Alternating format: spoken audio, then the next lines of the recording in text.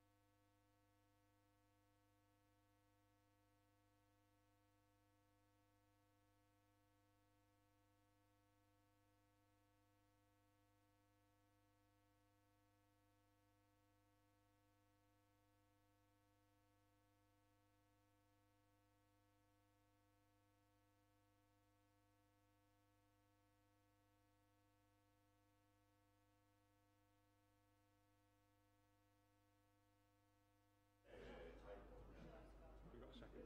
Can you just take my feed off? I've got my headphones cable. Oh yeah.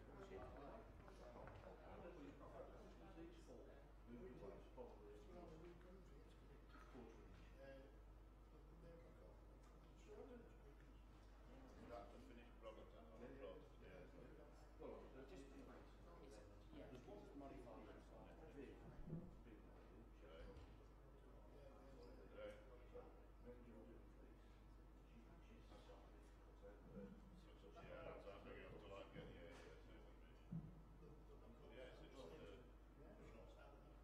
Quite simple.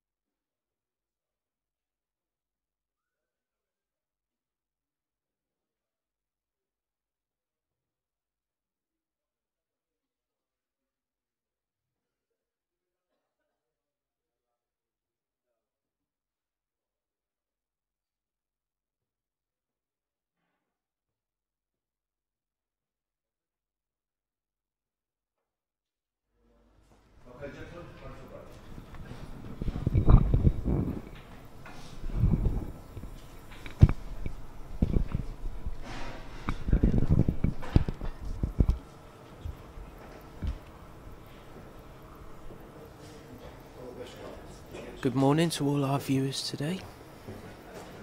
Final day of the IPA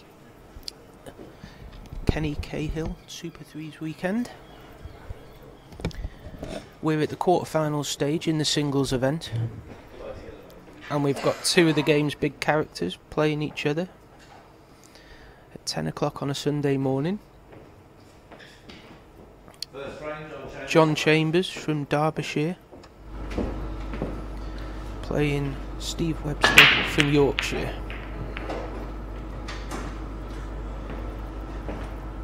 John using the cut break, second ball down. Hasn't made a ball, but he's been a little bit fortunate, he's not left anything on. It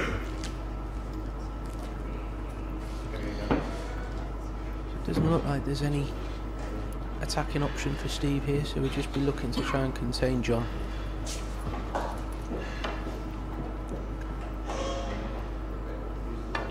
Well, called the first shot of the day wrong. Steve could get through to the yellow, into the left middle, so he's got the yellows.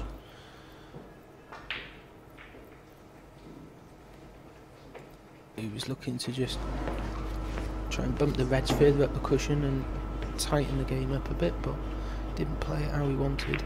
Put himself in a bit of trouble there now.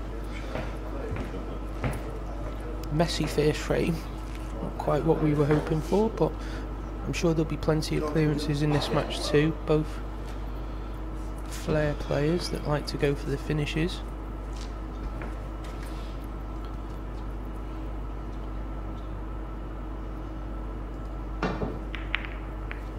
Any of you that don't know, Steve called a foul on himself there, so 2 shots to John.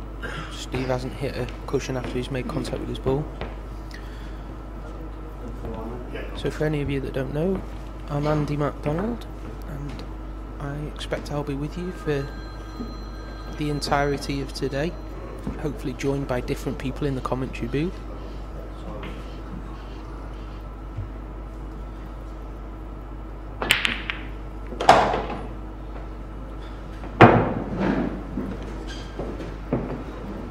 We're on the north coast of North Wales in sunny Rhyl, and it actually is sunny today as well.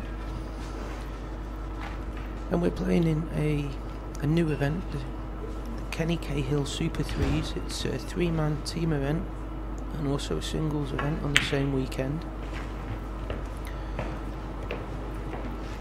And it's been created by Lyons Robin Hood Camp and their promoters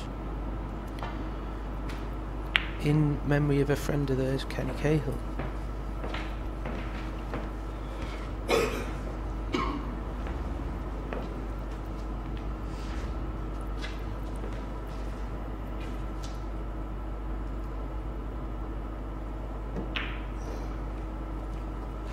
Well, early morning jitters there for John. He's not reached the cushion. So chance for Steve, who's actually played a good, clever little exchange there with John, because he was behind in this safety exchange about 3 shots each ago.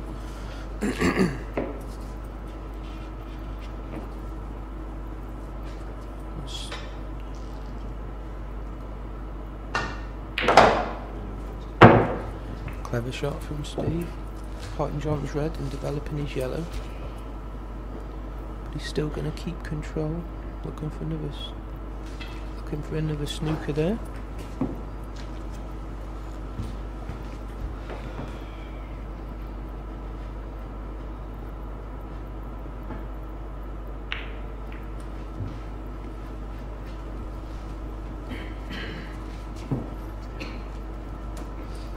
I'm not actually sure who Steve beat in the previous round, but John actually beat myself. I was 6-4 up and John beat me 7-6. We're good friends off the table, so no animosity there, but he's got the bragging rights.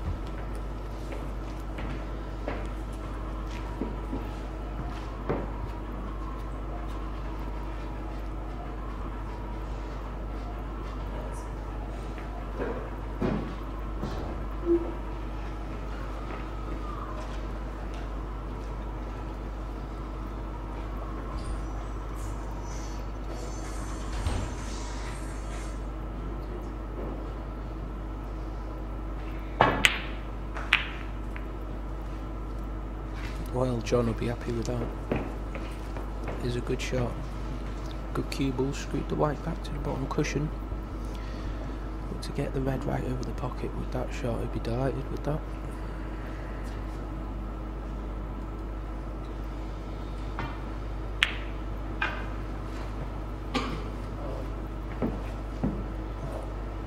It's an interesting first frame here. It's swung both ways.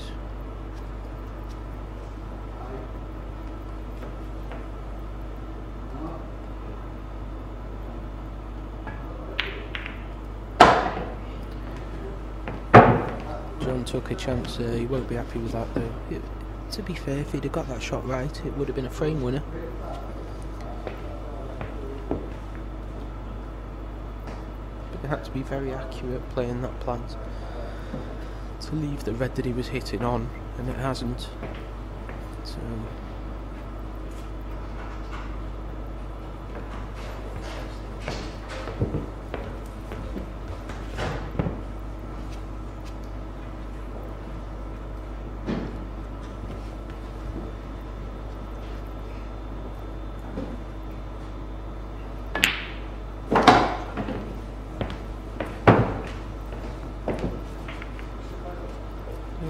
good pot from John up into the top left corner, but I'm not exactly sure what his plan is here.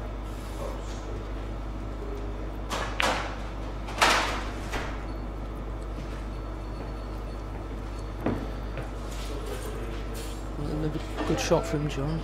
I'm not sure whether he's left a gap there for Steve, or Steve's just going to look to block this red off.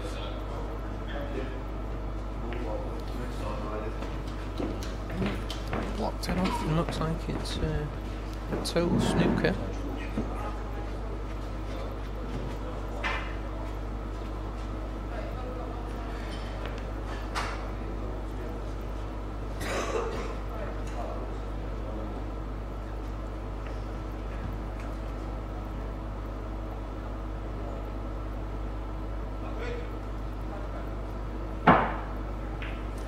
Brilliant shot from John there. Lovely swerve shot.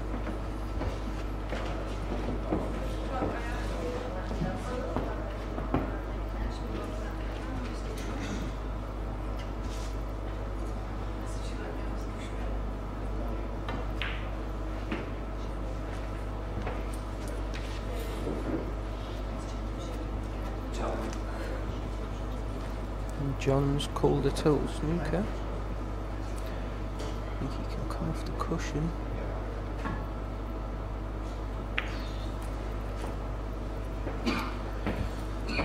So it's an interesting game of cat and mouse at the moment. I think Steve's slight favourite, but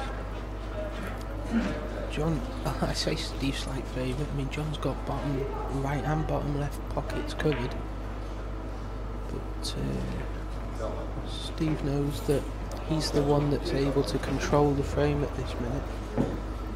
He's got to be careful with his safety shots. If he does leave John one on, then it could be the frame.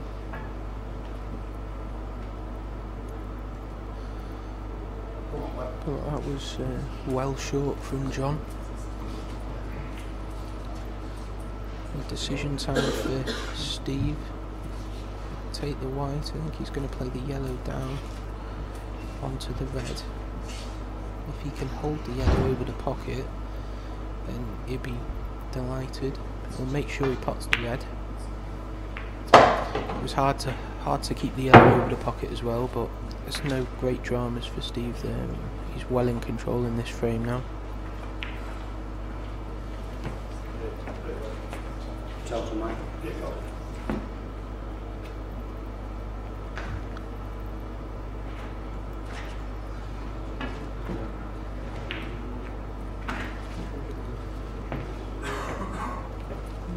Good hit from John.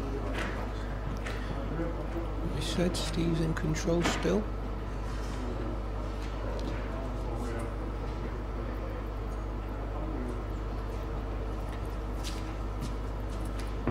So this is our first match of today. The quarterfinals of the individuals. Will be playing the individuals down to a finish, so hopefully we'll be bringing you a quarterfinals, a semi-finals and the final. And then all being well, we'll be doing exactly the same thing with the team event as well. So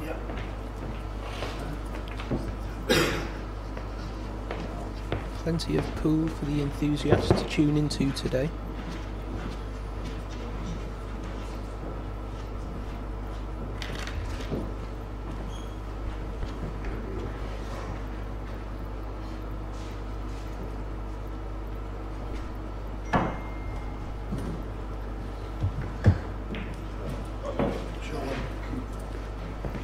Good shot there from John.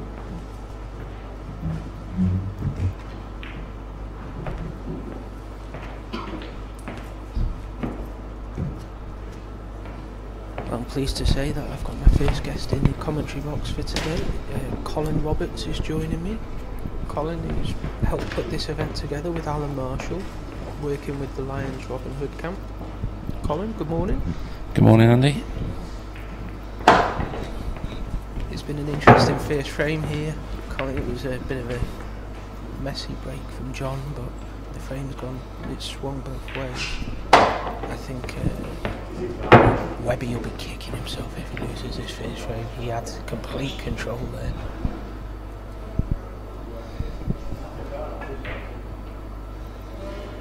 There you go, it's a good finish. Well done, John Chambers there with a good black. I was just saying before to our viewers, Colin, that we've got two of the game's great characters here playing in this early Sunday morning match. Yeah, they both go back a long way, well, especially Webby. Very experienced player. Been around the pool scene for, well, a number of years. So Webby will be rather disappointed if he lost that frame, if he's in total control. I think he'll put it down to Sunday morning concentration, if anything. Probably on the karaoke last night, knowing Webby.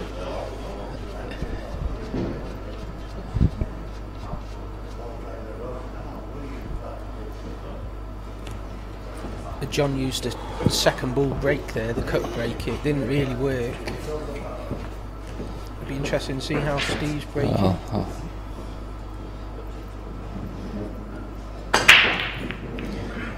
He also used a second ball. Dry break though?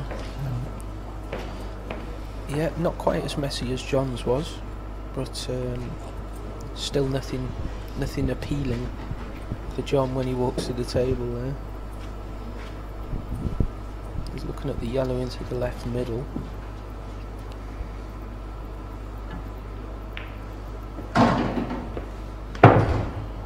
Where's the white going? You sounded like John Virgo there, yeah. Colin. That's exactly what John was worried about when he played the shot. He knew the angle. He knew it was close to an in-off.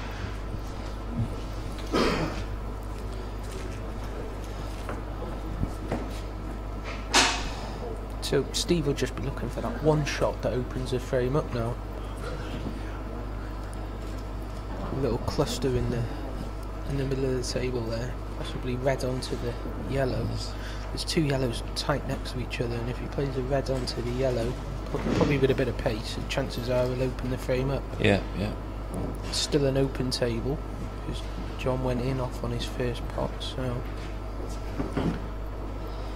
I think it's important that Steve gets this right.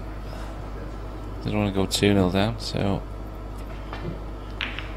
I'm surprised he's played it at that pace. To be fair, it is a good shot, but I thought if he'd have played it harder, it might have opened up more. But yeah. Steve opted for control there, and he has left himself a finish.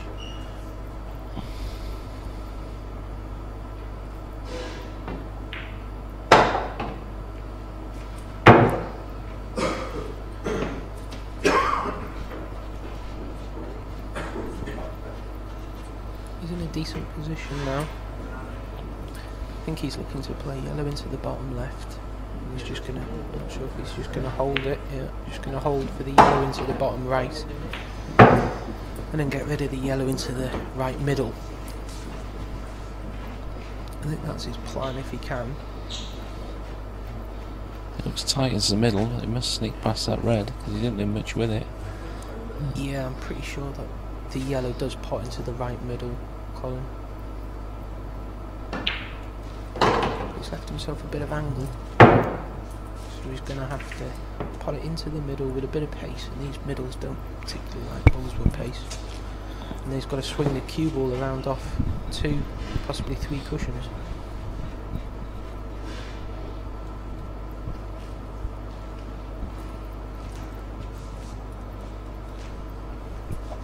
The one thing with these middle pockets, you have got to hit them absolutely dead middle of the pocket. So Steve's changed his shot selection.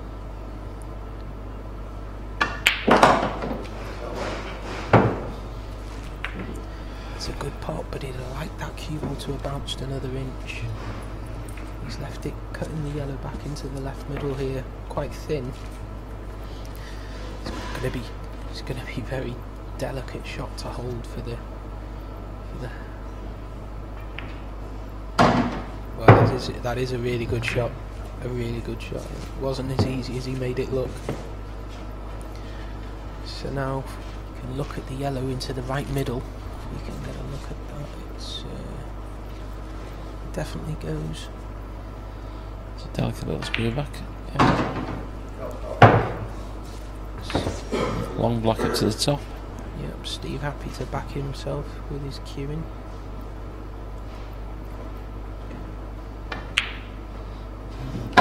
It's a good finish. Yeah. I think Steve will be pleased with that finish. He made it look a lot easier than what it was. Yeah, what I liked about that finish was he just changed. He changed the order that he intended because he could sense the danger with a couple of the shots that he initially looked at. Well, I think forcing it into that middle and taking it round the table, like you said earlier, Andy, if you're powering him into the middle, you've got to be in the middle of the pocket, otherwise it'll stay out, unfortunately. Yeah.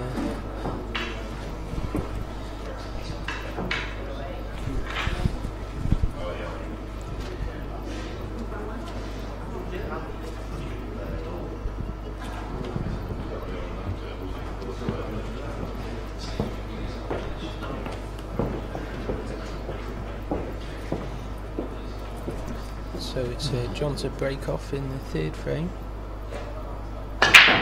Well, it's a much better break. He caught that second ball full that time, as full as you can catch it, so it's a better break, but still nothing down. A good chance for Steve.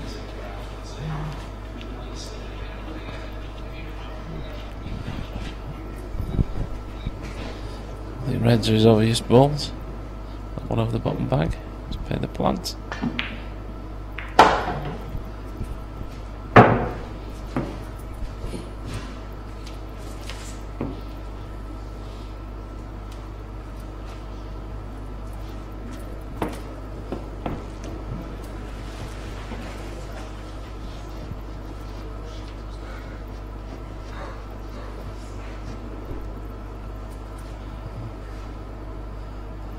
He must be going into the others. I take it. Let's see if the one goes in. Yeah.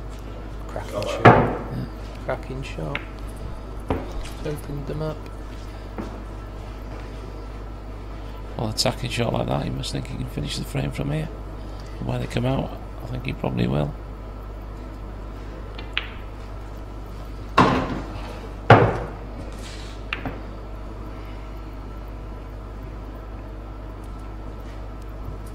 This is the first open break that we've had in the match, and when the balls are open we don't expect either of these players to miss too much.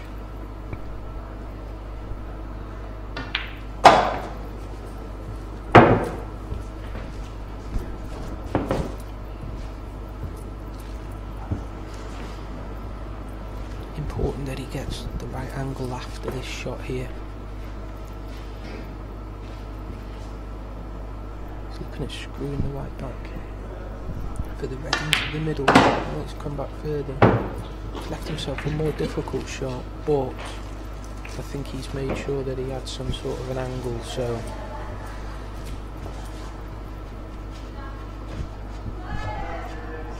looking at playing the red into the top left and taking the cue ball onto the side cushion and back over for his last red. It's a Good shot. It's a good confident start here from Steve. He could and should probably be 3-0 up after this one, but he'll be happy with 2-1.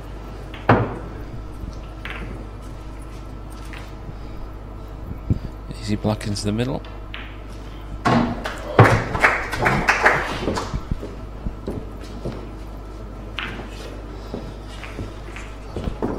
So I mentioned to the viewers before, Colin, this is the first year that this event's taken place. The Kenny Cahill Super Threes. Yeah, unfortunately Kenny passed away a couple of months ago.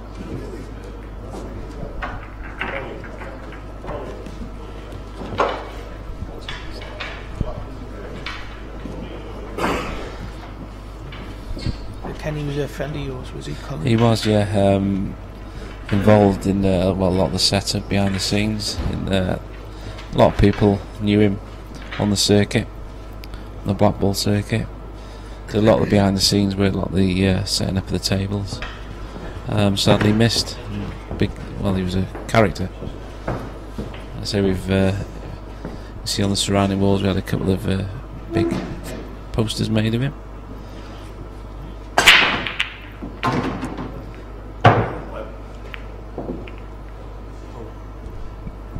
Steve will be sick there if that red's blocked there. The red's come and blocked the cue ball's path to the yellow over the pocket. Otherwise Steve had an unbelievable chance to win the frame there. There was no problem there.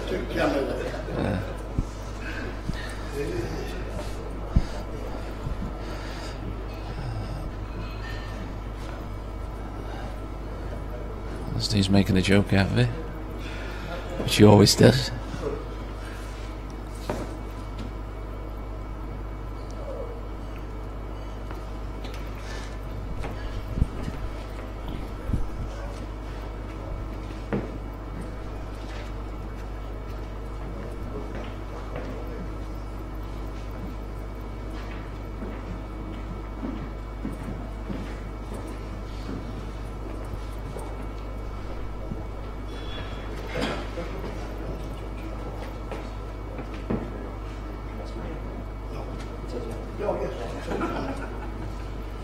That's a touching ball.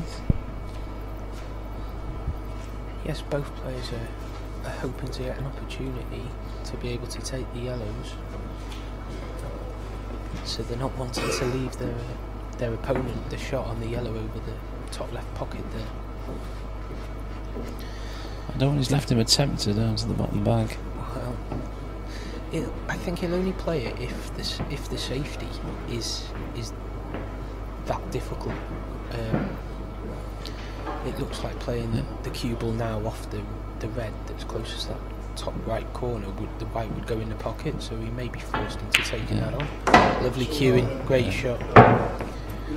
That's John Chambers at his best there, backing himself to make the big shots.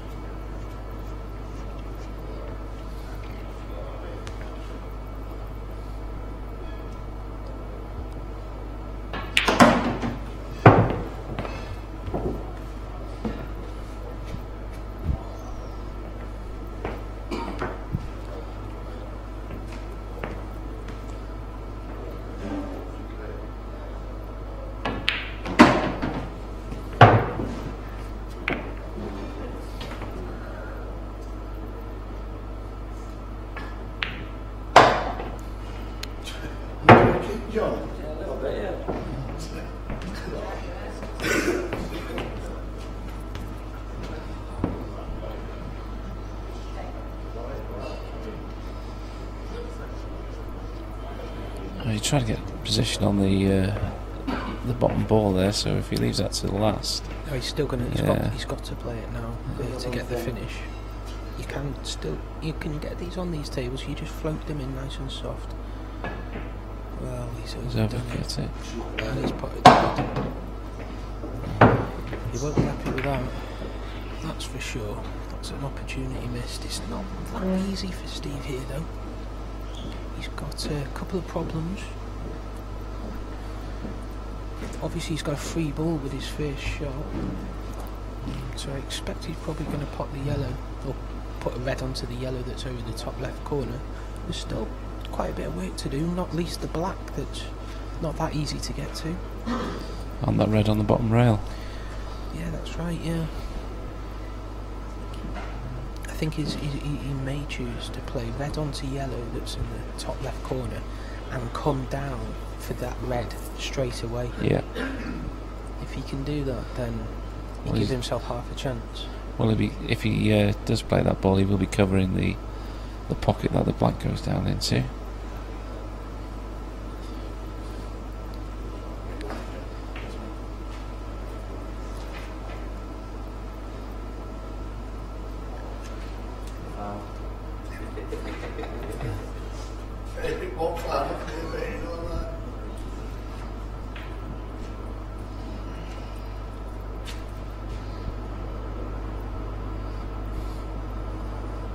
Steve just trying to pick that shot, but it looks like he's going for the option I said.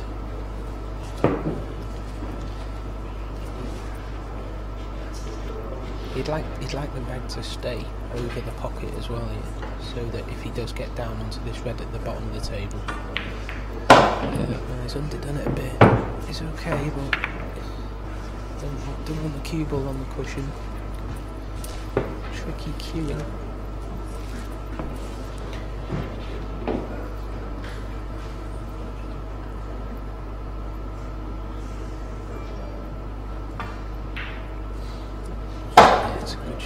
Steve stayed nice and still on that shot. Always the key to making those shots.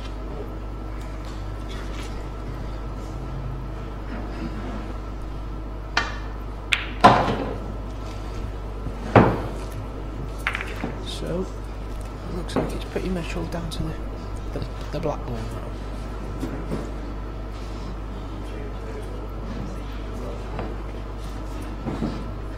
What I've noticed with these tables, Colin, is if you can play the balls down the cushion slowly, or just softly, floating them in, then he always seems to go. If you have to play them at any pace, then they're very difficult. Yeah, they do. If you do play them at pace, they do seem to rattle. So, like you said, if you do float them down, they seem to drop. So Steve's a clever player. He knows exactly how these tables play. He'll know how he wants to play the black. Well, ideally, he was trying to get as close as he can to it. I've seen quite a few players this weekend, good players, some of the top players, playing shots in a certain way, which these tables just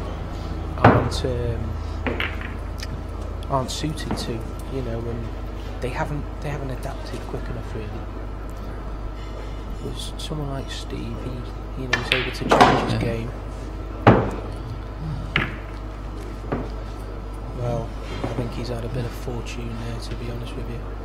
He's landed absolutely plumb on the double, but he's not played for the double from there. It's a good double. It's a good double, but well, he has apologised to John, so yeah, he's trying to come bottom of the black, but really the silly shot was the second to last red that he potted. He left himself a silly angle to get on the black. Not something you'd expect to see from Steve, but he still wins the frame and he takes a 3-1 lead. They all count.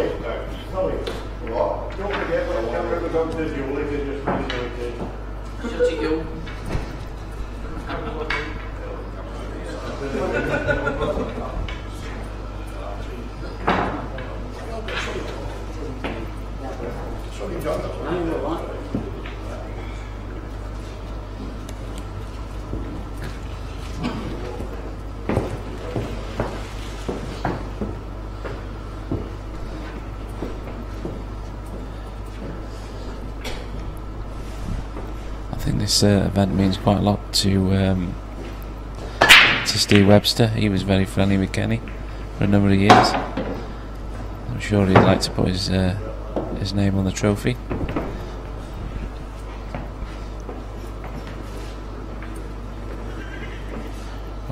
Good break off by John. Yeah, much better. Got rid of that second ball break and hit the first ball full on. Timed it nicely. straight after his bad ball straight away, and Unfortunately, got a double kiss. Brought it off a little bit, so. Well, I think he expects a clear from here. I think there's a decent chance, but there's still quite a bit of work. I'm not sure if the black would go into the left middle, but if it doesn't, then you still have to play a good shot to get on the black, and you've still got to get on the yellow that he just tried to kiss out then as well. So he's playing it down into this bottom left corner. Probably a good decision, because if he makes it, then he's a great chance of the frame, and if he doesn't, then well, there you see the pace that he played that shot. That was very. It was never in doubt at that pace. That was the exact right way to play the shot on this table. Oops. Well, A1 position.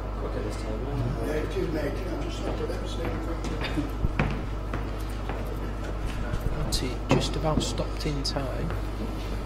I don't think it's the perfect angle, so all he can do is just screw it back 4 or 5 inches and leave himself an angle to play the yellow into the same pocket.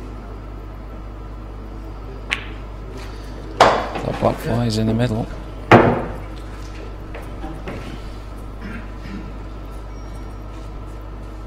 As you can see there. Well, you'd like to have been straight on it, but there we see it does go. Yeah, it's a good finish from John. Good response.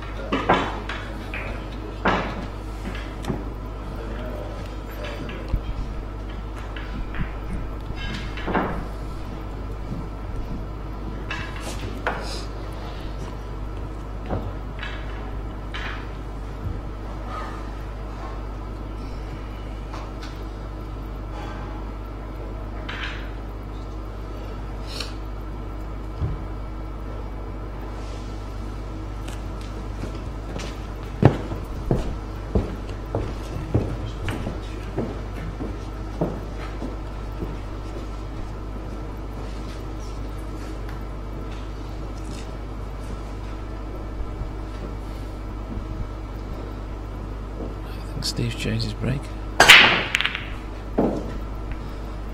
Yep, well, Steve saw the success John just had with his break, where he broke hitting the front wall flush, and so Steve tried to do the same. It's developing better than the previous times, but just didn't get a ball. Unfortunately, that yellow that's over the pocket rattled and didn't drop, leaving John a chance.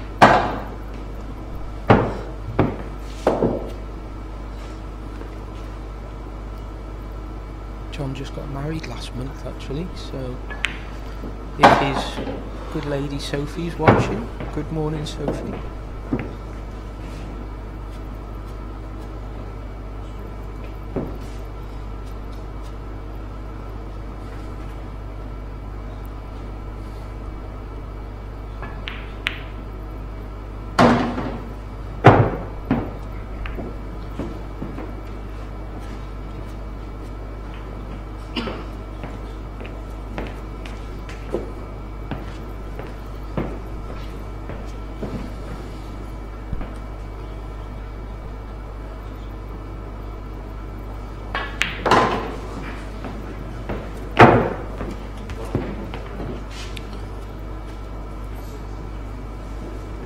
Just left it a little bit closer to the cushion than we wanted to there, Colin.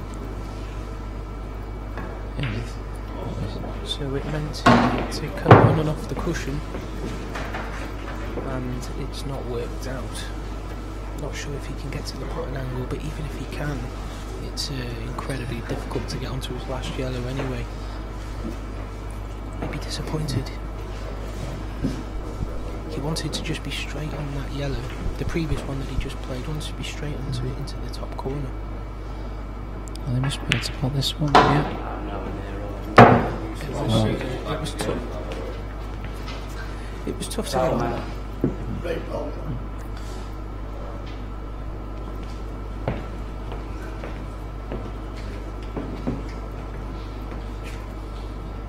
Tall snooker.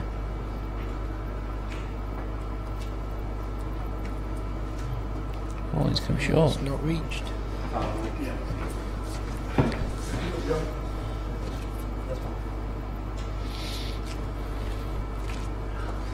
Well, I think Steve will play this one down the rail.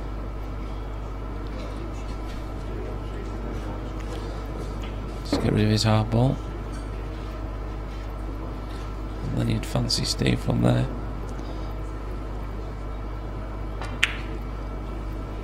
Yeah, he's happy that that's not gone out. There's no good thing. He's in complete control now. And he'll be looking to just pick these off.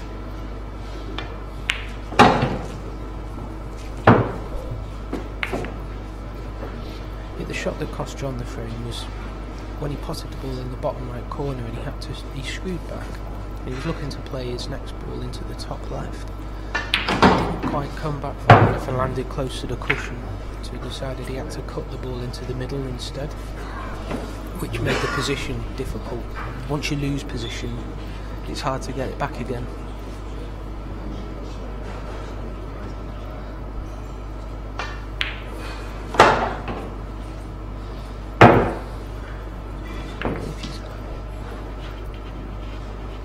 I'm going to take the plant. I think it's the plant. It may even slowly go into the yellow. Knock the yellow to the cushion.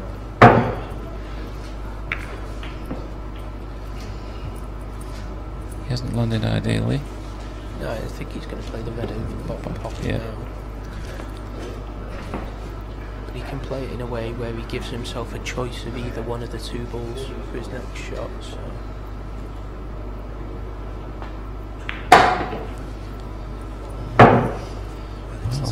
It's tight. He's not. Don't know if he's quite on it to the middle. Looking at the red to the right middle, it's very tight. I'm looking straight down this. I think he's playing it with a bit of right hand side. Trying to create an angle. That's a good shot.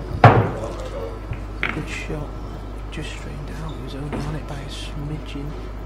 John was smirking to himself there. He knows how close Steve was to not being on that shot. But John wouldn't have expected to get back to the table after giving Steve the 2. And it's another frame to Steve Webster. Now leads 4 frames to 2.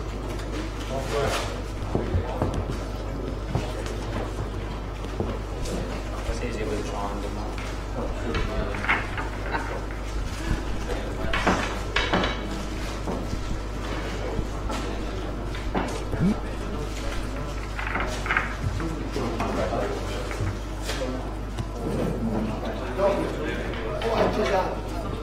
Steve's trying to break again.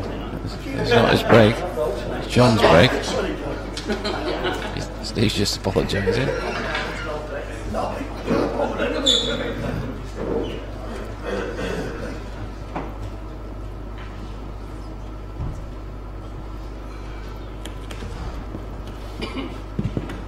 I think it's important that John doesn't let Steve start running away with the match a little. I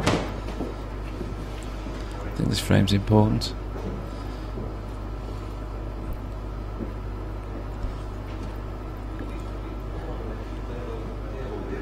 Oh, he's lost Come on, baby, break like a girl. Come on. Get that on. Come on. Comments are wasted on me, mate. I'm trying to supply me for and get them It's wound all up. about taking part. Your supporters will get on it. Oh, sorry, Just like that. Go on, look chairs at me. Come on, get an atmosphere going.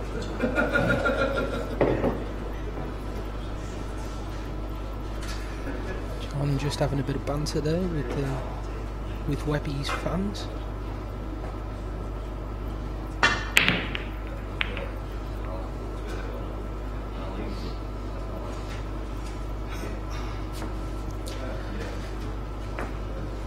Steve could have played that better, but he certainly could have had a better result anyway. It's not finished too kindly for him. I think that yellow's still going to be his option, but it's not an easy finish. Not sure if he can pot the yellow and screw back and develop the two yellows that are stuck together.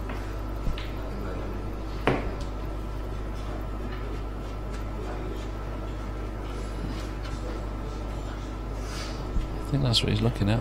Yeah, there's a good shot. He had to kind of pinch the angle a little bit there. But it's a decent shot. There's still plenty of work to do here, Colin. There is. Not an easy finish.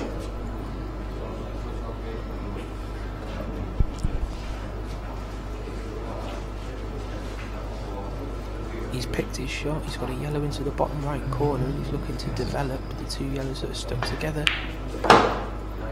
Oh, good shot. Nice shot.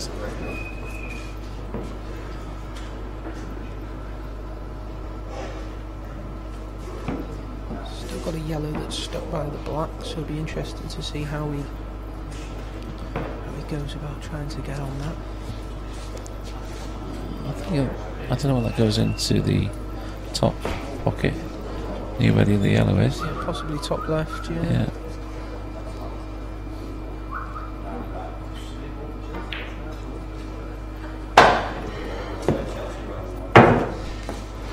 Well, I think that's what he's looking at. Yeah, Colin, just pop the yellow and play into the red, move that out of the way, and leave himself on that ball into the top pocket. Yeah, if he can cannon the red full here and hold the white dead still, he'd be on it. Yeah, that's what he's done.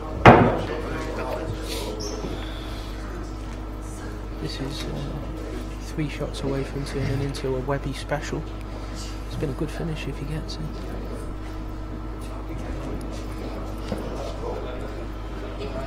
Well, he's done all the hard work, developing them all. It's one good pot here. Yeah, he's still got a steady shot to get on the block as well. A couple of decent positional shots. Big frame as well, if he can go 5-2 up. Although saying that, I was 5-2 up against John Chambers yesterday and managed to lose 7-6, so...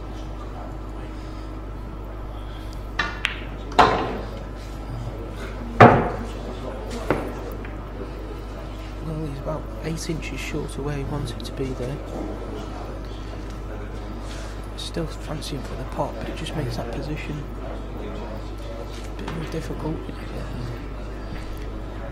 Cutting it in thin, and he's also playing it with a bit of left hand side to hold. He's played it well. He's played it well. You've got to say that's it. Found the gap. That is a class shot. Because when you bridge it, like he was bridging as well there, Colin. You're cutting it thin, bridging, playing it aside. It's so easy to swerve the white ball with a shot like that. That was a great shot. Class finish. Class finish from a class player. Indeed.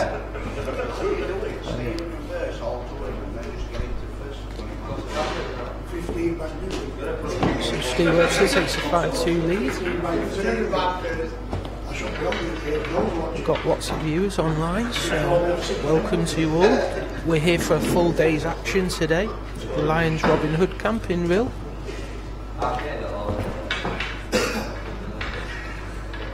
When this quarterfinal finishes, we plan to start a semi-final as quickly as possible. We hope to try and keep the action coming continuously all day, so if you've got nothing better to do, then stay with us for the duration and see who's going to end up being the Kenny Cahill Super 3's individual champion. And then this afternoon you'll get to see which 3-man team takes home the 3K winners pot. There's some good teams involved and there should be some great action this afternoon in the team event. Have you managed to catch some of the team matches this weekend, Colin? Yes, yeah, I've been in the big arena watching the teams. The quality's very high here.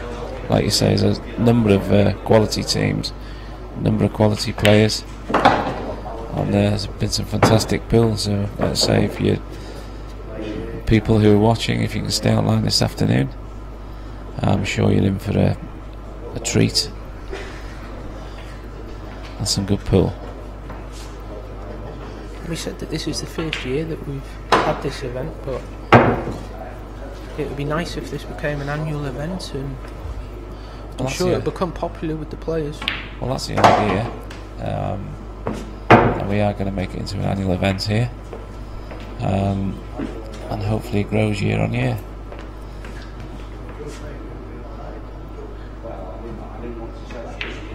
I'm sure when the pictures come out of the winning team with their £3,000 in their hand, then there'll be others interested next year, no doubt.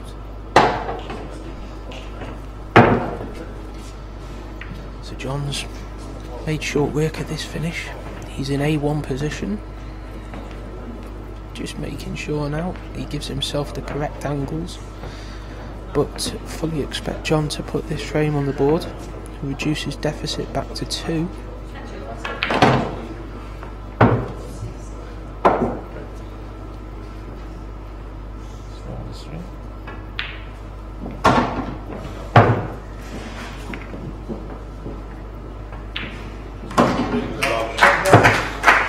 John Chambers at his free-flowing best.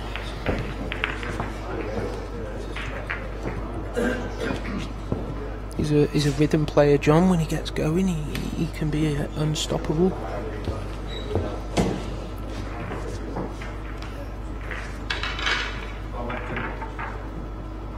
Steve's got all his family here with him this weekend. His wife Julie sitting behind him watching him. There's 3 lads who've all been involved. Yep, when Steve goes to a pool comp, I think he goes by coach, so he can fit everyone in. Yes, yeah. First team made in the lake and they're won out. I don't know why.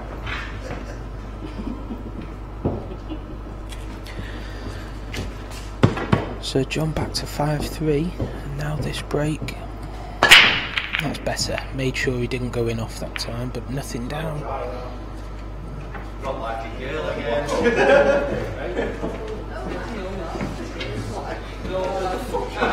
Well, the reds are the better balls. I'm not sure if he can get to. Can't quite see whether he can pot a red though on his first shot.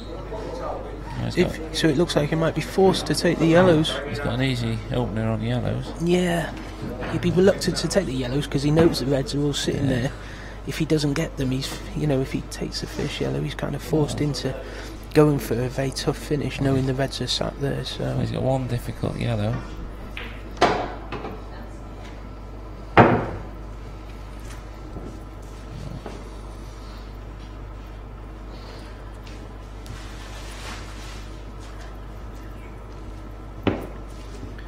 I think it's on a yellow into the top left, and what I'll be looking to do is pot the yellow that's closest to the top right corner as quickly as possible, because if he can get rid of that, it opens the pocket up for the yellow that's tight on the cushion to go into the same pocket. So I think he overran that a bit, because I'm pretty sure he would have been playing for that then. Yeah.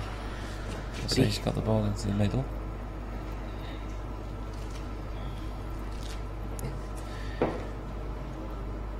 His other option there would have been to have took the yellow into the middle now, but left himself an angle on the yellow that the cue ball's closest to. If he could have left himself an angle on that, like he could develop the bad ball, but change of plan. Change of plan, that's a great shot. And he's developed the bad ball. Double and open the frame up in one visit, in one shot.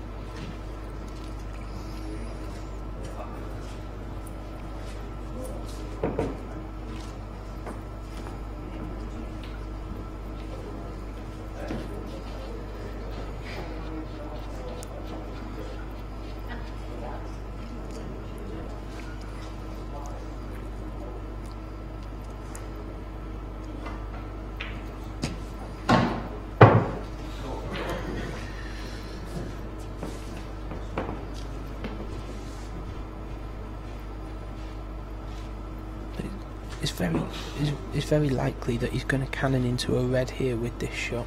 He's cutting the yellow back into the top right, bringing the cue ball down, and it has cannoned a red. And I was just about to say, it just depends on how that kiss works for him, but it's not been kind there. It hasn't. If he'd have kissed it full, he'd have been on the yellow in the middle, you know. So he's because he'd left himself that angle. He had to kind of play at natural angle and see what it left him after the shot. I think he's looking the yellow once the black comes and see the yellow in the middle. Well, that's what he's looking at, Colin. But it's a really tough shot, isn't it? It is. A really tough shot. If anybody can, Mr. Webster can. Oops. Not today. Not with that one. That was tough. I mean, he didn't really have an alternative, so he had to try it. I don't think it was a case of him pushing the boat out or anything. He was going for a finish he'd have expected to have got. But he just kind of lost his A1 position a little bit, and he was forced into playing a shot which relied on a bit of a kind kiss or cannon,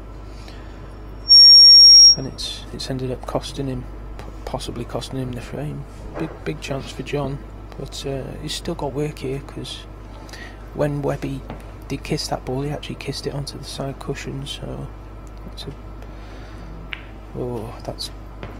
I'm not sure if John's got the snooker to the middle on the ball to. Well, it looks like he has snookered him on the ball to the middle. So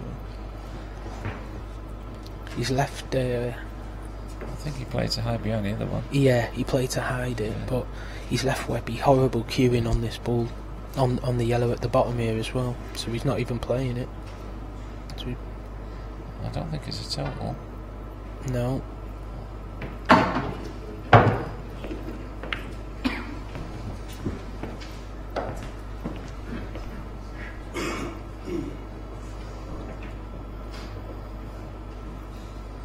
Straight away John's put the cue ball down, and he's looking at trying to knock Webby's yellow dead, but I think I'd be looking to try and develop the red on the side cushion. Well, he's tried to do both. That's a great shot. What a brilliant shot that is. The connoisseurs of pool will appreciate that one. Knocked Webby's yellow dead and knocked his red open in the same shot. Neither of us picked that one, Colin, that's for sure. Seeing a canny side to John Chambers' game here. I think he knows how important this frame is. Well, I can't tell you how good that shot was, to be honest with you. To judge that was superb.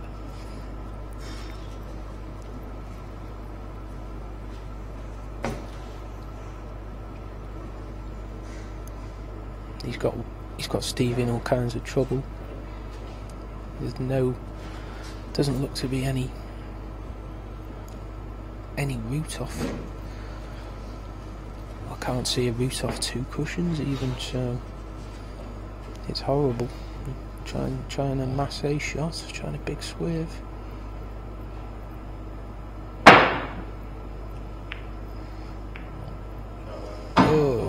And that's loss of frame.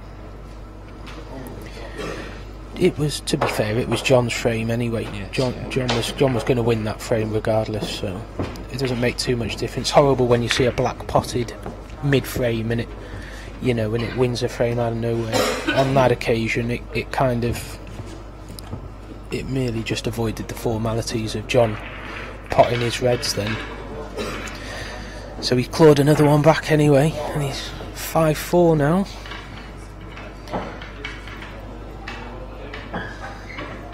And I know John very well, I'm really good friends with him, and I know the bit of banter that John had with some of Webby's fans before, that will actually have helped John. It will have focused him, and he enjoys things like that.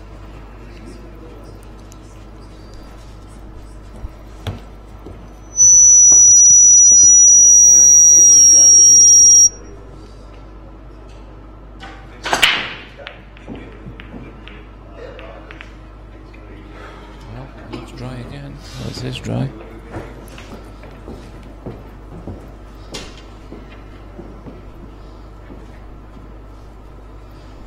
there's no easy run out.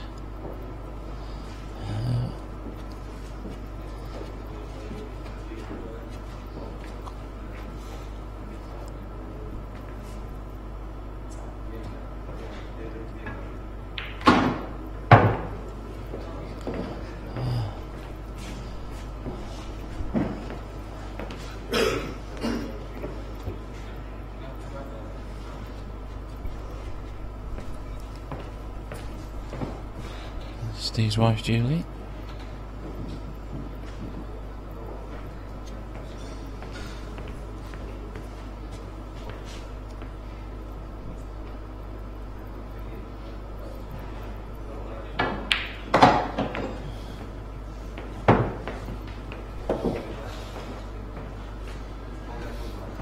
If John could take this frame as well, level it up at 5 each, you'd have to say he'd be favourite for the match. Momentum is on his side. But Yeah. still a bit of work here. We'll be down to a best of 3 then, Andy. Yep. There's still quite a bit of work here. Can't see whether the red that's on the side cushion goes past the yellow into the top right. It must do Well, based on that. But Yeah, he's he's played for it.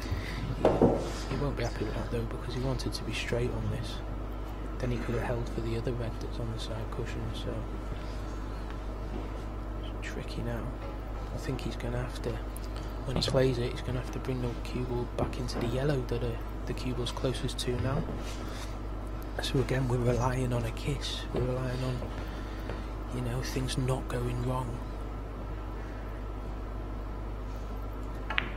Well, he's avoided it, but not made the pot.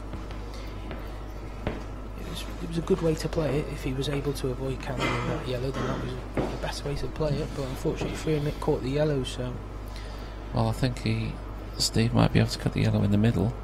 Perhaps play the combination shot. yeah, no doubt that's what he'll be looking at.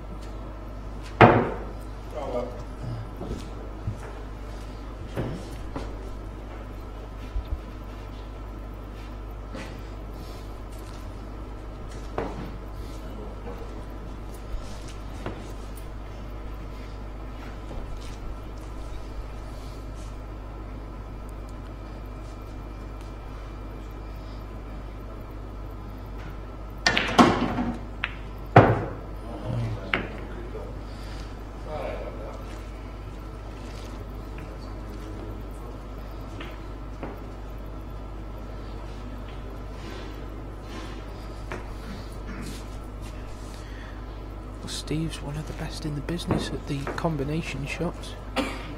Pulled off some skill shots that frankly have been jaw-dropping, but not on that occasion. He's probably still going to be looking for one somewhere though. And he's given himself a great chance now. That was a good shot. Now that the yellow's right in front of the red, it's almost guaranteed. It's about judging which part of the yellow he hits so that he leaves the yellow on. Well, I've put the mockers on him, haven't I? Because I thought that was absolute certainty to pop, to make the skill shot. He left himself the perfect angle. But I think he kind of rushed that shot. He did. Colin? He didn't. I think He he didn't thought just it give was, it a couple of seconds to. I think he thought it was too easy. He knew he had A1 position and he just got down, but just a couple of seconds, he can't. I mean, I've really put the mockers on him now. I've said he's one of the best in the business at the skill shots, and he's missed one that you just never think he could miss. He's the sort of player that can just find that big shot. Once again, left himself a great chance. Great chance. It's not quite as easy as the last one that he had, though. I think this time he's got to play it with right hand side, but the yellow's not quite as close to the red now either, so it's not easy. But He has to bridge over that red as well.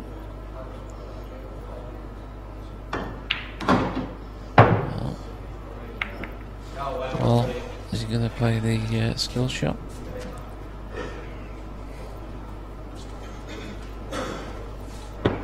The problem is he can't play that hard in these tables, so he's going to have a difficult block if it goes.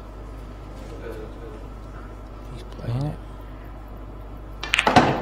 No.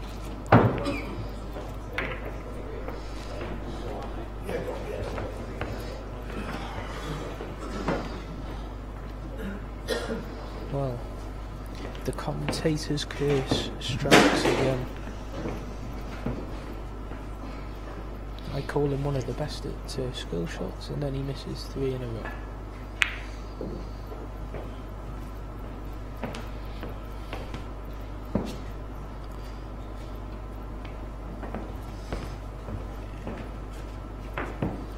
And you'd expect it to be 5 each now.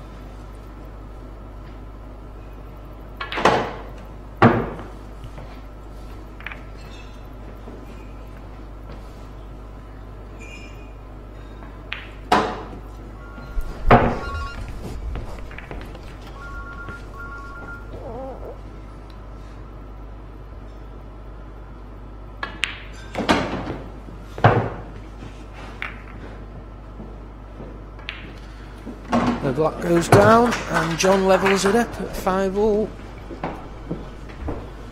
It's 3 frames on the bounce for John Chambers.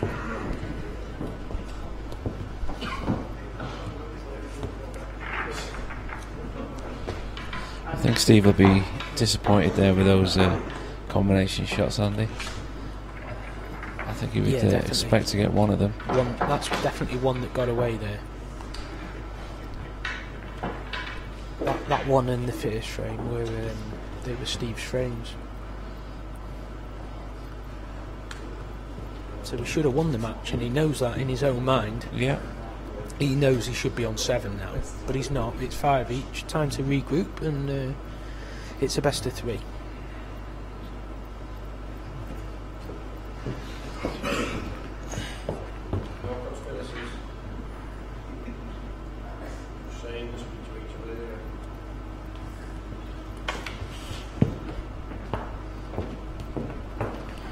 It's frame 11, John's a break.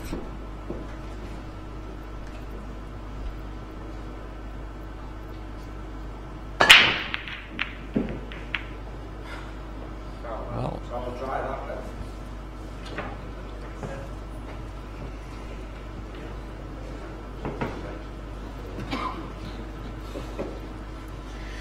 once again, dry break from John. He's not left a dead cert finish for Webby anyway, but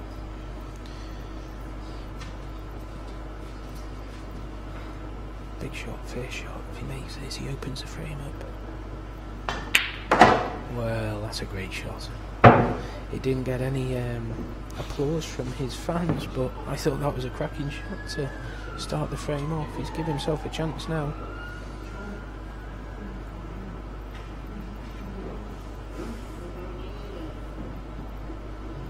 When we first looked at the frame, it looked like it was difficult, but Webby picked that first shot that opened the frame right up. He's a decent chance now. I actually think the most difficult ball now is probably the black.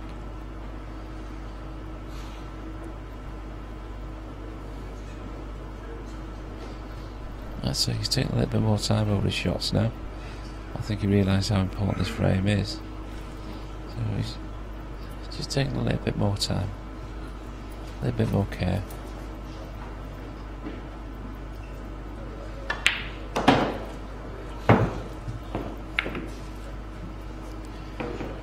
Well, where Steve stood now, that's pretty much where he wants to be stood after this shot, because he wants to bring the cue ball down the right hand side. I think he'd like to get on the yellow at the bottom here and play it into the bottom left corner.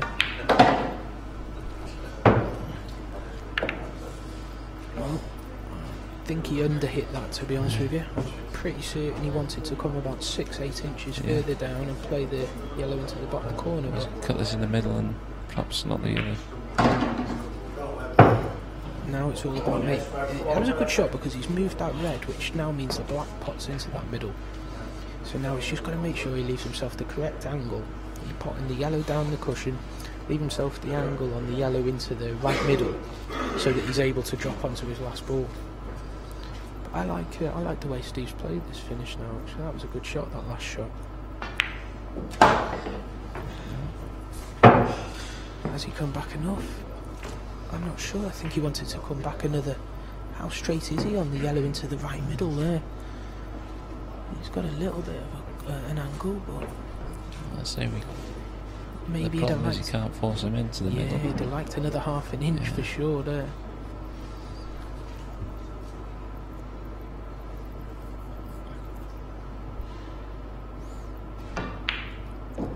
There you go.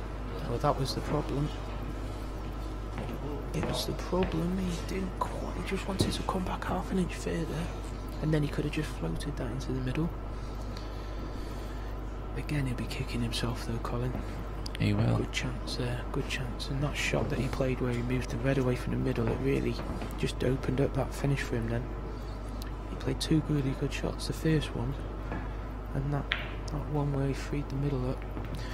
But John, well, he's knocked his red to the centre cushion, but he's got complete control of the frame now.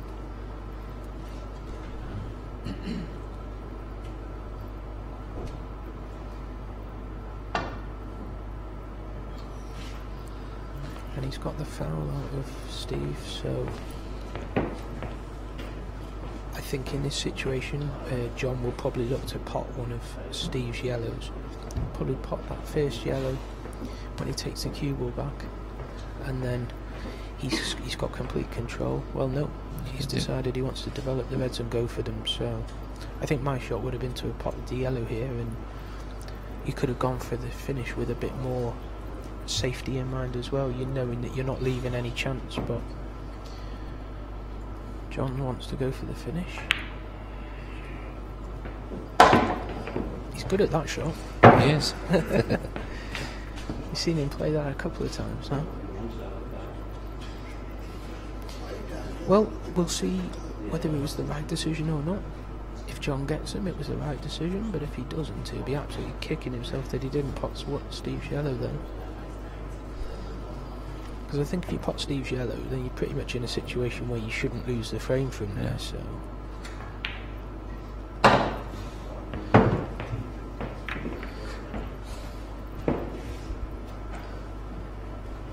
Just roll this into the middle.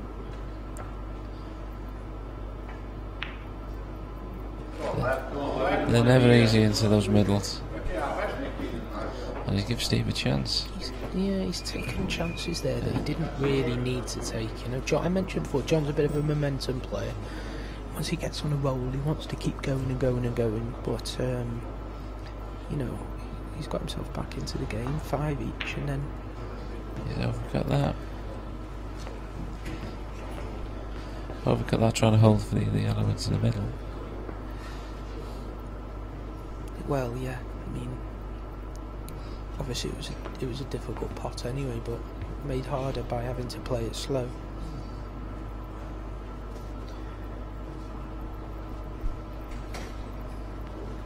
Not left John the easiest shot though, has it?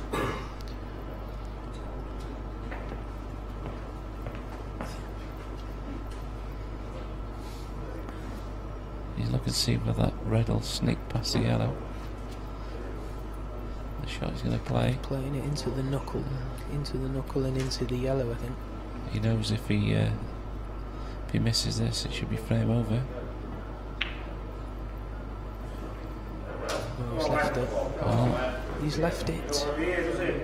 He's left it, and I think the yellow goes into the top right. That's going to be Steve's first ball.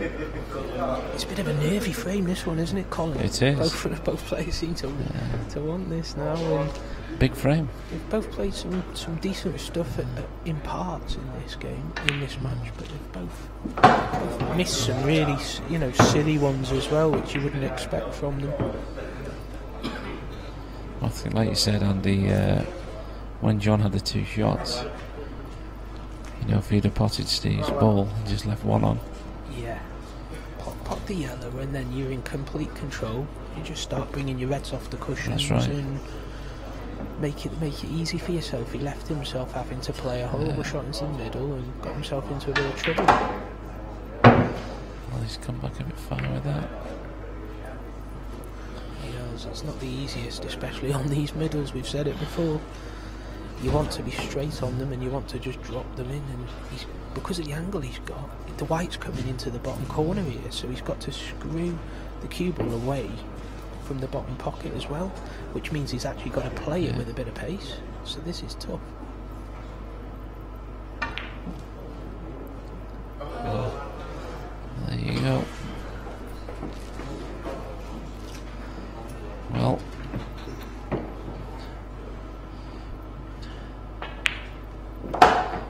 I think John will fancy these.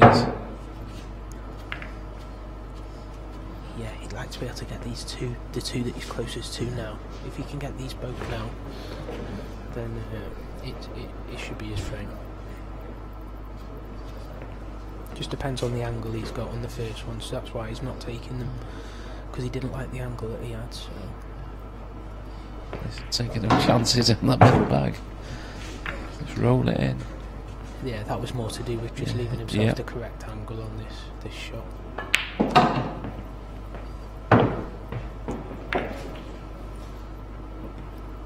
This is the frame ball.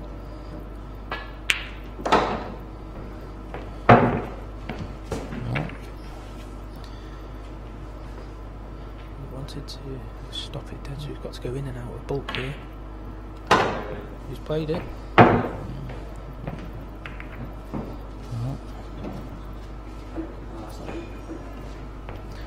Looking at John's reaction, it's not an absolute gimme. It definitely parts, but it's thin.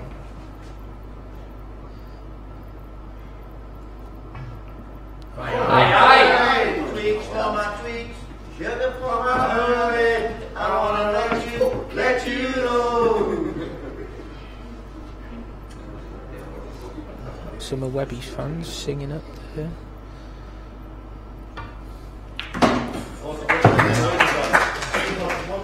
Well, John, we've mentioned that the players will be kicking themselves. That Webby would have been kicking themselves over a couple of frames, but John will be absolutely kicking himself with that one. I mean, his second to last red, he just needed to stop it dead. Yeah. Stop it dead, and you haven't got to go in and out of bulk with your last shot then.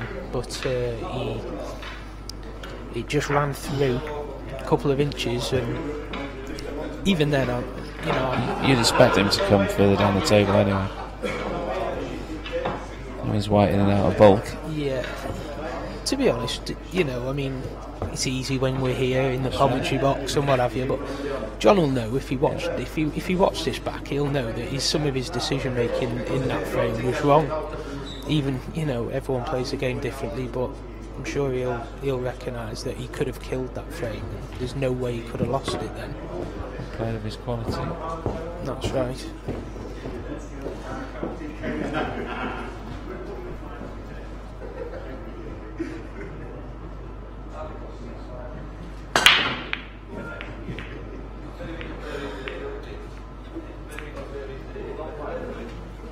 We've actually got over 100 people on the viewing the stream at the minute, and we're expected to grow as the day goes on. No doubt word will spread and we'll get more people tuning in. So if anyone's watching, if you wouldn't mind just posting it on your Facebook page, just putting the link on there and share it with your friends, because we're going to have some great pool today. This first match is, well, if John could take this and it goes to the wire, then what a great way to start off the last day's pool. I've got an interesting fact for you, Colin. John was 6-3 down in his last 32 match. He won 7-6. He was 6-3 down in his last 16 match, and he won 7-6. And now we're in the quarterfinals, and he's 6-5 down. Wow, he didn't want that though. No. that as I think that's just cost him the frame. That's horrendous. If that doesn't drop the second red, if the second red stayed over the pocket, then that's John's frame. And now, well, that's horrible.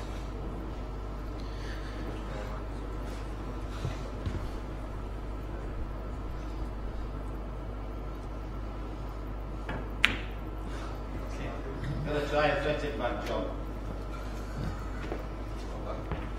Your bounce is the worst I've ever heard. It's really bad. You know that.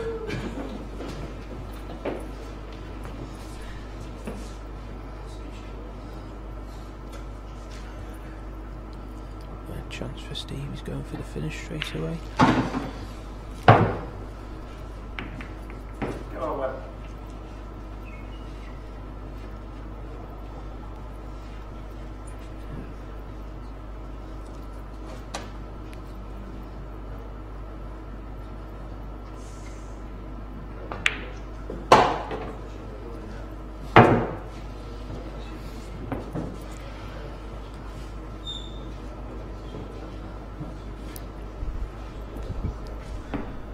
Well, it's all about just keeping the cue ball under control now, and if Steve does that, then he should book himself a place in the semi-finals.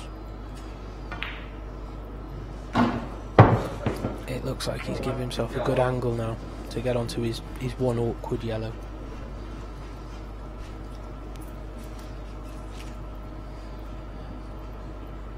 Screwing across onto the other one. There we go.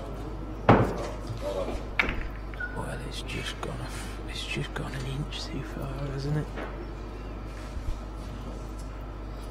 I think he can still pot it, but I think he might have to raise the cue. Just raise the cue a bit. Be able to kind of jab it in and hold. A little bit hard to get in position on his next ball after this one, but yeah, he might have to change the angle. If he can just jab it and hold, he might have to play the yellow in the bottom right next. he's raising his cue a bit, like you said. Oh, that's a shot, Web. That's a great shot. That's a great shot. Use the angles, and now he's going to have to use the angles some more. Can't quite see. He's just off straight on it, isn't he? So Yeah. if he was straight, he could have screwed back. If he had more angle, he could have swung it round the angles. So with where it is, it's kind of a bit in between. I think he's looking at screwing onto the side cushion and then putting side on the cue ball to bring the cue ball back up. He's just hampered with that ball on the bottom bag, his body.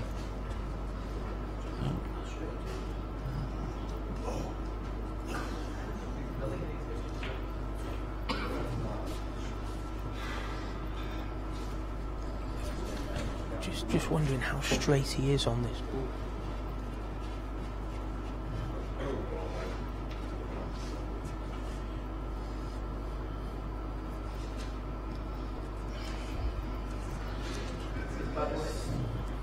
It's like I say, it's just in between. If it stopped an inch shorter, he could have screwed back. If it went an inch further, he could have swung it round the angles. But where it is, He doesn't want to use the rest. Steve is suffering with a bad foot at the moment. As you can see him limping around the table. He's just putting pressure on his bad foot.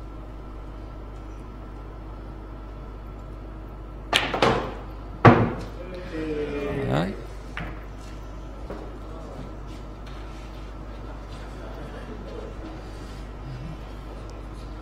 yeah, well, in the end, he played it well.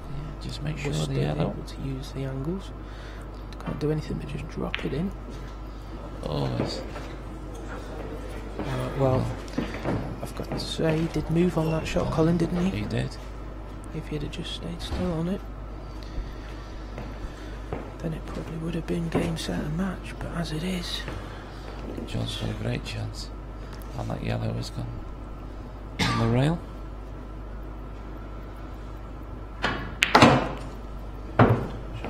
John I think his new name's going to be John 9 Lives Chambers if he gets through this match. Well, it's come a bit short. He still expects to pot it. Yeah, I think he's still going to cut this back into the middle pocket though. There's no danger with the cue ball or anything, so... I think he got the bottom. I don't think they like the middles. I'm pretty sure he's going to play in the middle myself. You're right.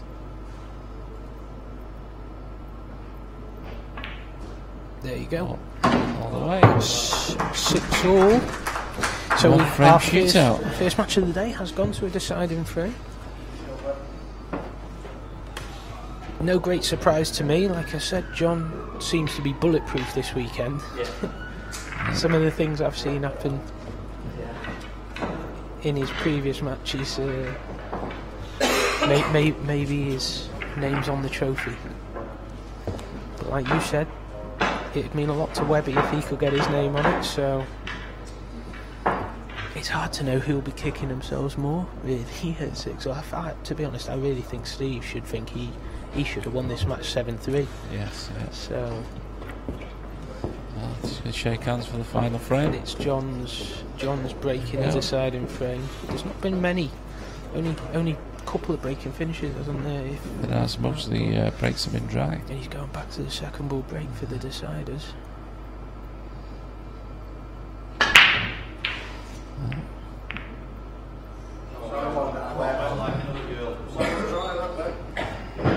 Well, I think the one thing with using that break there was he knew he wouldn't leave a dolly finish for Webby if he didn't get a ball, and that's what happened. So does Webby want to play aggressive here and have a go at the Reds? I think he will. How many balls does he pot chasing after the finish? He's got a cluster of 3 Reds there. Well, he's looked at the red into the middle near the So to see where it goes. Yeah. The one near the yellow. So that must go. So he's going to look at potting. He's going to screw back off the one into the top left corner, leave himself an angle pot in the red into the left middle, and then hope to screw into the cluster of 3 Reds that are by the black spot. So it's all about how that cannon comes out for him now. It's a chance. He's missed one into the middle again. Took his eye off the pot. He was concentrating on getting the cannon He right, was. and took his eye off the pot. And like you say, you've got to be deadly accurate with these middle pockets. You can't pinch them at all. So John will be happy that he's got back to the table there, to be honest with you. He's looking at a thin cut, and it's played it well. It's opened it all up for him now. This is a good chance. That one shot's opened it all up for John.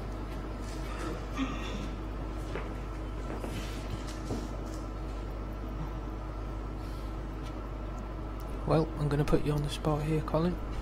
Predictions? Is he getting these? Well, like you said, Or do you think there's another twist in the tail? Well, I wouldn't say nothing for granted, but like you said before, John's come back from the dead in all his matches, and it looks like he's going to do it again.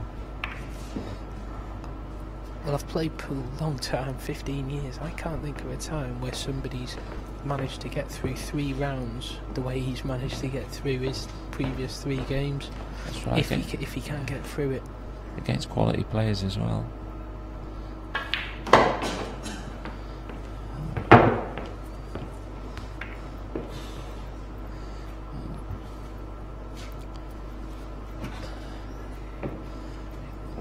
Just don't like to force them into the middle. No, I'm worried about this though. I'm worried about this. Having to go from yellow, having to play the shot with pace now. I fancy him to get it, but he's got to get it dead accurate. Good cue. Backed himself. Didn't hold back at all on that shot. Just one good positional shot here.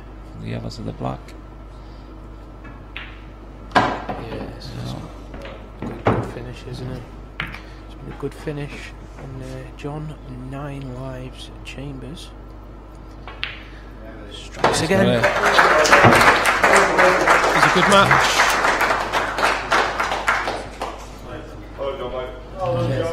Well done, John. Well done, John. John 9 lives Chambers.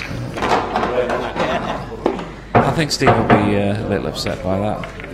Yeah, he'll be kicking himself, won't he? It's a few frames that he should have won. Don't forget, ladies and gents, we'll be back on air as soon as we can. We're going to try and keep it as continuous as possible. We'll go and find out what our next match is and get it on as quickly as possible. So bear with us. Hopefully be back in 10 minutes.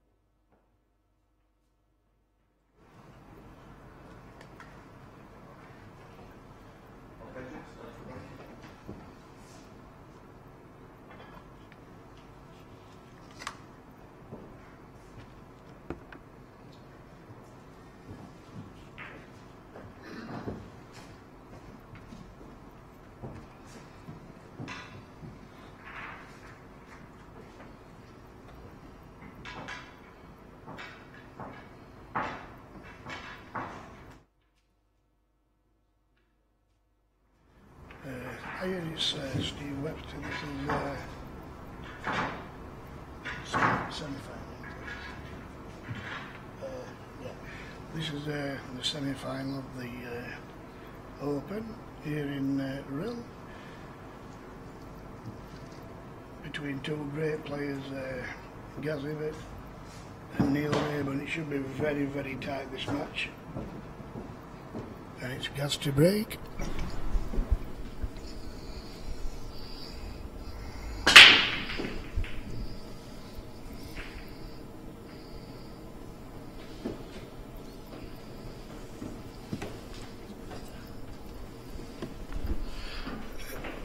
Yeah, it's come up dry. So Neil's the option is in charge of the table.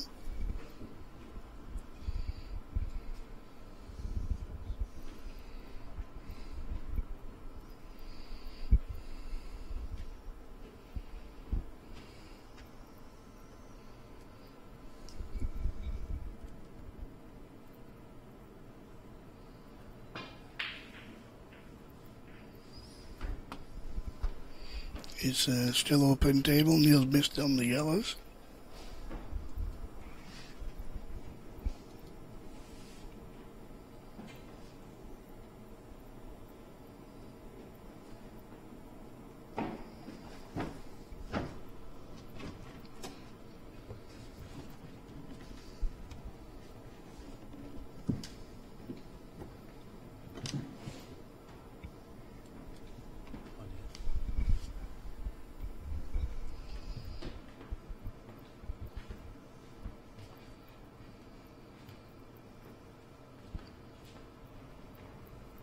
Okay folks, I'm back in the commentary booth. Been joined by Steve Webster. You right, Steve? Yes, alright Andy. Nice seeing you. We just had the pleasure of watching your match, which unfortunately didn't quite go your way in the end. 7-6. A couple of chances that you probably thought you should have taken. Yeah, normally I would have done Andy, but as it goes, it's best of luck to John, and hopefully he'll do well for his centre lad. Yep, two popular players. We were saying before, two popular players playing, and shame only one of you could go through. But there was some good pool, and there was some Sunday morning pool, wasn't there? Yeah, the Sunday morning's more like it with me, yeah. It's never quite as easy as a Saturday night, is it? No, it isn't, Andy. But a good night last night, it was very good, and no excuses. And I believe you were friends with Kenny Cahill as well?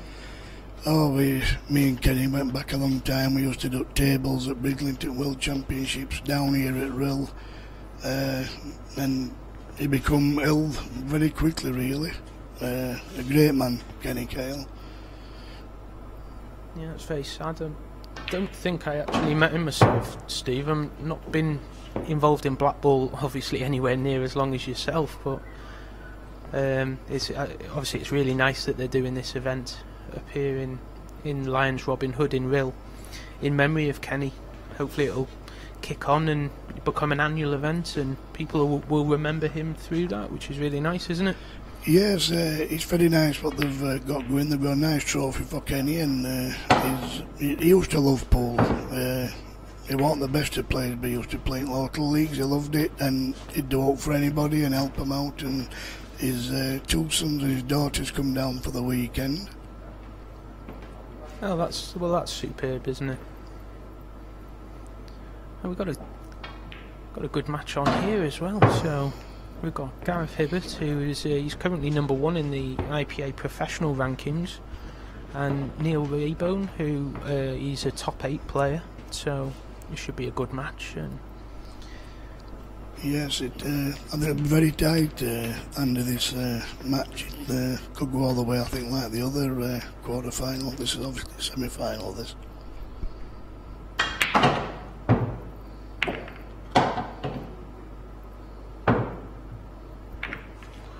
well, that was some shot by Gareth there. It looks tight as to whether he can get to the potting angle there. In fact, he can't, can he? He can't get to the pot and angle, but he's just going to be looking to try and get the black over the pocket. Then, if he can't get to it, well, he's trying to swerve it. So, yes, that were absolutely superb shot. What Gareth played there. Very unfortunate not to land on this. yeah.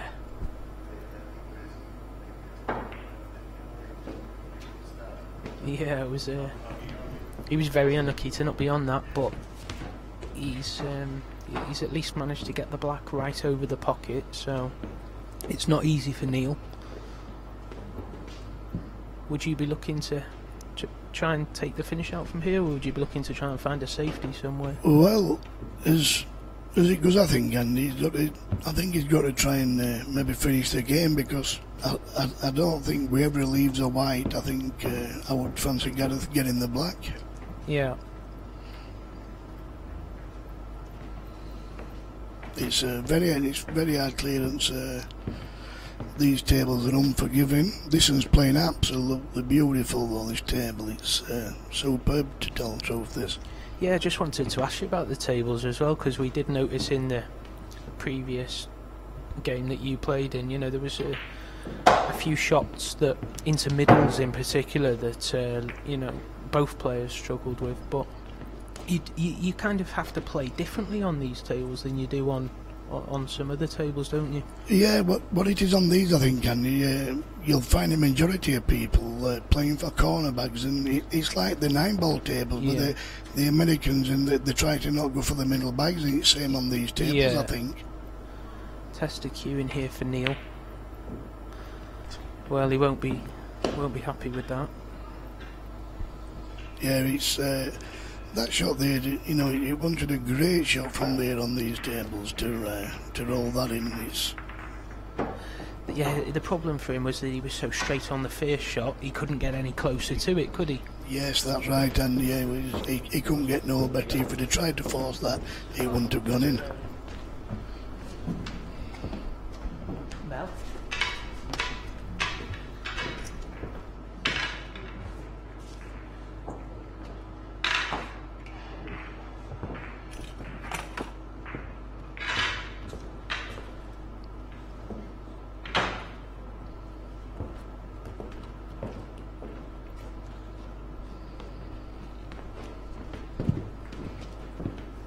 So it's 1-0 to Gareth.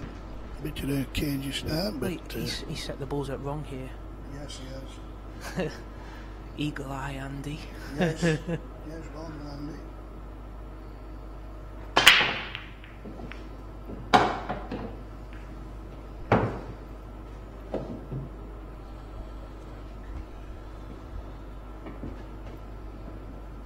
Another thing that I've noticed, that players don't seem to know how to break on these tables either.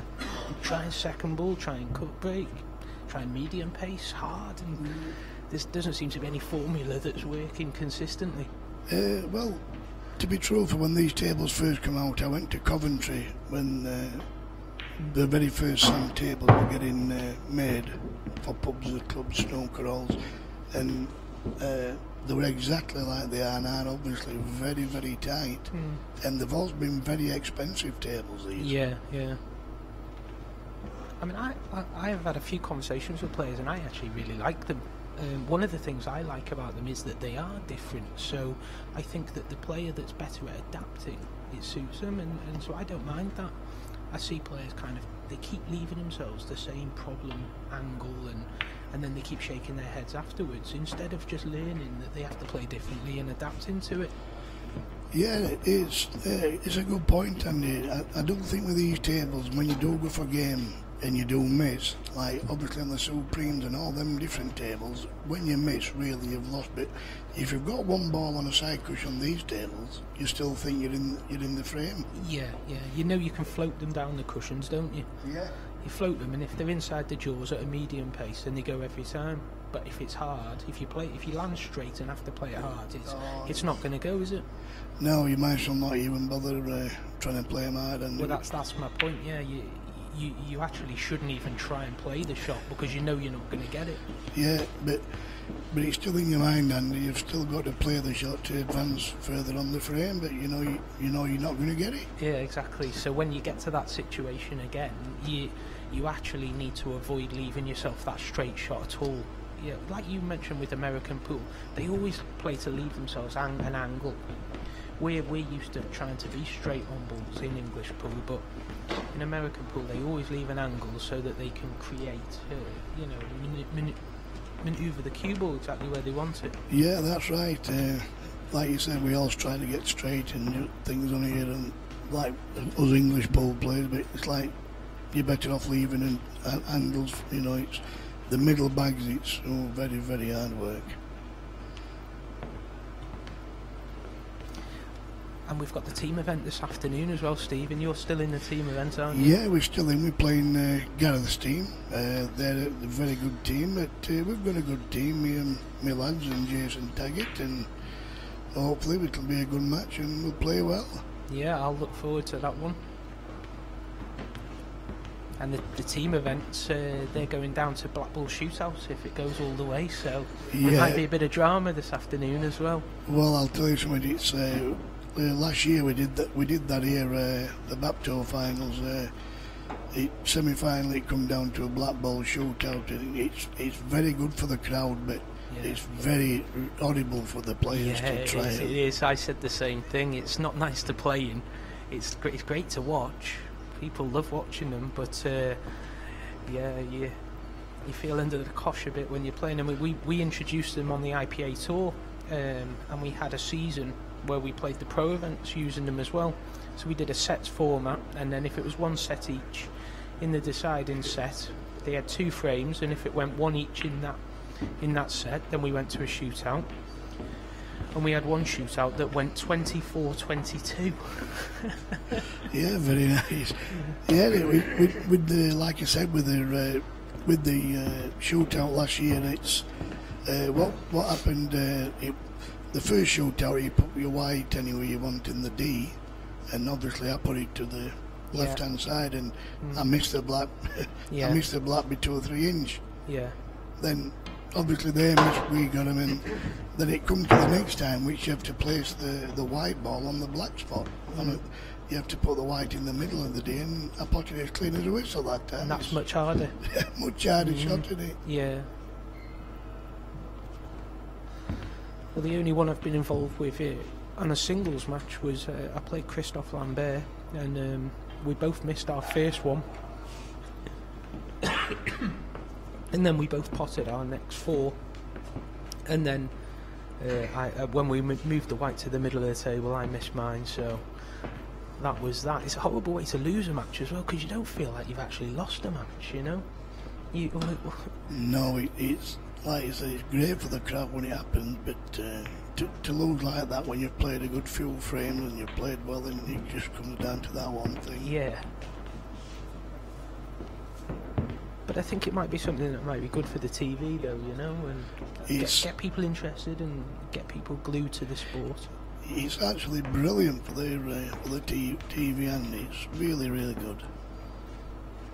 I'd like to see one here, but I hope it's not our team. I have a feeling we might see 1 or 2 today, actually, when the team event's on this afternoon. Yes. I think it's more suited to the team because you get people cheering and a bit of atmosphere as well. No doubt your crowd will be in when your match is on. Yeah, we'll be a bit of atmosphere. Yeah, we'll have a good support like we also have, and it's nice for them to be there. It's only banter. They're a good set of people, like Paul lads. They're all a good set of people.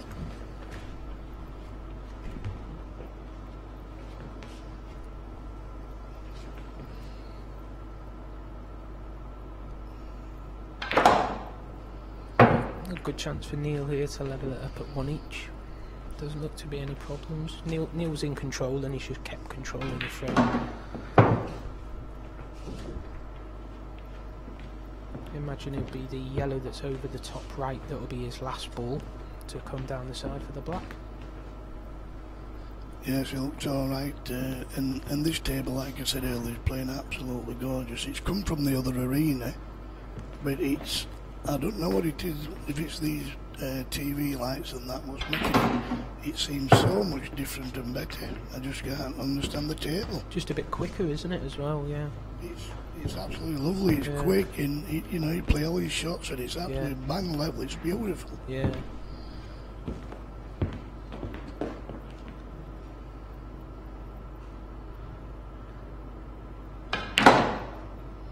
Well, I don't understand that shot, Steve. He's left himself an awkward angle. Yeah. Just you know, on a snooker table, if you drag back towards the yellow spot on a snooker table, it's just a plain screw up the side, really. Then. Yeah, he's got to swing it round the angles now, hasn't he? Judge the gap. Got to find that gap that he's looking at now. Yeah, he's got to screw over, get towards the corner, George, to bring it round.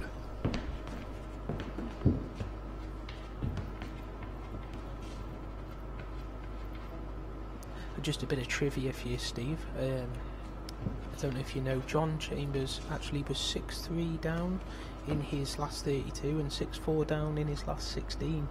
So he's John 9 Live Chambers now.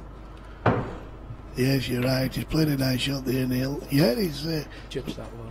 There's one thing about it, you know, when you're 6-3 down, Andy, or 6-4, you've never lost, and you've got to hold your hand up to him. Yeah. I was playing very, very well at 5-2 up. I didn't really miss a lot then. I missed a few then. But, you know, fair do to John. He's a lovely lad and that. Good lad.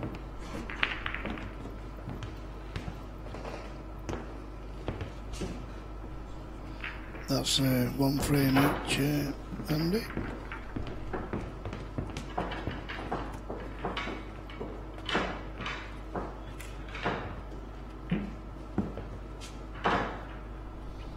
It'll be very nice at the presentation when they mention Kenny Cale, the good friend of mine.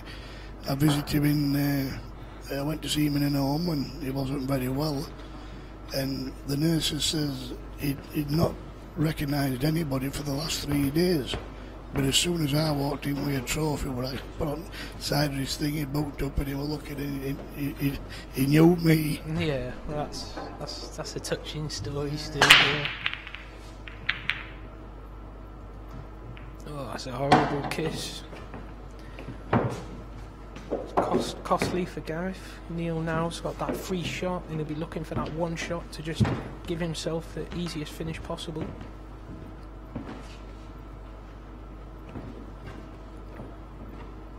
I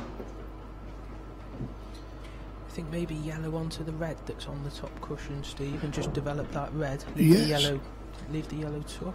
Yes, that's the shot he's playing, Andy. Good call. It looks definitely the shot, mate. I'd actually play it from the other side, Steve. Yeah. White on the other side of the yellow and play the white into the yellow. Yeah. I'm not sure why he's playing it this way around. Yeah, I think under that and all is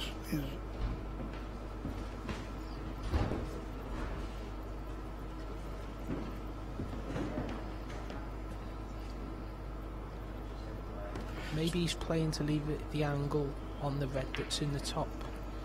The red that's in the top left now, he wants the angle to screw into the red that's on the side cush. Yeah, he could be doing that, and it looks like he's maybe ampersand a little bit. Yeah. Obviously we can't. That's the only reason I can think why he played it that way round. He's going to bridge up out. He might be okay, but I think get half a white.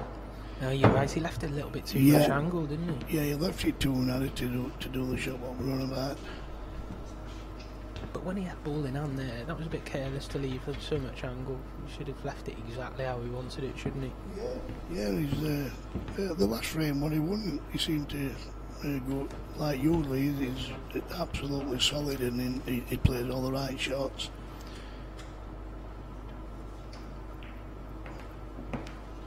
I think Gareth will be very happy he's back at the table. Really, he can't do a lot, but at least he's back at the table. I mean, for me, he'd have been just as well taken on the double as playing that safety. Yeah, because he couldn't really leave out if he takes double. He was doubling the red back over to the bottom right corner. If it didn't go in, it was covering the pocket. Yeah. There's a yellow on the side cushion on that side. Yes. There was more value in attacking than there was in defending there. Yeah, he got things all in his favour really. He couldn't, and if it goes in, he's going to win the frame.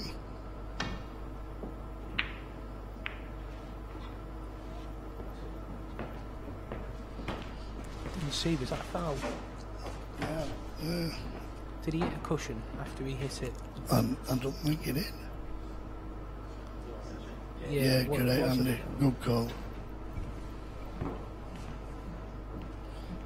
I think these Blackball rules, like Andy's not been playing them long, but I only started playing them with the counters, but I don't think it is the way for it. I don't think the grey rules.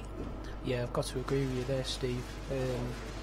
I've been playing them a bit longer than people think, because obviously I used to play the other rules, the world rules, but I was in Wales. There isn't anything other than Blackball, so I play a lot of my pool in North Wales, and played on the North Wales tour for 5 years now. So I played them for a while, but I agree with you.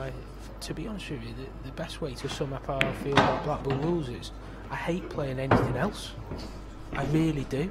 I actually just want to put my cue away when I get involved in anything that isn't Blackball anymore. Yeah, you're same as me. In his local leagues, Monday and Wednesdays, which I play in Monday, Wednesday, Thursday actually, there's 2 sets of different rules, and they're playing with the normal whites.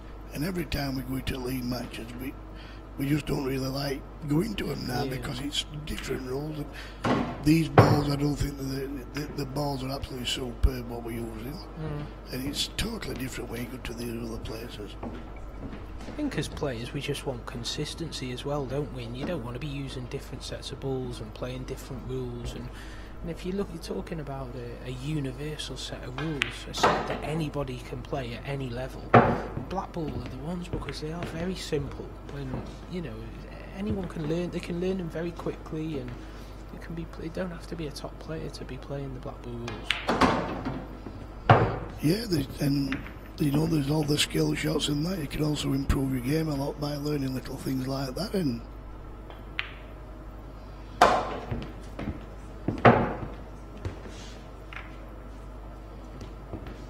well, it'd be superb if one day there was just that one set of universal rules played everywhere.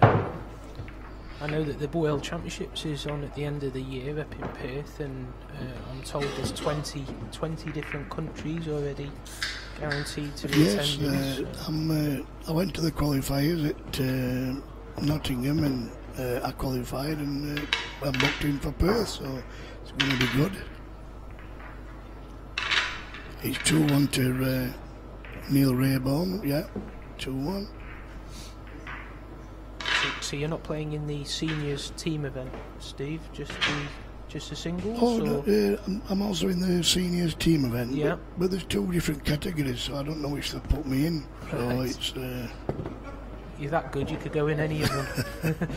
It'll be good. Just me and my wife going up, and that we booked in an hotel near venue. No, you're not taking the coach for this one then. Taking all the No, family. we're leaving it.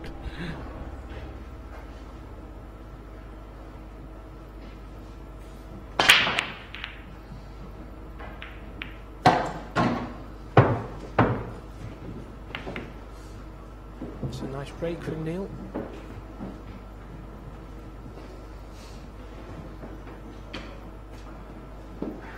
Nice break, but once again, there's not a gimme finish. There's been very few gimme finishes. Yeah, it's funny, Paul. You've got 7 at one, 7 at other, and black, but you seem to break off, and there'll be balls following each other around the table and landing with each other. There's some breaks where they're all open and they're all beautiful and that, but it's funny how the cluster seems to follow around and end up going together, all of it.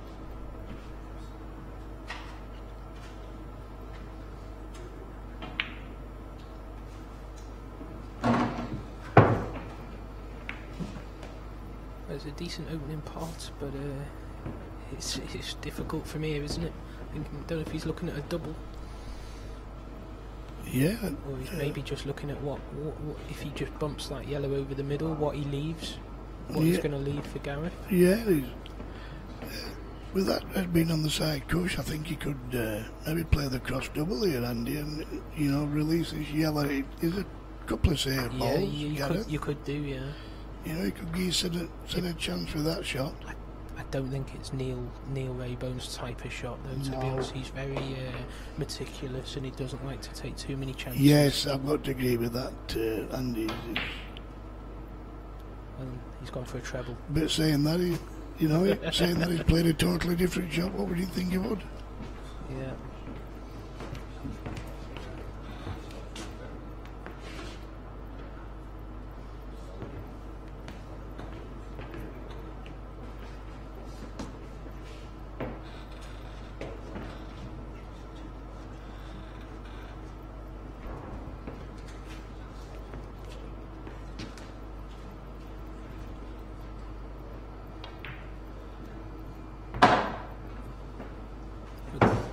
Gareth, as I mentioned, #1 in the rankings.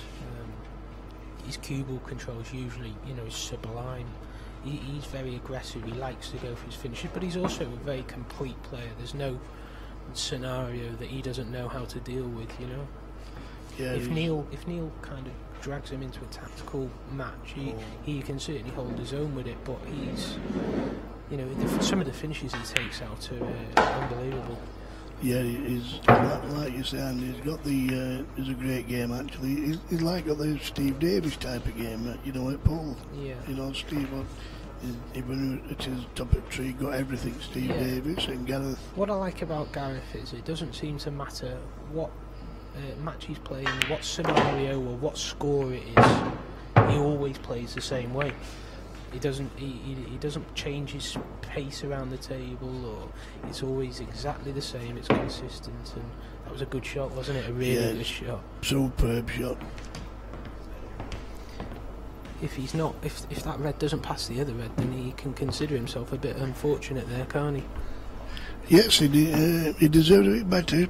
Pushing the board out, he deserved to be on something when you play a shot like that. So if it doesn't, he'll have to play the plant. But it does. Wow.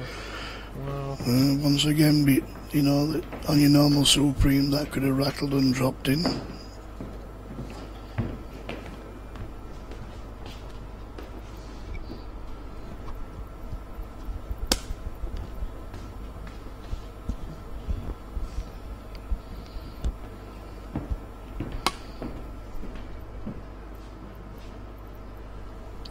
See the shot here, Andy, obviously looking for the snooker and that, but I don't think there's anywhere on the table with Gareth not going to pop the ball.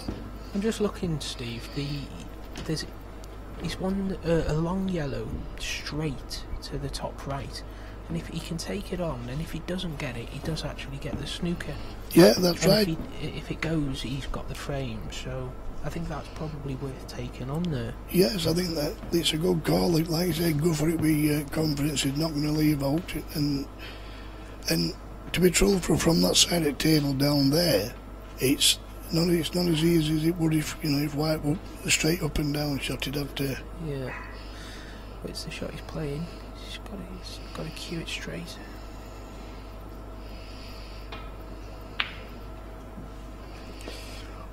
Well, that was a bit of a jerky shot. He wanted a good shot. It very, very hard to control, really. Yeah, it's just a little bit of head movement on it, wasn't there, when he hit it, but there wasn't the same pressure on it that there would have been if the yellow and black weren't in the way of this.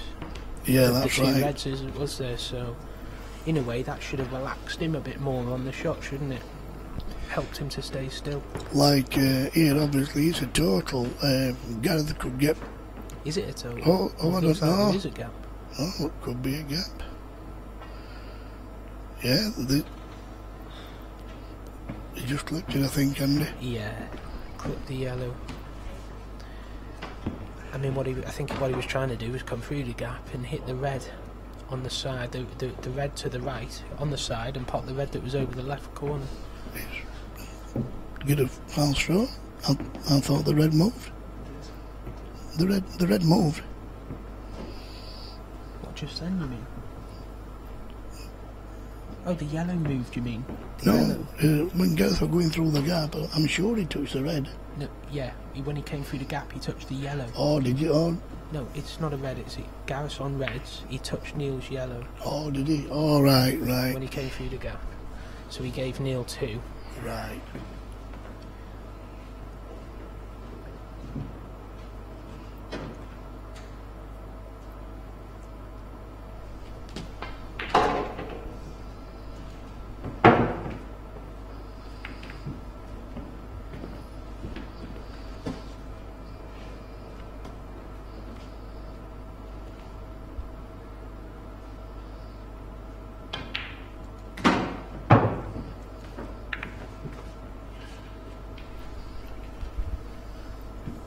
Yeah, this looks like 3-1 to Neil, where he's looking here.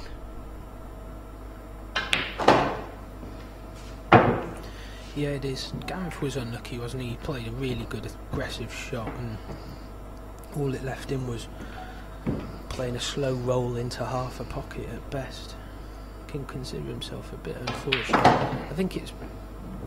Personally, I think it's more important for Neil to get off to a good start than it is Gareth. Gareth's a favourite, in my opinion, coming into this match. Gareth's been on a real good roll for 6 months. He's hardly lost any matches, so he's slight favourite coming into this match. So yeah, I still think this match could go. Yeah, I still think there's a long way to go, Andy, in this. We were at Blackball and. He played very, very well. He won that tournament up there, Gareth, and he played really well.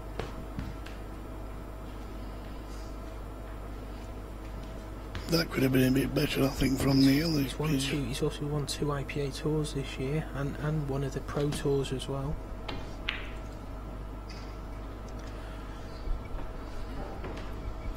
Well, struggling. He didn't get himself on the black as easy as he should have done, but a player of Neil's class, you'd expect him to pop that black. Yes, this is not what it. He can't really drag straight back. I think the reds. Do you think he's got to play the cannon here then? He got to screw into the other red, or he might try and clip it, bring the white out, and he's tried kissing it. That's a good shot. He's held it. Oh, do you think? Oh? Yeah, it does cut. Do you think? Oh, yeah. It definitely cuts. Yeah. It's just the cue ball. It's just where the cue ball. Where the cue ball goes. I think he's going towards the far side at middle bag if he clips it in, Andy.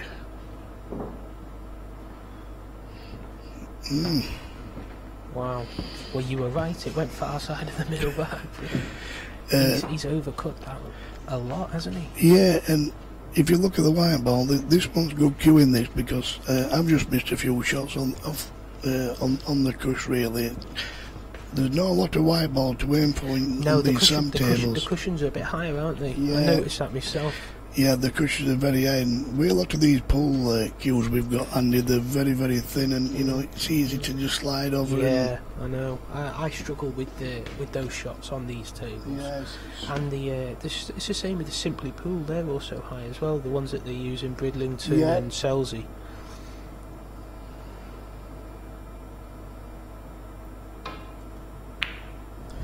To be truthful, if I could have got a bet on that, I would have bet against him getting that. I didn't fancy the shot.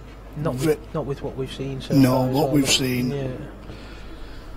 Very, very, like you said, Andy, I think this frame was a bigger frame for Neil than it is Gareth. Yeah, Gareth will consider himself pretty lucky, pretty happy to be at 2 each. Yeah, I'll be happy with that, Gareth. Yeah, I've got a question for you, Steve, while we're in the break. I mean, you've played the game for, is it 30 years? 35? Oh, yeah, it'll be 33 years, or 34 years. Wow, it's a long time.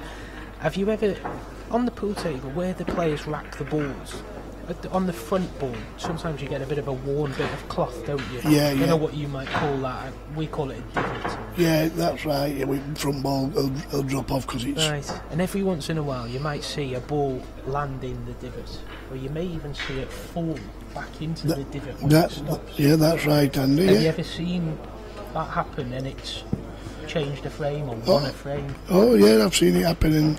the once a quarter-final, which I was watching somewhere, and like you said, this ball's come up and it's gone in this divot and it's rolled about a bit, and the lad's got down to pot it, and the red ball jumped up about 2 inches and come off table. Yeah. Because it's lodged itself in that hole. Yeah. And he's hit it, it's jumped off table. Mm. Well, I had a frame in my last 16 there, Steve, and I was 5-2 up, and my opponent's, he's played to get on the black, and he's landed, the cue ball's landed no more than 1/4 of an inch away from the black. He's right on top of it, and then the black, and he's not on it, but the black's then fallen into the divot and left him dead straight into the corner pocket. So instead of 6-2 on 5, I've then gone 5-3, and I end up losing the match 7-6. Yeah, it just shows, Andy, that little shot like that, you can't believe how it happens. Well, it just turns the game. I thought, I've played the game for 15 years now, and that's nowhere near as long as you. So I wonder, I've never seen that before. I wonder if you have, but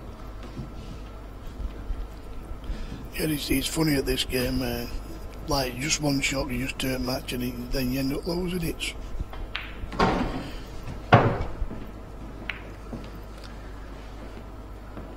I think the one thing that Neil needed after that last frame was a nice easy chance, wasn't it? And he couldn't have wished for them any easier than this. Yeah, after that last frame to bring himself back round, this what he wanted. It was a good break off Gareth, but once again the white goes in. If you notice down, you know, when you're going up and down now, the lot's doing the cut break, which, to be truthful, I tried different things and that. My break's never been what you call very good. But the cut break, there's one thing about it, you're not going to sour. You know, it's very rare you'll sour off the cut break. Yeah. And I've watched people down here and they've got that cut break off to a tee. Yeah. Like, you've got a good break and it's very rare. I've seen you dry. I think it's terrible. Well, it seems to pot other day when I played you, when you beat me, it seemed to put it alright, pal. Well, that was in the minority, but you're obviously an advocate of positive pool. You like to see players going for the finishes. You don't really try. You don't get bogged down too much. If there's a chance, you like to go for them. And so what do you think about the IPA 3-point rule that we brought in to try and encourage people to break properly? Well, I think it's a great rule. I do. It's end of the day, you know, you go up and down yourself, and you know, years and years since you've got people breaking and just bringing 2 balls out, and you know. And I thought, well, they're bringing 2 balls out. You're there for everyone. You can't.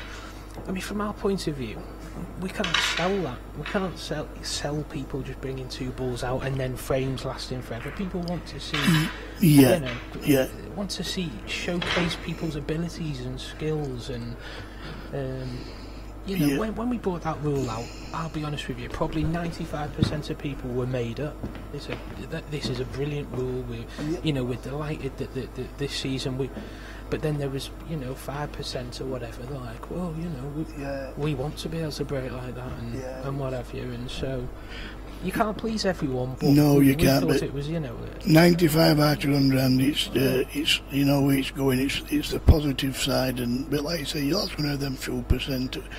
But it's different class, that type of rule, especially when we're talking about Blackball rules here and how we both love them, and we see how entertaining they are and positive they are, and it's kind of a contradiction, isn't it? If you've got that belief in your rules, but then you've got players that do tap breaks, it doesn't really make sense to me. Yeah, what they're doing, Andy, the people who's doing that, they're not going to win. They don't want to win on their ability. They want to lose on you. They want to win the match and you keep missing. Yeah. They're not trying to progress. They want you to go for a miss and they've a chance. Make it easy for them. Yeah. I mean, one of the exceptions to that, probably the only exception I can think of to that, is Andy Lucas, because he sometimes does that, or he did do that tap break, but then as you well know, he can clear them from everywhere and he will also go for them. He's not one of these that will hold back when there's a chance of it. No, but he just doesn't want to give dollies after his break, does he? Like sometimes Andy he'll just break off in a mediocre fashion. The next thing you see him, he'll smash them all, have a cleared up in 30 seconds. He mixes it up. Yeah, then you're shaking his hand. Yeah.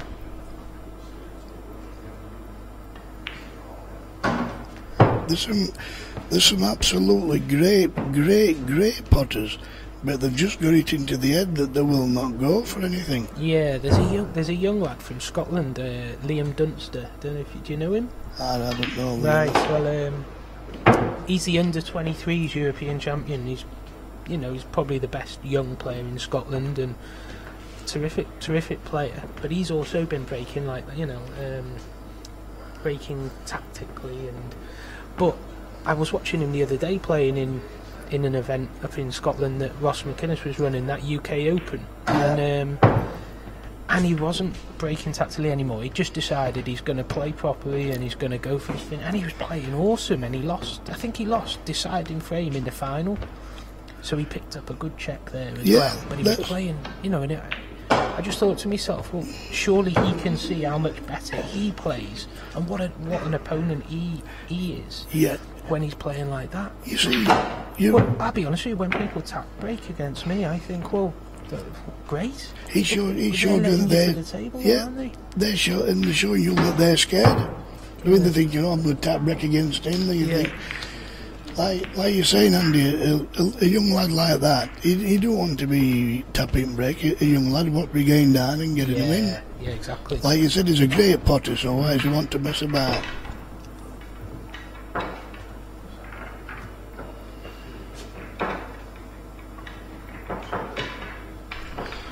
We've got a close game, Andy, which we did say that we don't think it'll maybe go all the way. I'm like you, I do favour Gareth, I do favour him as a favourite. What I've seen so far as well. Neil's looking a little bit shaky.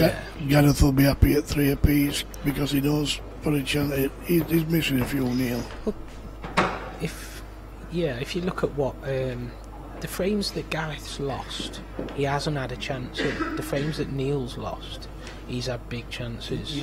So all Gareth's really done is kind of put the whiting off the break. That's about it. Again, there we go. It's a bit careless, but we're coming back to the situation. That's that's 2 out of 2 now. This break, it's a big thing in this when you're breaking and sounding. And that's 2 out of 2, And when you've got that free ball like Neil's got now, he can make the finishes really easy for himself. And then that's kind of taking the pressure off Neil, isn't it? Yeah, it is. Gareth wants to keep the pressure on Neil here, doesn't he? Yeah, that's what I'm saying. And I thought Gareth had altered the thing a little bit there. Like, you've just done it once. We know you've all them balls and you've 6 bags and that, but exactly the same as last time. And see Neil now just open what he thinks, do it to heaven, really. And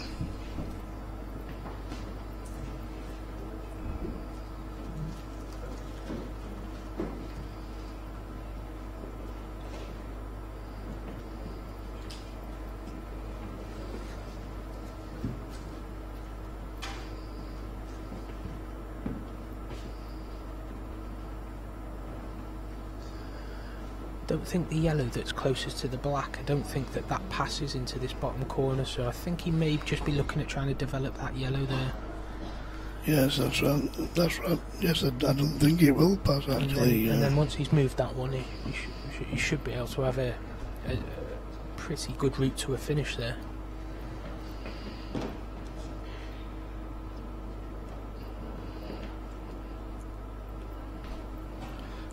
Gareth could, to be truthful, Gareth could do a tease made in that corner when Neil's at the table. he could definitely have a few cups of tea. Why has he played it like that, Steve? Why hasn't he just rolled the yellow down towards this bottom corner? Where it's gone, he's tied up two of his balls. I just can't. He just seemed to lash at that and not really. I mean, there was an example in your match before, and you were given a free ball, and you played it. You won't remember. I'm not even going to try and explain it to you. But basically, you played a cluster in the middle of the table, and you played it slowly. And we kind of were expecting you to play it a bit harder and try and leave yourself a really easy finish. But what you did was you played it slowly, but you left yourself a guaranteed hard finish, as opposed to hoping for an easy finish. Do you know what I mean? Yeah, you're right. And I really liked that, actually, because at first I looked at it and I thought, why hasn't he played it a bit harder? But then I looked at it and thought, well, no, because he knows. He knows he's got to finish now. And you went on and got it, by the way. Yeah, and I was impressed by that. I thought that's the way to play pool. Take luck out the game, isn't it? You know, if you hitting balls, I think, you know, sometimes you've got to, you know, which you know yourself with that. But if you just hit them, they seem to want you. They seem to go round together and tie each other up at the log. Yeah. I think it's like you can get greedy, can't you? You're wanting too much from a shot. Yeah, instead of just accepting this is what you've got. You know what I mean? Yeah, you wanted it all to be drop-ins, and it very rare it works like that for you. It's like Neil should be okay. I think the yellow goes into top bag. It does, but it takes a bit of cueing, doesn't it? And he's struggling a bit at the minute. He's actually struggling a bit. It's a big shot. I think he'll probably play it because there's still plenty of weight for Gareth if he doesn't get it. But you can kind of fall into a trap thinking that, because you take a shot on thinking there's plenty of work there for Gareth, and then the next thing he's done that work and won the frame, and you're thinking, well, you know, you've got to kind of second guess the outcome of. You don't become number one.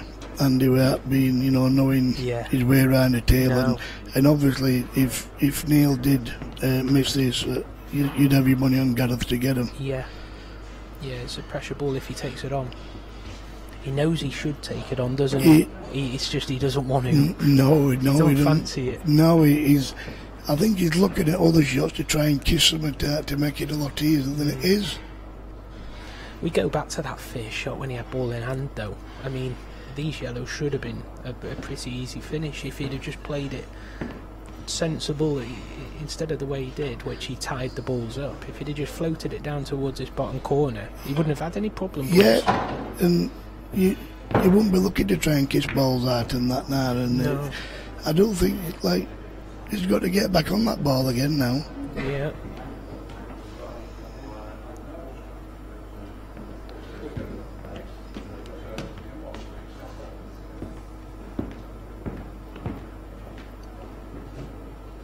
I owe you an apology as well, Steve, by the way. I gave you the commentator's curse in the last game. I said you're one of the best I've ever seen at skill shots. I know. And then I think you missed 3 or 4 in a row. Cheers, Andy, for that. You can blame me for that one. Right. Different days. I think he's going to try and kiss it out or something. Here. Told you. What did we say? Well, if you don't need to kiss them, don't kiss them. Well, don't play for luck if you can avoid it. We said, Andy, didn't we? I mean, to be fair, that's not really playing for luck. He's just mishit that, hasn't he? Because he's playing to cannon the res, isn't he? He's not just hitting into it willy-nilly, but he's misjudged it, hasn't he? Because he'd have been, you know, on one other. Oh, he might, but he played it at a nice pace, you know. If he just connects right, but. Both players struggling, but Neil's struggling more at the minute. I mean, Gareth, he'd be annoyed that he's putting the white in off the break, because he'll probably think if he hadn't been putting the white in off the break, he could easily be well ahead in this match with how he knows Neil's playing. Looking at game, you know, Gareth, he'll be very, very happy at 3 apiece, and Neil, he'll not be happy at all. No, yeah, exactly. He's had the chances to be 5-1 up. He's had all the easy chances, hasn't he? Yeah, I think where he's looking, Andy, I think it does clip in this corner back. It wants a good shot, but it must go. there is no alternative there. There is a Steve. He's got to take it on, in or over. I think played at that pace. That's a good hit. Well, it's not a kind leave, but he has at least on it. He can at least get through. It's better than being snookered. Oh yeah, it's a horrible shot, but it's better than being snookered. Yeah, it's obviously it's a lot better than it, but it's gonna want, like you said, gonna want a great shot. Yeah, not nice. But I don't think when you keep when you don't play it right shot, you never ever seem to get back in the position you want to be. Once you lose that A1, it's gone then, isn't it? You're just chasing for the rest of the finish. Yeah, you're just chasing round and up, and they keep going back to Orchard and another millimetre he'd snookered his sen, and Gareth would have been in the front. I think the shot that Neil's looking at here is potting the yellow into the top left and bringing the white on and off the cushion. Yeah. It's got to come back across the table to the left side of the table. Yeah, that's what he's looking for. And good hit. Yeah, good hit. That's the best shot he's played in this match so far. We can't see from here, but it looked very, very easy on the cameras. But I'll assure you, if he's got to put any pace at all on this, and he's looking just to drop it in. I think that's what was so good about the shot he just played, was that he has left himself an angle as well.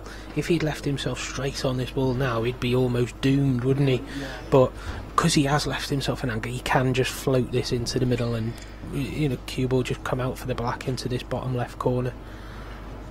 If he stuns it, I don't fancy him stunning him in. I think it can float in, Steve. Yeah, you're right, Andy. Lovely, perfect. Lovely. That's why the shot before was so good, wasn't it? Left himself perfect angle. Yes, it just shows that little angle. If it goes an inch the other way, he can't play no shot. Yeah. Well, he went about the finish in a strange fashion, but in the end, he did well to get out there. Very well.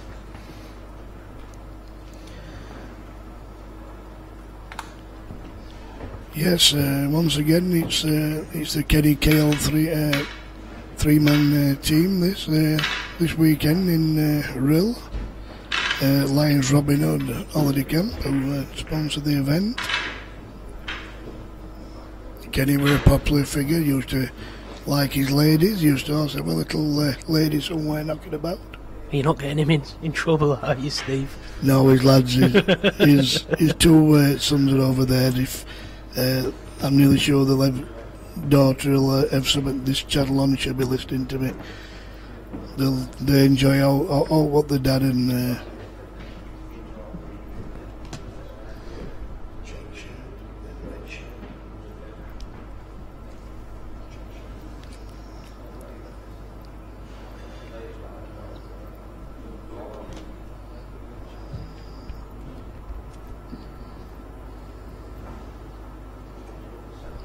yeah, that's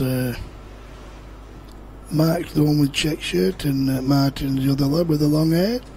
Kenny's sons, they said they were coming down, the lovely lads, just like the dad.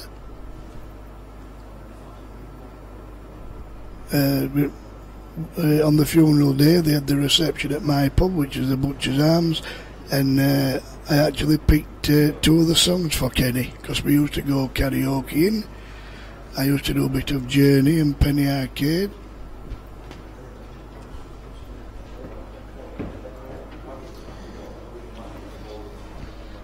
And Kenny used to love the old Chantilly lace. He used to get his rocking boots on and a bit of rocking.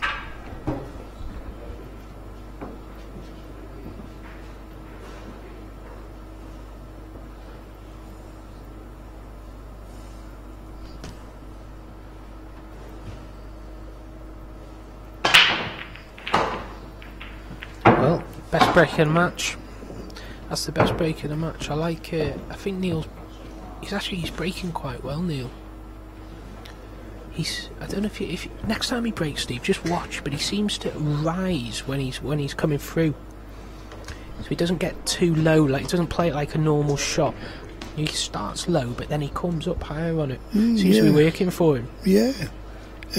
Like when you watch that American pull, they seem to, come up, jump up, and. But I always try and pick up on different players' breaks and different things that they might do, just in the hope that one day I might spot something that actually help me have a good break. It's if you've got a good break, you're 3/4 of the way to winning nearly every match. If you've got if you're playing first to 13 and you're weak lag, your opponent could lose 7-6 and not really do all wrong. Well, of course, yeah. Well, Steve, I played you last year, didn't I? And you broke and finished 9 times against me. Yeah, it was a good match, Andy. I've had a few matches on that, and that was about the best I've played, I think. Yeah, you did play incredible. But I got to play well because you were on your game, and like I said, I had about 9 breaking dishes, which I ain't been game then. Yeah, I think I missed 3. I think I missed 3 good chances in the match. I mean, we're playing a first to 18, and you expect you're going to miss a few. But so I missed 3. But I can't expect to play perfect, And every time I sort of got one, you just broke and finished, and I could never get back at you. It was one of them days where your break that day was absolutely on the money. Yeah. That match actually got because through Aussie they put things on how good the games were and who's played and this and that, and actually that game it were ranked up there very highly. Yeah, and he said it was very, very good standard. A lot of matches what they'd had. Yeah. Well, that was probably more down to you than me. You played your part, mate, and just an hour on a day. And well, you know yourself, Steve, well. If you're playing a match, first to 18, and your opponent, if you just look at it on paper, your opponent broke and finishes 9 times, and I think you did 3 or 4 off my break as well. So, you're 13 frames on me there, so... 13 without me getting to the table. So there's only 5. That's what we're saying about that break. If you can just get that break in, like you said, you couldn't do a lot about it, and lucky enough, it just kept the break kept going all right. You do well in your games, though, don't you? Have you got any more lined up, or? Yeah, I'm playing one next Saturday in my pub. Shane's playing one. The name. He's playing at 3:30 for £1,000 in my pub, and I've got a match at night against Simon Fitzsimmons. Oh yeah, from Manchester. And I'm playing at 7 o'clock for 1,000 against him. Oh right, that'd be a good game as well. Yeah. So it's like I've got a pub in Thurnsgate. It's only a pub in Thurnsgate, and keep getting these games on. It's a lovely table. I've just had Ainsworth Precision. What is it? A Supreme? Yeah, it's a Supreme. I've just had Ainsworth Precision put on all brand new cushions, and it's up. And at the weekend I just cover the table over and just let them play at other tables. Nobody plays on it. And my wife, she always puts a big buffet on. Yeah. We get beef very, very cheap, so we get a big 10 kilos of beef, and she cooks it and bread cakes, and that's it. Glad you told me that. Next time I'm in Yorkshire, I'll get you to get me some. Hey, no problem, mate. They can come and have what they want. You cannot pinch. Them shots on the Supreme, you can pinch the middle bit. You can say to yourself, I'll play to that side of the pocket. There's none of that on the No, there isn't. But the shot before was what cost him on it, Steve. He didn't play to be on that red. No, he played he to didn't. be on the one that he's closest to now. And again, it's another chance that's got away. See, Gareth knows really. Neil's. We know he's 4-3 in front, but he's not doing really a lot to be 4-3 in front. No, he's had all the chances. He should have already probably won the match. If Gareth had had the chances Neil had won, it would have been over by now. Yeah, I think so. I think, including this chance here, Neil should have won 7-1. That would have been 7-1. This is the 8th frame. That's right. It's a funny game. Neil's. I mean, he's played the game for a long time as well, and he'll know himself. He knows he's struggling, but he also knows, you know, you can change. You can just find a bit of form. I thought that maybe the last frame that he won would have just settled him down a bit, because it was the best that he's done in this match so far. And he got them all there again, and he just seemed to struggle again. He's just not. I don't think he's comfortable for some reason. I don't know. Well, that's a kick. Yeah, it was a kick, but he's okay. I think he can play the plant. He's okay, and he got straight back up as soon as he hit the ball. Actually, I say he can play plant. He's not going to play plant at all. He's actually on the left to the yellow on the left there. Yeah, he could play it a bit aside, or just play it natural ball to kiss at the top, the yellow nearest to it. Like that. You know, he's perfect on them then. These are the shots that sometimes can catch you out a bit when you go on and off the cushion like this. You're just off straight and you're coming off the cushion. You see a lot of players leave these short on these tables. That's right. They don't bounce enough.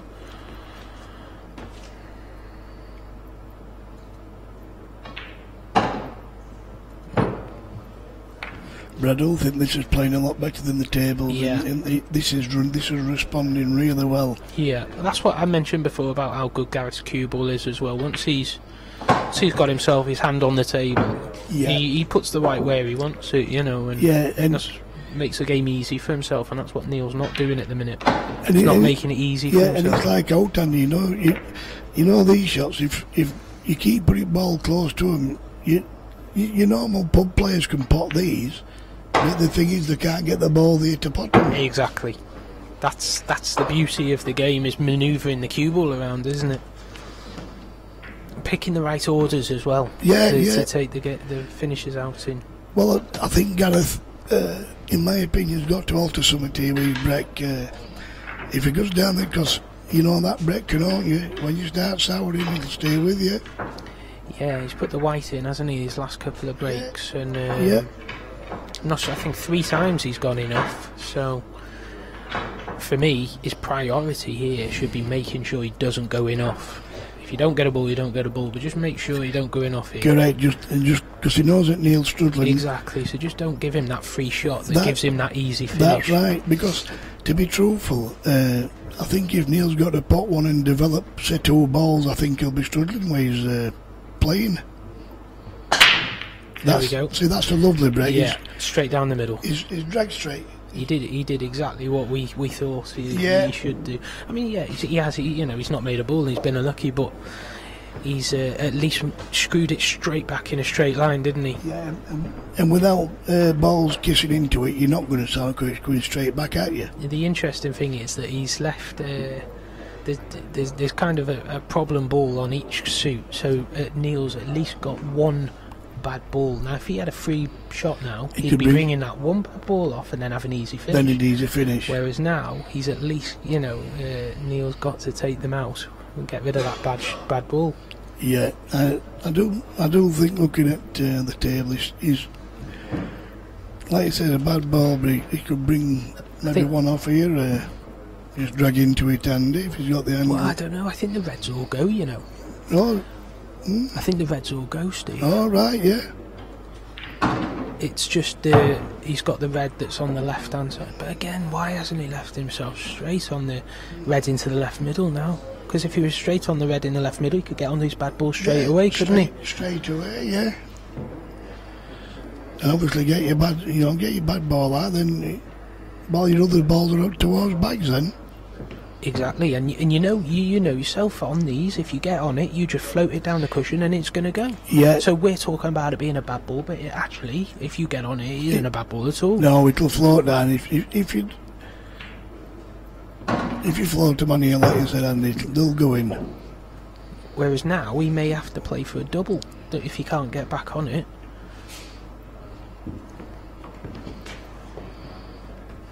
I still think there'll be a little twist in this frame here, and he's not what you call, I don't think, confident about getting in this for some reason, and he's an excellent player, which everybody knows that. Everyone has bad days and bad matches, and terrible form changes and everything, but what we talked about before was that Gareth making it easy for himself, and at the minute Neil's making it difficult for himself.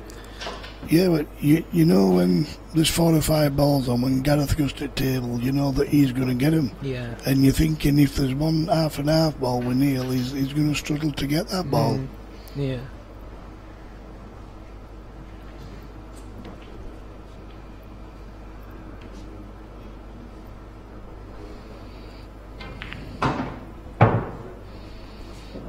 So he's just done that to try and put one of Gareth's balls.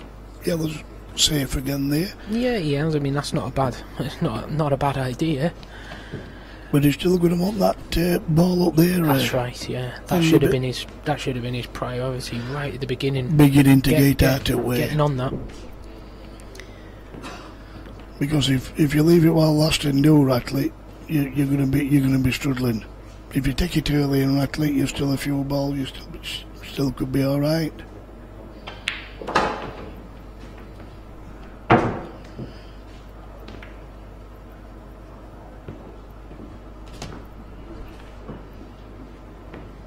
But I'll say something, this table's playing lovely. If he gets anywhere near behind this, it'll go in that red. So he's looking at screwing back over to this side cushion somewhere, just this side of the middle pocket.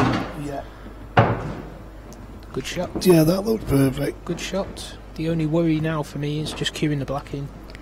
Yeah, like you say, he's going to leave the white's going to stay there, and on these cushions, your white's probably you can't see as level. much of it to cue it, can you? No. So you're gonna, if you have to raise that cue, then it's a horrible shot. Yeah, I mean, I had a conversation with someone in Selzy about it, and I was saying about the tables there, and I was saying, well, when I have the white on the cushion, you know, I can't cue it. And they said, well, don't put the white on the cushion then. I said, well, sometimes that's exactly where I'm playing to put it. Yeah, I look at it and think, well, if I put it there, I'm on the black. Or yeah. It usually is the black that you're talking about with that shot, actually. But a lot of time you actually play to put it there. And if you can't play to put it there, it's limiting your ability to take out finishes. That's right. You see, this, you know, you're thinking, no, it's 2 foot away. It's easy, but it's chalking his cue a lot like how we're doing, a lot more chalk than normal. Yeah. Because when you're near that cush there, it obviously there's not much white showing when you get down on these tables. Yeah. You can see there that how much have you got above cush? You've not got a lot for it. No. Well, I mean, actually, the white ball is actually about ½ inch off the cushion, isn't it? Yeah, so he's all right with this. It does make a bit of a difference, Yeah. doesn't it? That Yeah. ½ inch there. So he can stun it now, Andy. I think he's stunning it.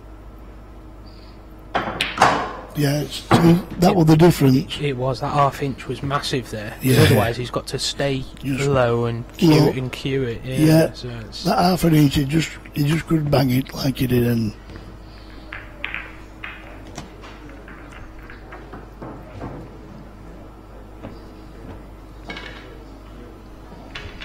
there's my young lad, Billy. He's just entered the arena with his girlfriend. Oh, Billy. how old's Billy now, Steve? He's just 15. Is he? He's not been a problem like others. He's sounds a pound. No, he's a good kid. I played him on Friday night in the singles event then. Yeah, he told me. And we had a good little game. Yeah, he told me he enjoyed playing. He potted some good balls, yeah. He's only been playing pool for about 15 months. He's on the books at cricket for Yorkshire. They've took him under the belt at cricket. He plays with the grown-ups. He's yet to get his first 100. He's had a few 90s, 80s, and yeah, he's very, very consistent, and he looks like being a good and a bit of luck. So you're trying to push him more into cricket than you are into pool? Yeah, well, really, Andy, you've got to try it, haven't you? Yeah, don't blame you. You're not going to, you know... I'm keeping my kids away from pool too. Yeah, you're not going to, you know... I've been playing... Tough to make a living, isn't it? Yeah, you can't.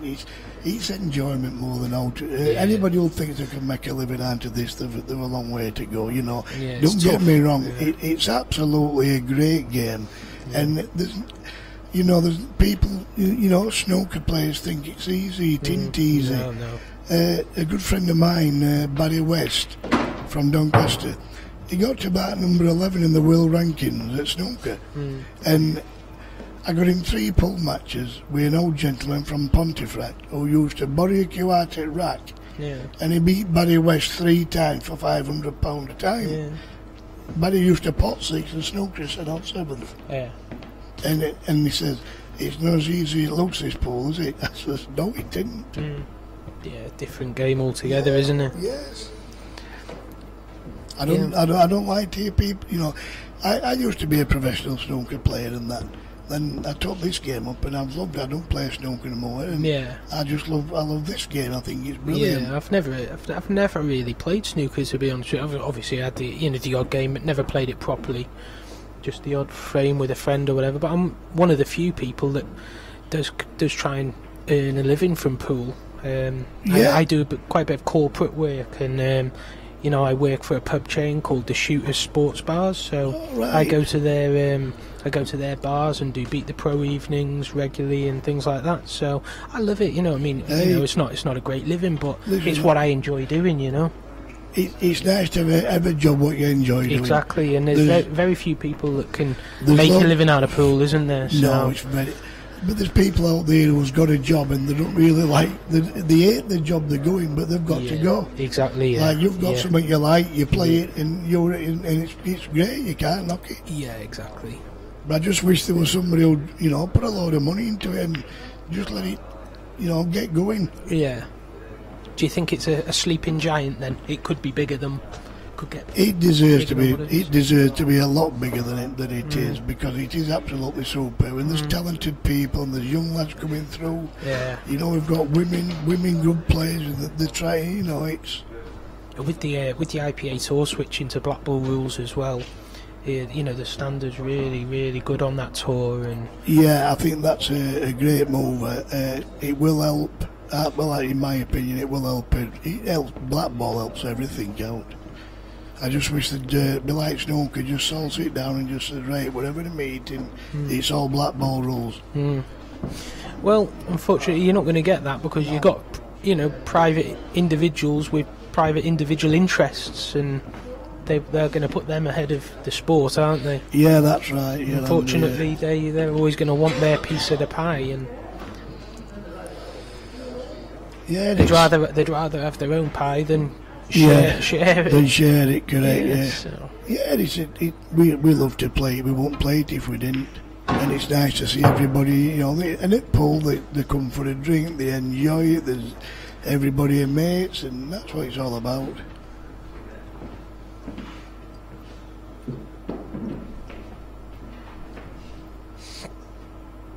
What time do the teams start today, Andy?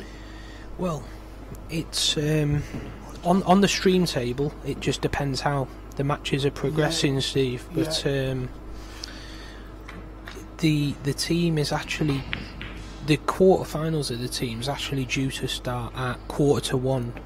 1:45? Yeah. Well, so it says here. So it's actually due to start any time, but it won't be on here.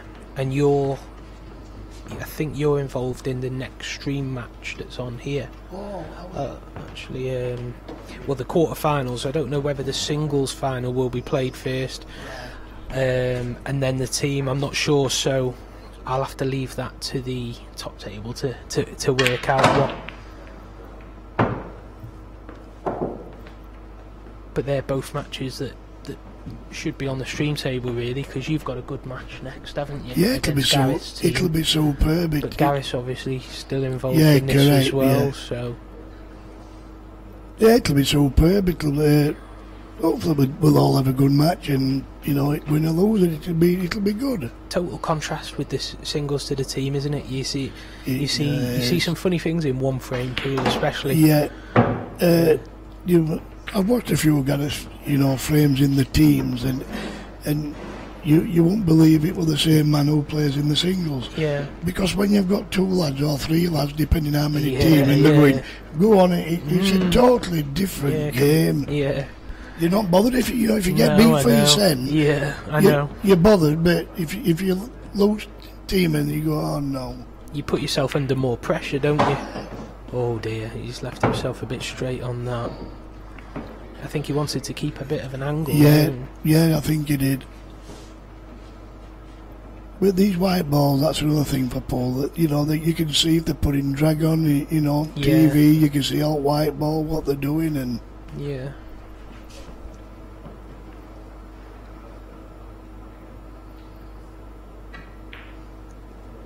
Missed it. Oh, that's gone. I think he thought he'd missed it for a second. Yeah. Waited anxiously to see it, but it dropped. But he's got an angle on this, and he would have liked to have been straight on it, wouldn't he? Yeah, he'd have loved to be straight, but now I think he's got to try and clip it towards, aim for a little bit of the other side of the bag. And I think he's going to try and cannon into the other red. Is he going to cannon, or can he just avoid the cannon and come past it for the red into the middle? Well, to be truthful, I don't think he'll want to play for middle bag. I think he's really, if he hits the black, if he can hit them two simultaneously. Can he hit it full enough to get the cue ball down into the black from there? It looks like there's quite a bit of angle on that shot. Yeah, I think he could. Maybe hit the black. Oh, how's he got straight through there? Well, I don't know what to make of that. If he hits the black, if he flicks the black wouldn't have gone. Black is over there. No, I know, but if he had hit the black on the way down, then on the side, it would have knocked the black towards this yellow that's on the side cushion, so the black wouldn't have gone anyway. To be truthful, and he's dropped a little bit fortunate. To be true. To be truthful, to get any shot. He was very lucky, really. There, yeah.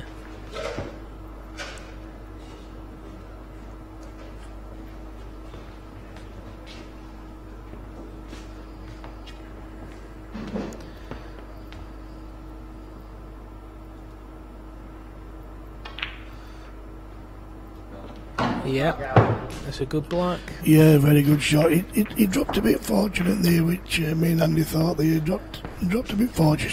Still a good finish. And which me and you could argue that he kind of accepted the angle he had with his middle pocket, and there was nothing he could do with it. Yeah. So all he could do was play the shot and see what. That's right, where he landed, because if you, like you said before, if you try and pinch any of the pocket, you won't get the pot anyway. So if he'd have tried to pinch it, we'd have been criticising him for pinching it. Yeah. So in effect, he did the right thing by making sure he just give his head a shot at the black. Exactly, yeah. What me and Andy said, it's 5 apiece. We did say we don't think he'll go all the way, and looks like he's going to, will he drag straight back again, which obviously without getting a kiss he can't sour.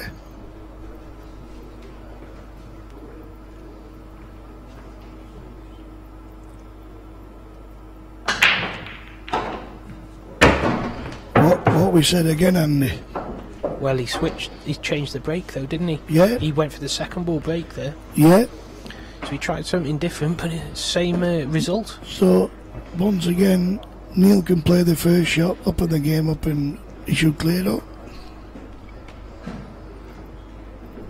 Every time Gareth gets himself back level, he puts the white in off the break and gives Neil an easy frame again, doesn't he? Yeah, he's just basically, giving it straight back into. Then he's got to think about it. Then if Neil does get these, it's Neil's break. Then Gareth's got to think, if it goes to 6 apiece, it's Gareth's break. Where's white going to go?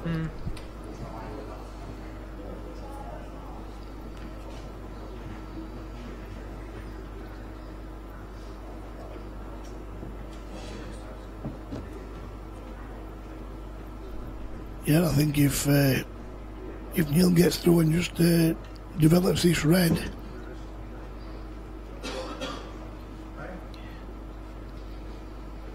or he might be able to get through and just put the yellow towards the side cush and bring the white out for the red.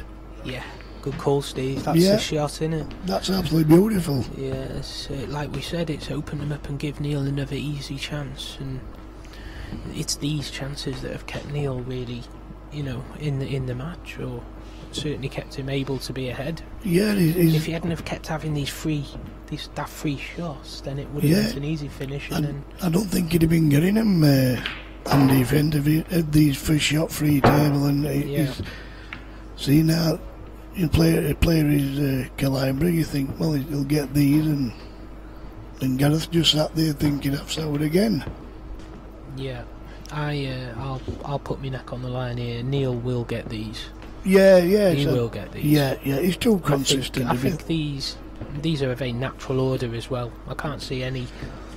They just stumbling. Look, I can't really see any issue. I don't think he'll try and. I thought he'd try and get the top ball out of the way pretty early. This was the order I thought he'd play. Yeah. Play the. He's got the option here again, but for me, play the red into the middle now, and run it through, and be straight on the red into the bottom right. Then. Yeah. Leave yourself dead straight on the red into the bottom left and screw back on and off the cushion. I mean, that's probably how I'd go about that, but you've got options, but I don't think he needs to cannon into the yellow or anything like that, so this is the way I'd play it. Yeah, he doesn't have to cannon out here, does he? Well, he's gone the other way there. I don't understand why he's done that, though, because now he's left himself having to do work with the cue ball, hasn't he? Yeah, he has. Leaving himself having to play... Maybe having to play it into the middle. I mean, the shot he just played then, it all kind of depended on the angle he had, whereas if he'd have gone my way and run it through for the other red, even if he had an angle either way, he was still fine. Yeah, he's making things hard, and a lot harder than they should be, isn't he? Yeah, you can tell he's not thinking altogether clearly. He seems to be putting himself under a bit of pressure, maybe because there's a bit of a crowd here watching. Yeah, he's filling up now. He's had a result if he can get through to this, in my opinion. Yeah, he didn't play on it, and that. No, but I think he's been lucky. He got away with that a bit. But once again, without the free shot, he'd have been struggling.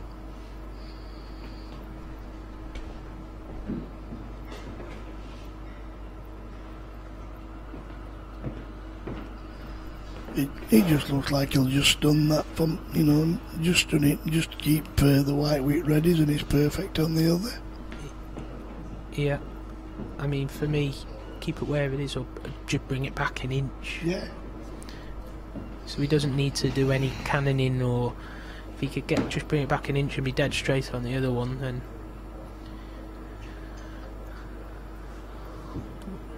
Not sure what he doesn't like about it. I think maybe the cue ball's just going towards the cushion.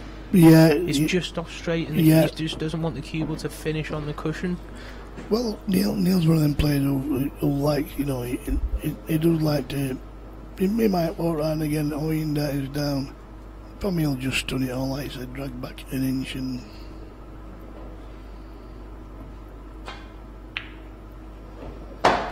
Just roll through an inch.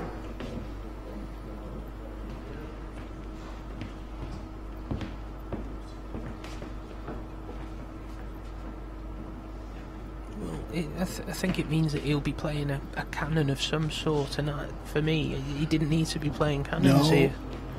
Like he's looking, just a cannon the both yellows, remember the first yellow, which he was chance hitting both yellows. Yeah, exactly, yeah, he's got the option of cannon into the yellows towards the middle there, or even maybe digging even deeper and trying to cannon the yellow that he's closest to, but either way, he's playing a shot that he didn't need to play, isn't he? I think there, like you said, if he just, held his ball with one or dragged back an inch, but a far easier shot to get on the black. Yeah.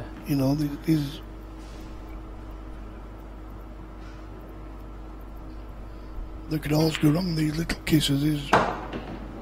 He's done perfect, actually. We didn't think he could get through. He was able to go through the gap.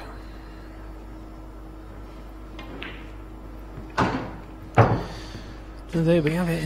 6-5 to Neil Raybone. Goes in front again.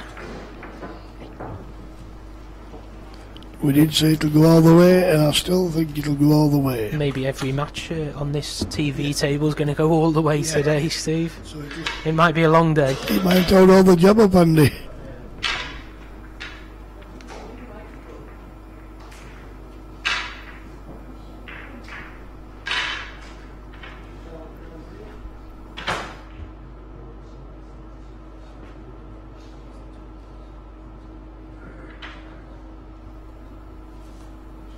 So our viewers numbers are going up all the time. If we could just ask you again, if you could post the link on your Facebook page, we'd appreciate that. Obviously we're trying to get as many viewers as we can and share the pool, which is free for you all, so if you wouldn't mind just sharing it.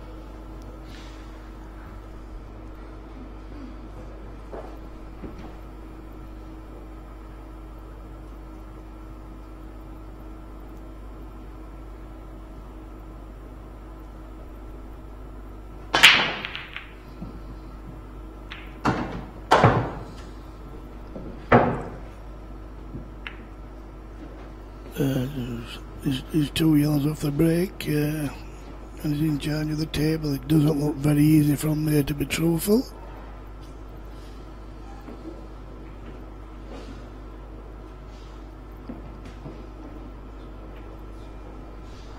The first shot will be the hard shot. What is his first shot, Steve? Well, like, the only shot I can see here is to play the yellow onto the red. Yeah. I can't see a lot more on under me myself. Yeah.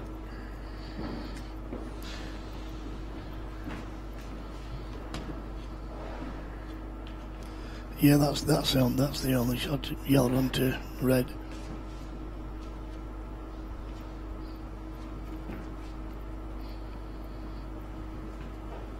Oh, he's looking at something else, Neil. He's looking at.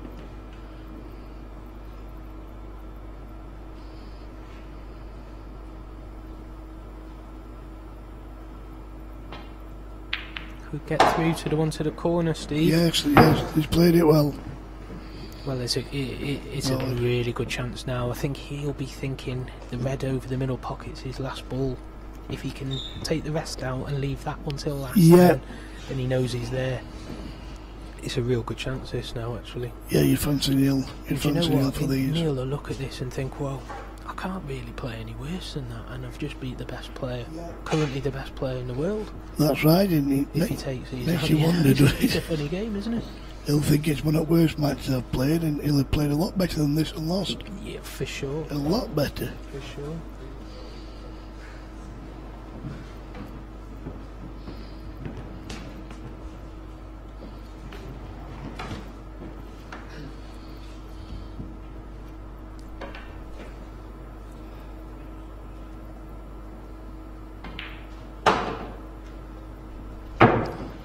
I think he's tried nudging the yellow there. I think the red goes near the yellow, but I think he's tried just glancing the yellow to over it, a lot more easier. And do you think he needed to? No, I don't. I just think he could have played it on and off the cushion and got on that. Yeah, exactly. Yeah, just be on it, pick them off. Yeah, but he's definitely going to glance the yellow away from the red. But for me, you can just run this red in for this one on the side cush, drop it in, and it looks the material.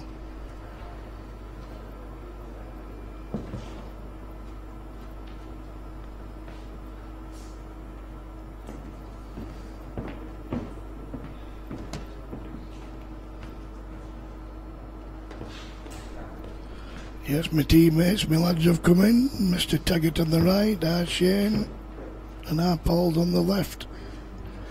That's our 4-man team, then 3, and Papa Webb. And they've come in here, so we can only assume that that's the team match will be next on this table. Then. Well, they must have told them next door, Andy, that the team's going to be on here. Yeah. We'll find out soon enough. It's taken a bit of time, this match, hasn't it? Yeah. A few scrappy frames and what have you, but yeah, long as you get there, mate. It's there's lots of pressure. Doesn't say how, just who. Yeah, lots of pressure, mate, and.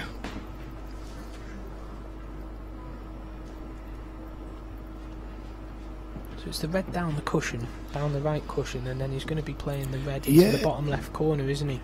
He's going to be canning in the yellow though, isn't he?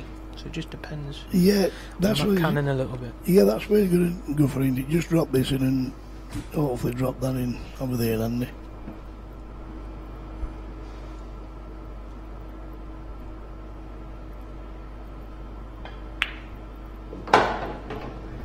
looked about perfect, and you know he tried kissing that yellow earlier on just to make it a lot more open than it was. This is what I mean. He's playing. It looks like it's definitely gonna kiss the yellow, doesn't it? Yeah, he's gonna kiss the yellow. He's gonna go a little bit towards the middle pocket. Maybe it'll be interesting to see how he decides to. What pace he decides to play this at. I think he'll definitely. Well, he could just go past it. He's mixed the yellow. Yeah, so that should be game. Yeah, that should be game now. Yeah, it was deceiving that because it looked like it was definitely going to kiss the yellow, but well, it'll be a relieved Neil Raybone. He knows on chances he should have won 7-1. And I don't think Gareth will be very happy. His brakes let him down. The brakes been horrendous for him. Yeah, he's not broke well. It's cost him. Yeah, that's a framing match. But it's the win. Neil Raybone goes through to the final.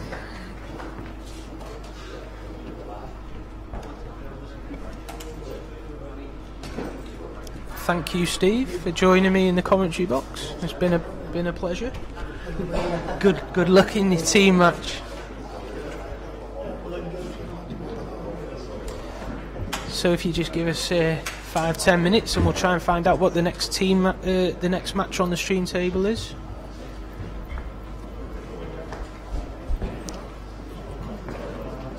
We're in a different room to where the top table is, so just going to find out in a minute. It's either going to be the final of the singles, or it's going to be the pick of the quarterfinals of the team event.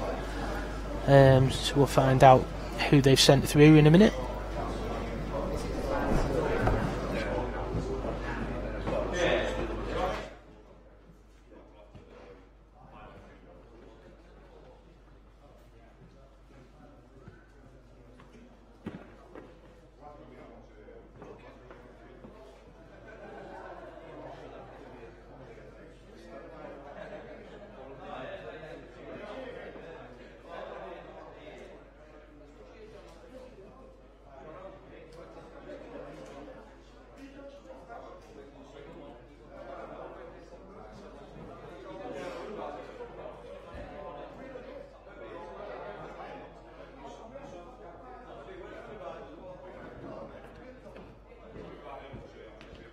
Finals in here, the other matches for it.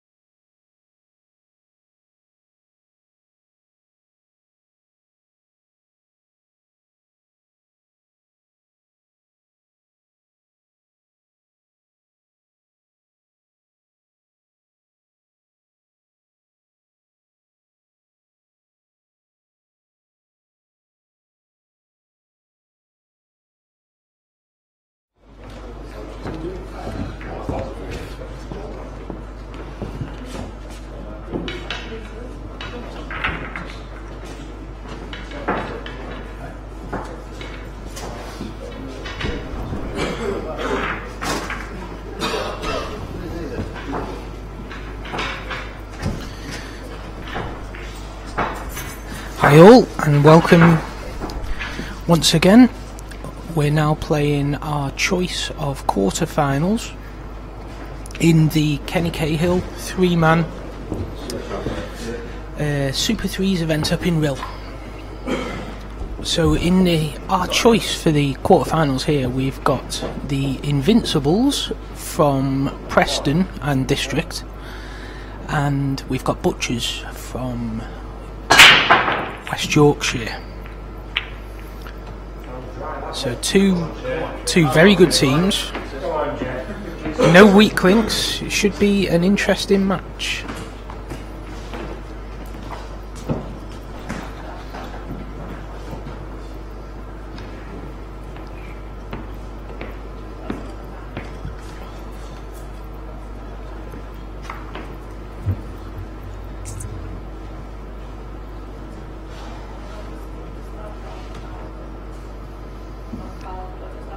So for the Invincibles in this first frame is Gareth Hibbott, who just broke.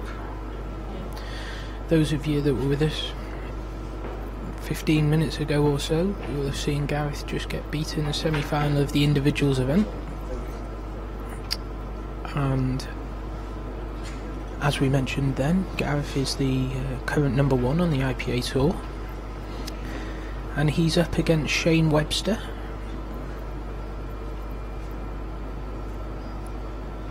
Shane, part of the Webster dynasty, family of pool players, all very talented.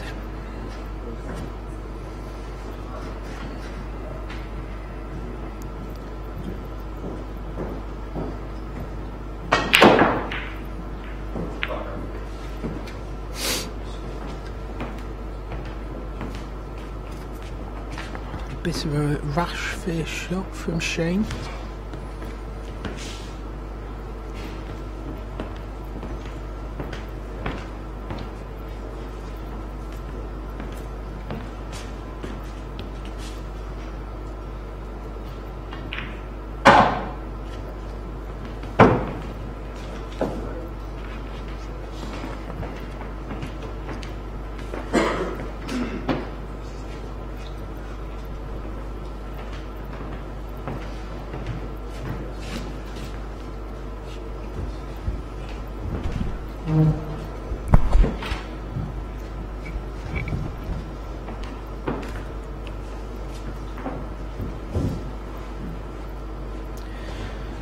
So it's going to be hard to second guess what Gareth's plan is here, because there's nothing particularly easy. The yellow that he's looking at, I'm not sure that actually parts.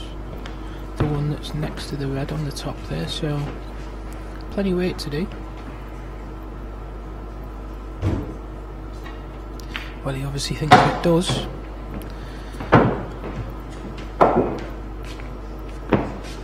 It's very tight, that is.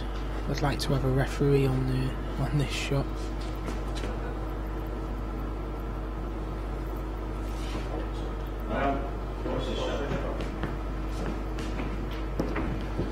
Somebody's woke Mel Harley up.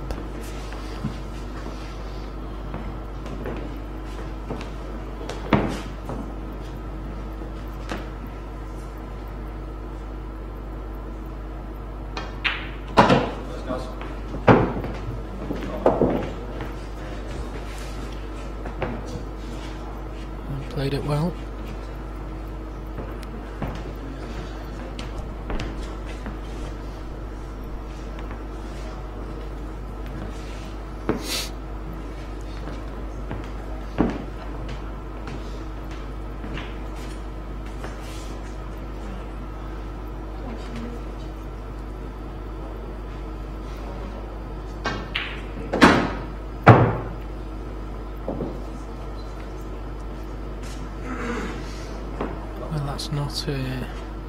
It's not a good position for Gareth.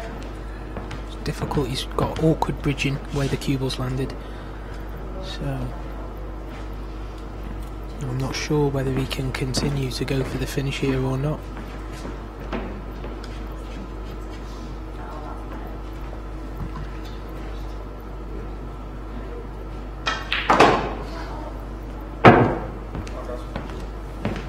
Well, I thought he might have just took the bottom pocket there, cut his losses, but he's continuing to try and find the finish, so I'm not sure if he thinks the yellow that's next to the red doubles, or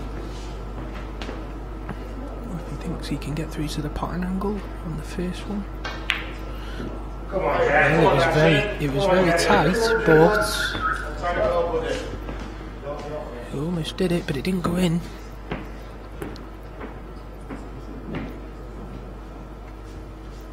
Good chance for Shane Webster now. I think he's probably going to pop the red into the right middle and go down the table, and then lay a snooker behind the red that's on the right side cushion. Would be my prediction for what he'll choose to do.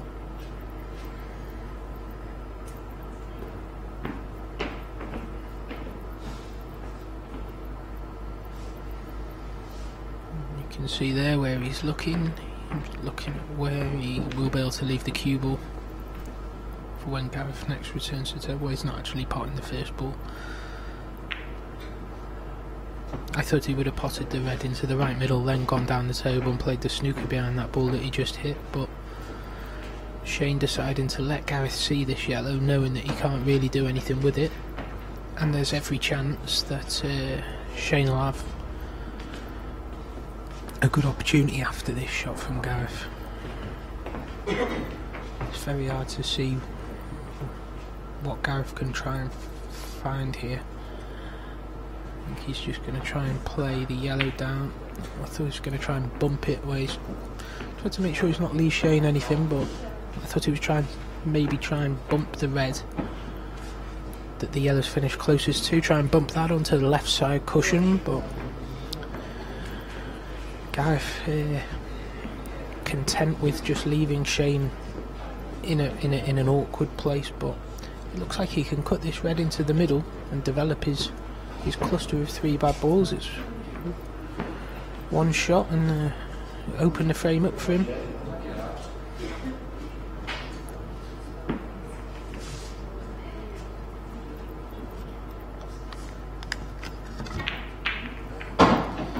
That's a shot, and he's played it, and he's got it, and he's still got a... I think he can still get through to the one into the middle. Yeah, he can get through to the one into the left middle.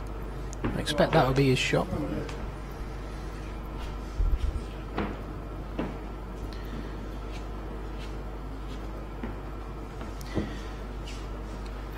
He won't be able to play it and hold for the red at the top though, so he'll have to come back down the table on this shot, I think.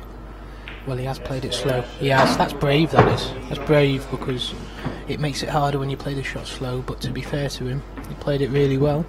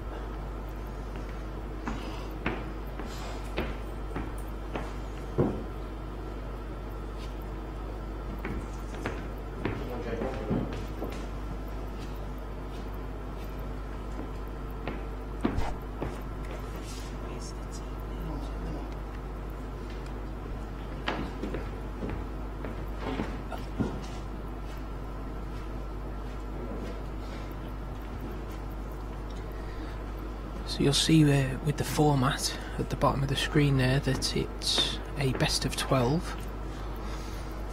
So if we do go to 6-all, then we're having a Blackball shootout, which we mentioned earlier when Steve Webster was in the commentary box with me.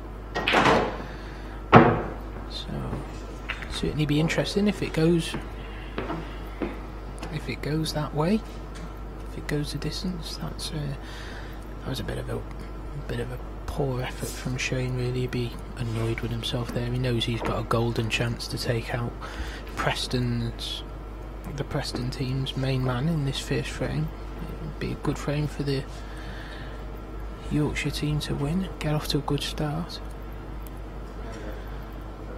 As he's made it hard for himself here, he's got to make a decision now. Does he try and play the plant? He has very little way of being able to judge where the red will finish. Or does he play a containing safety shot? And where does he leave the white? I think probably bringing the white down onto this bottom cushion somewhere would be the order of the day, but I'm not sure what Shane's got in mind.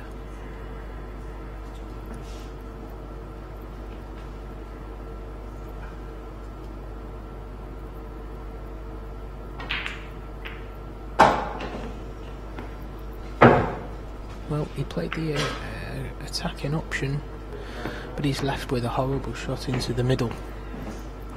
So I'm not convinced it was the right decision there from Shane. I think he could have just kept the pressure on Gareth, not really left him any shot on by keeping the white down on this bottom cushion, but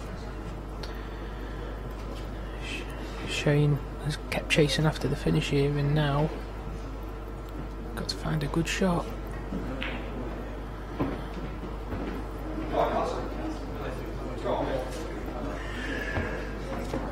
Don't think he'll be happy with himself with that hit either, so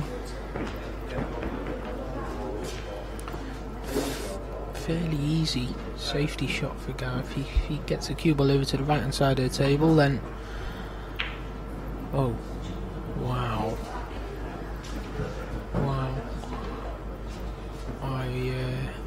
I don't understand that. Why didn't he play off the other side of the yellow and take the white ball over to the other side? Obviously felt there was some danger of leaving the red, so where he's left it, there's certainly no shot for reds, other than a very thin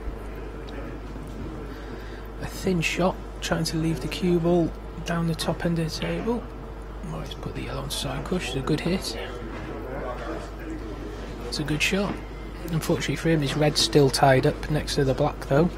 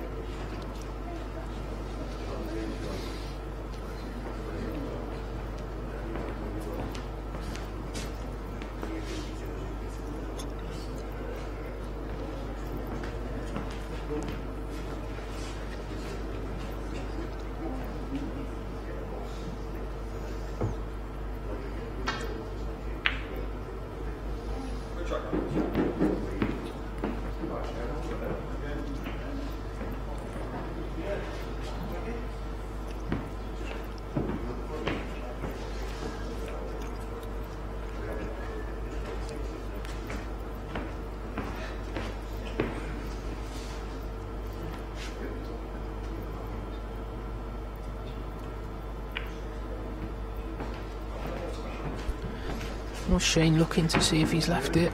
I think he may have done. It's tight. Gareth's having a good look there, seeing how much of the yellow he can hit. I think he can play it with a, maybe it might need a flicker side to throw the ball in. This is going to decide who wins the frame, this shot. And he could get to it. And Gareth, well, he's got away with this frame really. Should have lost it. Shane blew his finish. But it'll be Preston that take the 1-0 lead. The Invincibles.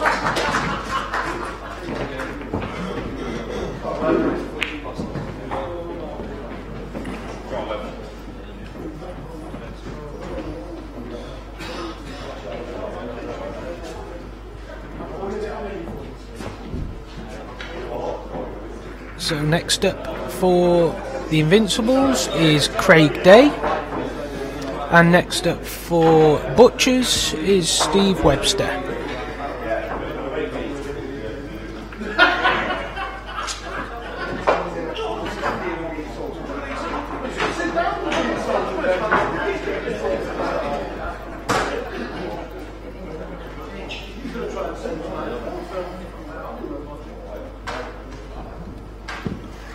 Come on, Webster.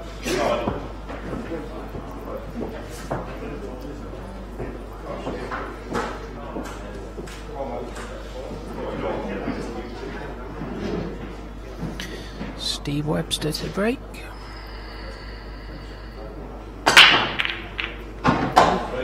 Well, there's a good break by Steve as well. There's a good break, but the white got kicked in. It went close to the middle pocket, and then another ball kicked it in. So Craig Day's got white in hand. He's got a free shot, and the balls look very inviting here. With the free shot as well, he could go either colour.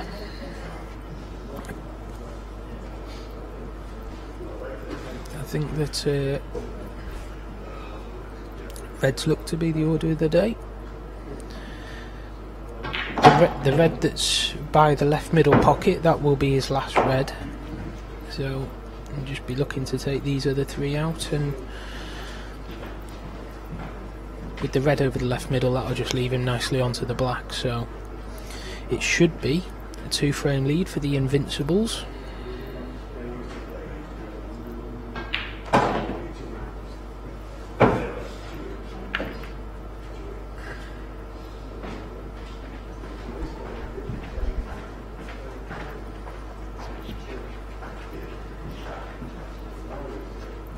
Craig just needs to judge this shot, make sure he leaves himself, well, preferably as straight as possible, or with the correct angle anyway, onto that second last red, and that looks absolutely perfect. So this should be a 2-0 lead.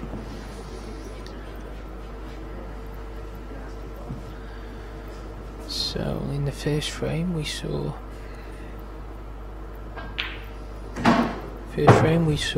Preston's #1 player, the Invincibles #1 player, should I say, Gareth Hibbott, and he managed to win his frame, albeit a little bit of a let off. But then in this second frame we saw the Butchers, probably their main man, Steve Webster, and it looks like he's going to lose this his first frame in the second frame of this game. So it's just this black now.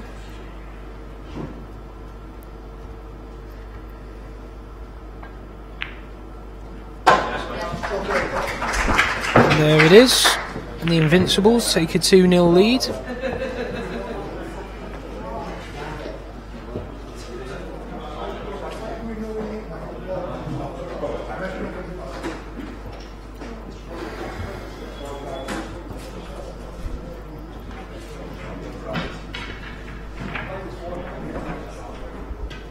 So next up for Butchers is Jason Taggart, and next up for the Invincibles is Jason Hill. So good start for the Invincibles, and an important frame now for the Butchers. The fourth member of the Butchers team is the notorious Seb Webb, who is warming the bench, shall we say. Good old Seb, the cue case carrier. Well, Jason Hill there with the break, and he did similar break to Steve Webster. White straight into the middle. And good chance here for Jason Taggart. Good chance.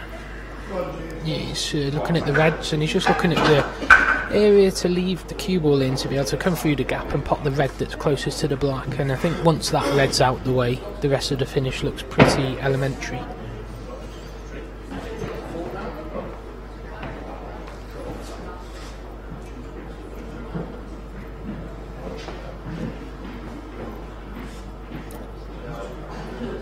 So I see our viewer count's gone up some more. Welcome to any of the new viewers. We're in sunny Rhyl on the north coast of North Wales, and we're playing in the Kenny Cahill Super 3s event.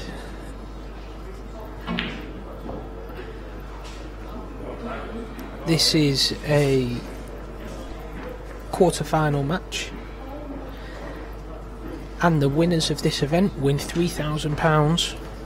So there's plenty to play for.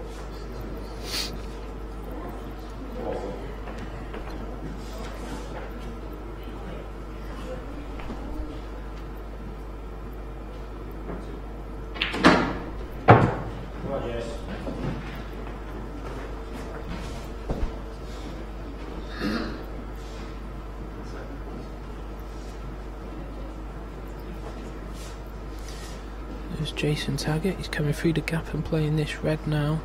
This is the only red that looks to be kind of awkward to get on, if you like, so that's why he wants to play it now.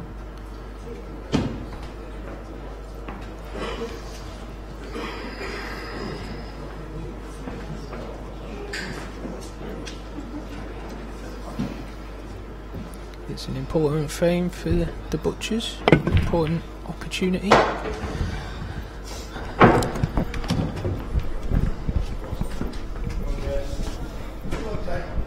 And I've been joined in the commentary box by IPA superstar Lee Anderson. Lee's just finished giving out autographs outside and has kindly joined me. And smashed in a carvery. So, how was this match started then, Andy? Well, it's 2-0 to the Invincibles, and the Butchers, the team from Yorkshire, they kind of blew the first frame really. Shane Webster let Gareth Hibbott off, which they obviously can't afford to do. Got to take their chances, but they've got a real good chance here. These reds they're all there, so he's making ultra careful, making ultra sure, but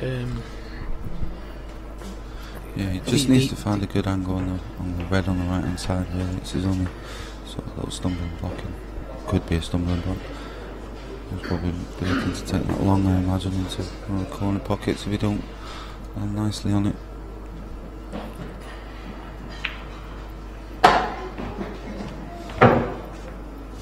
This is what he might try and do here now.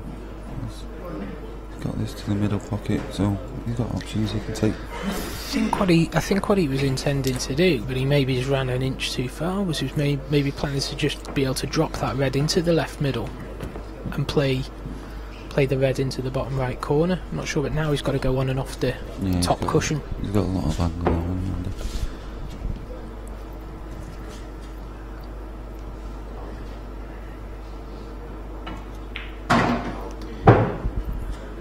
This he looks to be A1 position. Well, you say A1, but I think he's sweet there. If he's straight on that, he's well happy. I don't think he is straight, Andy. I think he's running towards the middle pocket right, with the white. well, if it's going towards that yellow on the left, on the right cushion there, then he's going to be left. It may be a bit awkward. I mean, he can leave himself a shot on the red on the left if he runs this through, and he could use one of the yellows on the left hand side cushion as a stopper for the black to the middle pocket. You know, as a worst case scenario. Yeah, he should still be able to get himself a shot on the black. Looks like he's screwing back. Well, he wants to. Not sure about screwing it. Not sure about screwing it. It's tricky as well because he's so close to it, so he can't really get the follow through on the cue really. So he's going to do well to screw it up and down the table to get back on the red. So I think he should really bite the bullet and just run it through to the middle pocket, but he's screwing it. And he's missed the ball. Yeah. Bad shot selection that for me. So well, it was not the only shot that he didn't pick right, to be honest with you. Picked a strange order there to take them out. I don't know why when he put this red into the bottom left he ran through. He should, if he'd have just taken it back, pick those three reds out a lot easier than what he did. But as we always say, it's easy to see it back here. Sometimes it's hard to keep thinking clearly when you're out there. Yeah, especially under the lights and a few people watching. We've got a decent setup here this weekend, so you know this is the can all be new to these players. Jason's trying to be a little bit He's trying to be a little bit. Was he trying to play it off the yellow? Yeah, Was he? he's trying to play it off the yellow in the middle, and He's you missed. can't. He's missed both. He's hit the only part of the shot where nothing happens. Yeah. You don't pot the ball and you don't hit the yellow. So, Yeah. but again, he's not really. He's not giving it a lot of thought really, and made sure that he's got that red over the O. So let's give Jason an opportunity to either go game or take control again.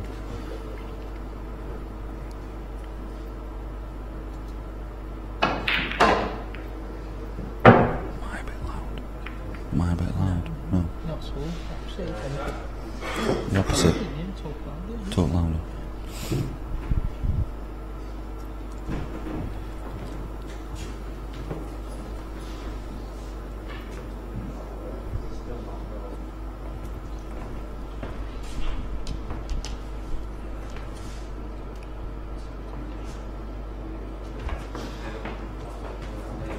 So I think it's just been confirmed that it's. I don't like that shot though, Lee. The shot that he's looking at rolling onto that and snookering. I don't think it's on. It looks so likely that it's gonna leave the red to the left middle, doesn't it? He's got a few other options. Wow. Oh, it's a good shot. Oh, who is where's it? the white? It's rolling. It's bending. Oh my god. Wow.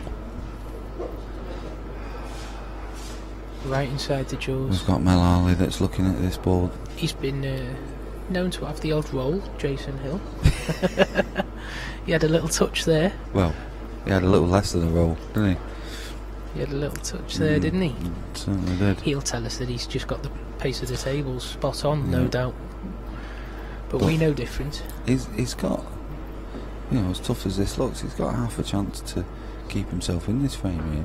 Kind of playing the 3-ball plan here slowly. Yeah, slowly. Try and get in this red somewhere near the bottom. Leave it's tough the block. though, isn't it? But It there is is tough, a chance. but it's makeable.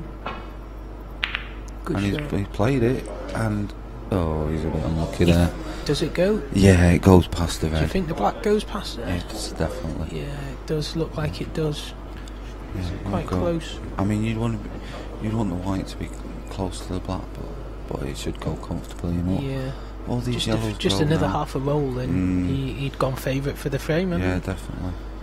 So Jason's got a chance, but like I said last night, these middle pockets play tight, and this is not looking for the finish. Yeah, this is no give me those. Tough shot in the middle. Got to be cautious with these. He's got it. Good shot. So now he's off and running now. Did well to pot that at that pace, really. He did, in the yeah. middle, they're not easy then. Yeah, okay. Like I say, I keep saying it. You expect him to get these now. Yeah, Good chance for 3-0. And that's massive. This is best of 12 now, is it? Yeah, best of 12 and then a shootout if it gets there. Right, so take these out and they're halfway there to pretty much the winning line, aren't they? First to 7s, 3-0 up is a big lead. Obviously can be caught and leads can be erased. Oh, they're going to get off to a good start here, the Invincibles. Just needs to make one good positional shot really, because the red above the black is just hampering his positional side of things really, but it shouldn't be an issue, but it's about the only stumbling block he's got in this finish.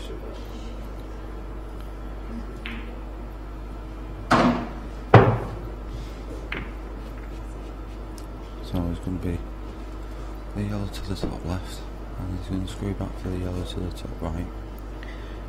Both teams are looking to put themselves into the semi-finals and be just 2 matches away from the £3,000 first prize. Yeah. I won't be going this way, Andy. I'd favour playing this. I'm with you, Lee, actually. I mean, he's played a good shot there. He's left the right angle, but I prefer playing them the other way round. You're guaranteed a shot on the black, aren't you? If he lands straight on that yellow, then he's in trouble. He's got to land on the cushion then to play it down past the red, but he's as it is, he's perfect. He is perfect, so we'll let him off. So this black does go, but if you hit it into the cushion slightly and just a little bit wrong. It could stay over the hole, so he just needs to be careful. And he's not right behind it, but should be a gimme.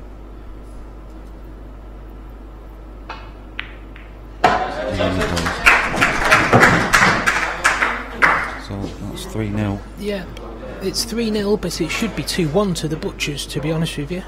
Really? Yeah, without a shadow of a doubt, that should have been 2-1, but it's an important frame now for the Butchers. Yeah, they need to take. They need to take at least 2 of the next 3 frames. It looks like the. We just have to see who the Butchers send out for the second session.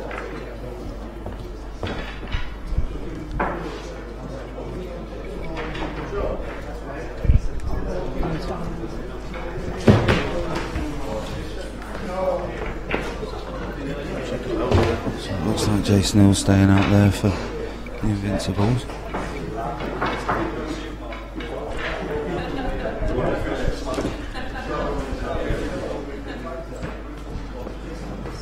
He's a no frills type of guy. Is Jason? He gets the job done. Jason Taggart's out. Okay, so for the second session, Jason Taggart's been dropped out, and the bench warmer, Paul Webster, aka Seb Webb, is coming in.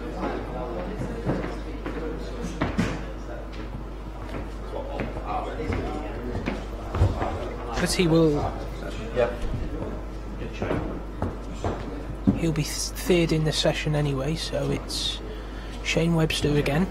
Shane made a mess of the first frame. He really had Gaz Hibbott beat and let him off, so it's an important frame now. Jason Hill stayed out in the arena, so he's back on again.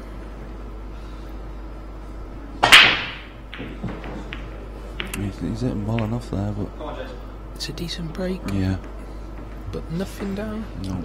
Lots of players have struggled with breaking on these tables. Yeah, well, you've seen a red tracking towards the middle pocket there, and a few tables they tend to go in on slightly bigger pockets. It gets sucked into the middles. With these, they tend to draw a little bit more, so get a few more dry breaks on these tables and on other tables. So Invincibles with another chance, and it's a decent chance because he's only got one bad yellow. Yeah, and there's a ball by it to develop yeah, it, so there is a decent chance there, isn't there? He's a very good player, Jason, as well. Been around a long time, and he takes his time and he's meticulous. But if anything, you could say he's a better player than he looks. Yeah, because he looks awful, if we're honest. Well, yeah, I didn't want to say that, but now but that he's you my are, mate, so I can say that. Yeah, he's always a difficult draw, isn't he? You never really yeah. want to play him. He's always an obstacle to the player to play. Yeah, he's a good player, Jason. He tries to play the right shots all the time, and if you do play the right shots all the time, then like you say, Andy, you are hard to beat. Like I said before, he's an old thrills player. You won't see him playing massive, extravagant shots, but he plays the correct shots, and that's half the battle in this game. But there you go, he's missed one. And he's let Shane in here. Yep, it's a bad miss there, really, by Jason. Should have been getting that. Shane's got, I say Jed because he's got Jed Webb on the back of his shirt. But Shane's got that one problem area with two reds next to each other on the right hand side. It's not that easy to see how he's going to develop them from here. It doesn't look to be any sort of natural shots to be able to get to them, so... Yeah, the red that's over the middle pocket is quite thin, really. Yeah, you can't do anything with it other than just drop it in, can you? No, I don't want to keep going on about the middle pockets, but they do make your shot selection change slightly, and you can't, unless he gets absolutely perfect on it, you can't really manufacture a shot to develop them two reds from that red. So That's what he's looking at now. I just don't even think that shot's possible. Do you not think so? No, not on these tables. That shot's not on, I don't think. I think he should be looking at developing it off the red that's closest to the black. He's played for it. And he looks a bit thin to me anyway. I don't think he needed See, to. if he'd have played to stop the cue ball about 2 inches short of where he is now, he could play the red up into the top right and have that angle to try and develop. Yeah. I can't really see any other way of developing those 2 reds. So now he's pretty much dead straight on the red to the top corner. Yeah. He's running off slightly towards the right hand side with the white. That's what I'm saying. There's nothing he can really do with that. But he hasn't got a lot of angle, and he's running out of options fast. So it's a good job we're not on the clock here, because this could take a little bit of figuring out. Because he knows that he has to try and go for something, because all the yellows go. He's under a bit of pressure. His team's 3-0 down. They're relying on him. So he needs to find something. I'm not completely convinced about this at the moment, but a couple of shots could change things. Oh, missed the ball. He can't be missing the ball. So Jason's got a decent chance now. Well, if that had gone, he just still had in, nothing on there, did he? No. Nothing at all. He just hadn't. He spent a long time on the shot and he still hadn't made his mind up. No, and in he the end, didn't kind really of know just what he was doing, did he? Really? Got down and hit it.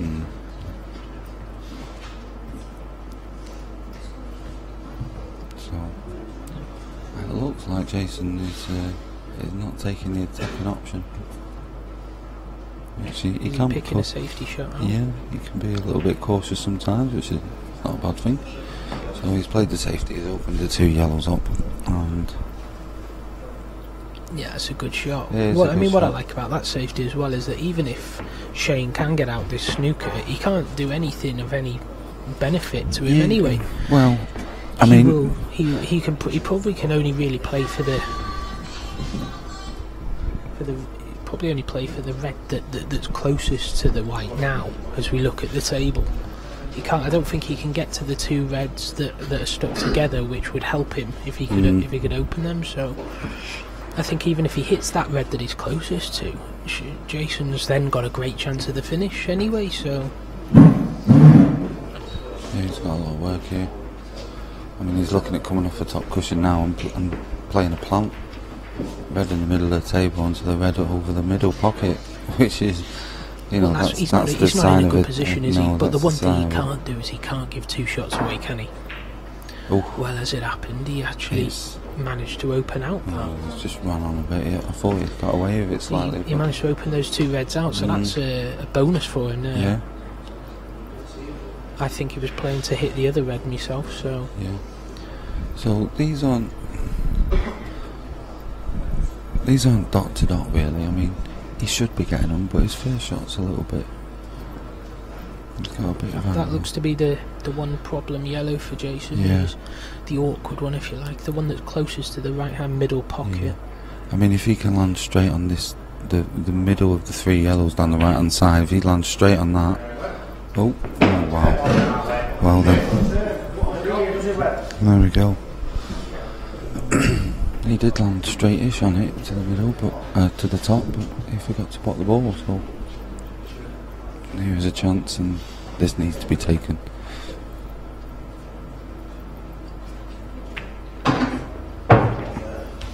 So it's red on the left-hand side of the 3. That one goes through the gap of the 2 yellows. This is a really good chance now. It's important that they get these now. It is. I mean, are you leaving this one over the top till last, Andy, or would you get rid of it sooner? Because I don't really like getting from that ball to the black ball. No. It's probably just as good to get from it to the black as it is to get to anything else. If anything, it's easier to get to the black from that. So it probably is your last ball on this occasion. Normally, I'd say no. Yeah, don't leave a ball that's right in the jaws like that to be your last ball. Well, he's moved the yellow, and he's left himself on this red at the top. Well, it's a big poke now up into the top left. Does it? No, it doesn't go past the You black. don't think it goes past the black? So he's got to take his Sure. his ball over the top corner now. Right, well there you are. I mean, Well, he's been forced to change his order. He's played that shot to open up the pocket, but then Reds did go. He'd be happy with that. Will he? Will he? Ooh. Let's have a look. Can we get a camera on No, that? do you know what? It's ran on when he first hit it. This is close. Oh, We it can't is quite tight. see if he's on this. He's not quite got the angle on this one. I think he's on it by his body language and the way he's looking around. He's on this. So I think he's only got one option now, and that's the top right corner with the next red.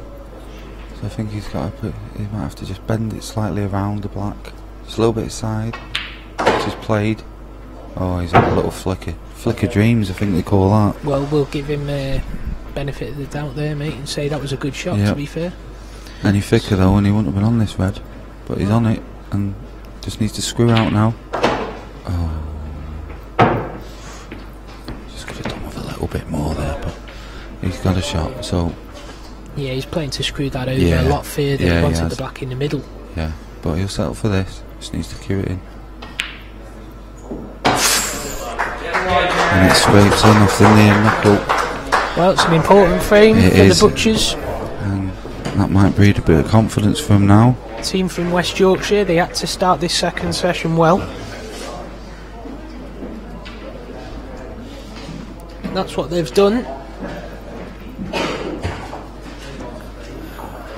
And now out comes Papa Webb. The big Stevie dog. Webster, who didn't get a shot in his first game.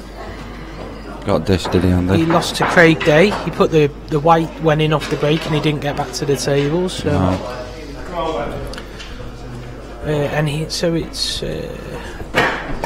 it's the star man from either team playing each other in this second session. It's Gareth Hibbott for the Invincibles. And it looks like it's Gareth's break. He struggled with the break on this table. I haven't seen that before. He played his singles match and he put the white in. I think it was 3 or 4 times. Definitely 3 times. He come up dry twice as well. He was telling me about. I was going to say backstage then. So he had 3 in-offs and a couple of dry breaks. Can't afford to do that against someone of Neil's class. Well, to be honest, Neil really struggled in the match. Yeah. Neil wasn't at the races at all. But if it wasn't for the breaks, Gareth would have won comfortably. But if you're not making balls off breaks, Andy, you're going to struggle to win pool matches. I do.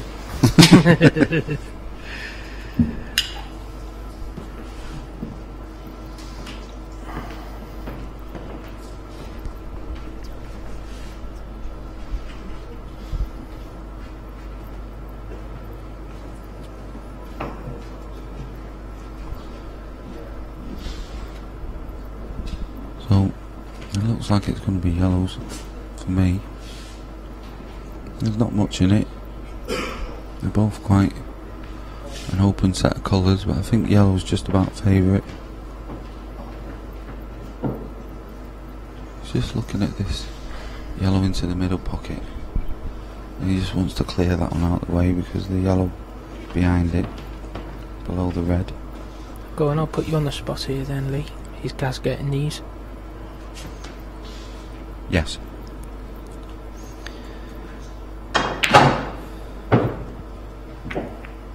Well, we'll put that down to commentator's case. First shot, and it's gone wrong. Sorry, boys. They are the sort of finishes that we're so used to seeing Gaz get, because we look at it, well, it's difficult, and he makes it look so easy. So, yeah. But possibly not at his best this weekend. No, but he's still consistent, though, isn't he? And he still gets to these semis and finals. And even when he's not on the top of his game, he's still doing well. He's hardly lost a match in the last 6 months, so I think sometimes maybe people's expectations can be a little bit unfair. But I think it was a bit of a poor shot, though. Coming that side, I mean, he's ended up coming down the wrong side of the table for me. I mean, he's tried to... But that's what we talked about in that last frame, where you don't want to have to cue a ball out of the jaws of the pocket like that. It's very hard to control the cue ball, so... He's actually still favourite for the frame, no bad looks of it, although Steve will be looking to try and develop the red and yellow next to the middle pocket. If he can go after that straight away, then I think if that red, there's a red and a yellow near the middle of the table together. I think if that red was a little bit higher up the table, then it would lend itself to playing a cannon off the yellow near the middle and potting it and being able to develop it. But I think it's just a little bit low with the way that these middles play for it to... He might be able to cannon it off the yellow. If he cannons into it, whether the yellow goes in or just moves out the way, it'll still open the frame up, won't it?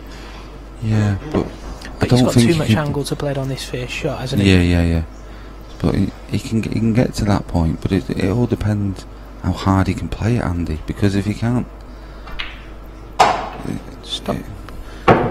It's just ran on. He wanted it to stop 2 inches shorter, so he had the angle to screw up the table. Yeah, he was a bit unlucky there. Yeah. I mean, it's a tough shot to land the cue ball on a sixpence like that, which is what he needed to do. Now it's so now he might be looking at the shot that I suggested. But what was that, Lee? So it's the red and yellow in the middle of the table. You can play the red off the yellow into the middle pocket and open it up. But I'm saying that if the red was a little bit higher, it would make that shot. On, is it? Well, that's what I'm saying. But he can still maybe manufacture enough to take it down the cushion after, if he can just flick it in off the yellow. It's a tough shot, but I don't really see what sort of options he's got at the moment. Maybe he'll take the red that's up into the top right as we're looking now, and give himself that better angle to go back to playing the way the option he wanted to play. But, he's such a good cueist, he'll probably make that pot up into the top right, and he could give himself the right angle then. He's just looking at that now. So he's looking at a couple of options. He's looking at my option, he's looking at Andy's option. So let's see what he chooses. Looks like it's going to be Andy's. Nope. Could be mine.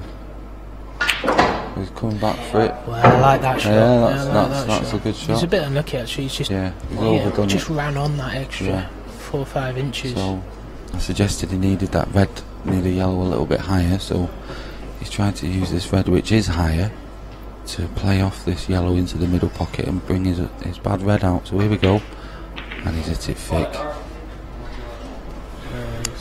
Opened it up for Gareth. It was tough.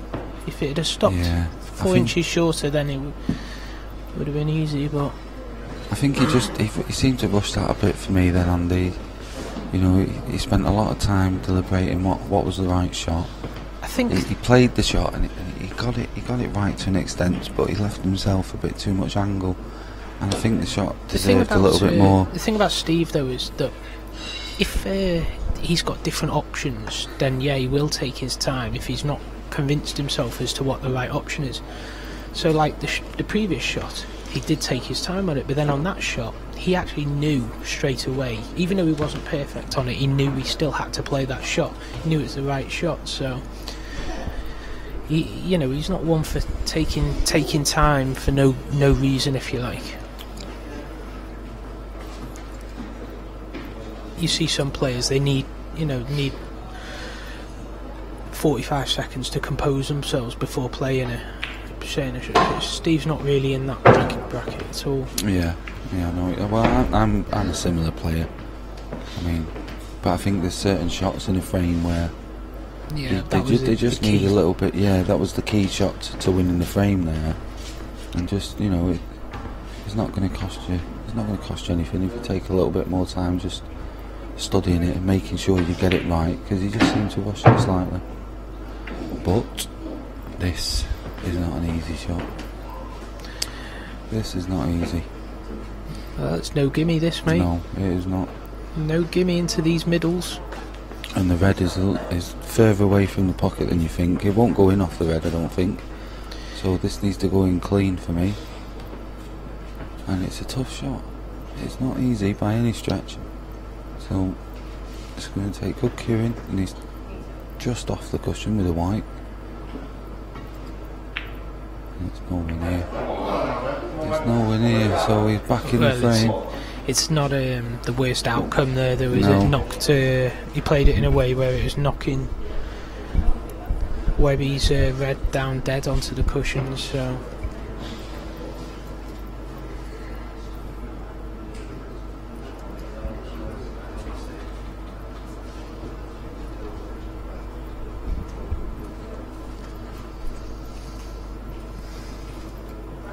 I don't think he's not got too many attacking options, I don't think, Andy. I think he's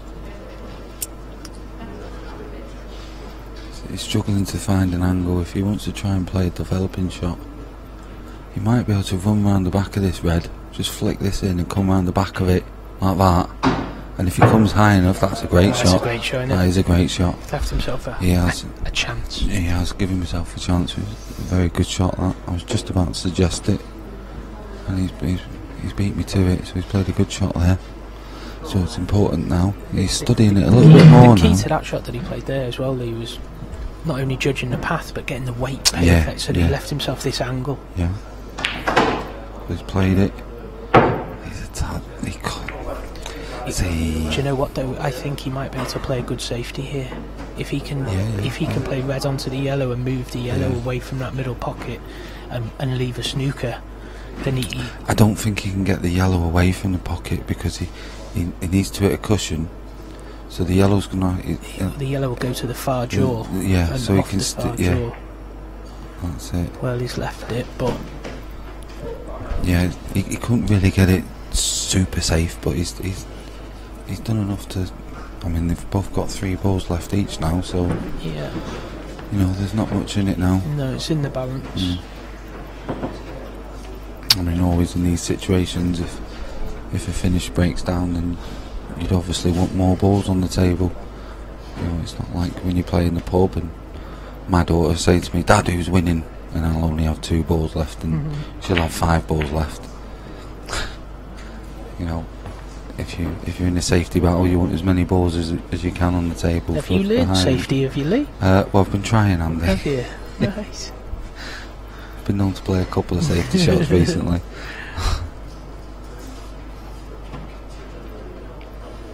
I remember being the same. I played my dad when I was a kid, and he'd have 6 balls left, and I'd be on my last ball, and I'd be laughing to him that I was winning, and he'd have his 6 later over the 6 pockets, and he'd be laughing back at me.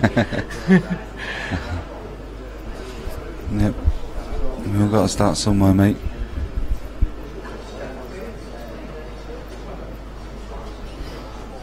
So Steve's looking at these reds now, and Gareth's put them 2 yellows together up the top. I think they both go just. So, and there's no obvious sort of hiding spot. If he flicks off the red that he's closest to, chances are he's going to knock the other yellow out, which he doesn't want to do at this point. And he's got a chance of leaving a yellow onto the top pocket. So he could be taking this on, playing the attacking option. And I think he has left it on. You can see what he's trying to do.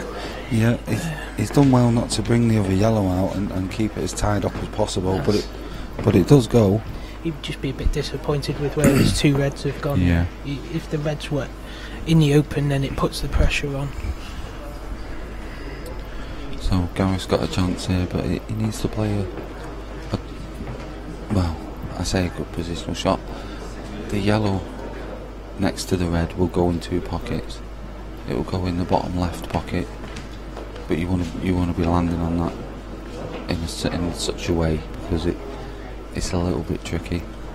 And I think that it just goes to the top right. Does it, Andy? Can you see from there? The yellow, yeah, it does go into the top right, if he can get on it. Yeah, so it he's goes never playing it fair shot, I don't think. No. So that yellow does go in 2 pockets. So he'd be disappointed if he didn't take these out from here.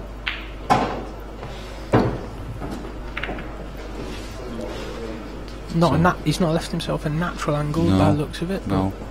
So he's looking now. He's pointing his cue. He's looking at coming twice across the table and tracking towards that red that's on the side cushion. And if he gets anywhere near that red on the side cushion, Yeah. that's going to leave him a shot. But he needs to be a little bit wary of the Very middle tough pocket. though. It's hard to judge the It cushions is, on shots yeah. like this as They well. seem to straighten up a little bit more, Andy, as well. They on don't these seem- Sams, yeah. they do, yeah. So he needs to get quite close to the middle for me. That's a good shot. Wow, That's a great shot. what a shot. That's awesome. World Different. class there. World class. Judged that to perfection. So and he's got the angle just to screw this in about 6 inches, just like that.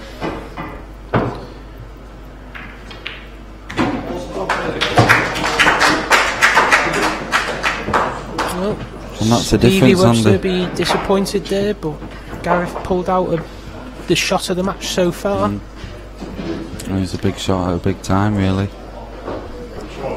Big players come up with the big shots in the big moments. So it's given a commanding lead now again. Could have quite easily been 3-2 there. 4-1 lead in a first to 7.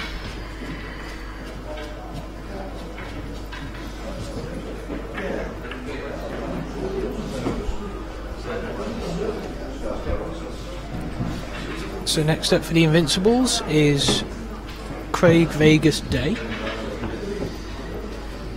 And for the Butchers, it's the bench warmer, Paul Webster.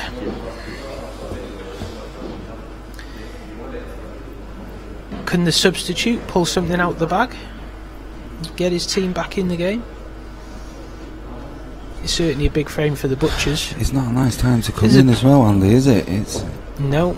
Yeah, Well, yeah. there's lots at stake, Lee. They're playing for £3,000. yeah, it's a big prize, and you've just seen your captain come off the, you know, and your star player just come off the back of getting beat as well, after having a few chances. So, you know, it's a big time for him to come in and playing for quite a few pounds today, and there's a lot of prestige in this tournament.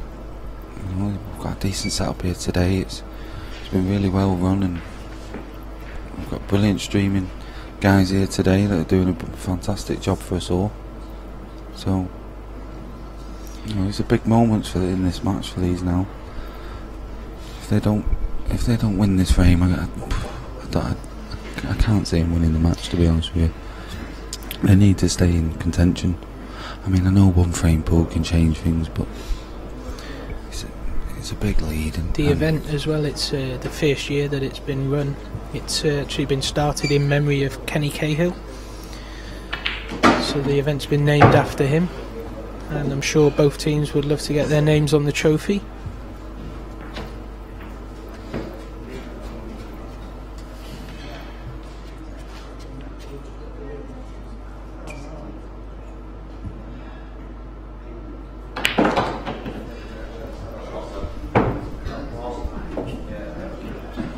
Kenny was much loved in the Blackball world. He used to help with setting up the tables at all the events. Stevie Webster was telling me a few stories about him while we were commentating on the last match. He's a good guy, Steve. Nice guy. Yeah, one of the game's great characters, Stevie Webster is.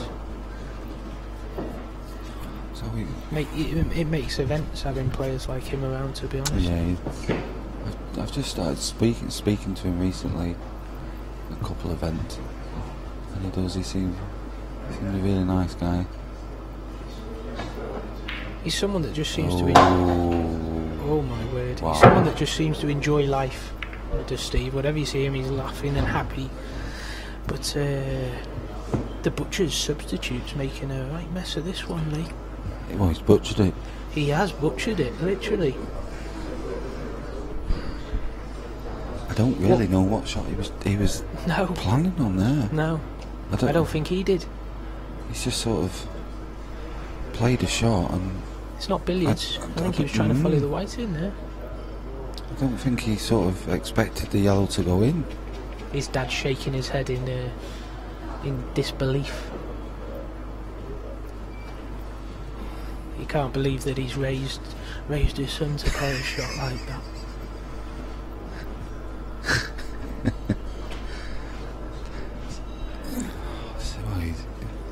For those of you that know Paul, aka Seb Webb, he likes to give it out, so he won't mind that he's getting a bit back.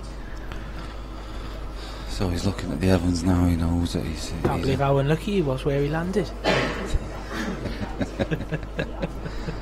Yeah, he's getting a bit of there's a bit of pointing and gesturing going on from his teammates now. And yeah, his mum's here as well. She'll be growling at him.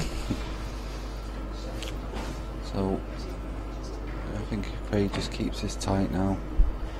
Doesn't play anything silly, and he's got a good chance. I mean, Seb's not in a bad position yet, but you know he's still got. He's still in with a chance in this frame, but he's up against it.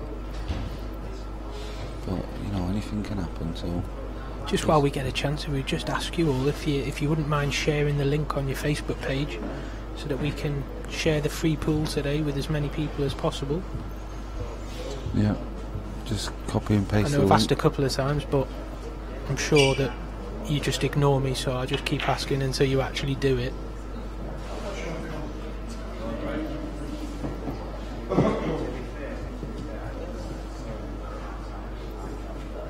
You've got lots of people giving up lots of time to bring this event to you today, so if you can just take 15-20 seconds to post a link on your Facebook page, it would be appreciated.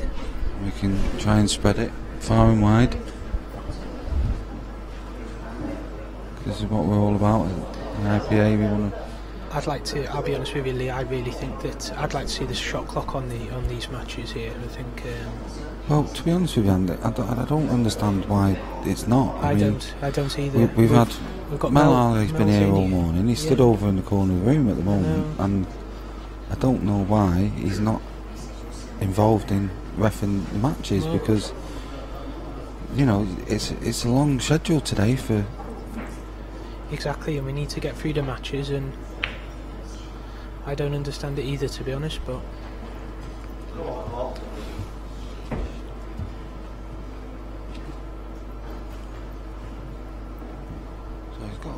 He's got a little window here. He might be able to get this yellow through the gap and get it over the hole.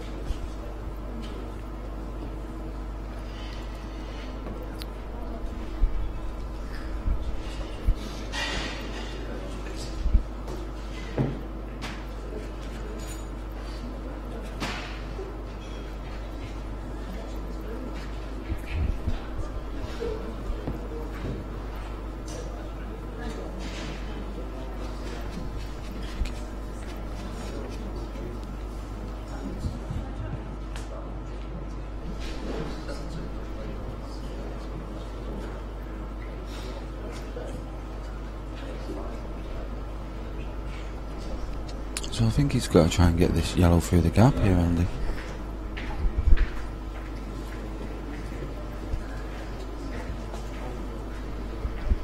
He's looking at another shot.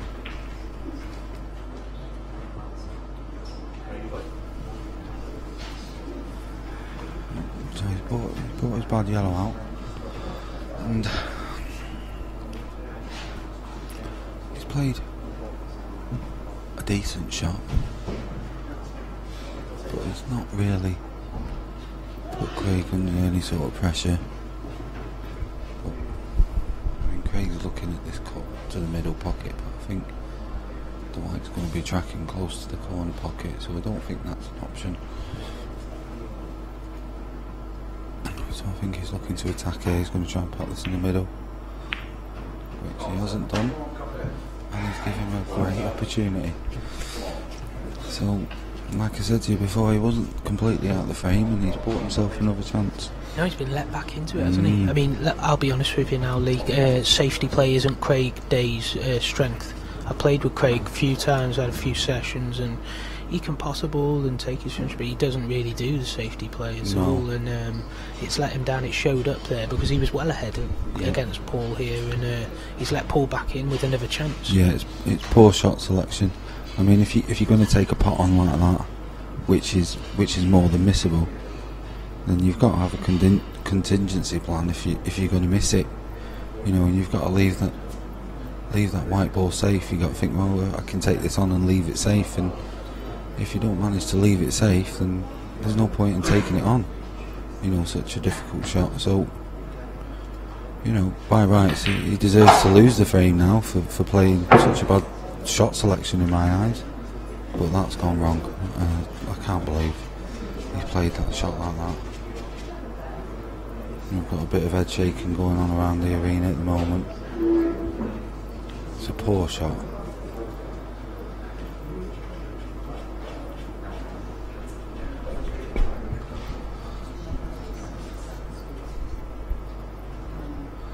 So you can see Steve Webster there.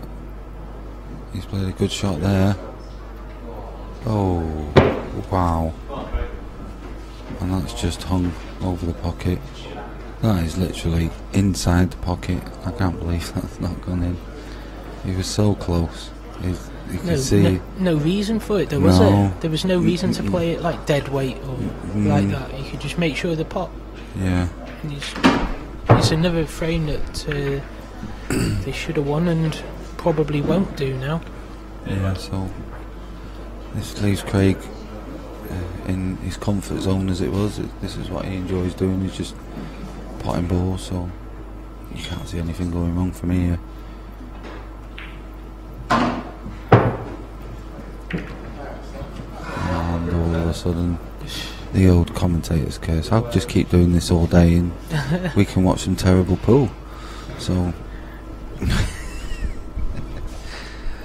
I don't know what he was playing there. Well, he's tried to drop it in, Andy, and hold for the far right red. Sorry, far right red. He was trying to hold on to that, and he's just ran past. The point is no return. He just didn't need to play to be trying to land it well, on sixpence. He could have come. He could have come down the table. Down yeah, into this area, and he's on any of the four reds. So there we go. The third chance in this frame. Doesn't make sense. Third chance in a frame. Wow. So needs to get this right. This isn't easy. When they're over the pocket, they're not easy. And he's made a hash of that as well. I can't believe he's played for the skill shot here. He's not played for the skill shot, has he, Lee? No, he hasn't. No. If he has, he's a better player than me and you. Can't wait to cue that in. But I don't like this shot. And the problem he's got, Andy, is that if he takes it to the middle pocket, the Reds are making this bottom bag a big pocket as well. It's so hard to avoid the in off, isn't it? Yeah, it's tricky. It's horrific.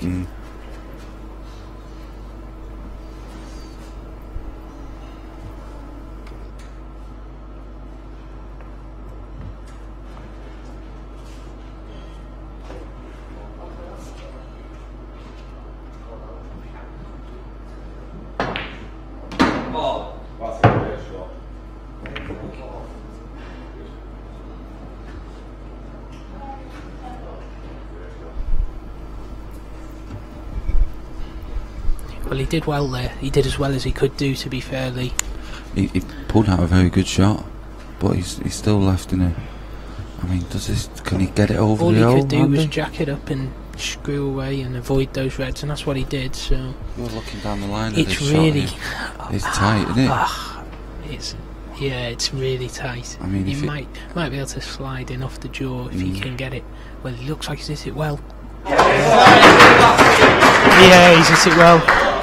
So the substitute pulls one out the bag. Needed 3 chances, but doesn't matter. He still gets him 1 point. And 1 point is all he needed. So they're back to 4-2. I said it could have been 5-1. It should have been 5-1.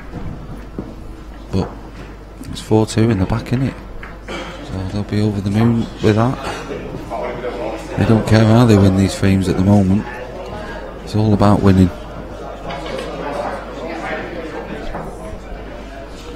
You can't always play pretty pool. Sometimes it's a scrappy affair, and that was a scrappy one. Both had chances to win the frame, and both let them go. So move on to the next one. And the pressure's going to be building and building now with every shot, every frame that goes by. You know, there's a big moments for a few of these players. You've got some experienced players in there, but you've also got a few players in there that, you know, not in these situations a lot of the time. You know, they still play in situations like this, but you probably put Craig into that bracket, but he'll be kicking himself there, won't he? He knows. They were just sat there, weren't they? And the thing is now, Andy, is he knows he's made that mistake, and he's straight back on again now. So that can work both ways for you. Exactly. He's probably not. He's stood there now, and he's wandering around. He's looking at the floor. He's thinking, "Oh my God, what have I done? I've made a massive error there. I could be going on to put a 6-1 up now." You know, and now he's got thoughts of possibly 4-3 if they lose this one. So I'm going to put it out there now. I'm going to put it on the line and say this is going 4-3, because I don't like the way that Craig's. He can be a player that gets bogged down with negativity. Yeah. You know, once something goes wrong, he lets it spiral. So instead of just kind of taking stock, you know, I think it's a good shout. He just needs to compose himself. He's slowing it down a bit. If he can get a ball, I fancy he's made a ball. It's a great break. It is a great break. Yeah, it's a monstrous break. And if the black goes past the yellow into the bottom right corner, well, then we'll just get a picture of good. that now. If we can have a look at this black to the bottom right corner. We can have a look if the black goes into the bottom right corner. Which I think it does. I think it comfortably goes. Well, he's nominating the red, so we can only assume that he's looked at it and thinks the black does go into that bottom right.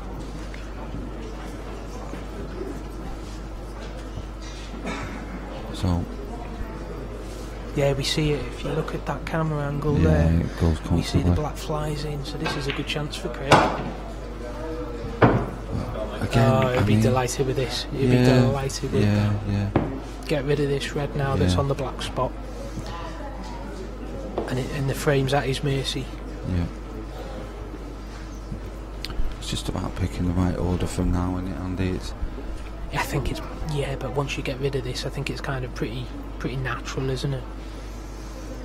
Yeah, well, it was pretty natural in the last one, and he managed to take him in the wrong order and run out of position. So I think getting rid of this red now sort of helps itself, because he can land anywhere on the left-hand side of the table for the black, then anywhere near the middle pocket on the left, sort of. That's comfortable for the black. So get rid of this red. And then these two. He's going to take this one in the middle next, I imagine. That's what I'd be taking.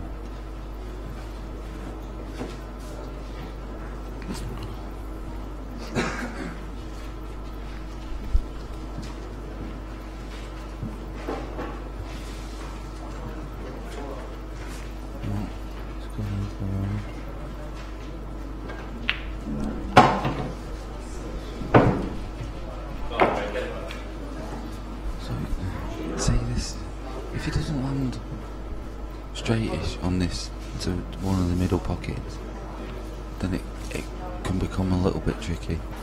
I don't like if I'm on that red in the middle of the table, I'm taking it early, because it's so easy to play position from a ball near a pocket. He's dead straight, isn't he? And now he's dead straight. Yeah, I think he's running away slightly. He's not. All he can do is probably. This is my point. Back a little bit. You know, it can be so hard to land on balls to middle pockets. What's he doing? He's running it off the cushion, and now it's become a missable shot. He should get it. There's no reason why he shouldn't get it. But that's again through poor shot selection. It's easier. I think it's easier to make this ball when you're 5-2 up. It is 5-2, isn't it? It's 4-2. 4-2. 4-2. He should get it. No reason why he should miss it. But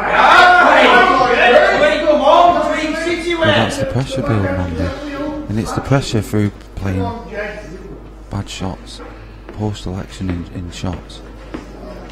For me, leaving that ball in the middle of the table to land on it in the correct angle to get to the black, it's a lot harder than playing a ball near a corner pocket. Yeah. And being able to use cushions. Use the cushions, guarantee yourself a better shot on the black, obviously, rather than have to land it. Rather than having to land on absolutely perfect to get on your ball, which he's not done. And now he's put himself making in. the game as easy as you can for yourself. Of course. Craig's made it difficult for himself there. He won't be happy with that effort at the black though. Oh, it was a mile away, wasn't it? A Blackpool mile. Let's not get into the Blackpool-Preston rivalry. It's a bold effort. It's a bold effort. Now we're going to see if he's confident now. Is he going to go for these, or if he's not feeling confident, he can just tuck up behind the yellow on the left-hand side cushion. Delicate shot that, isn't it? So if sort of shot that if it catches a finger mark and goes off, you kick yourself for playing it, but doesn't mean it's the wrong one. So he's going for these now. This is it. He's the ball down the rail. I imagine it's going to possibly be his last ball.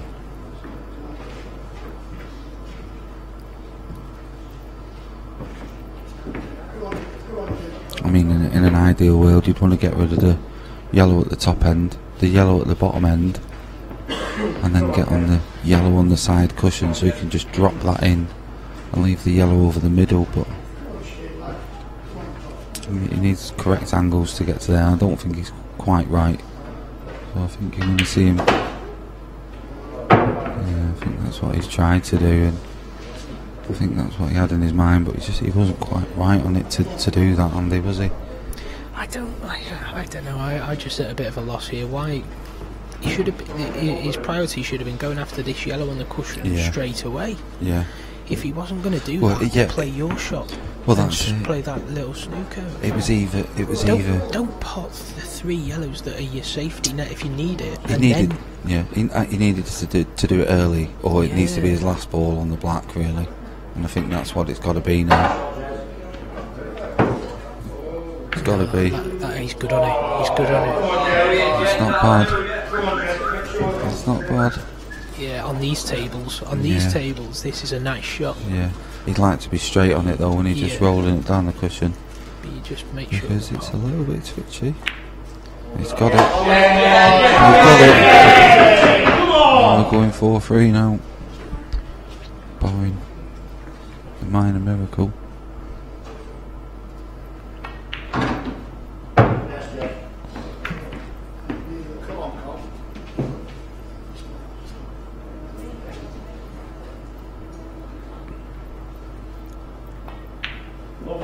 Wow. It was a close one. That black nearly jumped back out. Wow. I'd love to see a replay of that black there. I said before this frame started, I fancied it to go 4-3. And I hate being close, right. And the pressure frame for Jason Hill now for the Invincibles. We're going to find out in the next few frames if they can live up to the team name, because we're under a bit of pressure now, Andy. It happened to us yesterday in our team event. We were 4-1 up, first to 5, ended up losing 5-4. So, you know, anything's possible, and they're back in it now. Tails are up. Yeah, Steve and it's 5 to 7 on. in the knockout stage, isn't it, Lee? So yeah, so they've got a little bit more of a. It's still everything to play for. Here, 4-3, nothing in it. Momentum a little bit with the Butchers. Butchers star man on now. You can just see they're just perked up a bit now. You fancy Webby for a finish here and 4-all. Needs a ball though. There you go. Good break. Come up dry. So he's dry. He timed that break really well, actually. Just nothing down. So I think I'd say reds slightly, but all the yellows see this yellow down the bottom. I'm actually looking at the table itself instead of the screen in front of me. So it is yellows. I can get on this one on the cushion instantly. That's the ball he should be going for next. Screw this back. Why so hard? You got the angle just to get on that ball straight away, Andy.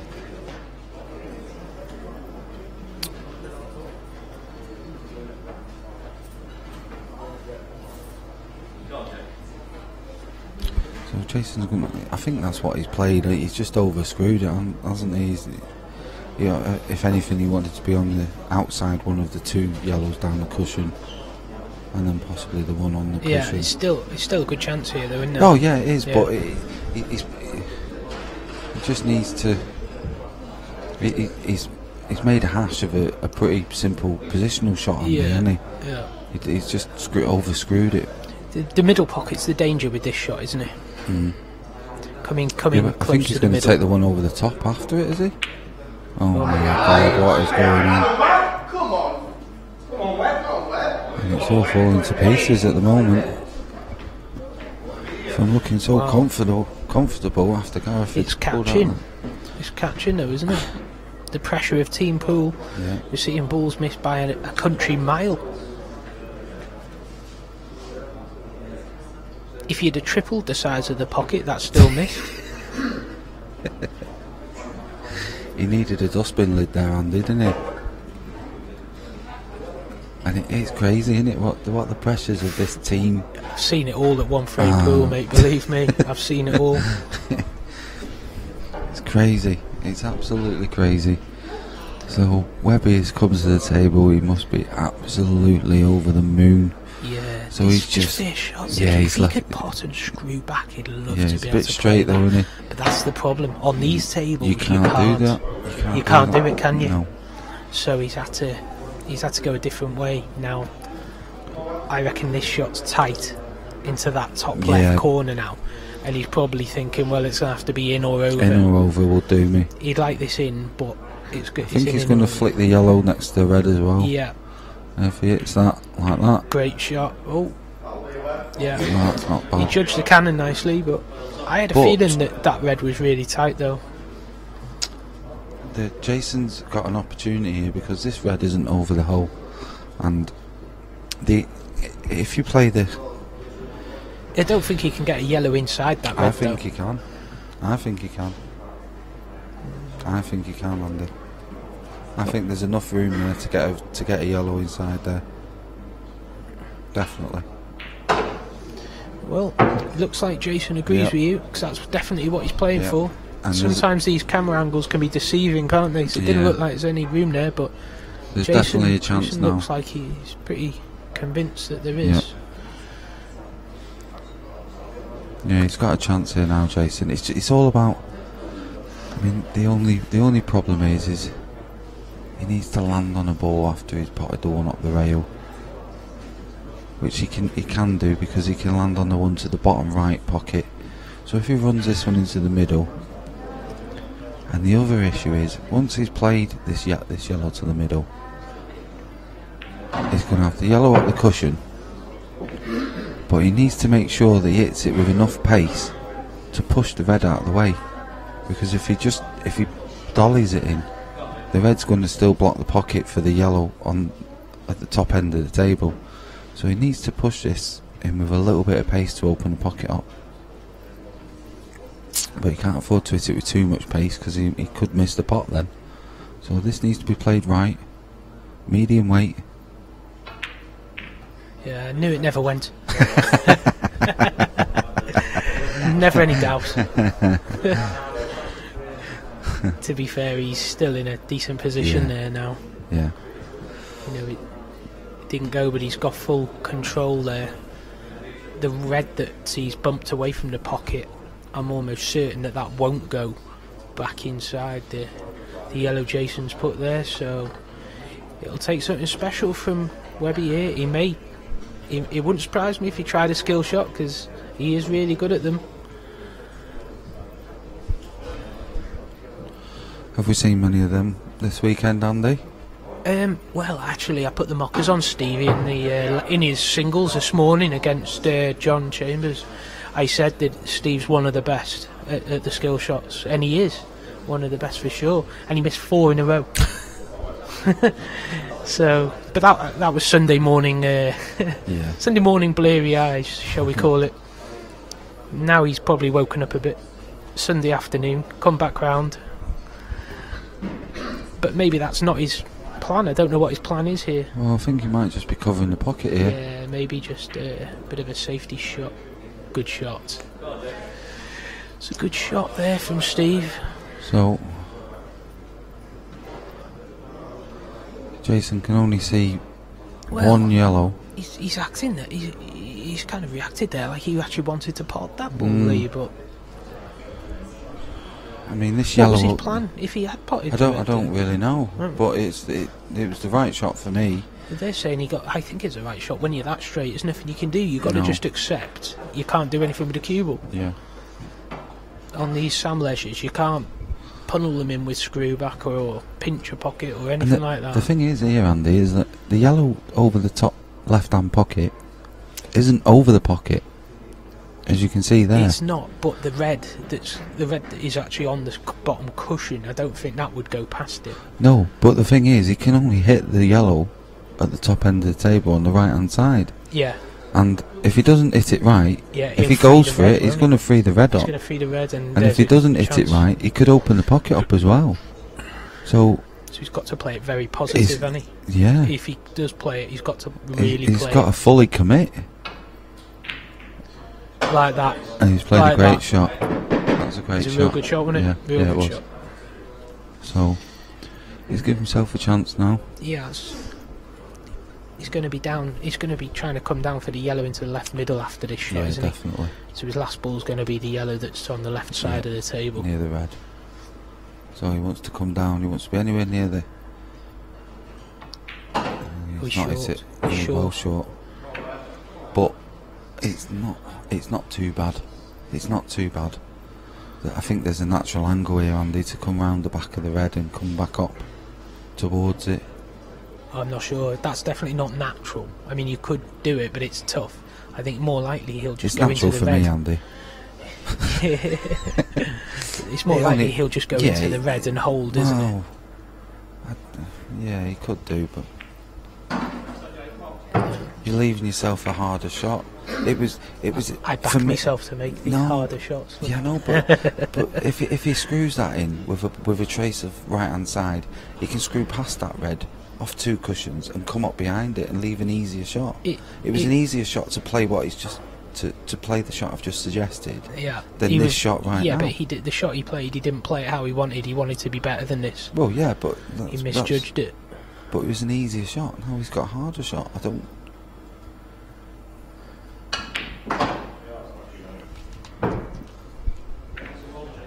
Wow. Well, he's on it. He got hold of that. He did. He cued it very well. You don't really see Jason Hill cueing balls. So he's cued that one. This is pot to the middle.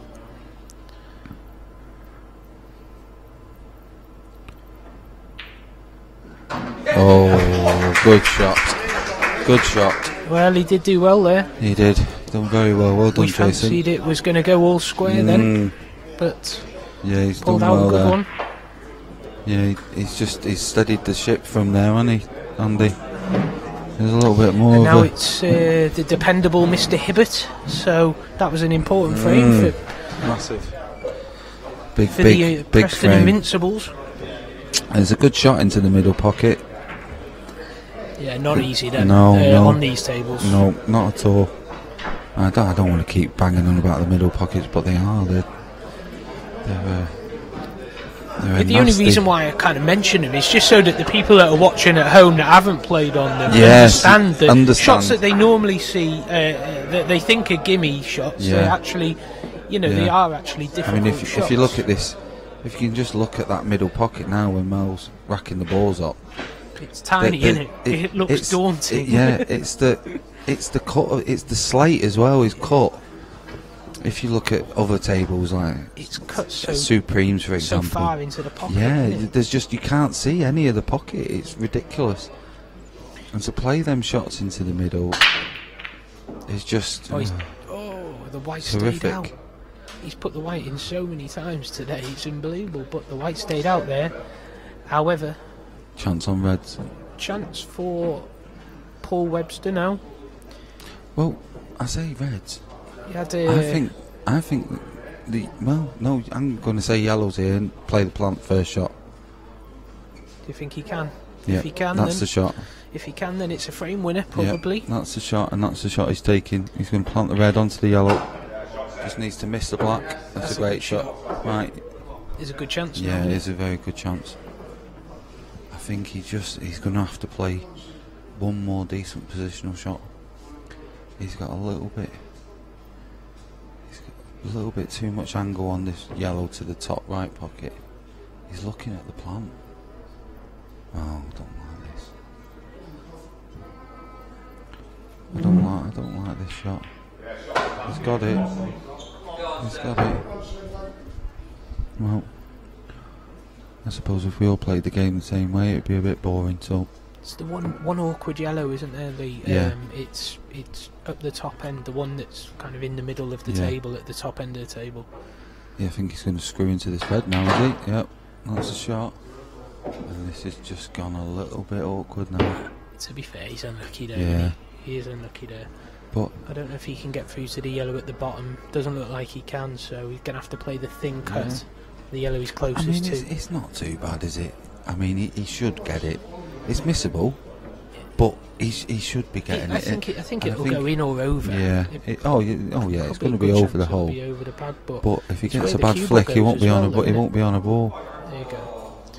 And the skill shot's on. Actually, I mean, if he'd have just steadied himself a little bit, he could have made that quite easily, couldn't he? Gareth's playing the skill shot here, 100%.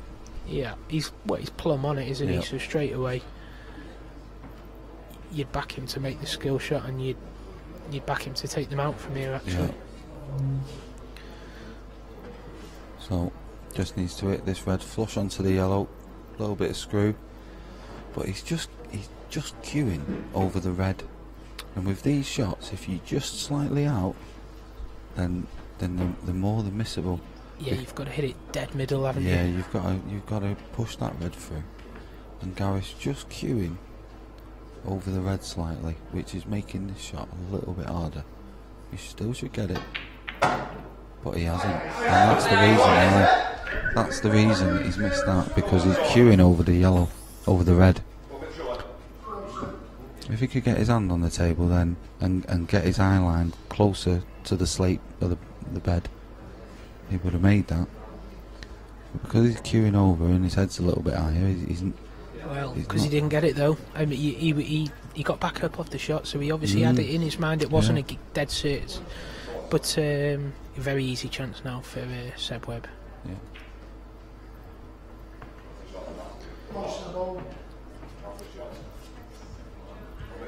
It was a big frame, this, for the butchers as well, and the bench warmers come off the bench. He's about to win 2 out of 2 here, taking out the Preston Star man.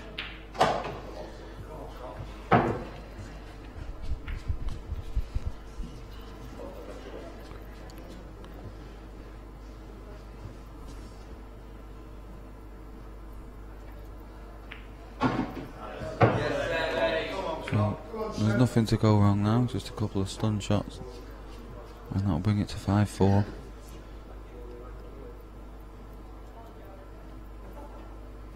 Oh my god. Wow. Just stun it in. He's not grunted himself, has he? Nearly. Honestly. Wow. Oh, it's unbelievable. Why? Just stun it in. Crazy. Anyway, he got there. I don't know why he's rolled it through beyond me, but anyway, he's got there. Pressure on all the players at the moment. It's a topsy-turvy affair now. You can see one team a little bit. Frame, wasn't it? That was a big frame. I'm not sure. I think it's Gaz Hibbott straight back on again. Right. So this is a big one again. Yeah. if they can He'll get... be kicking himself that he didn't make that skill shot.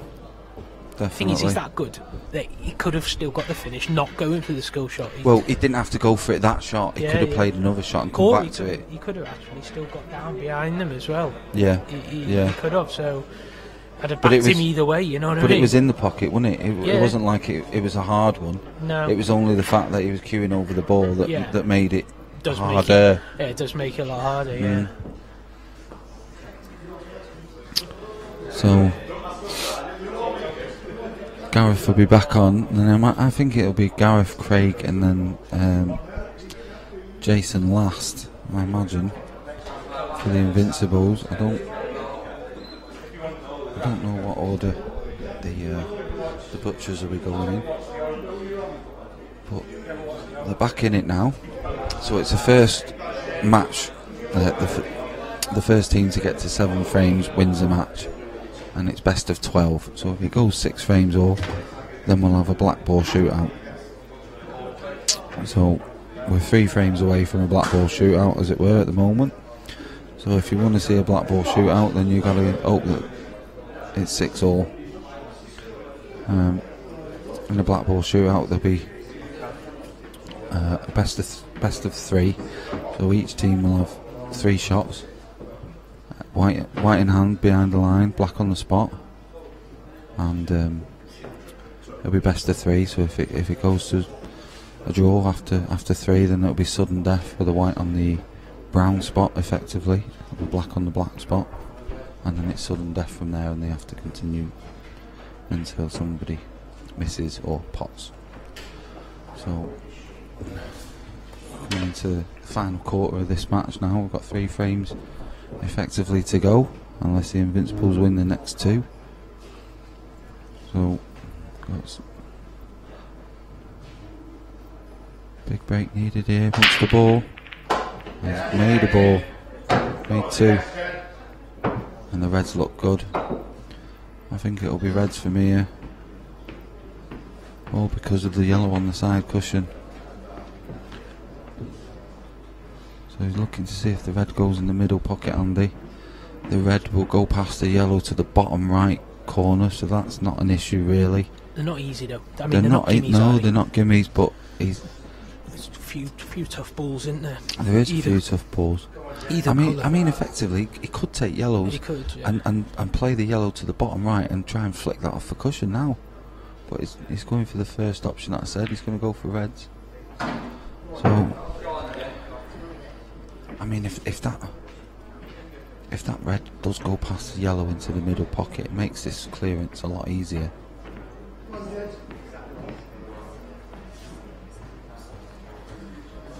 But it's tight as to whether that red will go past the yellow to the middle. I don't know if we can get a shot of that for you, just to see if it goes.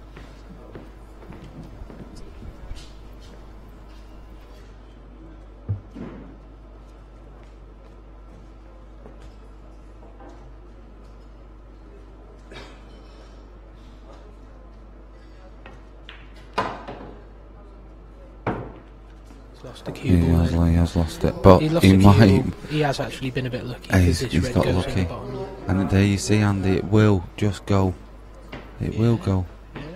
So it does drop in that left middle. So you want that to be your second to last ball. Yep, and then he needs to be straightish on that, so he can just drop that in, and then he'll leave himself a decent angle to run the shot. So this needs to be played perfectly now, Andy. Yeah. And he needs to screw it and avoid those yellows and get back onto the red. Do you come back behind the yellows, or do you come in front of them, Andy? I think you go behind them with a screw back in right hand side. It's not easy, but I think it's the only way you can get there. So. And I think he'd favour overdoing it really, and then he's got the option of taking it long to the top pocket if needs be. That's what he's looking at, and that's where he wants to be. Better to overdo it than undo it. Yeah, he doesn't like it. I think the angle might be just off, going the wrong way. Yeah. which means he's going to have to load it up with plenty of juice. I think he can still get there, but it requires good cueing. Ooh, he's just He didn't get the right hand side on it. No. That's what it needed, wasn't it? Yeah. A bit of right hand side would have just flicked it wider. So I think there possibly is a double on Andy, but the problem he's got now. I don't think that doubles it. You mean into the bottom left corner? Yeah. I don't think it doubles into the bottom left corner, mate. I'm looking at. I think that. I think it's going to hit the yellow, the first Right, yellow. okay. But Maybe the the double into the middle. But it's a bit of a crash bang wallop shot, isn't it? It's one of yours.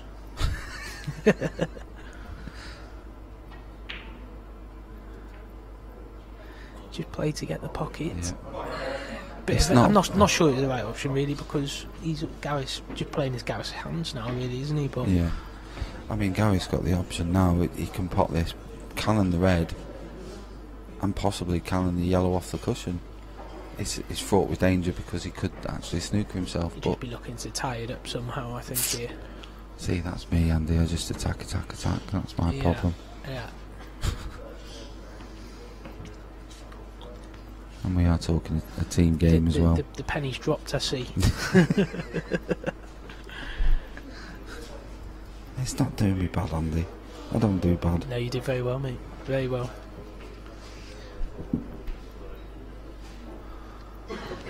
Yeah, I mean, he's looking at it now. He's looking at the shot that I suggested, Andy. If he plays it, then you need to give up the game. Well, pretty much have anyway, so.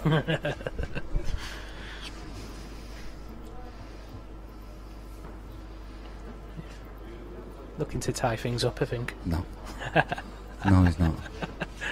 He's looking to pot this off the top cushion, kick the red away, and move the yellow off the side cushion. Just He's not done anything. Not done anything of the sort. It's a poor shot. yeah. This is such a big area, that, wasn't it, Andy? Yeah, exactly. Yeah, It wasn't into like the he had cushion, to, yeah, into the into cushion, the to the cushion. red, freeze the Into- pocket. Yeah, It was a poor shot. strange one. So he's given him a chance now.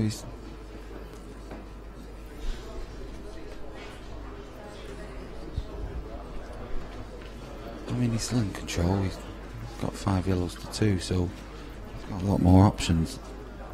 But you know, he needs to be cautious now because both them reds will go. Even though they both you've got to get on them nicely. They both still It's go. attack time, mate. It is, It's attack, definitely attack yeah. time. Oh my God! It's all going on. So. I told you there was no point in trying to tie anything up there. I think Gaz knows you're in the commentary box and he's got to go for these kamikaze shots just to prove you right. But this is, even still, this is... No, this isn't that easy. I mean, for me, you take the cue ball, you float the red down. Leaving it short. Really you don't short, want it over the pocket. It's easier to get on the black if it's not over the Yeah. pocket. Yeah.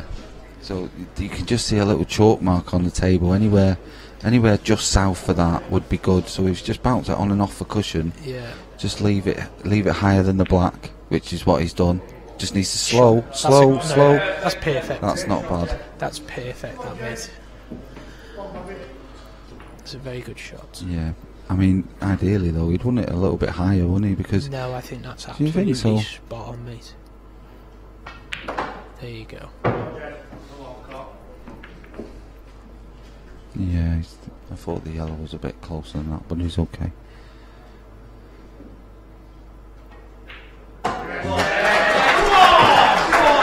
Well, Things are Preston Invincibles star man has just lost 2 frames on the bounce, and the Butchers from West Yorkshire back in the match at 5 frames all. This match may yet be going to a Blackball shootout. and then we will see a few And it's Craig Day with all the pressure in the world on him now. He's the one that started this collapse.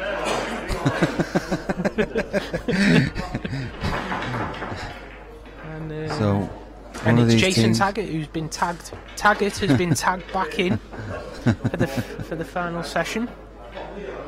And we've got Jason Hill up at the end. So I think he's come in for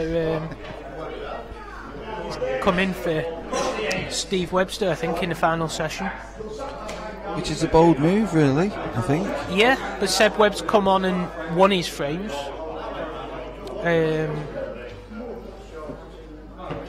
And it only says who, it doesn't say how, does it? Mm-hmm. So, be an interesting final session. Says this frame, one more frame, and then if it's level, it goes to a shootout.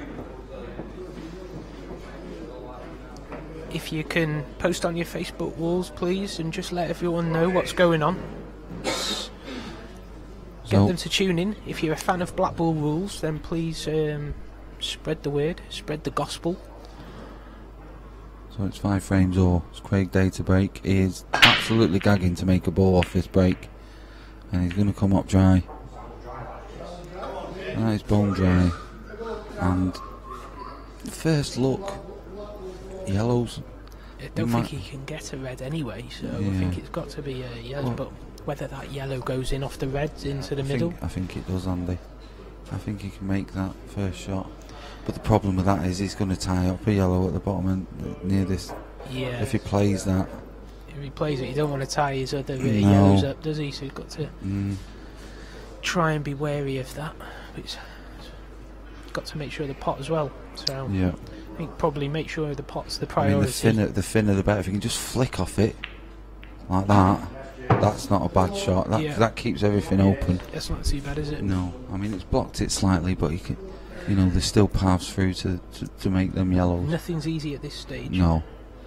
So we're looking at the layout of the table, and there's not really. Yeah, he's looking at a bit of a gap there down the cushion. So he just needs to float this yellow down the cushion. Just screw it out with a little bit of left-hand side on it to come past the red. And he wants to land in a gap between 2 reds for the next ball. And he's just about on it. He's just on it. Is he on that gap? If he's on that gap, then it's a good chance. Yeah, he's just on it. He can just get through the gap. He's looking. He's not looking at the one down the cushion. No, he's right. He's spotted the one that I'm right down the line, and he can get straight through the gap here. And if the yellow goes to the middle pocket, which he's just having a look at now, then this is a good opportunity. So what he's after doing, he's after potting the yellow right through the middle of the gap next to the red, stopping it dead, playing the yellow into the middle pocket. Right, okay, he's going to go that way. Okay. Could have played that way, couldn't have played the other way. I like the way he played that. That was a good shot. Yeah, that's a good shot. Onto the bad ball early. So he just wants to land on this straightish now. He's on it nicely. Come on. So it's all about the black now. I think does the black go in the middle pocket, Andy? The right middle? I can't see from here, but there's other pockets anyway, so. Well, if it doesn't go in the right middle, then he's only got the bottom left. That's right. And the top right. He's got 2 pockets for the black. So I think with where the yellows are, it'd be easier to play for it into the top right anyway. He's just solved that problem for himself. Well, yep, there we are. It now goes in the bottom right, which is an easier pot if you can get position. So now he's just looking to leave himself a decent angle now, so he can just stun up towards the blue spot, as it were, or snooker tables, anywhere near there, leaves him a nice comfortable black. So I fancy he's going to take this one on the right first. Just play it with a bit of check side, bit of left hand side on it, straighten it up. Needs to be wary though that when you're playing it with check, it's can Yeah. slow down off the cushions. So, and he's stretching slightly for that one, so it might be a change of plan. But the problem with going I still the- think it's the right ball Yeah, to take. it Though, is take the the right ball ball. bottom right. Definitely, because it Like you say, you just got to play it confidently Yeah, when you- you're playing it with check. Don't hit it 'cause half-hearted it's and easy, land it's short. easy, yeah, it's easy Because to the leave check this takes shot. the pace out of it when it hits the cushion, doesn't it? And he's using the rest. So, I mean, he should get on it right, but this shot can go wrong.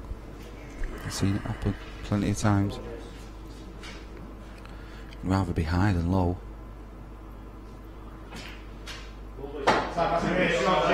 Absolutely spot on. Very good shot.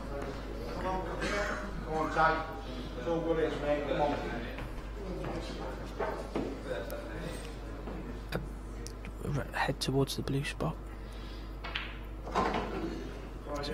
Underdone it a little bit. Yeah.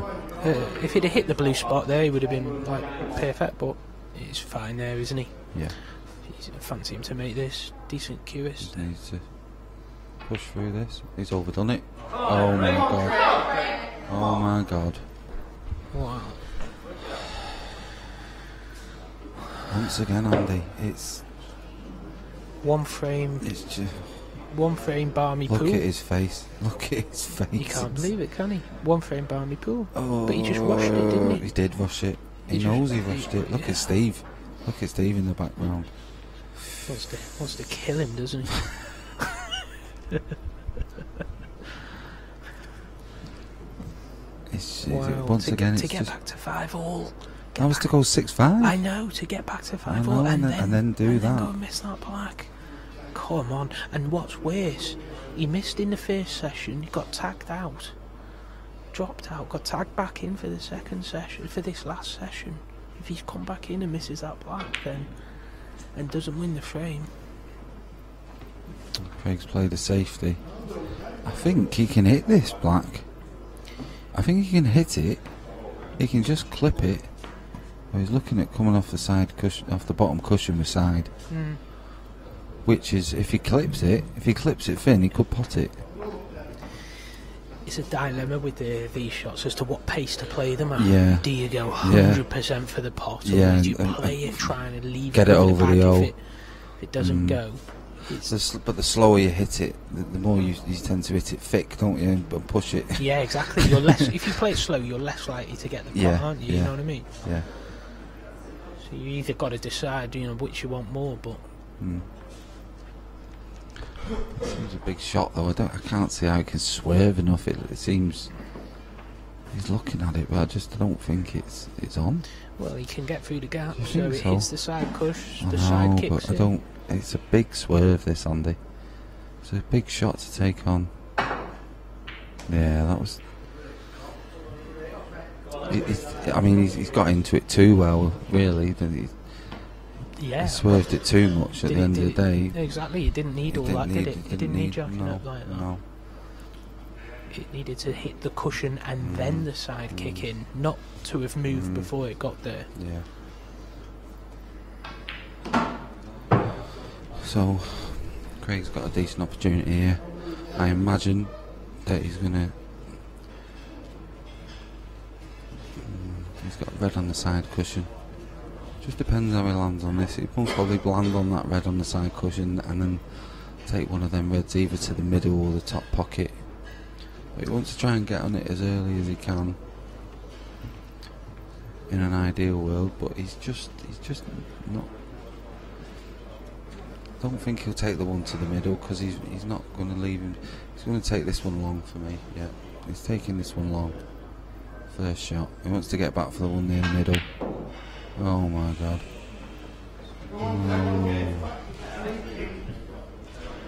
And he's not completely snookered, but the only pocket it goes in is the one where the red is. Does it go? Does it slip in there? I mean, that red's not over the pocket, is it? He's not even looking at it though. No, it doesn't go, but it could. It could.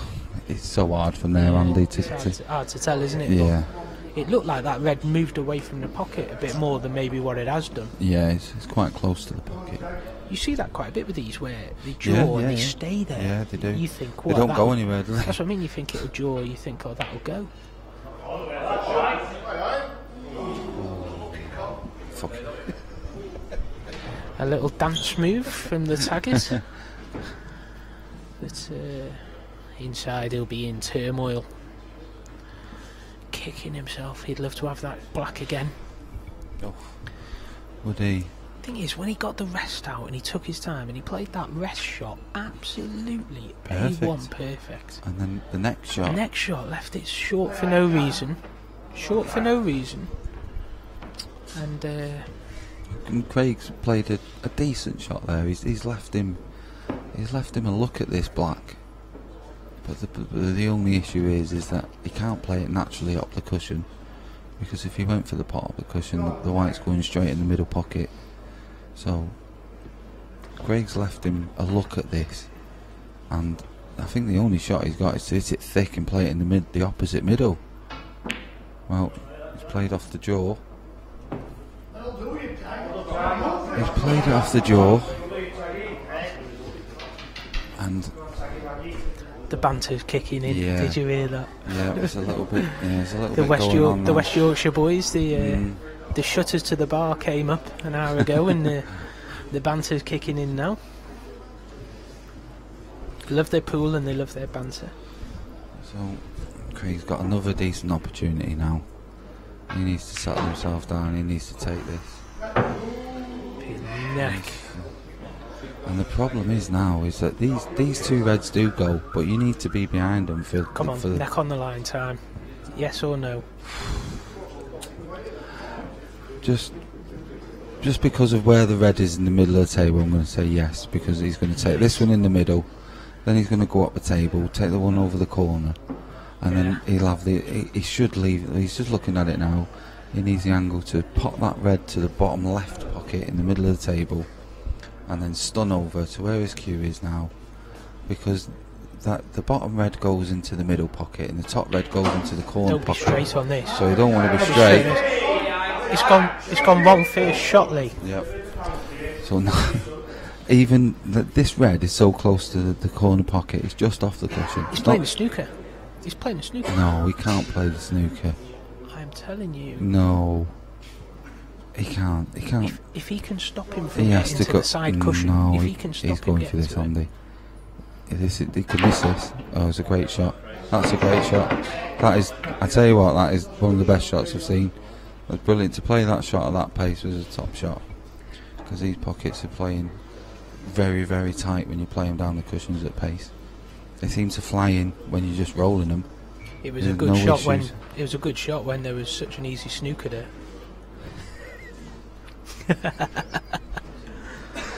Andy, you've got to go out in a blaze of glory, mate. You can't be going out with leaving balls over Well, O's. we've just seen the angle what he would have left Right. him. No, he couldn't get to the right hand side. He still needs to cue this, Andy. He needs to cue this, needs to get hold of it. If he don't get hold of it, he won't be on it.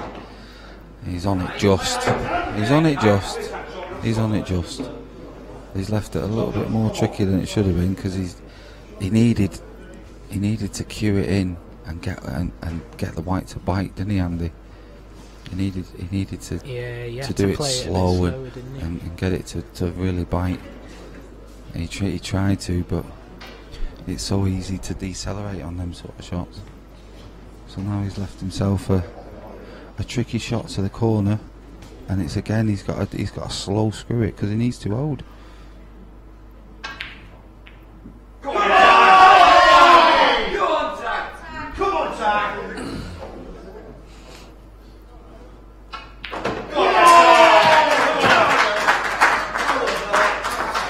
Wowzers! It's all happening here in Rhyl. Oh, and the laughing and banter started now. They're all giggling and looking at the Invincibles. First time in the match that the West Yorkshire team have gone in front. And what a time to go in front. And there's only one frame left. And here comes a guy that's stepped in and not lost the frame yet. been a good sub for him, hasn't he? Seb Webb. Yeah. Seb Webb's on. I'm not sure whether he's playing Jason or Gaz. I think he's playing Jason. So the Preston Invincibles need to win this frame to take it to a Blackball shootout. We're close to the end of the match. If, like I've asked you before, if you can just share it on your Facebook pages and let everyone know that we're one frame from a Blackball shootout.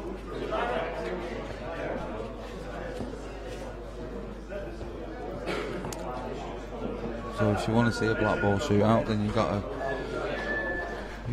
a plum for Jason Illia to make it 6 each.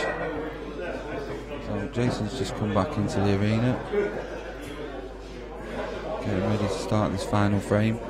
Every match so far, Lee on this TV table today has gone to deciding frame. Really? And this one's no exception now.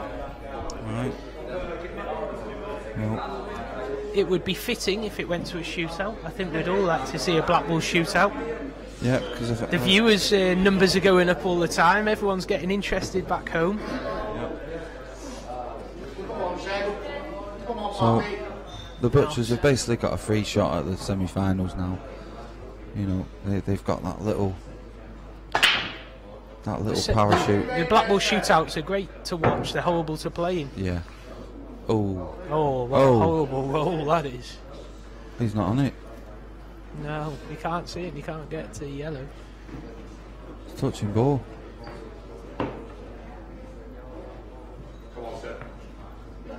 Is it? He's scratching his head. That's unbelievable. Crazy. I mean, it's not a clear-cut opportunity because there's a red stuck in between the yellows. Could do with a ref here, really, couldn't we? Yeah.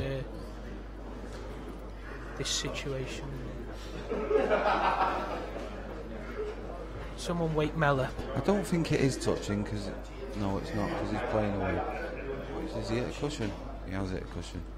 So he's potted the ball off the break, and he's proceeded not to pot a ball from the open table. So it's still open table now. So Jason has got his choice of colours.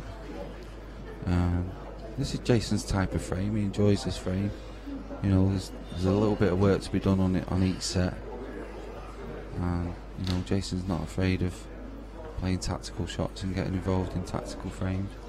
So he's a good solid player to have in this position. But it looks like he's spotted some sort of plant. It's a big shot. I don't think Jason will be pushing the boat out here. I don't think keep it. He knows that Seb's the one with the more pressure on him in this frame. So, like you said, he's got a bit of a free. No, apology, I've got that confused on. It's the other way around. Jason's the one that has to win this frame. Seb's got a bit of a free go at it. If anything, Seb's more likely to push. He played a great shot there. That's a great shot. Picked one out, didn't he? He has picked one out. Just the yellow next to the black. Yeah, he's played a good shot. I think that goes. I think the yellow next to the black will go in the bottom right corner. Do you think so? Yeah. I think if we can just pan round. Don't know about that. It's tight. I'm going to put my neck on the line and say it does. Well, it's a big neck.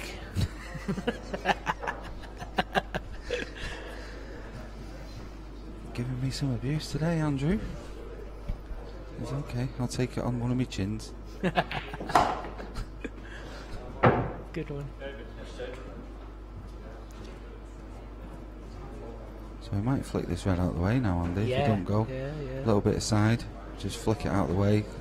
Yeah, because it'd be on the yellow in the bottom left, so it's a good chance. It's either that or Let's flick the black. It depends. I don't know what's stopping it from going. It must go. It goes. It must go, or you would have tried to do something different there. So your neck is safe for another day. Phew. But he's just left that a little bit short, hasn't he? He's a little bit short. Yeah, he has. And he's going towards the red. Than what he needed there. He might have to stun through the gap and leave this yellow to the bottom right corner if he can't miss the red. He's just floating it. He's just missed the red. That's not bad. Yeah, it's a good position. So now possibly play for the yellow next to the black definitely, yeah. Rather than leave it till last. Yeah. Leave it short so you can run it on and off the cushion, or don't overdo it so you're running towards the left. Leave it short, if anything, so you're running it He's overdone it. Not for me. Not for me, that no, shot. not for me either. I'd have took the yellow next to the black. Definitely.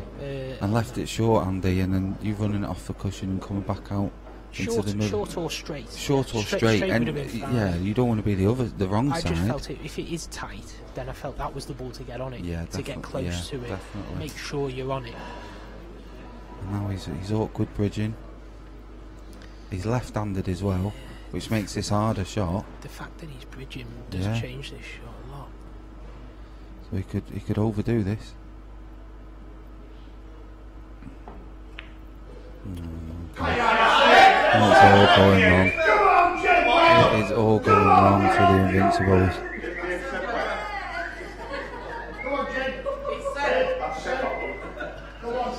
Steve Webster getting his sons confused. Doesn't even know who's who. So he's got first shot, bring this ball out. There's no obstacles really now. Jason will be kicking himself there, won't God. he? He will be kicking himself. If he'd have just took them 2 yellows the other way round, adrenaline kicked in and he overscrewed it. Just, all of a sudden, what looks an absolute sit is gone. It's the adrenaline of one frame team pool, isn't it? When you kind of analyse the frames back afterwards, there's very few frames that are a bit more adrenaline there. Where's he going? Oh my God, you're joking. What are we watching now? Where is he going, Andy? Where is he going? Mate, I have got no idea. I don't know what he's got 4 balls to land on. I don't know what he was playing there. Anywhere in the middle of the table he's going to have an option. I don't know what he's playing. And he's nearly there. screwed enough in the corner pocket. I know. He had like 6 foot of table to go into, and he picked the 2 inches which he can't put a ball in. Oh my God. So he's looking at a playing double and playing safe. Playing the snooker. Yeah, he's looking at a double. And has he blocked the up and down? He has. He's blocked the up and down as well, so it's not a bad hit from It's there. not a bad hit, but I don't think. I think Jason's favourite for me from this position now. I think if he can flick this yellow, it's tight. The yellow top left. Which yellow do you mean? He can't. No, he just can't hit it, can he? He just can't see it. Myself, I certainly think that red's a favourite in this. Don't get me wrong. I thought he could see that yellow then, next to the black. When you said that you thought Jason was favourite, you didn't mean Jason's favourite. I can see why I got confused now. I thought Jason could see that yellow over the bottom end of the table. I thought he could have played a decent safety and put him under pressure, but he can't, so forget everything I said in the last minute. So he's looking at... We'll see if we can get this edited, Lee, don't worry. Yeah. Get the gaffs. I think I've done pretty well so far. Get the gaffs cut out.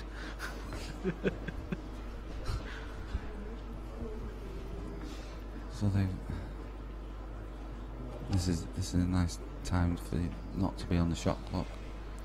For me, Jason's number 1 here is you don't give away 2 shots. Is he looking at coming round off? Why is he looking at coming off that cushion and hitting that ball? Oh, I don't like this. Why? I don't know. Come on, Seb. Why not just make sure you hit the yellow and leave the pressure on? Seb Webb. Just giving away that free shot. I don't think the free shot is going to take it. It's going to. I mean, if he's going to take the free shot. Well, the one thing you could do, I know you don't like to think negatively, but he could put the yellow that's by the top left, and then he's got complete control and he can play another snooker down the bottom end of the table there, but develop his red that's by the right cushion. Yeah. Leave a total snooker, and then next time he'll have an easy finish guaranteed. Yeah, I mean it is an easy finish now. It's not, they all go. Yeah, they do. But he's under a bit of pressure. That's what I mean. So get rid of that yellow, and then you re-evaluate. But he's got the option, if he wants it now, of laying another snooker. Which is what he's going to do. Yeah, and develop this ball a little bit, and it makes the finish easier for next time. Well, he's thinking, it's there, let's do it. If he's plumb on this to the middle, he might take it now. There you go. Yeah, but He could have gone either or there, couldn't he? Either or. Yeah, I can see the argument for either way. it's half-hearted though, isn't it, Andy? I mean, All I'm saying is, right, the red that he just played, yeah, as it happened, he got on it really good. And if I'd have got on it that good, I'd have probably thought, right, well, let's do him now. Do it now, yeah. But initially, when he was potting the yellow over the pocket, I was thinking, well, he's got the option if he wants of just developing that ball and leaving it where he's left it. He could make this a bit tricky now if he hits it, which he has done. Which he has hit it, and he's got. I know he's going to be most probably in the snooker again, but he's just, for me there. He's played an half-hearted attempt at a clearance when it was. What did I say? Yeah, yellow first. Yellow first. It was definitely. Right. Yeah, it was a legal shot. Yeah, it was.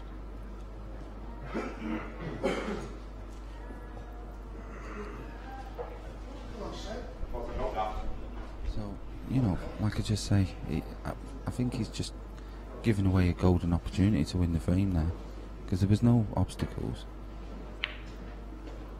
and admittedly he's still in control, but now his balls are getting more and more tied up now and on cushions. But I know what you're saying, but the golden rule is he's just not letting Jason see. No, but there's if Jason's missing a trick here for me. Yeah, if he comes two cushions, could go off the yeah, red, definitely.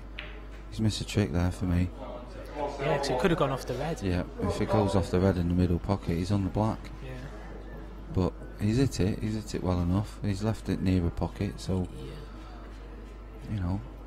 this is it again now. Does he play this? Does he play this over the decent crowd in for the end of this match as well? Yeah, there's a few people see the coming conclusion of the match. I'm sure they'd like to see it go to a Blackball shootout, although lots of them obviously West Yorkshire fans. Yeah. I'm sure that the fans at home would like to watch the Blackball shootout. So now what does he do now, Andy? He's not in a good position to lay a snooker. He's got a red down the cushion.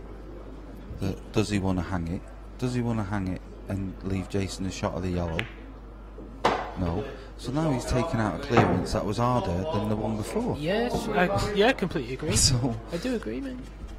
He's put himself in a position where he had a chance to win the match before, and now he's got to take a harder finish out to win it. This is it.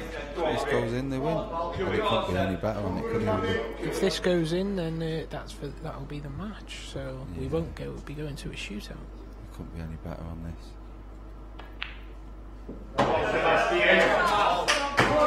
But he's left it near the cushion. He's left it near the cushion. Yeah. And he's off at an angle, and it's a little bit. Well, it's been a David Fairclough performance here from the substitute Seb Webb. So is he thinking of coming round the back? Coming round the back. Oh, wow. Wow. Wow. Wow. Well, we've got a good angle on the black into the middle pocket here. It's dead straight. Dead straight. Yeah. It's all over. And there we have it. The Butchers are into the semi-finals, beating the Invincibles by 7-5. We almost have the Blackball shootout, but it wasn't to be this time. Well, boys, you had your chances. You had big chances from, I think we were 4-1 up or 4-2 up in that match. You had a few chances, great day. The action will continue to come all day. We'll be back shortly with the next match, so stay tuned. Thanks to Lee Anderson for joining me in the box for that match. I'll be back later. I might be on my way home, I'm not too sure yet. Take care, everybody. We'll see you soon.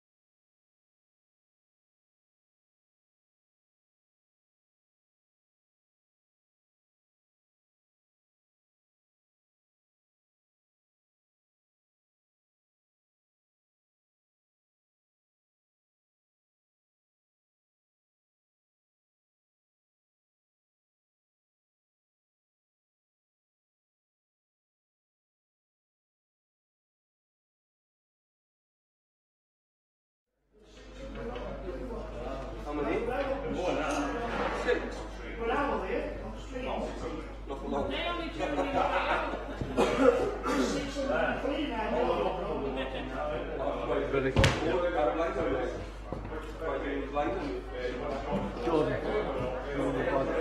We won the leg.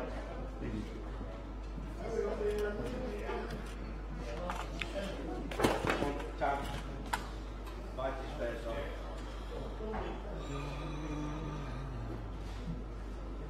I think he wants commentator coming in.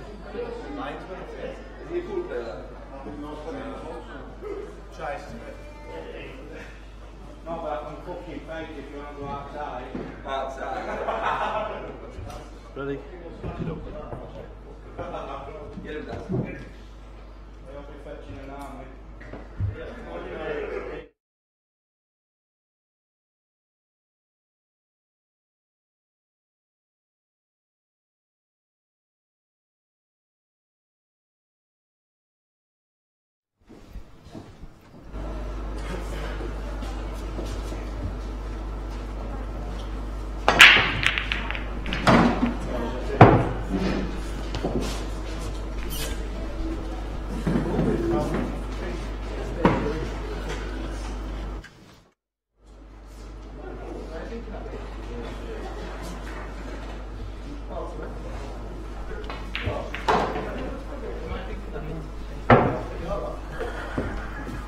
Hi all, welcome back for another match. We're at the semi-final stage now of the Kenny Cahill Super 3s in Rhyl. I'm joined in the commentary box by a player who you'll be familiar with because he just took part in the previous match. It's Craig Day from Preston. Welcome, Craig. Cheers. I won't say I took part in that. I'm more give the three Websters a chance to go on. Well, there is actually a good reason why Craig's in the box with me now. It's because I've just been and rescued him from the nearest bridge. He was just about to jump and I said, no, I need you in the commentary. So I'll do it later, don't worry. Thankfully, Craig, to be fair, Craig, it was a good match and it could have gone either way. And yeah, we all had chances, I think, all three of us, so it's one of the things. It happens, it's pool, isn't it? One frame pool in particular, you see funny things, don't you? You know, I mean, there was not many frames there which you would look at and say that only one person had a chance to win. You know, they were both, almost every frame could have gone either way, couldn't it? It's a very difficult thing to get into any sort of rhythm. I think, especially just playing the one time and coming off the table and then going back on again. It's almost if you play a bad frame, it's like it's sort of a knock-on effect. It's been a decent clearance here by Jordan. Yeah, well, it doesn't hang on Jordan, but obviously very good cueist. He is a rhythm player, like you just mentioned, so this will be a good start for them.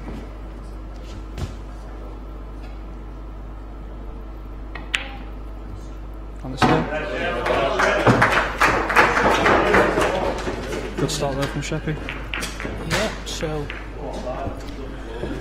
Jordan's team called the Georgian Dragon, and I think they're from South Yorkshire, and they're playing the Butcher's Arms, which is from West Yorkshire. Bit of a local derby. Possibly someone will correct me on that, but I'm pretty sure that's the areas they're from. So yeah, they're not far away from each other. Yorkshire derby, so there'll definitely be a Yorkshire team in the final. Who's your money on now, Andy? For the event, or yeah, I mean, I think probably your team was my pick for the event. So I'm not sure. I think probably the Derby lads are in the other semi-final. John Chambers and Craig Laking. It wouldn't surprise me if they won. But with this format, I think probably any of the four teams. Yeah, they're all good enough. Any of the 8 teams really that started today, but particularly once the semi-finals, any of those 4 teams, you'd think any of them 4, they're literally. The Derby lads played Jordan's team yesterday in the groups, and I think finished 8-1 to Jordan's team. Yeah. Strange, like you say, some strange results. Yeah, of course. People can sometimes read more into a scoreline than what actually happens in a match. But yeah, any of those 4 teams could win it, and obviously they'll all be keen to, because it's £3,000 to the winning team. Very good money. Did you forget about that, Craig, or was that on your mind when you were playing? To be honest, I didn't forget about it. I've remembered since anyway. It's decent money, so. Yeah, But I must say- I don't know. Maybe you're different, but when I'm playing, I literally don't think about the money at all. No, it's not Just something. think about trying to not make an arse of myself and see. We'll take it from there. Yeah, I've managed that. Yeah, I don't. I just don't really think about the money when I'm hitting the balls. I might think There's about no it a point, little bit is there? when you're sitting in your chair.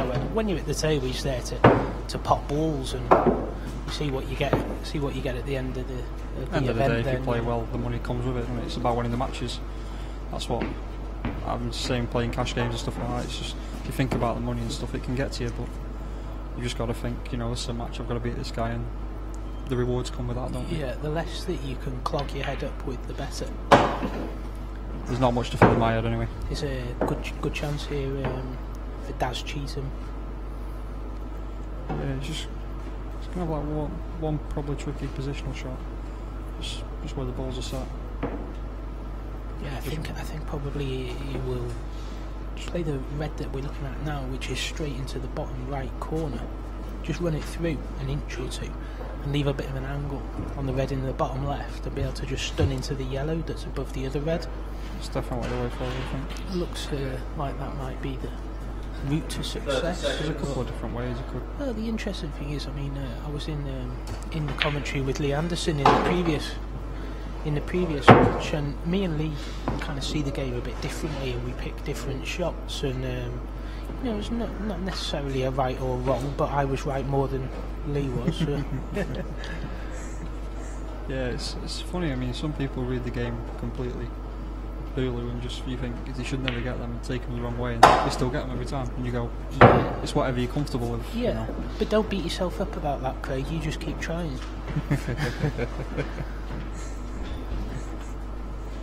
It's been a very good start here from Jordan Shepherd's team. Yeah, he's got a fraction more angle than he wanted here, but he should be okay to hold, shouldn't he? Yeah, the table's playing quick though. It's the tables in the other room probably not quite as quick as this, just because of the TV lights and Yeah, that's right. When they get those big lights on the table, it just speeds them up, doesn't it? It's a great arena though. I mean, I must say I'm very impressed. yeah, I've just noticed actually the shadows on the table. You see the shadows by the balls? They're pretty distinctive on this table because of the lights that we're using here. It's a bit. I'd find that a little bit distracting myself. Yeah, it takes a little while. That one's squeaked in. 2-0 to But it's the a Georgian good Dragon. start there. Yeah, good start, and the George go 2-0 up. The Butchers were behind in the match against you all the way until that final frame, so they won't be panicking just yet, but No, definitely not. I mean, they've not had a shot yet. I think it's time for... is it time for Stevie Webster? No, I think that was Steve then, wasn't it? No, Stevie Webster coming out now. Oh, right. That was Jeb Webb then. That was Shane. It's nice that there's a team which they're a family. It's quite unique, that is, to be honest. I can't think of any other. They're all good event. players as well. Yeah, they are. They're all good players, steady players. They just brought, I think they've adopted Jason Taggart now, I think, into the fold as well. Yeah, he struggled really actually in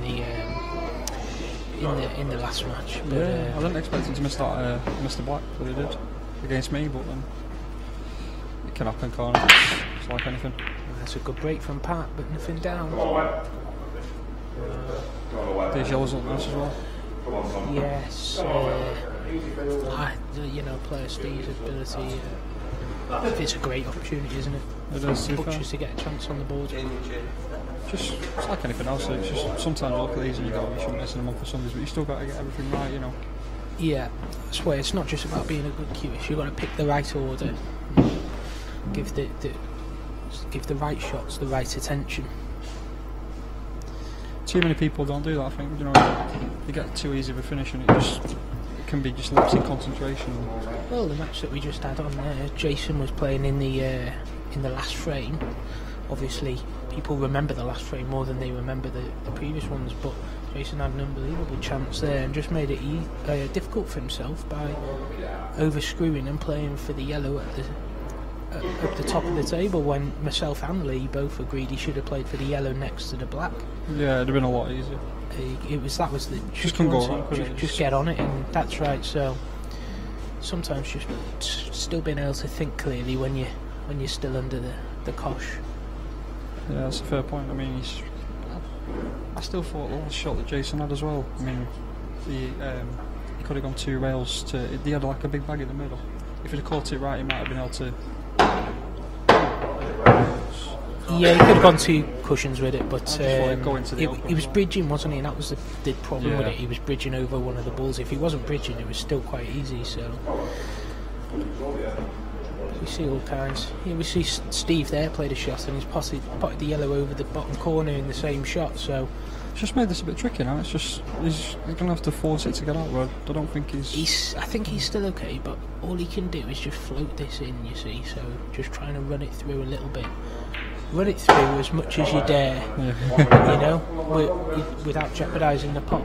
But it's hugged. The white's hugged to the cushion, hasn't it? Which just made it awkward. Just made it awkward.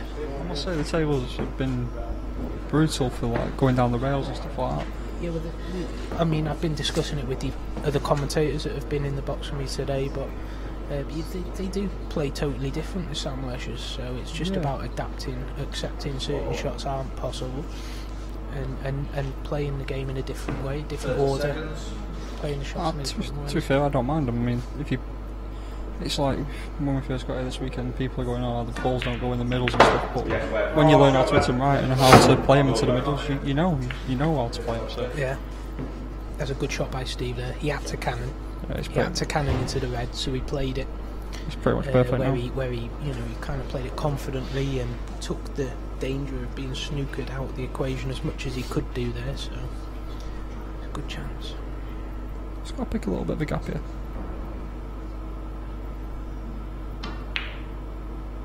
Yeah, that's a good shot. Well, that is a class shot. Class shot from a class player.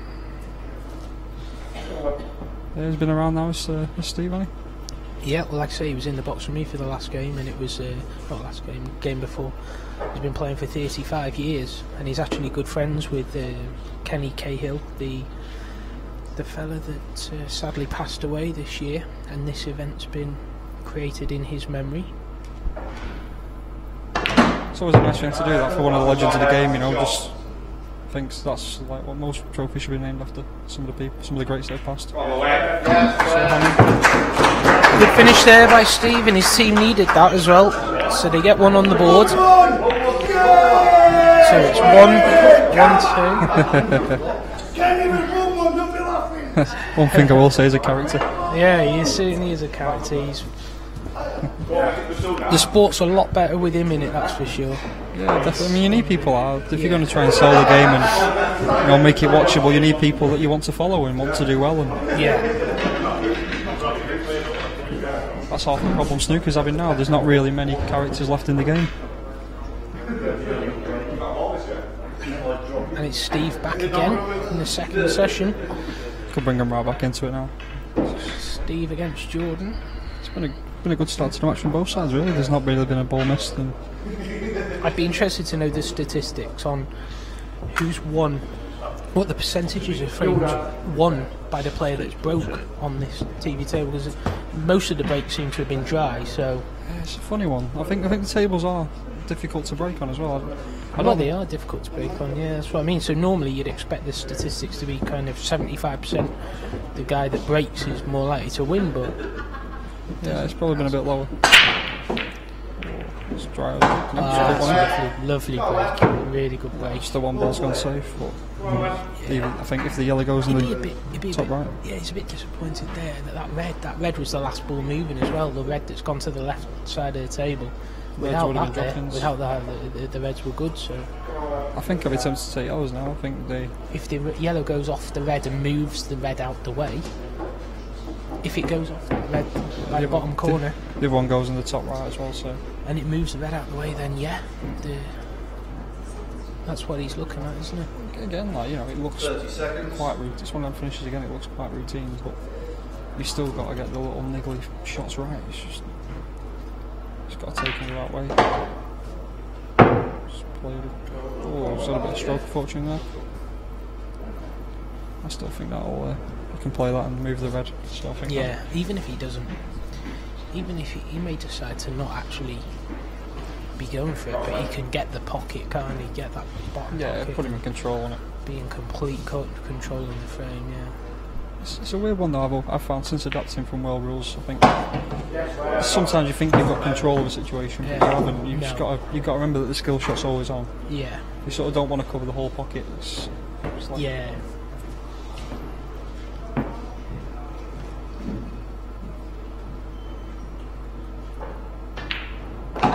Yeah, I like it, bud. Come on.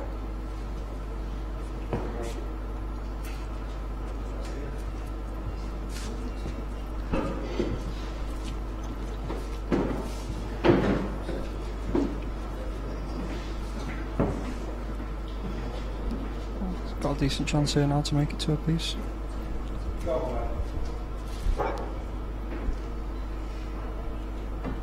Just got to be careful here, just wants the red to move enough to clear the black hole. I'm not sure if I can quite play it slow and the black hole's through there. Yeah, that's the point, isn't it? He's got to move the red out the way if he's going here.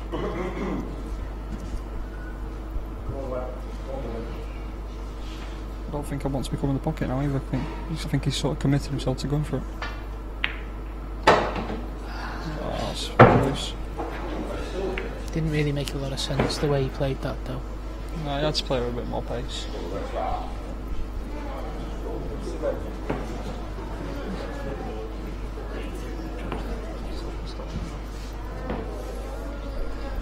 I'm not quite sure if he's on that. I think the way he's getting down he is.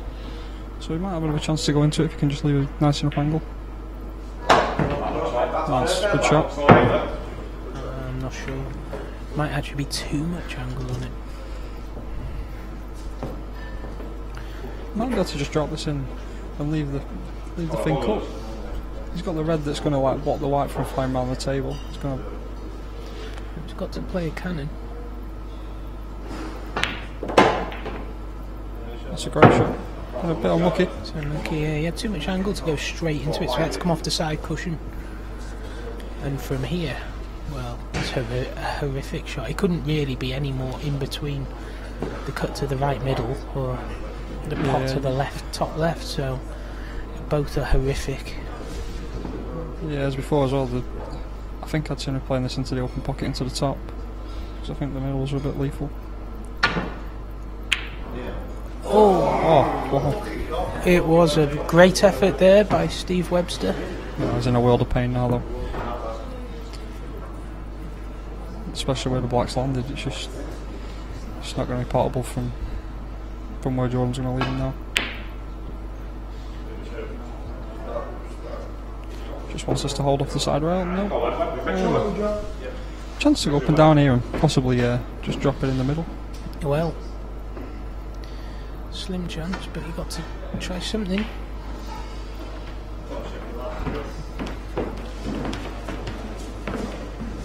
Once again, I think Jordan can move the red off the side cushion and lay the snooker. 3 reds to hide behind. Big target. Yeah, as soon as that red's moved as well. Exactly, so next time it'll be an easy finish.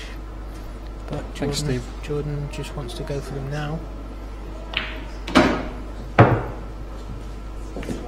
Jordan's been playing quite a lot recently. He's got a massive cash game coming up with Clint Lyons, hasn't he? Yep. Who do you fancy for that? It's a tough one, really. I think on paper, Clint's slight favourite. I just think he's got a more all-round game. He can win kind of every type of frame, you know. And he's been in better form in the last 12 months than Jordan has. You know what I mean? He's done well in big events, and Jordan's one of the best front runners. So if he can get in front, he's a cash game player as well. She's swapped his feet, but still there. Yeah, I mean he's had some good results and he's had some bad ones in cash games. So it's a bit of a a bit of a strange one, really. But I just think it depends on whether he gets a good start. It's important that I think Clink's able to probably come back, but Jordan will need to get that good start, I think. But yeah, it should be an interesting game, and both good lads, and yeah, so good luck to them. So there's Jordan managed to take them out anyway. So still, I think there's been one ball missed. Even that was a finish. Yeah, but that was tough. I mean, Steve hit that black to the middle really well, didn't he? It landed really horrible, to be fair. Yeah, he deserved better. He deserved an easier shot than that.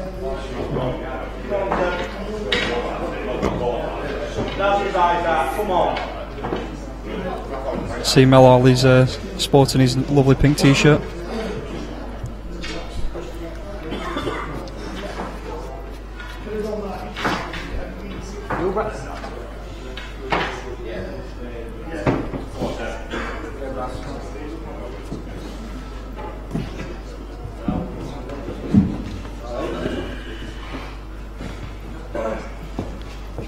Does Cheatham breaking now against Seb Webb, otherwise known as Paul. Otherwise known as the bench warmer. I think he won 3 out of 3 against us. I think he came off the bench. Yeah. Last try. Well. But yeah, he did. He played pretty well, actually.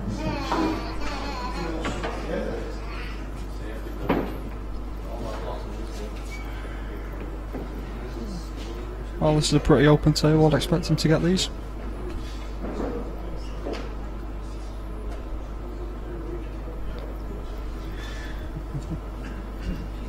This could be a long frame.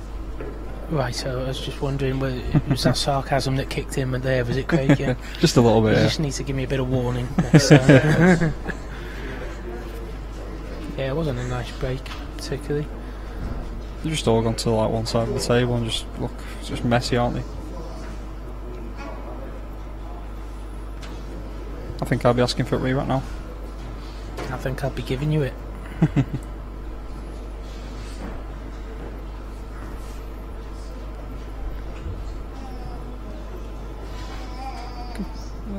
Yeah, it's just sometimes the situation is you just don't want to give a silly situation away. I had a game like this against Gaz Hibbott up in Glasgow, and it felt like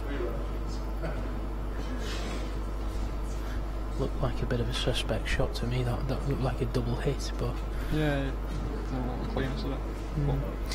And I was 4-1 up against Gaz in the semi-finals of the Scottish Open, and we're in a nothing situation like this, and we must have played 10, 12 kind of tip-tap nothing shots each, and then all of a sudden I've played one careless, not reached a cushion by a millimetre, and then Gaz has got cue ball in hand, smashed them all, and then ran out, and I didn't come back to the table till I was 5-4 down from 4-1 up.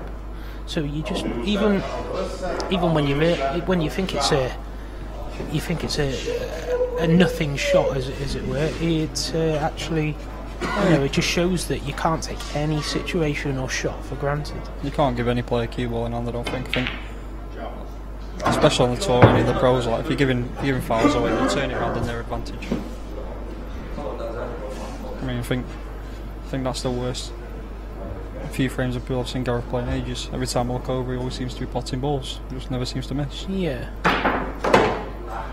He will have been a bit disappointed with his singles match as well, because he lost his semis in the singles this morning. It was not a good standard, but considering you got Neil's a top 8 player and Gaz is number 1 in the rankings at the moment, and they both really struggled, and Neil probably played about as bad as he can play, and he won. I think a lot of that was because of Gareth. I think he had 4 in-offs and 2 dry breaks. Yeah, his break was terrible. It's massive at that level as well. Well, it is, but if it wasn't for the breaks, Neil would have. He didn't look like he could really win those tough frames or frames with any problem balls at all. So every time Gaz broke and put the white in, it let Neil just bring out the bad ball, and you know, basically just roll them home, which is he does that well. He doesn't. It's what everyone wants to do, but he doesn't make many mistakes. Neil, I've seen, like, you know, when he's going to finish, he's very thorough. You know, but he goes about. Yeah, he's meticulous. Yeah, he makes sure. But I mean, he's a great player. But he did struggle. He did, and you know, now he's in the final, obviously, and he'll be thinking, well, I'm in the final, and I probably can't really play much worse. So he probably fancies his chances. He plays John Chambers, and we both lost to John, so we've got that in common. Yeah, both. Were you 6-4? I was 6-4 up and lost 7-6. Yeah. He had a bit of form against me, a bit of run, but it happens, doesn't it? Yeah, you know. I mean, I actually didn't miss a ball in the match, and I'm still not sure how I lost the match, but it happens. Yes. He's a little bit thin on this, but he should still be able to make it. It looks like it might be cannoning the other yellow, the one that's close to the cushions. It's just one of them things. You just got to make sure you pot the ball on. Yes.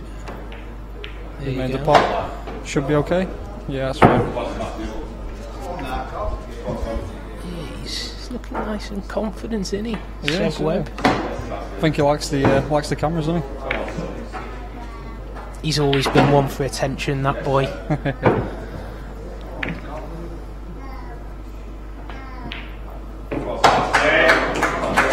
That's a good finish. Yeah, he's looking well, he's Seb. The man to go to at the minute for the Butcher's Arms. Would you say deficit? I think it's just about keeping in there, because you don't want to go 2, 3, 4 behind. This sort of short format, it's very, very hard to get back into it. Yep. Obviously, we managed to chuck a bit of a lead away against them, but well, I was hoping it was going to go to a Blackball shootout. Yeah, I know the players don't like it, but the spectators certainly do enjoy watching one. So yeah, there's one down at Nottingham for the last tour, and I think Bash McSood and Andy Blurton and Liam McPherson were all in like a 3-way one. That was fun. Bash is a character. Yeah. Well, they are good to watch and everything, but it's just a cruel way to lose a game, isn't it? A bit like penalties at football, I suppose. Yeah, I'm saying that the answer for you don't really feel like you've lost when you lose a Blackball shootout. You don't really feel like you've lost a match. Do you know what I mean? But I guess, like you say, it's exactly the same feeling in football. If you lost a penalty shootout, you wouldn't really feel like you'd been beaten, would you? You'd just feel it's like horrible. It's a bit of a coin toss, isn't it? But it's entertaining to watch anyway. So it'll be interesting to see if we get a shootout today. Shane just last ball moving just dropped there, so he looks like he's got a really good table here. If he can just might have just stuck on the red though, I'm not sure. Can't quite tell. He can get through to a pot on reds here. Yeah, I expect him to dish up. Yeah, he was looking at the yellows, but I think, like you, I think the reds are going to be the order of the day. But no, he's looking at yellows again. But he's got that yellow that's next to the reds by his hand now, which it looks like it goes in the top though. Goes in the top right, but you've got to get on it.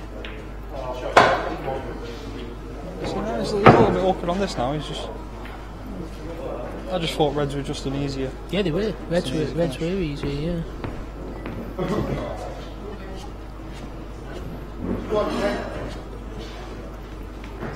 Seb watching on Shane's going to leave himself that big shot. Yeah, he'll be taking this a bit longer than what he'd like to win. He'd like to be really close to this.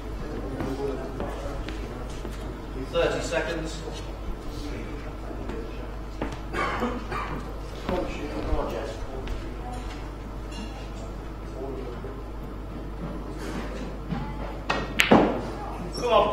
Again, I think I'd have just rolled that in and then took the long one. Yeah. I think that would have been my way, but try to force them down these rails are very hard. It's a shot that's not possible. Yeah. It's just a wrong shot to play on these tables. They don't take them, did they? Which is good though, because there's nothing more frustrating than watching someone pot a ball that you know they've missed. Yeah, but I mean, I find it frustrating watching players playing shots that they know they can't get. Well, Do you know what I mean? They should learn. They've been here playing here for days, for days now, so they should know that you can't do those shots on these tables. You play different. You've got to adapt.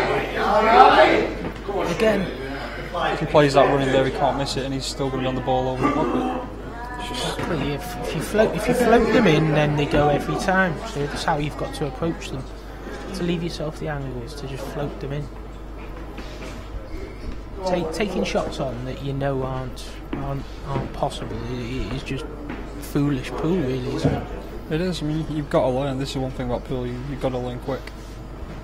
And some people just don't. They just keep thinking that they're on bigger pocket tables. That's right. Than what they are. It's my first. The pockets weren't that big for you, were they? In that last match, Craig? Yeah, that black. Yeah, it was a shocker. Needed the pocket to triple in size. I think, and the rest. I think could have done with one halfway up the cushion as well.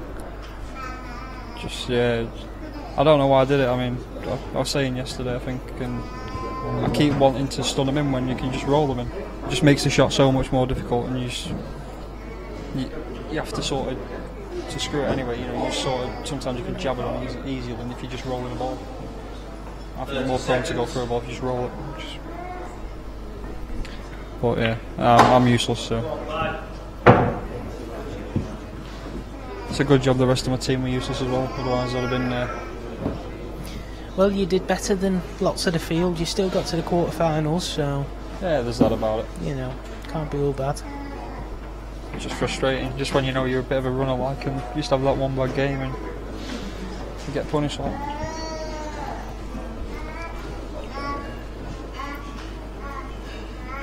I think we could have played till next Sunday, and I think we'd have still lost that match. Just everyone was, I don't know, just no one played well at all. So.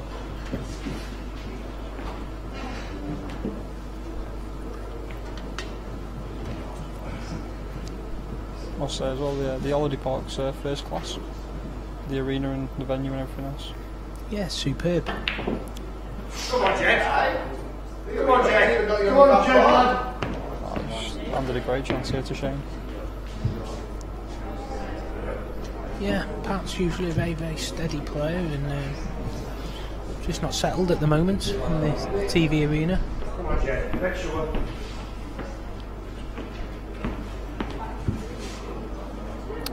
But like you said, very good chance here for Shane. Now you'd be expecting Shane to take these and put this one on the board, and this is to level it up, isn't it?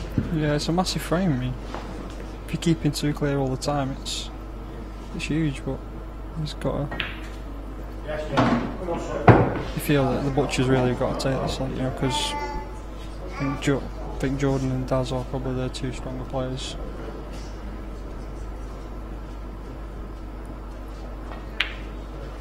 He's overrun that. Yeah. That's careless. Oh, he's careless.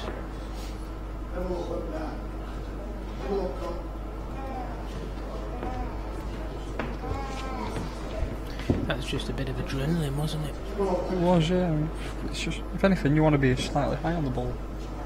You don't want to be risking going too far. Still expecting to pot the ball. Just played safe. Good shot. It's the right decision.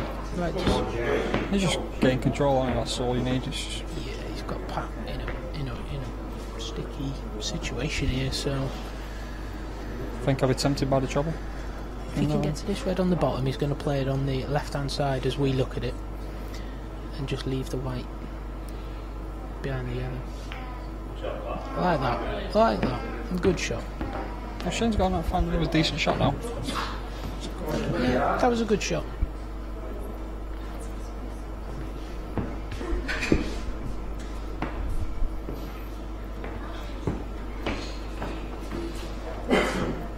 He's got to catch this fin. These are always horrible little shots to play. Just got to catch them right. Catch it too thick, it's going to be a disaster. You have to hit it so thin that you're worried you're going to miss it altogether. He's played that pretty well. It's good here. Pat's going to have to back himself to pop this one. I'd fancy it if you'd turn around to him, said you. Do you know what? I've just got a feeling he might knock this in. I think he will, yeah. Plays it slow. It's there. Oh, well, he's unlucky there, isn't he? He hit that. It looked straight down the cushion, didn't it? Yeah, he just caught a bit of the knuckle and that's it. I fancied him for that as well. I don't know why, 'cause it was a horrible shot, really. It wasn't an easy shot. Shane's under it close to this as well. Well, you see, there's a great angle we've got there. It's only just goes past the other yellow, but it goes, and it's that's there. a great shot. And it's there. He just looks a bit shaky here, Shane, doesn't he?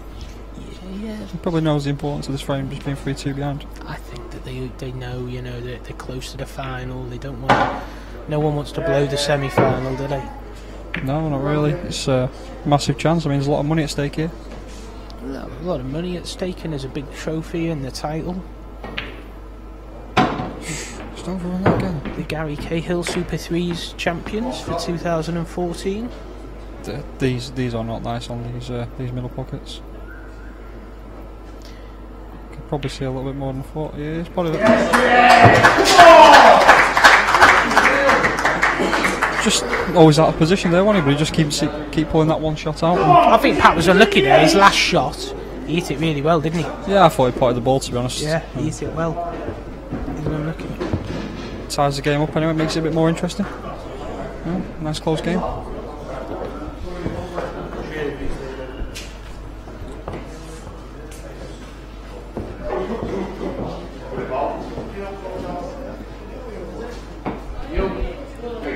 Got Sheppy up now for the Georgian Dragon.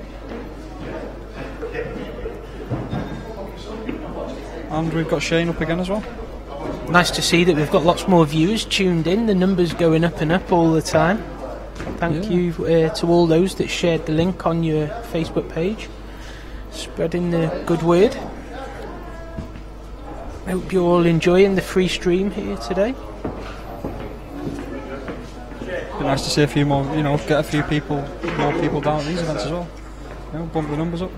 It's quality. I mean, come to these IPA it's been a good events event, and they're always well run. hopefully it'll be an annual event. And the guys at the committee doing the job they do. Just the events run bang on time and the quality. Make it an enjoyable weekend for all the players.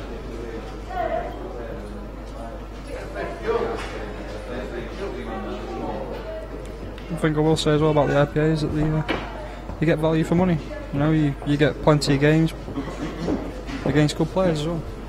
Which is what you want. You want to test yourself against the best. we've just got the details tied up for 2014 as well, Craig. So hopefully we'll see you for another tour season. Yeah, I'm hoping to hopefully take the pro card. Like you were telling me at the last tour that you won a cash game against someone, and that's paid for your tour for the next 5 years. Yeah, it's a nice one, that, Everyone could do with that. People just keep donating, don't they? So. But yeah, it's I can't recommend it highly enough. £450. I think I played. Wow, must be well over 20, 25 matches on the tour this year. Yeah, super. You don't get value like that anywhere else. It's brilliant. All the venues have been top class, just well run events. Sadly, I missed the last one because I'm away on holiday. So. And you, like you mentioned before, you've changed from playing the world rules, which you were brought up on, to Blackball. What's your take on the Blackball? How do you feel now about switching between them, or are you a bit more like me? I just prefer to try and stick to the Blackball. Yeah, I don't play any world rules at all now. I mean, I did like them when I was playing them and stuff. Not like them. I think they're just now. I feel like they're a lot more negative than Blackball are.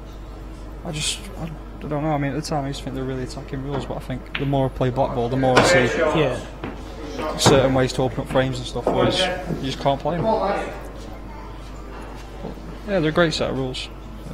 Definitely suit anyone who's attacking, but I think that it's very easy to switch if you play old rules in your local area. Yeah. Well, I was talking to Steve Webster earlier. He was in the commentary box with me, and he was saying that he'd love to see just one set of rules played everywhere. And he loves his pool. Steve does. He said he goes out 3-4 nights a week playing league pool, and they still get involved in different sets of rules and stuff. But it does his head in, and he loves it. Well, it's been a great finish here by Jed Webb. Shane putting another frame on the board. Good finish, and that was a good frame for them to win as well. Now found themselves in front, took out the George's strongest player as well. Butchers taking the lead for the first time in the match. Comeback kings, aren't they? Well, speaking of comeback kings, I mentioned before about John Chambers. He's one of my best mates. He's in his singles event this year. He beat EU 7-6 in the last 32. From 6-3 down as well. From 6-3 down. He beat me 7-6 from 6-4 down and 5-2 down.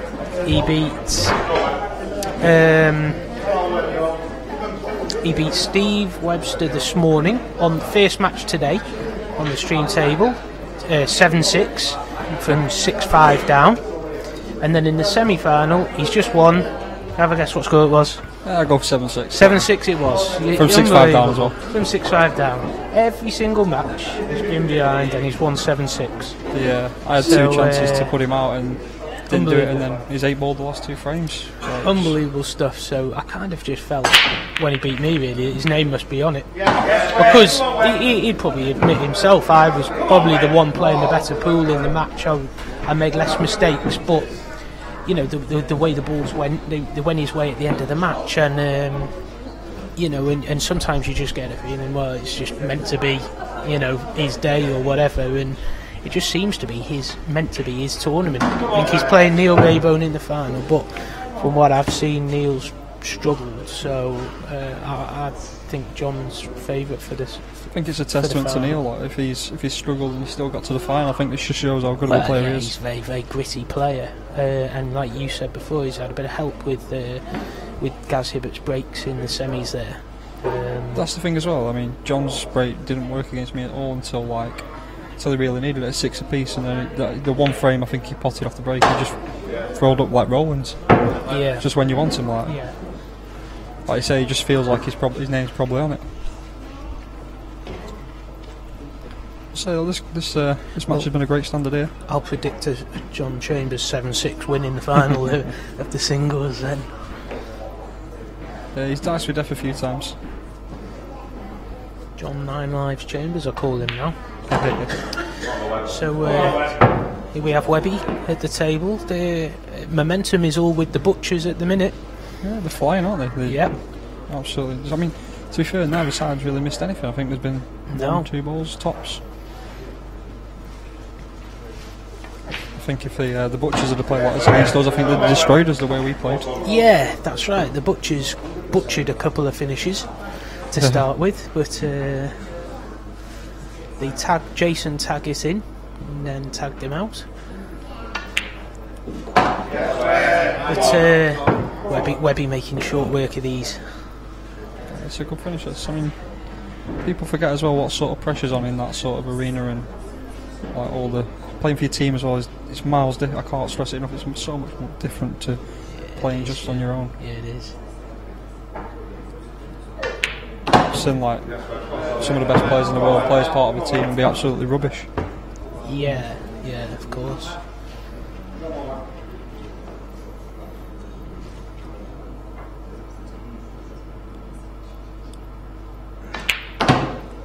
Ooh, I'll tell you what. Wow. That's careless. Wow. That feels like it could be a bit of a game changer. Wow. Don't see mistakes like that from Steve very often.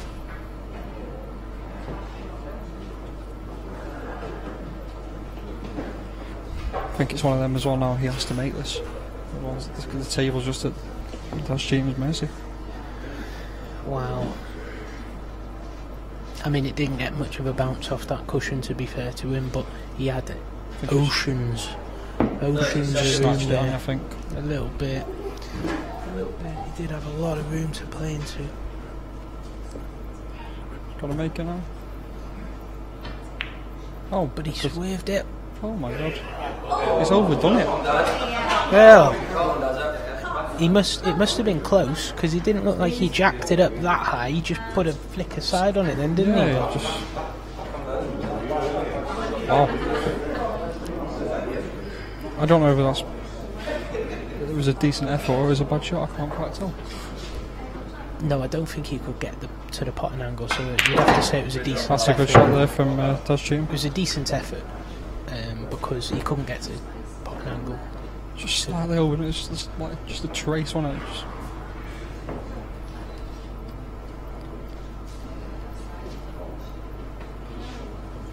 He's got to make his mind up here because you don't want to be screwing these. No, it's not.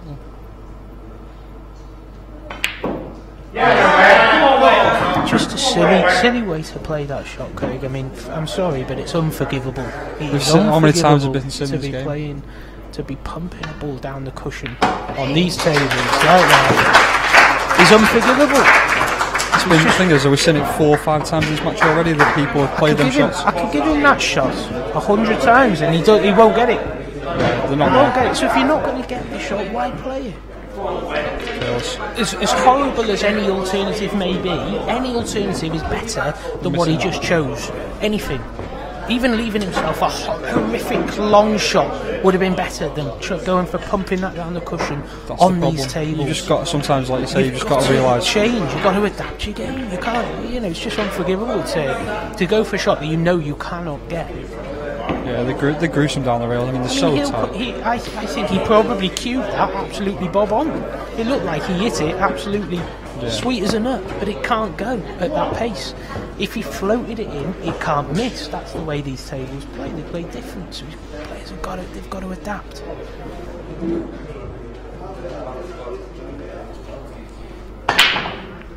It's a costly frame for his team as well. They've gone from being 2 frames in front now to 2 frames behind.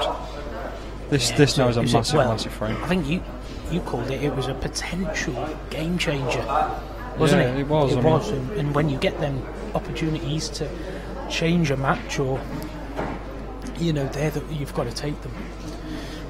It wasn't easy. I mean, to be honest with you, there was a chance of him playing a snooker earlier on, but he decided he wanted to go the aggressive route. But if he'd have floated the first plant in, he could have then laid a snooker, and it looked like it was tough for where's the white? Oh, Andy's gone out. I think at the minute, the butchers are quite blessed. Everything's going Butcher's way now. How many times you see it, like you miss a black like that and you don't get them sort of finishes, and then the other team clear up and game over. Yeah, exactly. You just seem to get away with all stuff. the momentum's with the Butchers now, and I'm starting to feel like maybe their name might be on this comp. I don't think they're certainly not the favourites in my eyes. Their team compared to some of the other teams, but I know they're one thing, they're a team, aren't they? As well. They're a good team, but I think there's better teams on paper than the Butchers. I could probably pick 4 teams that are better on paper than them, but I think that also I know it means a lot to Steve, and they're fired up for it. Yeah, which is good. They're very fired up for it as well. So this is a massive chance here. I'm not quite sure what the delay is. What was the delay? I think it was something. What's the hold up?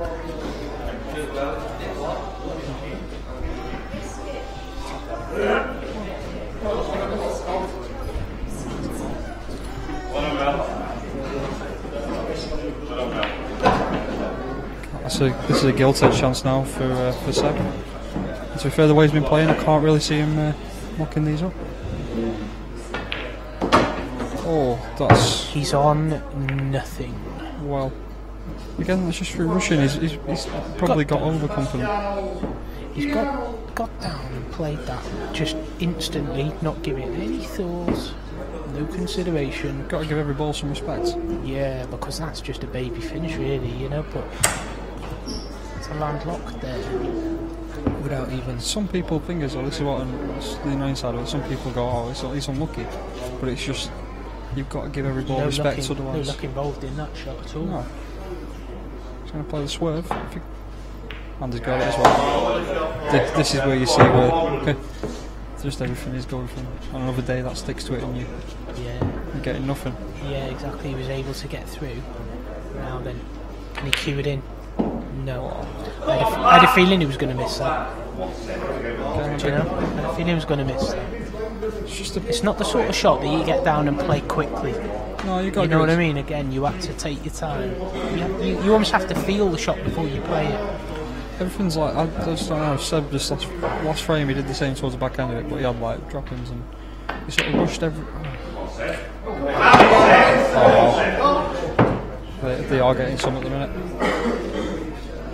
This is this is a massive frame to win this. Well, I mean, I've seen Pat play quite a few times, and he is actually a good player, Pat.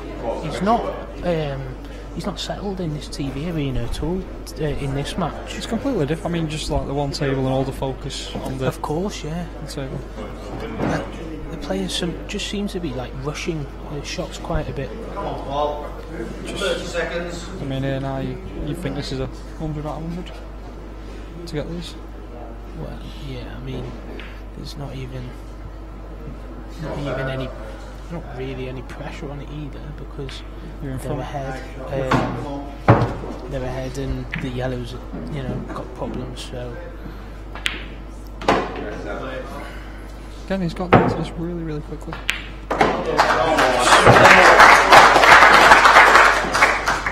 Well, there we have it. Another frame for Butchers. One frame away from the final now. 6-3 up. They were 3-1 down.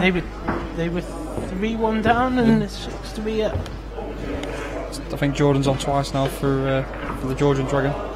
This is a massive part of the game. He needs to, well, obviously they have to win every frame, but if he can just get these, keep plugging away and get to 5, and then there's a bit of pressure on the Butchers then.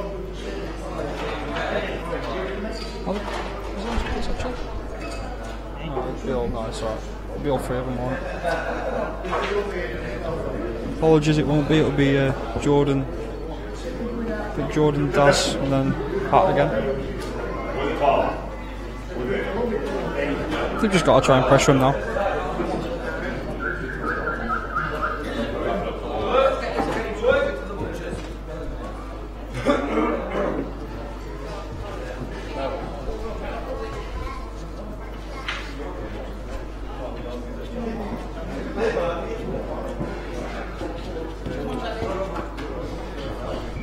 Good thing now for the Butchers, they know they've got 3 chances to win this game. And they've got 2 of the breaks.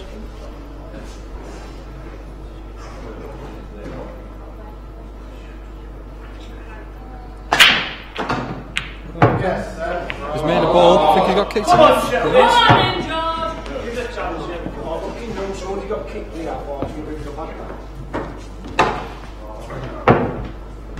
Paul's been a bit unlucky there. Getting kicked off.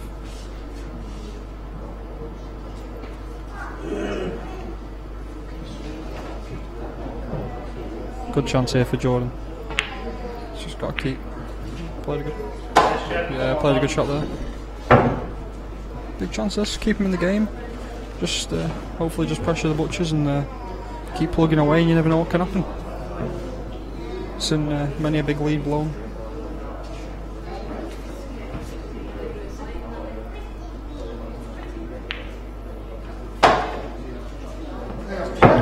Oh, it's a bit of a strange choice shot for me. Okay. I don't know what that positional shot was.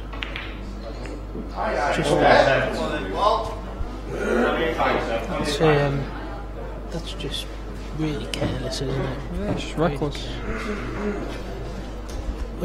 It's one of the things that worries me about Jordan. He does lose frames like that he just never should lose. When he's under the cosh a bit, and pressure's on, his kind of carefree approach to play doesn't work. And And so with this big game next weekend, you know, he can't afford to be playing him with an approach like that. But at the same time, it works when he's rattling 7-0. His best pool comes. His best pool comes when he does get himself going and gets himself firing. So it's a bit of a catch-22 for him, isn't it, as to how to play? Yeah, he's just got a sort of buzz, and he's a very. I've seen him play games before and just like rattling 6-7 frames up on the trot. That's what I mean, yeah, he can, yeah, especially once he gets in front, he can. It's quite a way away there from Paul, and I think he's got away with it there.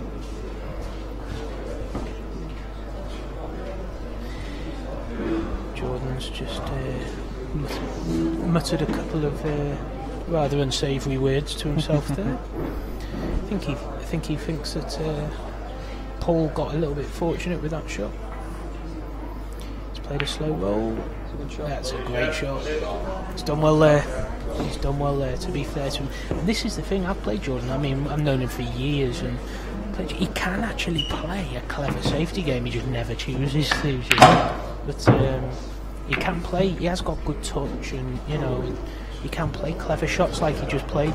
I think it must be one of the things as well for him, just because when he practices, he must be running like rack after rack after rack after rack. Yeah. And just get into that mode, don't you? Yeah, he's a great curist and a lot of ability, but we just seen how careless he was with that finish. He could cut that out of his game. Exactly, if he could be a world. Exactly, you know. Could be a world champion. That's the difference between Sheppy and, you know, for me, the likes of Potts and Mick Hill and Marsh maybe, and Farnsworth when he was, you know, still there, and obviously loads of players before that. But they don't make them careless shots. They still give the shot all due attention. Yeah, I think Lee Clough was one from our way. He just always seemed to. Everything was like, you know, on a bob, nothing strenuous. It seemed easy almost. Yeah, I mean, you're talking about someone to the other extreme there, because Lee was too slow, so often it didn't bring his best pool out anyway. Great player, unbelievable, really, really solid player. But I actually saw him play his best pool when he had a 30-second shot clock on him. Yeah, in the Masters. In the Masters in Gloucester, I commentated on it. And Lee played his best pool then when he was actually forced to play faster. Sometimes he got himself bogged down.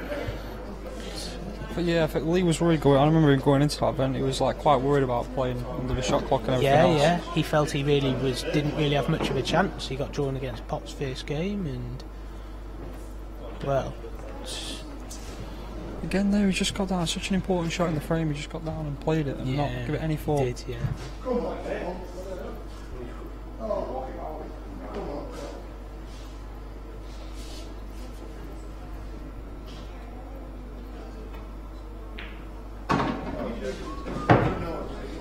Again, though, big frame because if they missed a chance here, the butchers to win it. Blown it, yeah.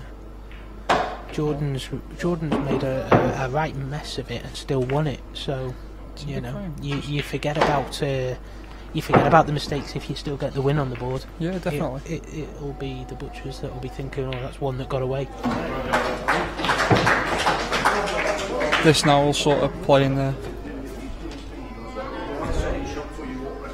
It's playing the minds a little bit, you know. It's a little thing, especially if they miss a chance in the next one. It's just you're going like 6-5. It could have been over. We should be in the final now. Everything tucked up.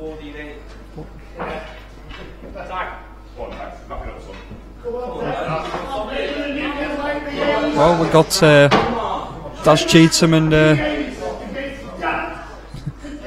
Jason Taggart and Daz Cheatham coming up next. They played in the, I think it was on the Saturday in the singles. Daz run out a winner. Chance for some revenge now for Jason.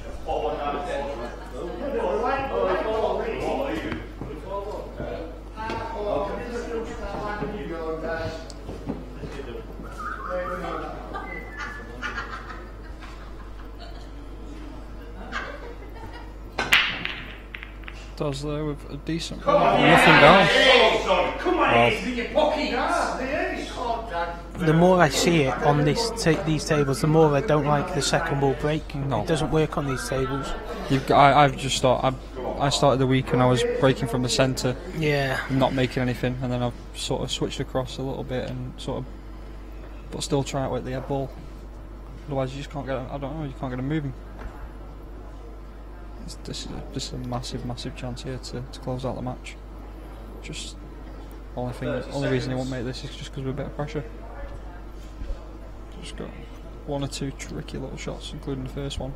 But if he gets it right, I think it's a monstrous chance.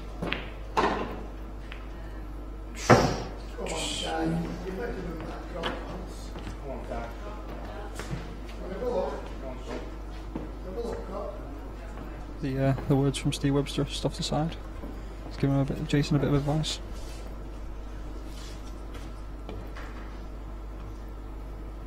He's got a couple of problems now. Oh, it's what again? It's what? Oh, it's flick one.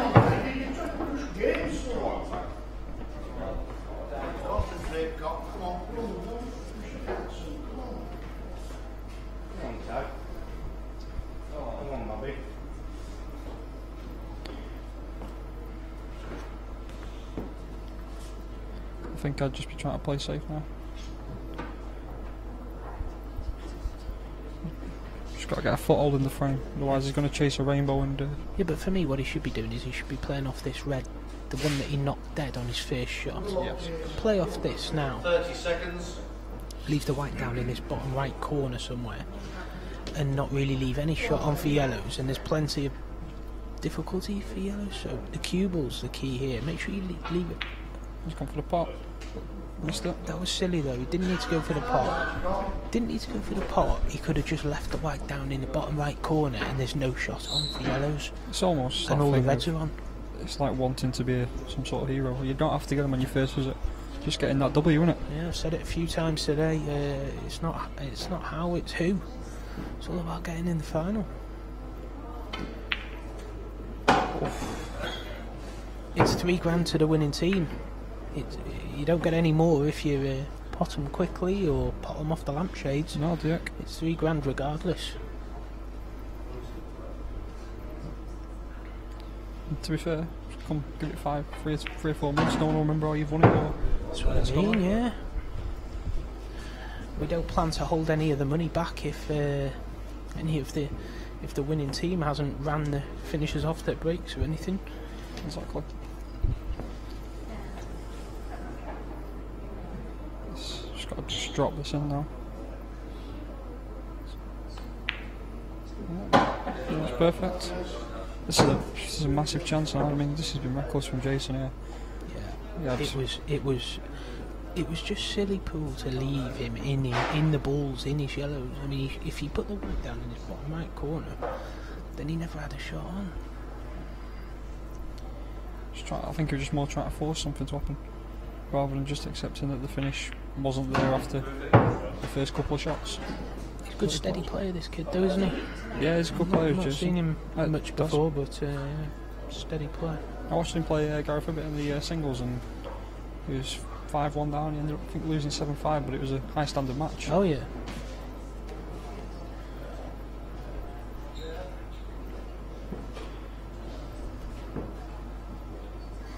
Is the other semi finished? Was the other semi finished with Preston? It's been a quick match, like this.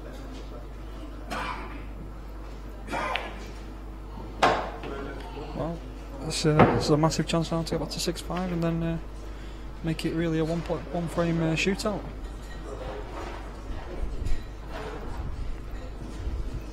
This was the problem. I mean, the Butchers have had a couple of chances now and they've just not taken them. This sort of has an effect, I think. If you feel more pressure if you've lost a big lead than if you've had, like, you know, you're coming back. It's like momentum factor. Just got to get this one right though. Just a couple of it's perfect. Just a quick footy update for you, Craig. I know you like football as well. Man United lost 5-3 today. If you're watching our fan, have some of that. all jumped all over my Facebook page yesterday when Liverpool lost, so I'm no different. I will take a little bit of pleasure in United losing. I've also got Ujoa in my dream team, so crack on, son. And you're also a betting man, aren't you, Craig? I am, yes. How about this for bet of the season? Yeah. Man City and Chelsea to be 0-0 at half-time away when Chelsea are away to City. That's got to be bet of the season, 2-1. To be 0-0 at half-time. Now, I want you to bear in mind how Mourinho sets his teams up for big matches when they're away from home. I think they're slightly different this year, though. I think they've got that bit more of attacking edge to them.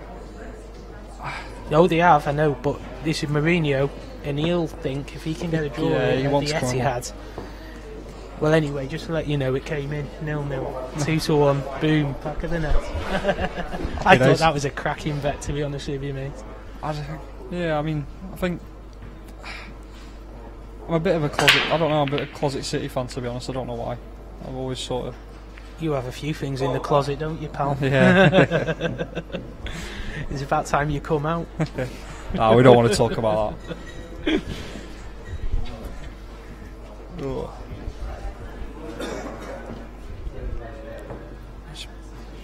Getting this frame's a bit scrappy here. I mean, it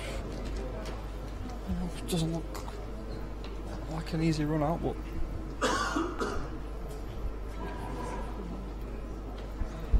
it might be on, you know, if you can just get through to see this first ball, like past the knuckle. But I'm not sorry, which ball are you looking at? Are you looking at? Yeah, the red, just past the red down the cushion, are you? Yeah. He obviously can't because he's gone yellows. Yeah, he's good. It's a good shot from Pat. It's open the frame up now, that has. Yeah. Just got one shot to play. That's right. It's that one ball, isn't it? Just that you one can play ball. this now. You just trace aside and run into it. Yeah, it's not a natural angle, though, is it? So you're kind of playing it with a bit of stun inside, aren't you? If that's what he's doing, but he's got quite a big target. But you see what I mean? It wasn't a natural, was it? It wasn't a natural, so it had to be forced a little bit. I think the only thing, he could go into it now, but if he'd have done it harder with more left-hand side, that was the way to play it. Playing it soft like that is very hard to judge. He'll play the cannon now, but the only problem with that is now there's no ball to be guaranteed on. I'll be honest with you, I feel for Pat a bit here. I'm kind of rooting for him a little bit here because he struggled in this final, and I thought he was unlucky in one of his games. And yeah, he just missed that ball. Then he was. He's gone two cushions. He's found the gap. He's a bit unlucky. But, in fact, to be honest, that's not the worst thing in the world. You can now sort of drop this in and leave an angle to just cannon it. Yes, that's right. If he can leave an angle. What he wants to be able to do is cannon the red. So what we're looking at is putting the yellow into the bottom right corner, leaving an angle on the yellow into the top right corner, so that he could run the cue ball through into the red that's next to the yellow.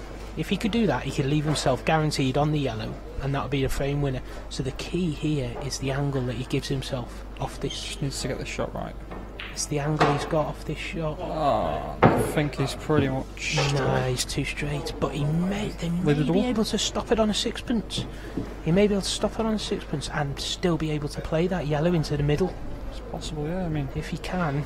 If not, even the double might be on. Well, yeah. If he can't, then that's what I was going to say. If he can, it'll do that. But if he can't, then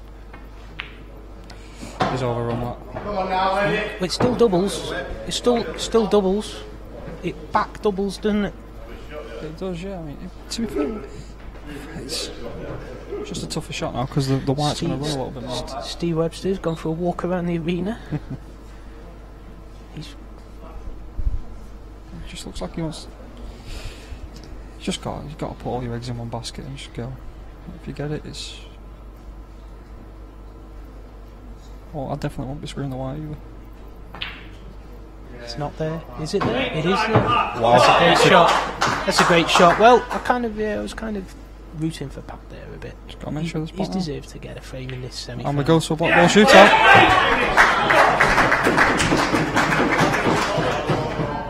That was one hell of a finish under quite a lot of pressure there. Yeah, it was a good finish, and I'm glad for Pat there. And well, he's redeemed himself now, hasn't he? Ladies and gents, it's just got interesting. We're going to a shootout. Spread the word, please. Tell your friends. Stick it on your Facebook. Tell them all. Tell them if they've never seen a Blackball shootout before that there's one on live coming up now. There's $3 grand on the line, so there's going to be some tweets involved here. This is an hour. I don't think there's anything worse than just having to pot a ball, not having to do anything with the white. It's just a. Oh, we've got Jordan Shepherd up first. What way do you like? Just to roll it in or to screw it? Or Myself, I'm a floater. you float? I'm a floater. That's how I play them. So. Oh, Jordan's made that one. 1-0 to the Georgian Dragon. They've got the momentum now. One thing I will say about Jason is he used to be, I think, virtually a pro snooker player. So he potting balls for him should be pretty. I like this tactic as well, taking a bit of time, and I don't like how close he's putting it to the cushion. He's making it harder. It's very close to the cushion, and he's hitting down on it. I don't really like that. Nailed that. Very good black though. Excellent. Cued it in lovely. That's one thing he's going to have him on the side. I think that's why they put him up first. Yeah, I think he played it so wide so he could play it with more pace. He likes to cue them in a bit harder. So that's why he took it so close to the cushion there, but that was a good shot. Does cheat him now?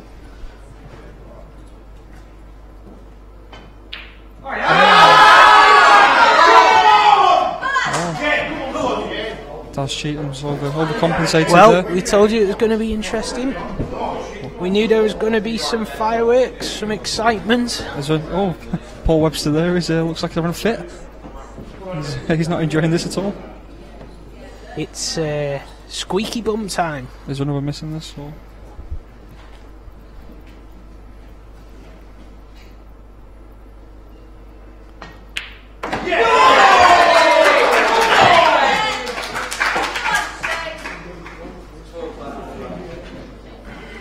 Well, this is a pressure one, this, isn't it, to keep your team in it.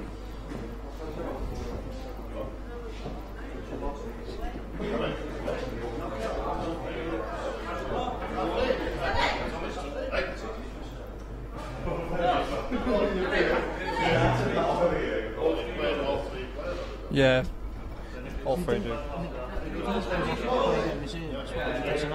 No. Then it shouldn't have, yeah. I think they're doing it on the finger. Say all three rather than straight to the left. Well, it's a bit of a. Yeah, I think so.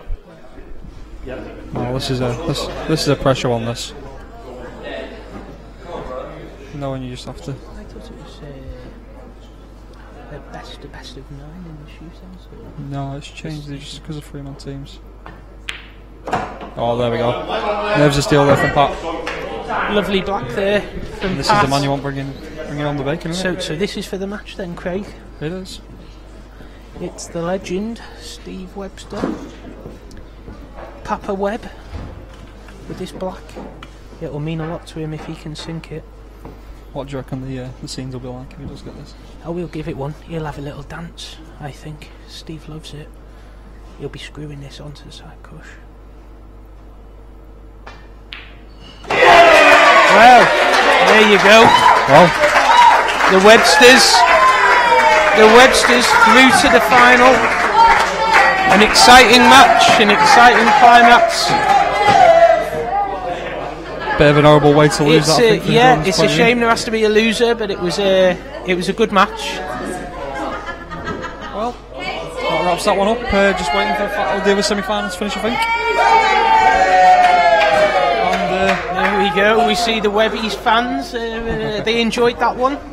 The one good thing about the Webbies winning is that we have the fans for the final, don't we? So I said to you before, Steve's a good friend of Kenny Cahill, and it would mean a lot to him and his boys if they could win that title. And he's good friends with Alan Marshall as well, who's the promoter involved in this event. So it would be a nice story if they did go on and win it.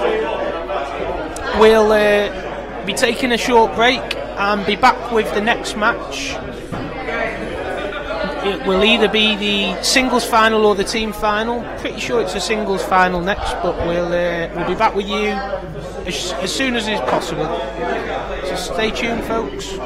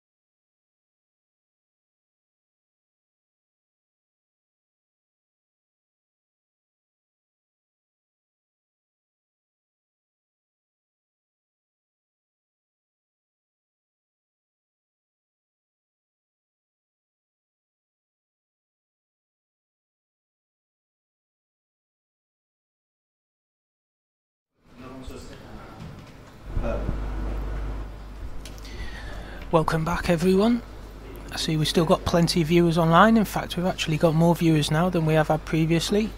So we're about to start the singles final for the Kenny Cahill Super 3s weekend. Those of you that have just joined, we're in Rhyl, and I'm in the commentary box for this final with Craig Lakin. Welcome, Craig. How's it going, mate? Looking forward to the final? Yeah, I am, yeah. I'm good friends with John, and he also beat me in this tournament. But I've known Neil a long time as well, so yeah, it's a tough match I've got a feeling for John, just because he keeps coming through 7-6s, and sometimes you just kind of you just think it's meant to be, you know? Yeah, it's like he's just meant to win. Yeah, I've got a feeling for him. He might win this one, but Neil's struggled a bit, but still managed to win, you know. So he had a match earlier, and he struggled against Gaz Hibbott, but the breaks went his way, and he managed to win the match. So he's got himself through to the final. So it'll be a tough match to call. It'll be interesting to see the different styles. They both play from different approach to the game. Yeah, I think the breaks will decide it.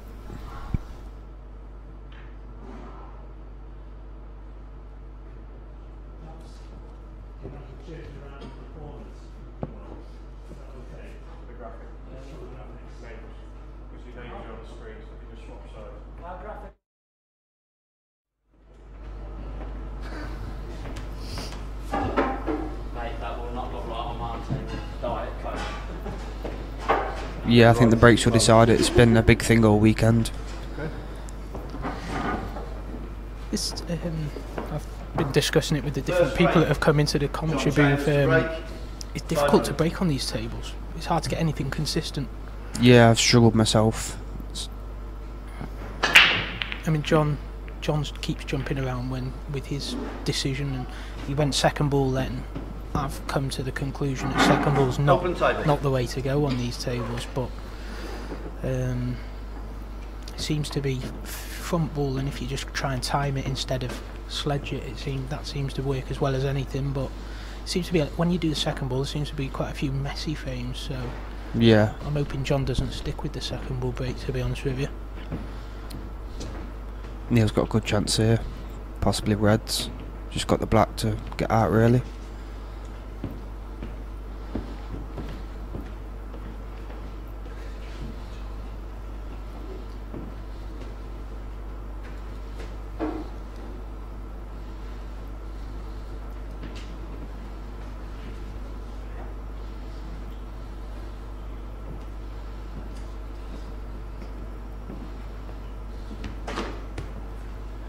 Seconds.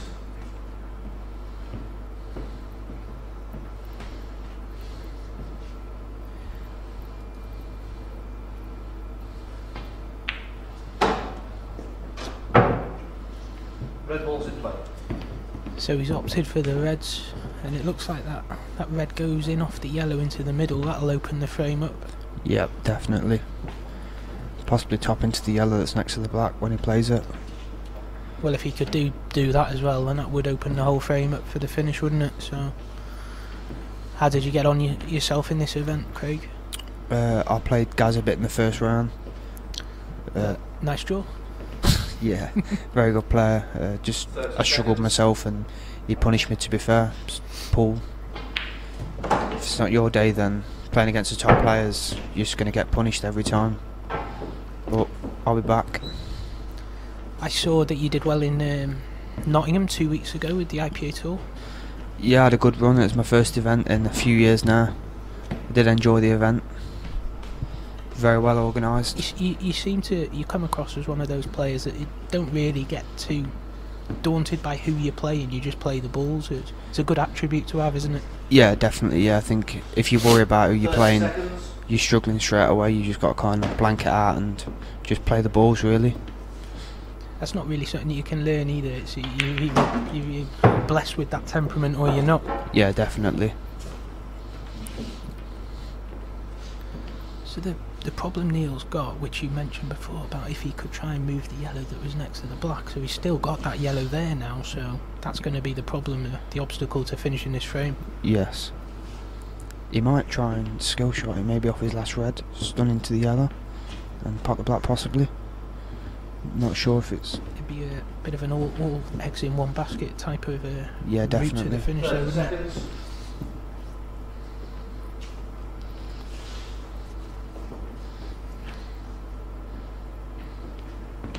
I believe you just got through in the team event to the final as well, Craig.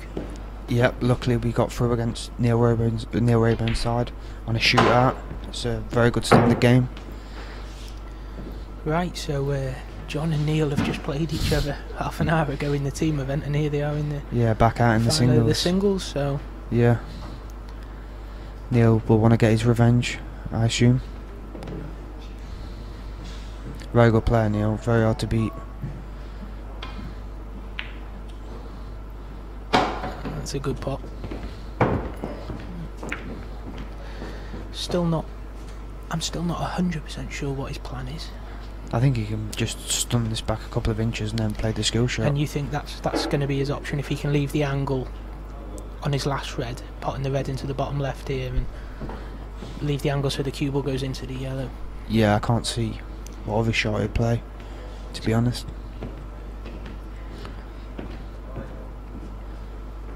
Very different styles, these two. Yeah, Neil's very meticulous. You'll see him walk around the table 4 or 5 times before he plays a shot. Whereas John, he's a bit more of a rhythm player, isn't he? Yeah, very fast, very attacking. Once he gets his rhythm up, he likes to keep it going. Oh, error by Neil. Chance for John. Are you a little bit surprised with how he tried to play that shot? Yeah. Trying to push the red over, wasn't he? He played to go into that red. Yeah, maybe he didn't have just the right... holding it for the shot that you called. Yeah, maybe he didn't have the right angle. John's played a good shot there to develop the yellows. Just one good shot now and opens the frame up. Oh, he's cued across that one, Craig. Not good. Maybe signs of nerves. First frame. You'll be hoping he gets rid of them for the team final, won't you? Let's hope so. Get him out of the way now. Surprised he's missed out. He's been playing really well all weekend. Not missed a great deal.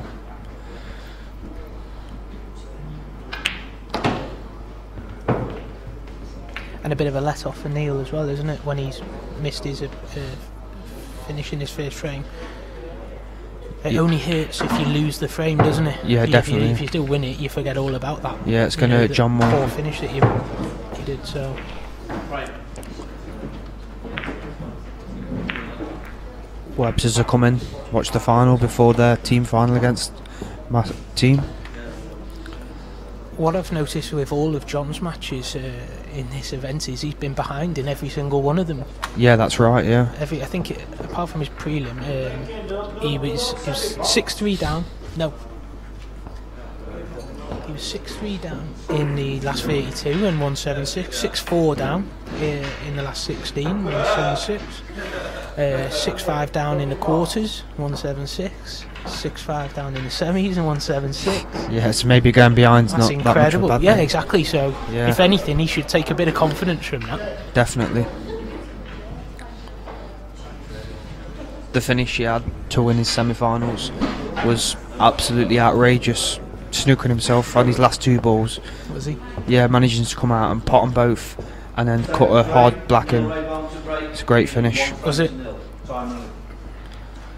Yeah, I think Andy, who is playing, will be sick about that, watching it back. Yeah, I bet he was. When your opponent's there snookered and you think you're just getting ready to come back to the table, Yeah, and then you don't get another go, it's a bit of a sickener. Yeah, just thinking, get one chance.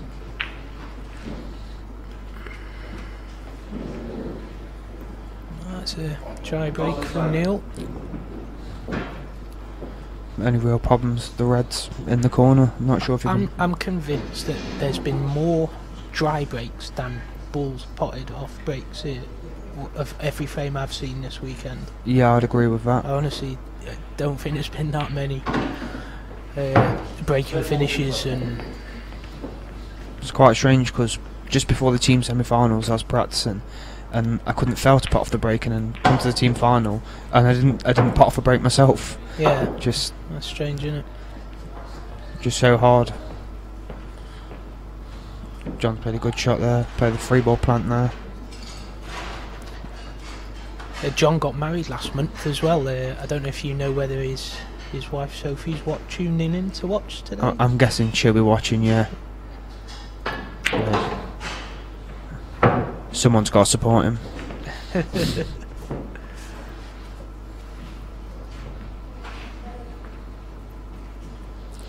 One good shot now.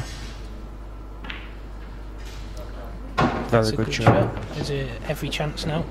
Yep, just play the free ball plant, stun the white back, and should be ABC.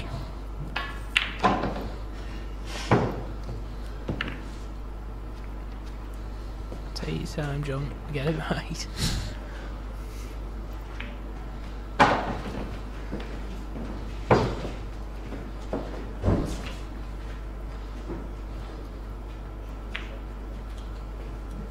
Good shot. I think that's what we talk about with John's a bit of a rhythm player. I'd have walked around the table probably once and just looked where it made it that bit easier for me. But John, when he's on, he likes to just keep going once he puts. And a bit like yourself, once you get going, you just want to keep going, don't you? Just keep potting and less thinking. I just, I'm probably a little bit more like Neil, where I want to make it as easy for myself as possible. John is the kind of player, if he can get his break going and Neil has a couple of drives, he can kind of player to run away with the match in 10-15 minutes. Yeah. Whereas Neil was a bit slower and. But then, by the same token, you'll get the odd careless mistake by a faster player. Yeah, of course, you won't get by a more careful player.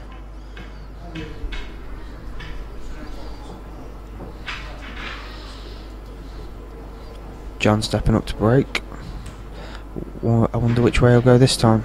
Maybe a smash front ball. Well, he hit second ball, it didn't work. But I'm hoping he goes front ball here. But he keeps changing it though. He keeps trying different things. He has been changing. Yeah, he's going front. See how this one goes from.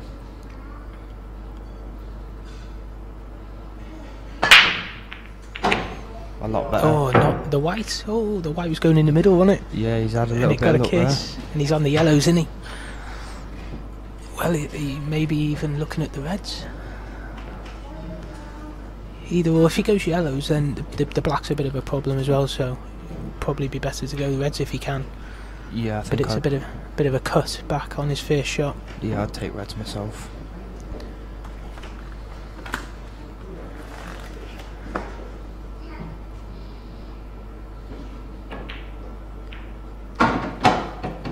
So he's potted one of each, so he's actually not on either colour yet, is he?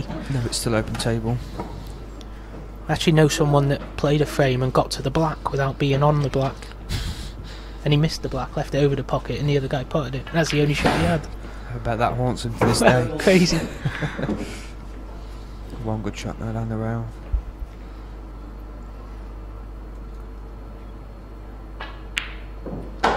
Nice cueing. Maybe top into the black now, and it should be frame over if it's possible. That kick seems alright. Would you be playing to try and kick the black out, or is he just gonna? I would screw keep, back. Just hold it there and be content with the finish you've got. Some players may have played to just try and nudge the black towards the middle pocket or something, but yeah, I would have myself. But as long as you can get on the black right, fancy potting it. Oh, Yellow ball's in play. it's an error. Yeah, there's been two misses by John already that you wouldn't expect. Big chance now for Neil to steal the frame again and open up a bit of a gap.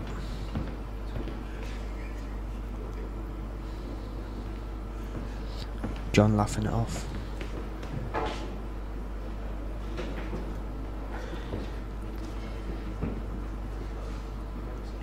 Seconds.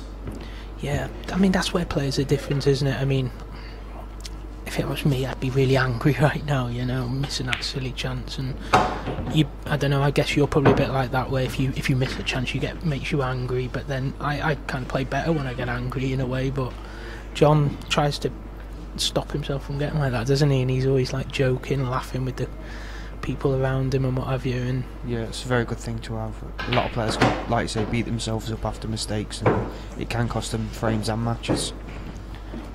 that's where players are different though, because I remember Darren Appleton playing, and he used to get really angry. I mean, you know, looked like he was ready to go in the ring with someone type angry, but then he would play like perfect pool for the next hour, and you'd think, well, I thought his head was in bits, but actually it just works for him, obviously. Yeah, exactly. It just helped him to really focus, and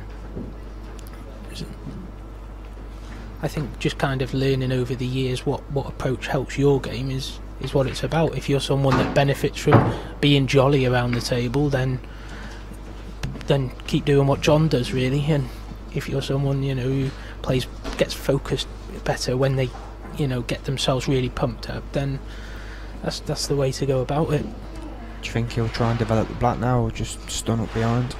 I definitely wouldn't be playing to develop behind it. I'd just play behind it. I wouldn't try and develop it.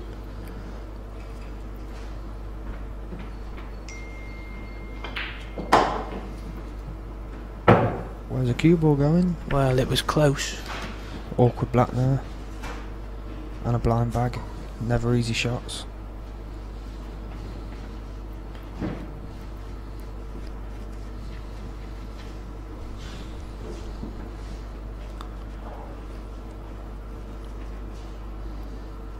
I think on these Sam Leisures, these shots aren't that difficult myself. If you just dropping them in. Yeah, at the right pace. Yeah, you float them in, then they go nicely. Yeah. Oh. Like that. Oh. I mean, he didn't hit it clean, did he? But yeah, just pocket because of the pace, it's, you know, it's fine. It's still going to go.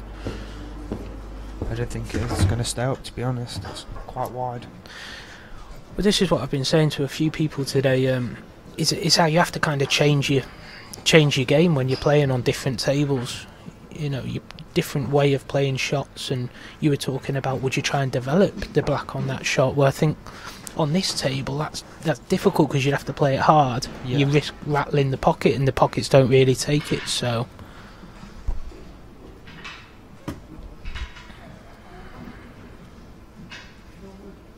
I've seen a couple of shots in the team.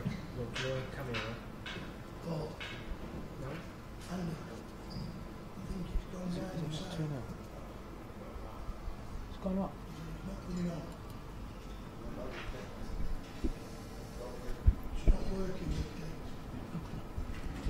It's not on.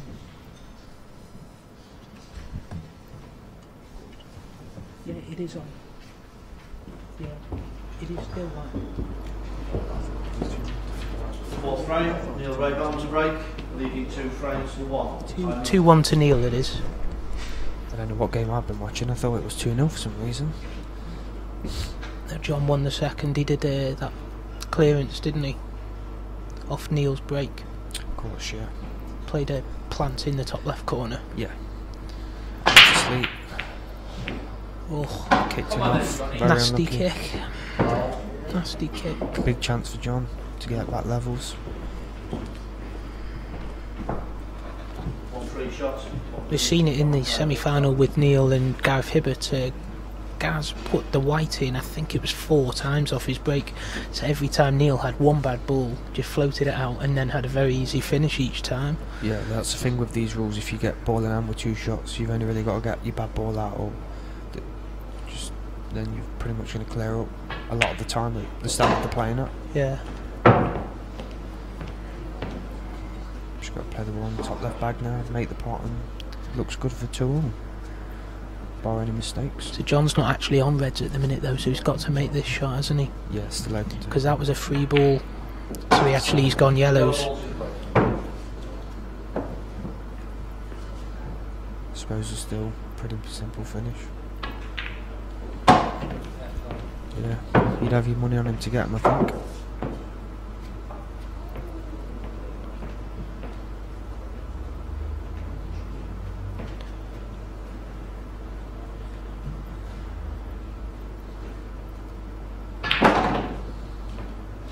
Possibly snooping himself. He's just about come past it, so he's okay.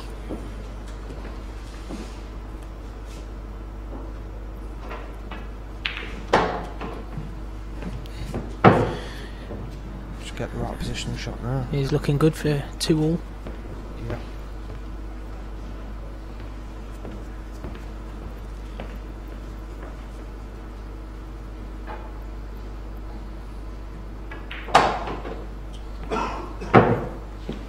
Nice shot.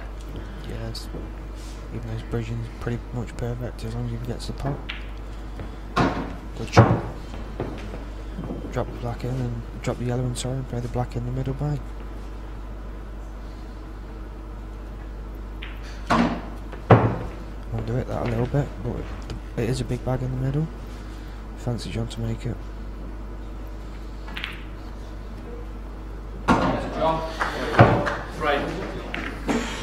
There's a good finish there by John Chambers.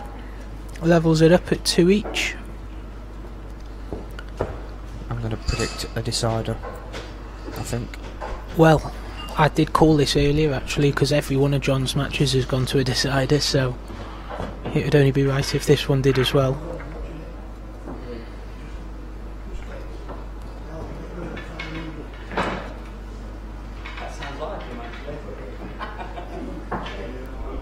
I know you're a fan of money games as well, Craig. You got anything lined up? No, not at the moment. I've posted on a few of the sites trying to get a few games lined up, but nothing at the moment. You enjoy the cash games more than the tournaments then? Or? Definitely, yeah. Like when you come to these tournaments, you're here for like 3 days, could be 4. It's like really long days and it's really hard. Whereas a money game, it's a few hours of one day. You got to get yourself up for it. And that's an unlucky kissing off there by John. It was unfortunate, wasn't it? Yeah. How much preparation do you put in beforehand though for a money game? Well, like I'm one of them players where I don't like to overplay because I just start to get frustrated with the game, to be honest. Yeah. Like I'll play like bits and bobs, and then the week before I'll play like an hour a day every day.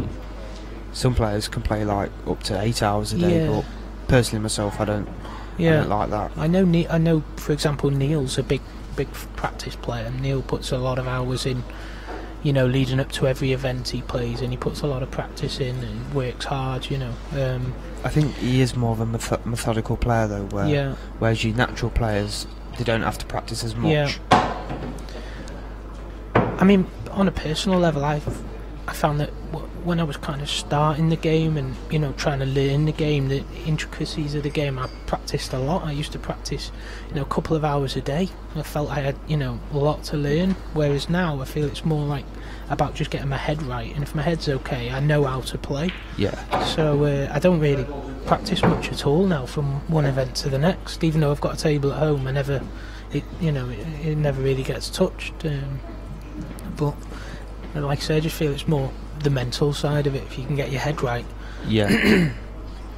I think there's a lot of tournaments now as well, like literally every weekend you could probably find a tournament, so you're constantly playing. Like you say, if you get your head right, then you're fine really.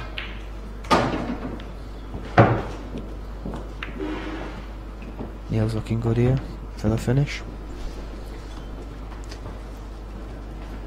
I think this one just sneaks in the middle past the yellow.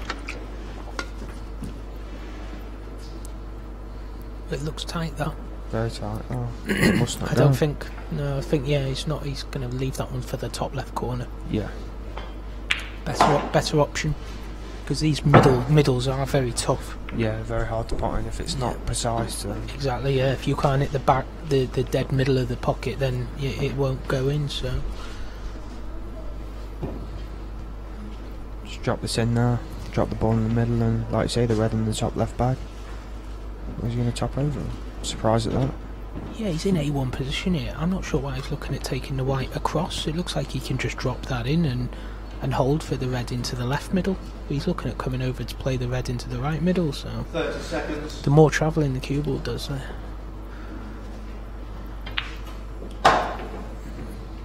Well, he's played it well anyway. Played it well, so.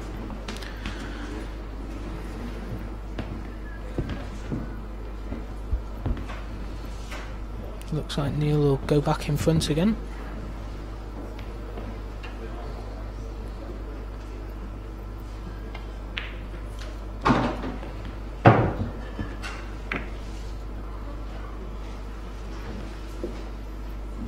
there again, just taking that extra second on his shot to make sure he gets it right. Yeah, he went about an inch further than what he wanted to there, but it's still not a problem, is it? No. Looks like he's just going to possibly use that yellow anyway. Just feathered the yellow. Knew there was no danger of anything going wrong there, so could just concentrate on the pot. Yeah. 3-2 now. Right.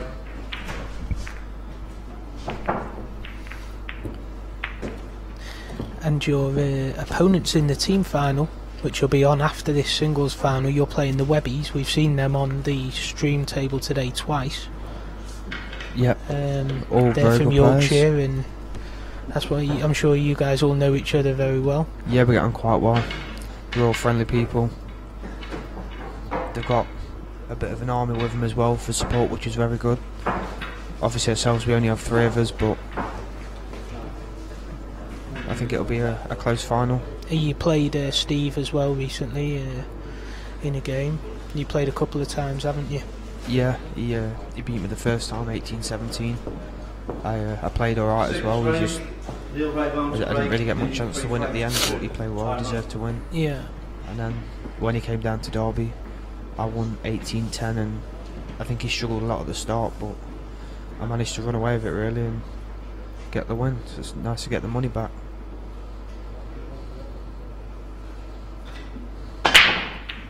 Nice break from Neil there. He's unlucky if he doesn't get a ball.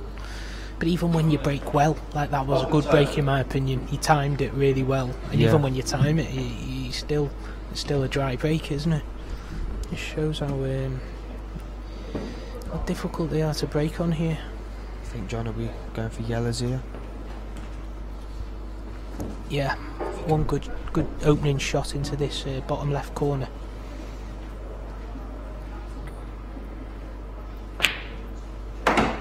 Nice shot from John. Good shot. He wants to. I think he's potting the yellow in the bottom top left now as we look. He wants to make sure he's got an angle on that one that's on the cushion. Well, you can't leave yourself straight on these. It looks perfect. Looks like he has managed to leave himself a little angle there, hasn't he? Still tough, these shots though. You've got to be so accurate if you're playing these with any pace. That's an error by John. Still got a shot on. He kind of hit it as hard as he dared hit it, didn't he? Knowing how the jaws are. Yeah, and it was still, still needed another 3 inches on the cue ball there at least. Yeah, down the rails, if you're not precise, these bags will spit them out. Well, I mean, some shots, even when you are absolutely dead precise, they still don't go if you play them with pace. So it's all about playing clever, really, accepting that the tables play different and you can't do certain shots on them. Yeah. He's in a bit of trouble here, isn't he? Yeah, it's a big shot coming up here into the top left bag. It's not a good shot. Yeah. But I think he's still got control. I think Reds go favourite now, though. More balls on the table. He's got an opening pot. He can get up to the top end of the table. He can get either of the top corner pockets if he wanted to, or I don't know. He may even choose to attack, but with more balls on the table, he's now got more options than John has.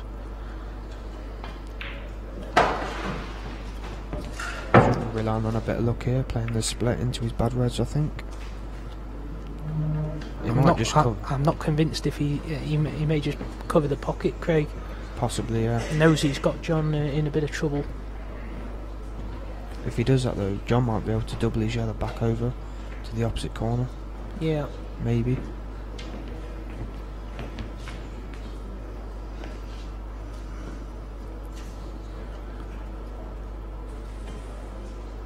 Took your option, covering the bag. Has he left the double though?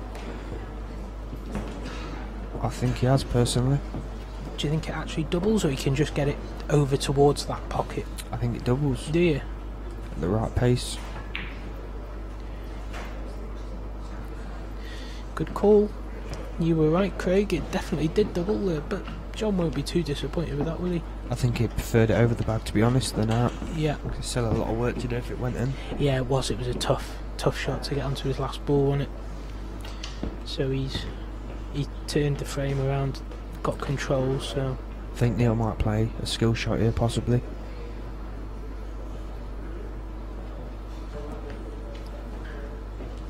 what are you looking at, Craig? Potting the red over the top left corner? Yeah, and sun over, get the yellow down. Maybe. That would be a tough shot from there. But he thinks it's worth a try.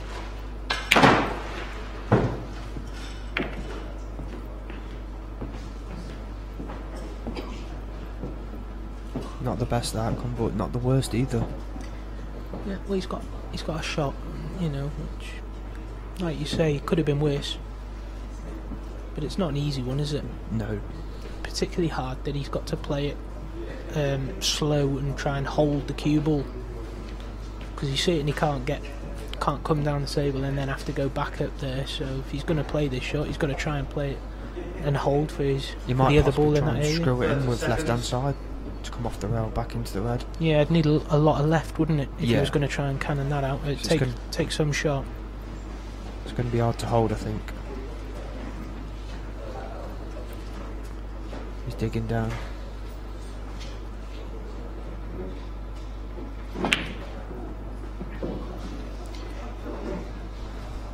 It's not a bad outcome for Neil there. It's not, actually. I think he'll be happy with that, don't you? Definitely. That's better than going in, really. I mean, where he's put the cue ball there, it's a bit of a nothing shot, wasn't it? Yeah. He's not really played for anything.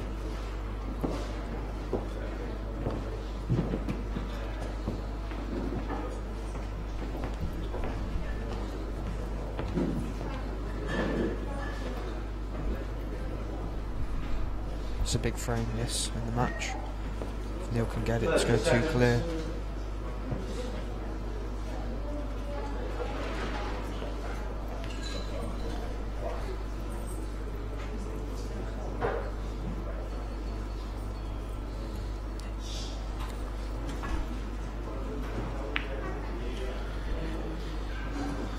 Good hit from John. Do you make John slight favourite at the minute in this frame?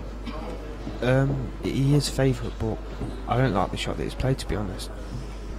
I think if Neil can make the cut in the middle here, then he goes favourite. It's a big shot, but if he makes the cut, then he's going for the finish. Definitely, yeah.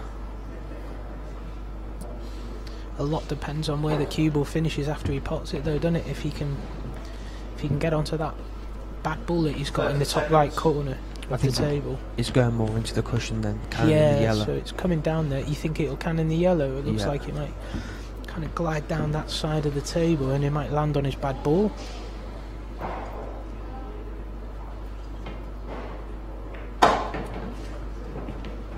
The red must go past the yellow. Yep, very tight, but it does go. But even though it goes, it's still very difficult from there going in that order, isn't it? Yeah. Unlike you, I think if he could get that red into the middle, then he probably would have been better taking that on if he was going to go for the finish.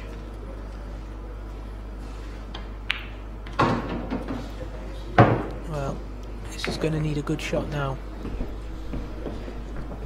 I think he can screw up with left hand side. That's what I was going to say. I think he was hoping to be just a fraction straighter, though, so he could do that. He's got to dig really low now, hasn't he?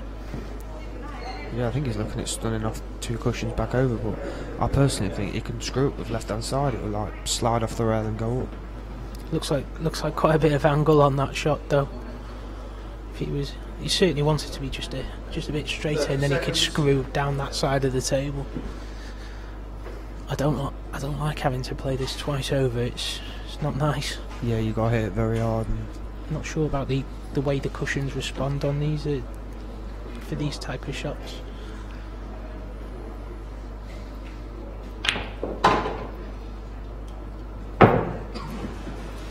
Still got a shot, even though he's under it that by a couple of foot. One big shot here, straight in with right hand side. See the bounce on the second cushion? No, it didn't really have much, did it? Yeah.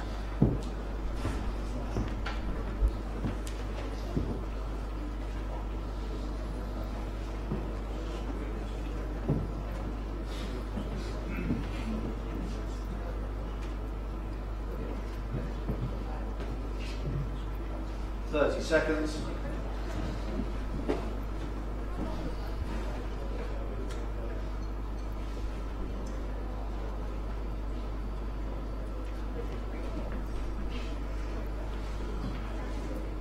Big shot coming up.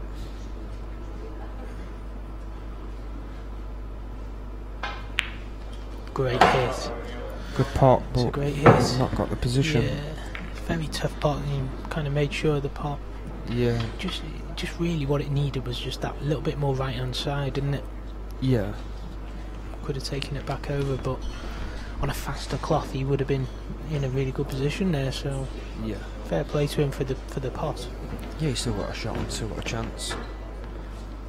He's playing the double. I think I'd be going for the cut, especially on these Sam Leisures. Yeah, I'd We're be going for cutting the it cut. myself. 30 seconds. Like I say with the Sams, if you float them in and they go inside the jaws at a soft medium pace, and they always drop. So that's definitely the shot I'd go for there. I mean, Yeah, they do play big normally on another table I'd be going the double like he is now, but on these I think the cut's the shot. It's a big shot.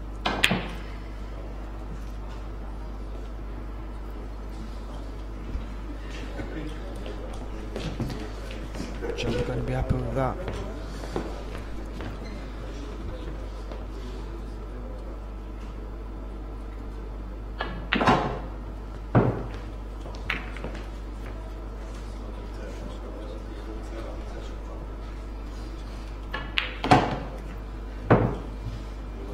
Very good chance now for John to tie the match up at 3-all.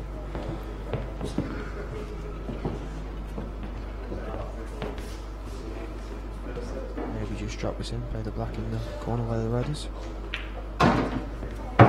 Perfect.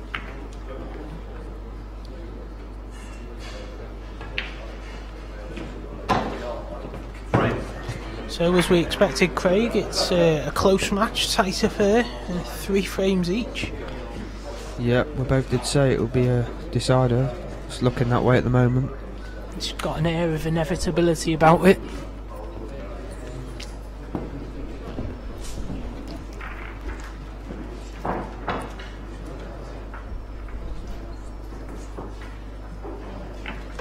John just looking over saying 6-all.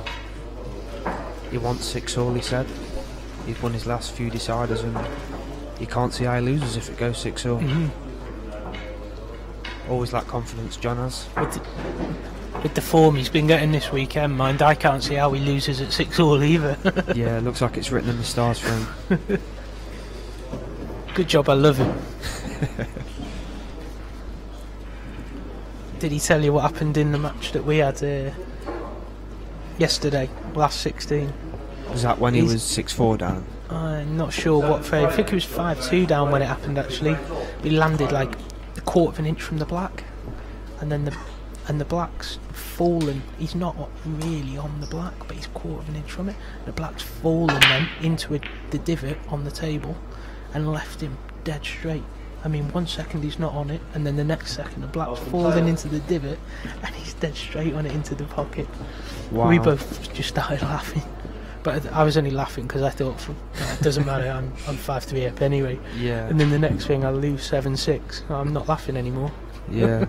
Those things kind of go your way on the right day. I've never seen anything like it. Another day that don't happen and you probably go on to win the match from there. Yeah, well, that's why I actually didn't miss a ball in the match and I lost 7-6, so...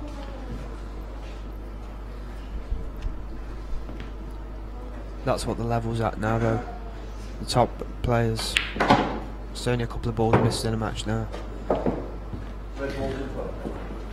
Sometimes you get matches which you win and you don't play well, and you get matches that you lose and you do play well, and you just have to accept that that's part and parcel of pool. fancy Neil to take these out now, get himself back in the lead. Yeah, it's like every time John gets level, Neil pulls ahead again. They've come out nice for him this time. Yeah, looks pretty simple. This is what I think Neil's kind of strength is the bread and butter finishes. You know, the ones that you're expected to get, he gets them. Yeah, literally every time. Just keeps it simple, doesn't do anything stupid. Yeah. And like we mentioned, he'll walk around the table and make sure he leaves the cube at exactly the right angle. Yeah.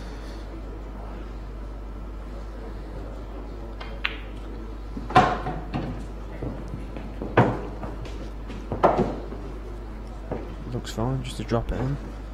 Leave the red for the top left corner.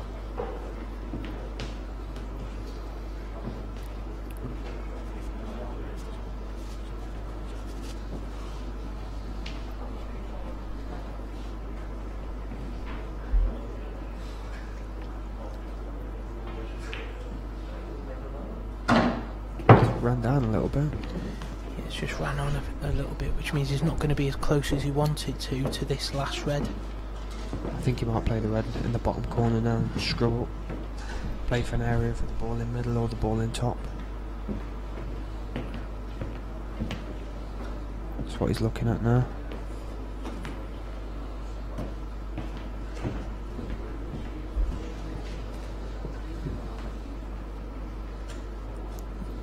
Definitely makes sense to take this red round, the one that's by the pocket.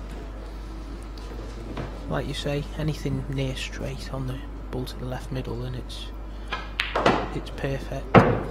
And he's under it a little bit. You might play the red in the top bag now and then just stun back. He's looking. He wants to just drop it in dead weight, doesn't he? Button that he's decided. I think he'll definitely play the ball in the top bag. He's only got to stun it in. Yeah, and then the red in the bottom left. Yeah.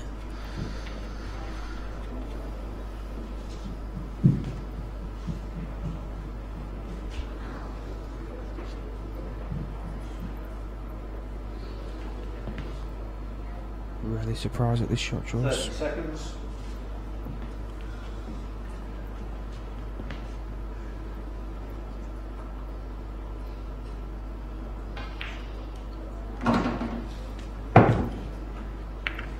Because of the pace of the table, he was able to play that shot. That's why on a faster cloth you wouldn't dare, would you? No, you would never play that shot. Because he knew he could hold it. Yeah. Made it look a lot easier than what it was.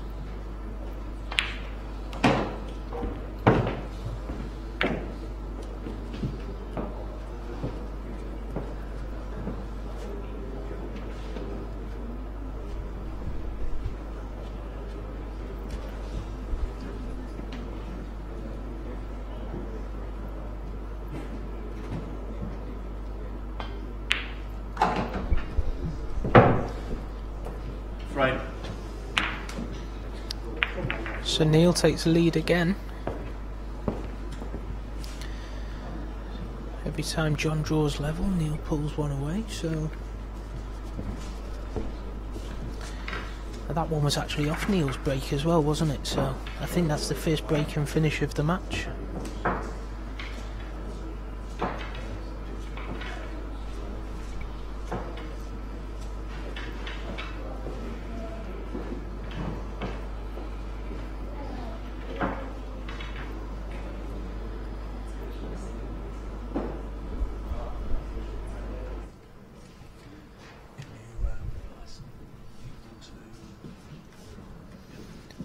Just a reminder, folks, hope you're all enjoying the pool at home today. Obviously it's brought to you free by the IPA.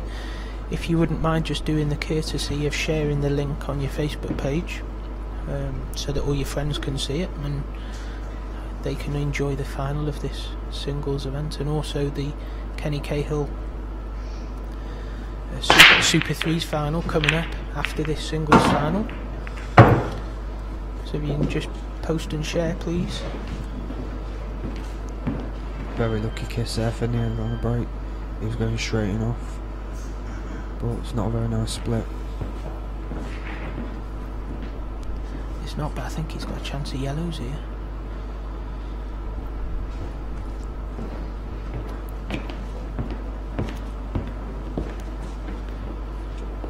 think his first shot would be the yellow into the top right, and he can drop on the one that's on the top cushion.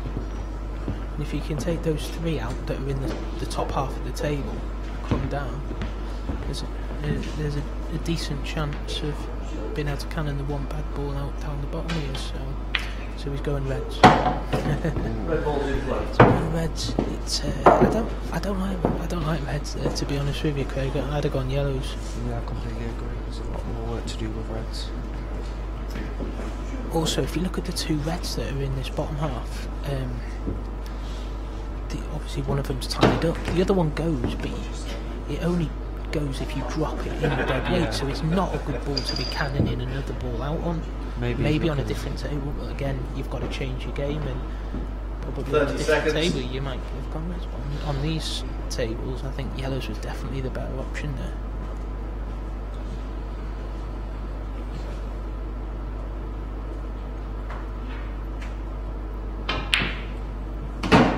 Good double there. I'm not quite sure what he's going to do with these reds. Maybe he's going to double them both. It's so hard to play the red in the middle at pace to get the other red out. Yeah, exactly. On these middle bags.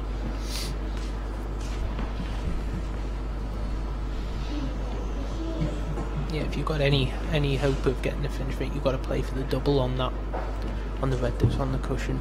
Yeah. And I think that's what he's kind of lining up with his cue if he can get there.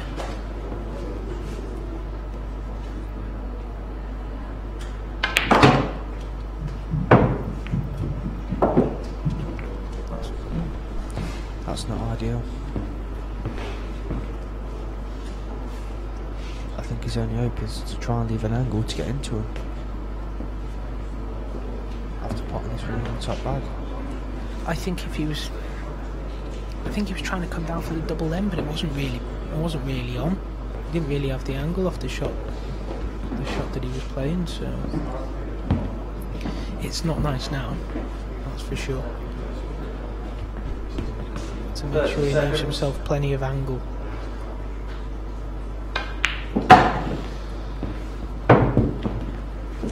Very tough shot now.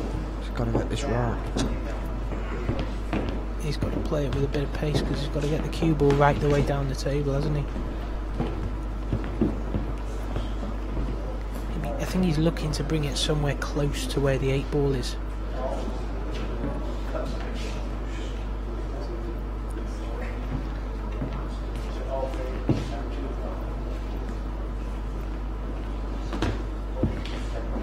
Seconds.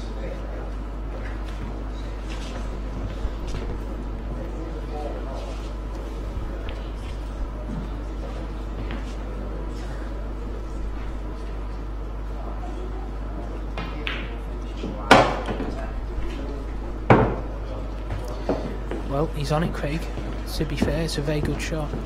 I fancy him to make the pot because he can literally drop it in quite slow, but it's how the kiss comes out, isn't it? Yeah. I would make John favourite here. I make John favourite, but Neil was happy that he's still got a chance here at the finish. Yeah, definitely. It was a good shot to get on that last red, and there is a chance here that it flicks that. He flicks the second red half ball and brings it back off the cushion. Yeah. He needs to bring it back off the cushion again, so I've got a feeling this might come out for him.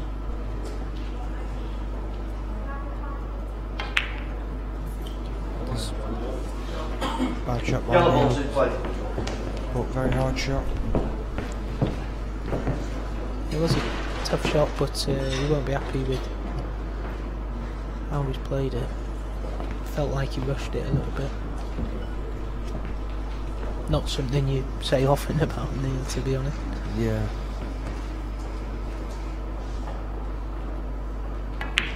Surprise shot by John. Deciding to go for the double. Really don't understand that shot. Well, I think he thought he could go to a double, and if it went, then it was his frame, and if not, he's leaving Neil nothing but a very tough shot. So think Neil will be happy coming back to the table like this, so.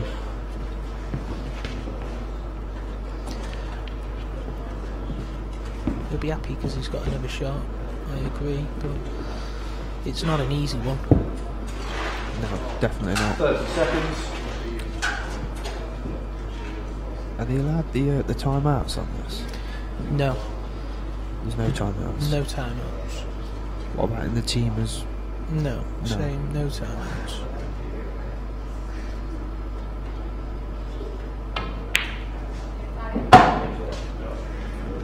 He's played that absolutely perfect. But he hasn't played for the red into that pocket.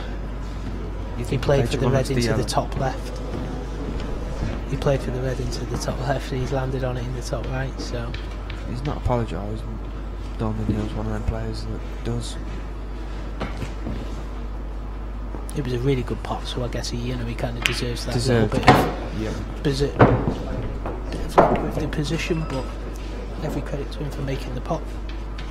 Great chance now to extend his lead. He'll know this will hurt John as well, won't he? Yeah. It's him that 2-frame lead, and yeah, John will be kicking himself. There's been a couple of frames where Neil's gone for the finishes, broke down and not got them, but John's not took advantage of it. And Neil still managed to win them frames. Like I said to you earlier, you forget about the mistakes you make if you win those frames, don't you? Yeah. And so I think Neil's head will be pretty clear, actually. Even though he's, he has made a couple of mistakes, his head will be fine. Yeah, it'll be haunting John more, I think. Yeah, John will be thinking, if I start playing well, then I can turn it around. But like you saying there, did he need to leave Neil that tempter? Obviously, if he doesn't get it, John wins the frame. But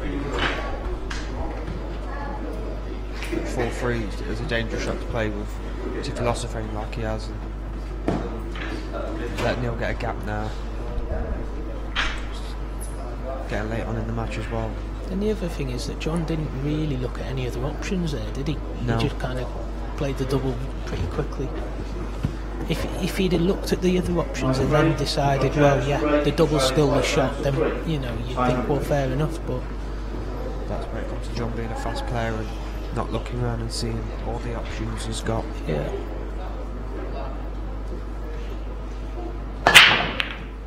It's a good break.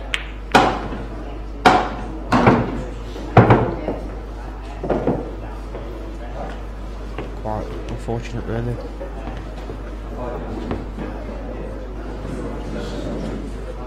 It's still a good chance on yellows here, though, Craig.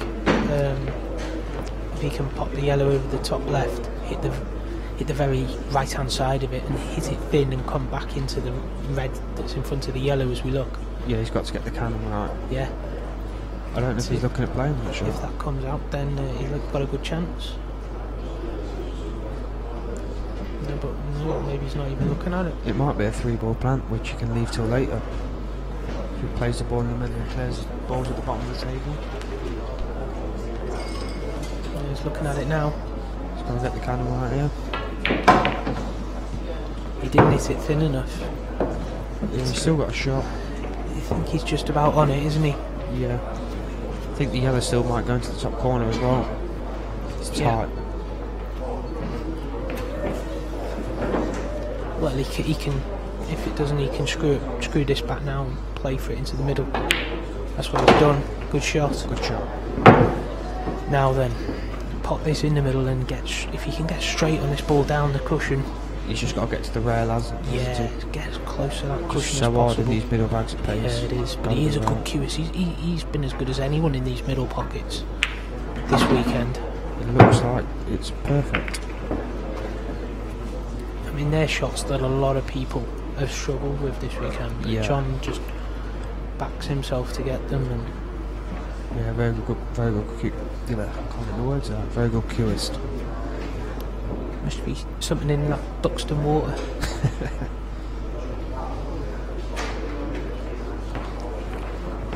He doesn't look happy. No, possibly he just wanted to go quarter of an inch, half inch further through, didn't he? I think maybe he needs to play this cushion first. 30 seconds. That's what he's looking at, isn't it? Playing it cushion first. Yeah, very hard shot. In or over, I reckon, but he needs it in. I think if he doesn't get it, it's a good chance for nil, but there you go. Good shot. Good shot. Is he on it? Yeah, he's just about on that yellow. He's got to top it and miss the black.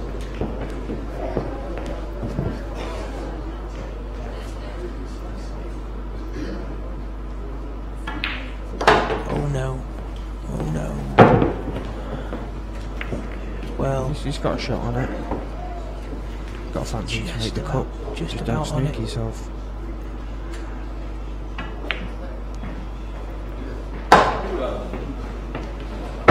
Very good shot by John. Brought him right back into the match. Yeah, just about. It's a game of fractions. He's only on it by a fraction. I'm sure he gave Sophie and all his fans back home a fright, but put a good frame on the board there. Yeah, I think it was definitely a must-win frame. So if you go 6-3 down, it was, and it was a good finish as well. It wasn't easy. No. When he first come to the table. It was a very good finish.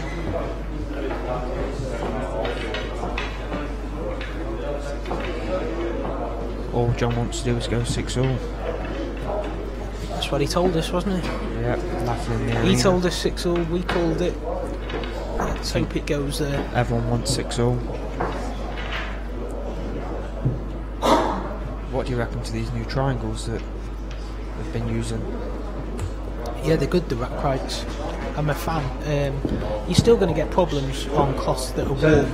There's nothing you can do about a front ball that falls off if a cloth's worn away, but particularly on new cloths, you get a perfect rack with them every time, which, you know, is handy. I'm not very good at setting the balls up anyway, so they come in pretty handy for me. Sometimes take a bit of time to set them up. That's it. Yeah, it was my first time using them on the LPA tour at Nottingham. I liked them. Once you get used to how to use them, yeah, it's,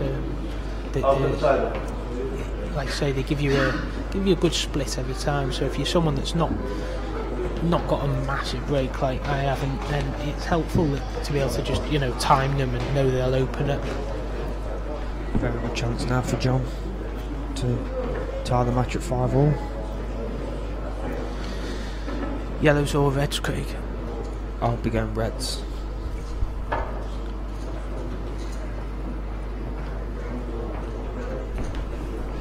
Could go either, couldn't you? Yeah, he's not really got any awkward reds though, it's just getting position on the black from the last red, I guess.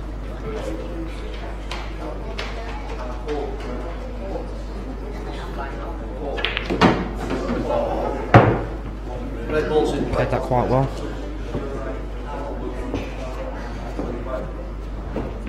I'm looking straight down this, and he can make this red that's in the middle of the table into the bottom left corner. It's the only red I think he can get, so I think he'll be potting this and screwing the cue ball back up to the top of the table a little bit. Good shot. Looks perfect.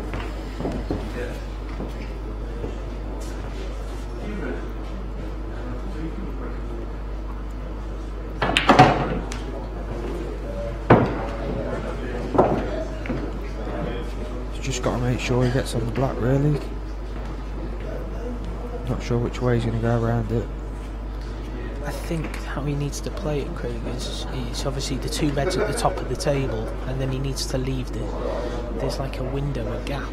He needs to leave the red on the right hand side of the table, leave the gap to get on that, so he can run the cue ball on and off the cushion and leave the red into the bottom left corner and black into the same pocket. So he just needs to make sure he gets the window, not a million miles away from where he is now. Yeah, just probably just a little bit closer, a little bit straighter would be ideal. He's looking at, I don't know, is he looking at that side? He's pretty straight on this red, so 30 seconds. What does he fancy? Key shot.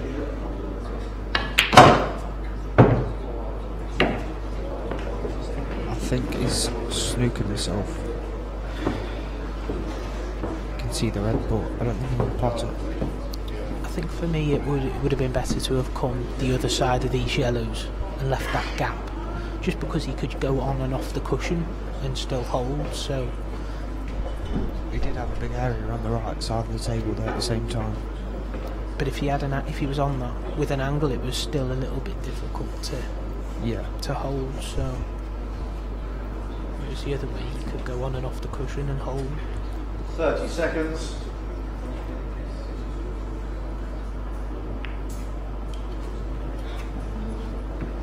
Yellow ball's in play.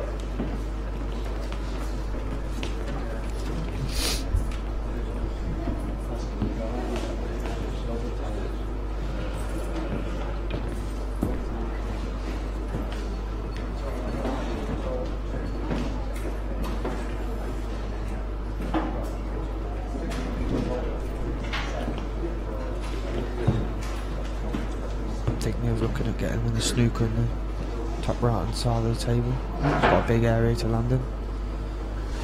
30 seconds.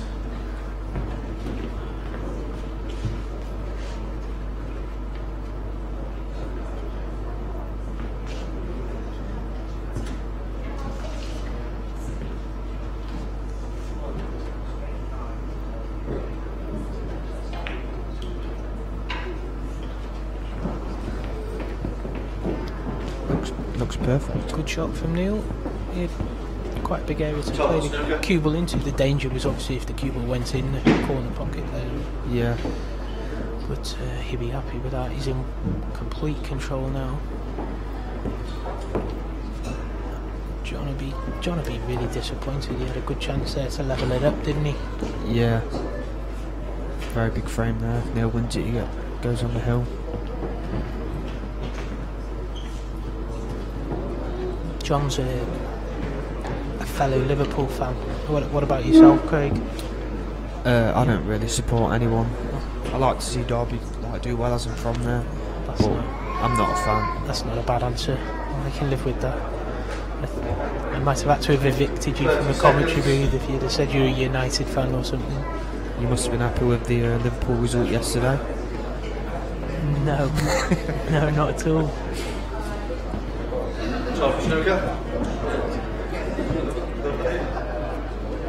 Personally, I would be giving this a whack. Give it a whack. Yeah, just try and get an educated lucky.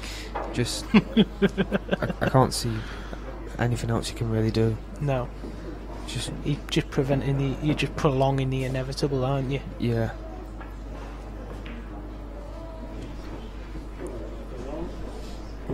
Not that bad of a shot, to be honest, but still.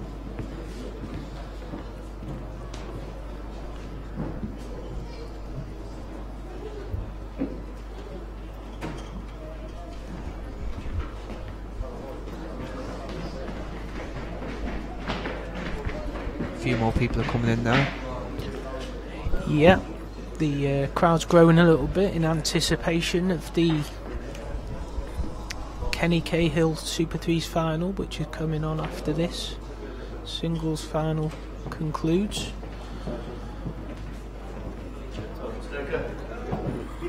Nice shot from Neil, and these yellows are now just sat there waiting, aren't they? Yeah, if John don't get this right and leaves him on the yellow, which he's took behind the rest That's of what the I mean. bottom. Once this yellow pops into the bottom left corner, yeah, it's most likely going to be frame over. That's right, mate.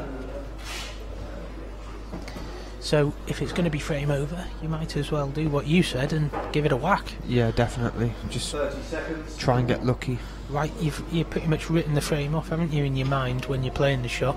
Yeah. So you don't really think of it as like losing a frame if you don't get it. You think you've already lost it.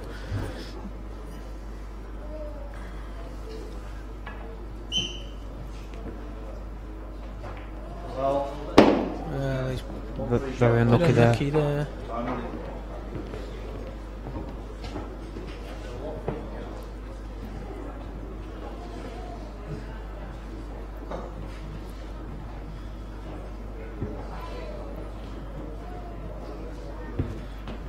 Just maybe roll his red onto the side rail now, open up his yellow, and then clear up. I guess the plan is. 30 seconds.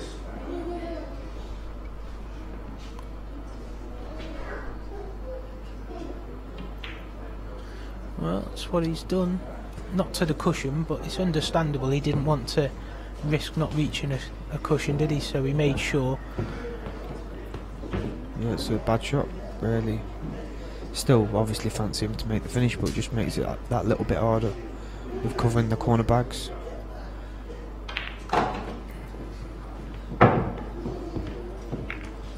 So I don't know about you, but I've lost frames myself in the past where I've not reached a cushion when someone's given me two. No, I've tried to play it perfect, and that first shot that Neil played then, something like that, where I've tried to play his ball onto the cushion and I've left it short and lost the frame, and thought to myself, well, I didn't even need to do it that perfect, you know? Just a silly frame to lose. I don't really see him like shots like that. When I get two shots, I just think clear up. Like, we had a frame earlier and John played a very good shot, like in the same situation as that, and I said to him I didn't even see the shot myself. But didn't you call that shot then? Before Neil I did, yeah. You did say you'll roll the red over to the cushion. Just a lot of the times I just don't see him. I just think clear up when I've got two shots myself. But it's a lot different when you step back from the table and you can see everything. Yeah, yeah. When you're at the table, you're just thinking clear up. Yeah.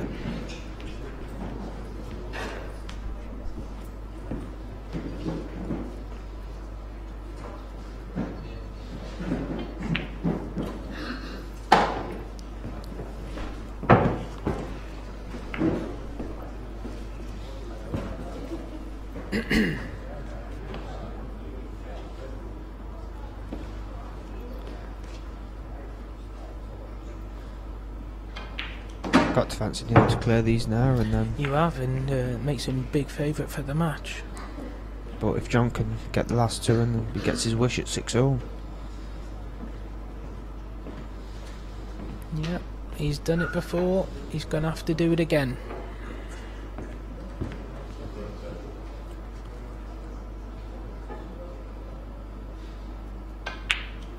Binneal's break as well, breaking for the match.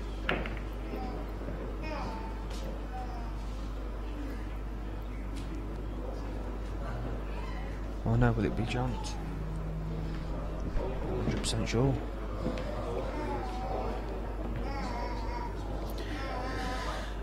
Just trying to cast my mind back. This is for 6-4. Yeah. And John broke first, so it's John's break next. Yeah, because John did the second tap break. Well, not tap break, the second ball break, didn't he? That went messy in the first frame.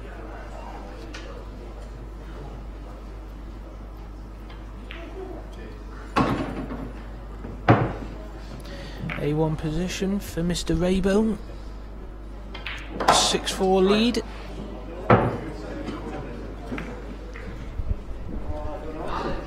What's your thoughts on the IPA 3-point rule, Craig? Are you a fan?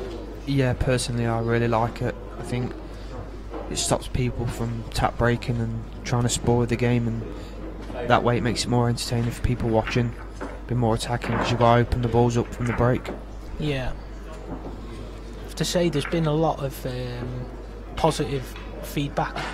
We brought that in this year because there were some matches that, you know, we felt like people were kind of spoiling the matches, you know. They were lasting so long and getting nowhere, and if we're trying to create a product suitable for the TV, then, you know, we can't really have people doing these tap breaks and, you know, a single frame lasting an hour. No, it's not good for the viewers. People ain't going to want to watch that.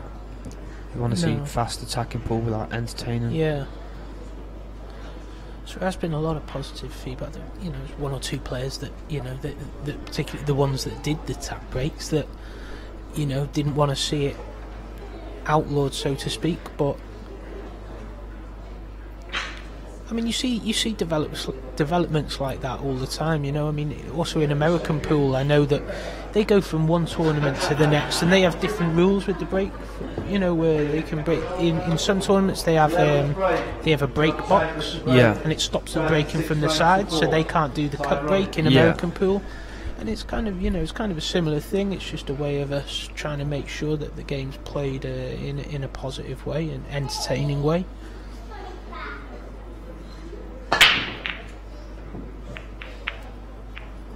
Wow. Open table. More dry breaks than potted breaks, I'm telling you. Yeah, I think If you won the lag, you're better off giving the break away. Yeah. I'm telling you. You are. This could be the end of the road if the yellow in the middle of the table passes the red to the corner. Yep. Very Even good. if it doesn't, you know, there's plenty of opportunity to develop it. And like you, Craig, I think this is probably going to be the end of the road. Yep, very good chance for Neil now to take it out.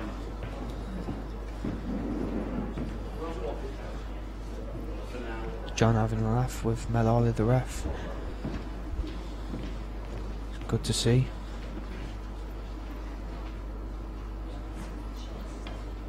See a lot of players when they're losing or they're about to lose really angry and don't really want to speak to anyone. Well, like I said to you, Craig, I put myself in that bracket. I'd be, you know, be really angry and upset inside. I guess I'm not as bad as what I used to be, but that's how different players react in different situations. Yeah. Don't just find it impossible to enjoy losing. Yeah. 30 seconds.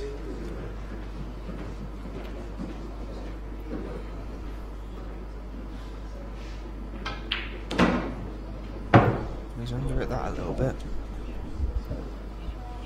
Yep, another couple of inches and it was absolutely perfect. Still fancy him to make the pot, just a little soft screw onto the yellow. Just where that yellow's going though, isn't it? Can he play it slow enough to not push the yellow towards the cushion?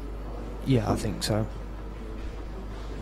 Yeah, it looks like you're right. Looks like he can. So in which case it means he can focus a bit more on the pot, doesn't it? Yeah. Once he knows he's not going to cause any trouble with that yellow, he can really concentrate on the potting angle. Well, he's overrun that a lot. Well, that was kind of what I was saying about that yellow going to the side, but I do think he could avoid it. He really overplayed it. He almost made sure of the pot, didn't he? Yeah, I think he just played a bad shot, to be honest. Yeah. Could be a turning point. Possibly. Could be. Seen it before. Seen it many times before. 30 seconds.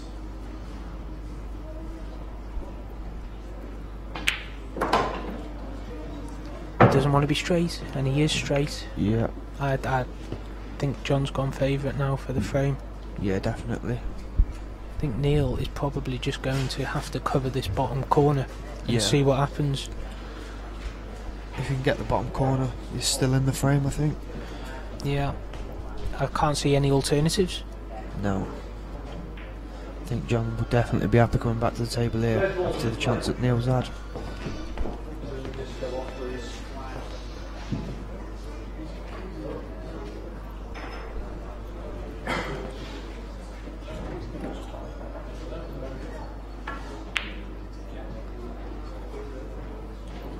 Just overran that a little bit. Yeah, and wonder whether Neil's going to think to just try and develop the yellow on the side cushion. Yeah, he might be able to just flick it out gently, half ball, just flick off the red a little bit, leave the red on the rail still. Yeah, he's got to be careful though, because he may leave a chance for John to clear up. Yeah. If he leaves that red on.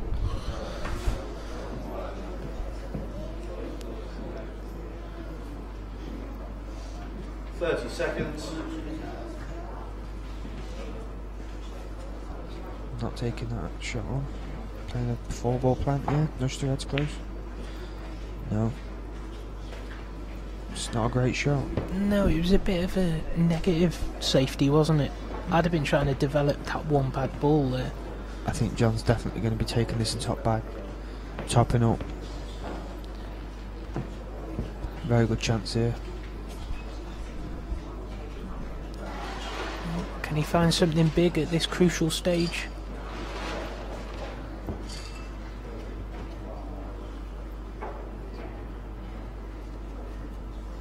Seconds.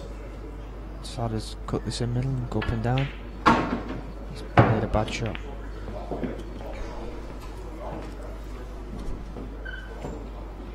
Might be able to get a skill shot here. So, explain what you mean there, Craig. What shot have you seen? I think he can screw the red in and come on the inside of the red, near the bottom rail, and go into the yellow. Not decided that. Probably a little bit kamikaze. Good shot. My choice. That's a good shot for me. I think Neil can just flick his yellow out now though and just run the white with the top table. If I was Neil, I'd probably be doubling his yellow that he's closest to over towards that middle pocket. Yeah. Not in, but just by it. Yeah, and just run the white to the top of the table.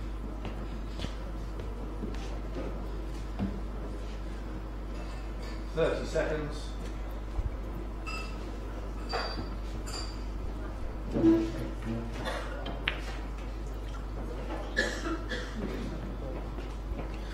I'd have, like I say, I'd have been bringing it back over to the other, towards the other middle, because then he'd have had a good chance of developing it.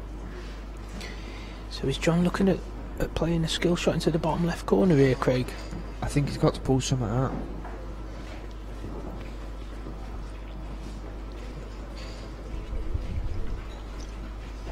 Needs to make the ball into the middle first. Not an easy shot with these middle bags. 30 seconds. I know you're not a lover of negative safeties, but what about putting the red that he was closest to on top of the yellow? So basically killing the frame and stopping Neil. Neil might go for it. I think if he could have blocked that yellow off, with John having more balls on the table than Neil, that would have made him big favourite for the definitely frame. Yeah. Surely Neil's going to take this chance. So what are you thinking now? Cut it in thin and try and take the cue ball up into the red and through the yellow? As long as you're on the inside of the red to the rail, your white's going to come out as well. The yellow's going to come out. Just don't full ball the red because you might snook yourself. He's got a good chance, hasn't he? Yeah. Got a good chance.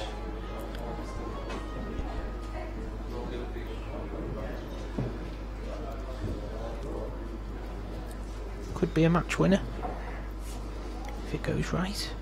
There it goes.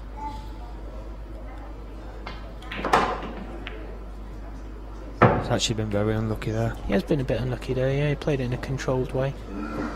Got it on the inside of the red to get the white out. Just unfortunate, but... Don't know if I think he can cut the other one, the yellow, into the right middle. But it's tough to get round and onto that yellow. I think he's going to run near the red, to be honest. I don't think he can get round the back of it. No, it doesn't look like he can control the cue ball, does it? He'd have to... Do you think? He'd have to be jacking the cue ball up, the cue up anyway. And it's like you say, I don't think he can get round the back of it anyway, so... It's not nice, is it? No, you've got to play a good shot. But all John's reds are sitting here waiting, aren't they? Yeah. As you said, natural angle was going into that red, so Neil knew that. Neil knew exactly what was going to happen there. He won't be disappointed with where the cue ball is on that shot, just because left himself a shot. Exactly, he knew exactly what was going to happen there, and he accepted it, and he knew that having this shot was better than having no shot. It's not a nice one though. No, very tough shot. I don't know if the white's going to go enough in the middle or not. 30 seconds. Might just catch the knuckle.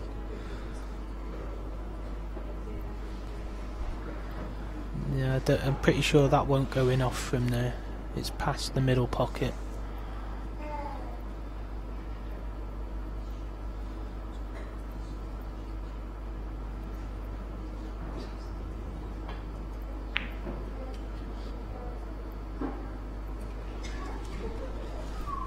Chance for John.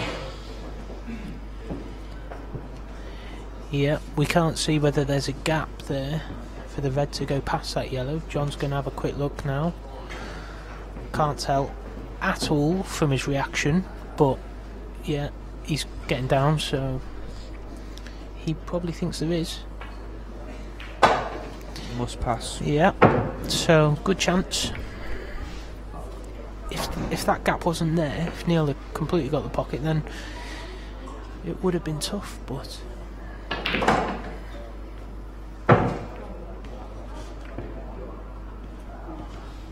just blocked the red, I think. I think he's smiling, so it must have. I still think he's okay though. Yeah, still fancy him to make the finish every day.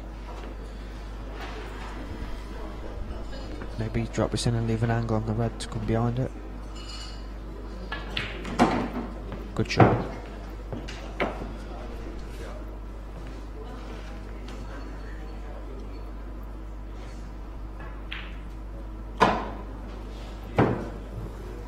Good stuff from John Chambers.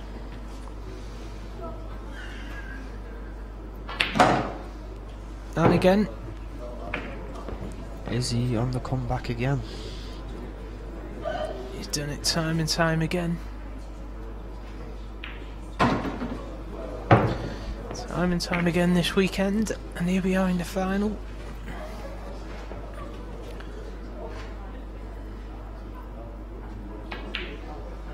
And he puts another one on the board, so reduces his deficit now. 6 frames to 5.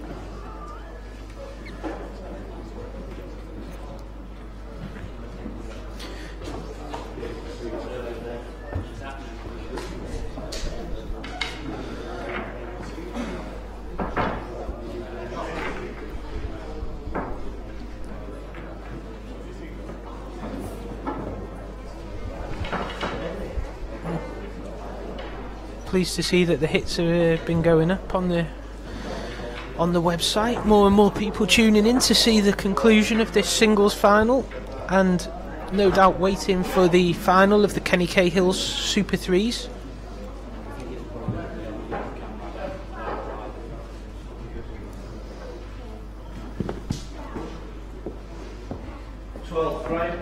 Raybone's break, leaving 6 frames to 5. John's going to be praying on a dry break now or a kicking off.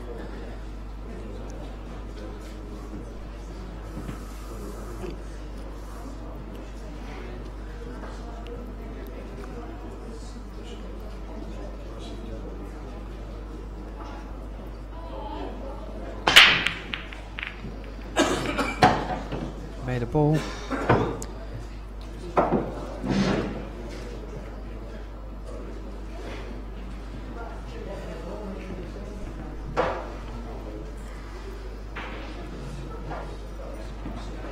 It's not a bad split, to be fair. He's only really got to make one shot. He's only got one bad ball on the yellows, I think. Yeah, it's a chance. He might be able to possibly play the plant now and then play the yellow in the middle and top into. He had a chance. He had a chance in the last frame. Picked the wrong colours for me. Ooh, oh no! Not that bad. He can play the yellow in the middle and top into his bad one. It's not all that bad. It's not great though, is it? No, obviously no, but he'd preferred the yellow to be there, but yeah, you fancy him to make this shot. Run onto the yellow or the red. It's got a big area. It's a toughie, mate. It's a toughie.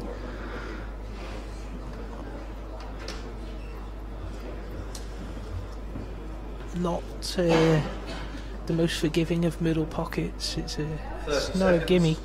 No. If it was a black and he didn't have to do anything with the white, I'd fancy him to get it from here. But with him having to play a cannon as well, and toughie.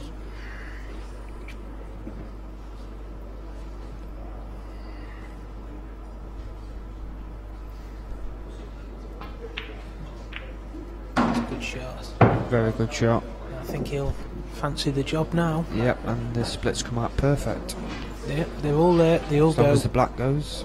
And has John 9 Lives Chambers' luck run out? Or is there another twist in the tail? You never know with Paul. Does the black go in the left middle? It's really tight there, isn't it? Just looking at that angle there, you'd want to be right behind it, wouldn't you? Yeah. You can play for it in the corner anyways. Yeah. These yellows are relatively easy, so just got to get the white right.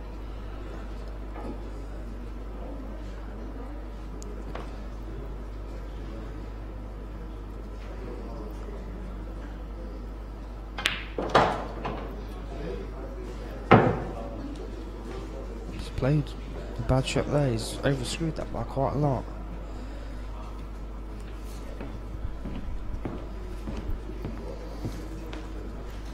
I think he can stun the ball in the corner and stun through the gap.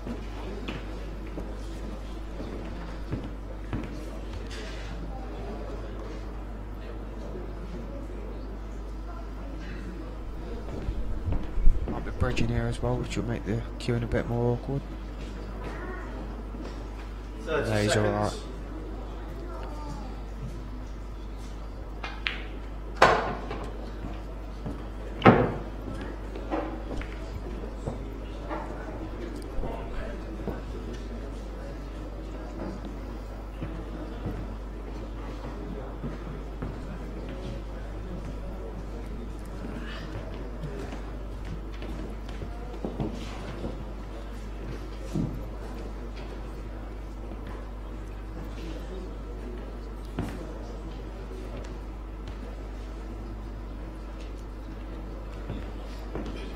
Seconds.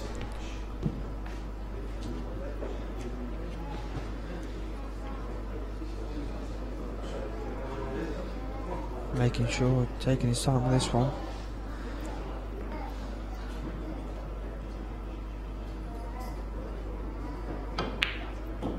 Wow. Red balls in play. Wow. He's actually landed touching the other yellow as well. Yeah. I mean, this was so crazy, but it's actually better that that didn't go in. Yeah. With where the white's finished. Well, it depends if it's touching ball. I think that's what I mean. I'm looking at. I think it is. Even if it isn't, it's like a millimetre off it. So there's nothing he could have done with that yellow there. I actually think this is written in the stars for John to win it. 30 seconds.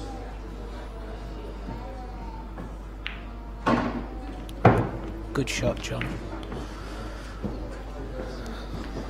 Almost certainly going to a deciding frame now, Yeah, I think. definitely. I actually can't see how John can lose this final, as crazy as it sounds.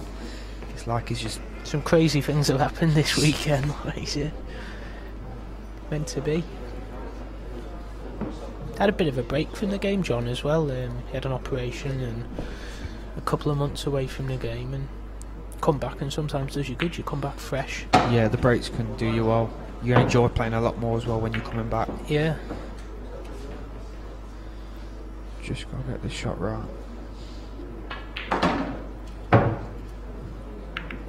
He's overrun it a little bit. Oh, why did he cannon though? He didn't need to cannon there, did he? He could. Surely he could have just held for it. He's just got to play this a bit left hand side. Shouldn't be a problem. Good shot. He's under it there. He would have liked to have come a bit further over, but same again, just check it in with a twice, bit right twice side. across. Yeah.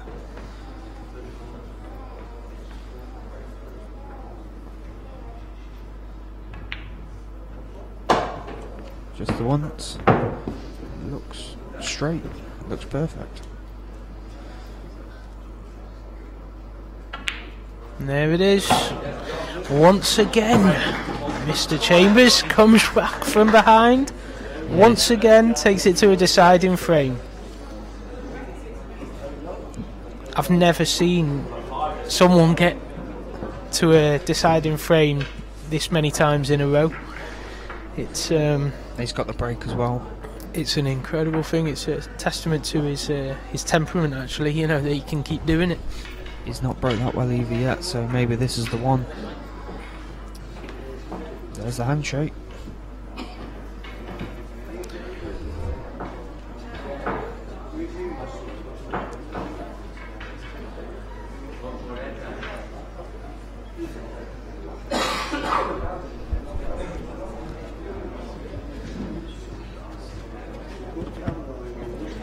I mean, Neil should have put that to bed there for sure, shouldn't he? Definitely. When he had two balls left there, the ball to the middle that he missed. He never normally missed that ball, but He's had a chance, good chance at 6-4 and 6-5. I think the pool demons started popping into his head.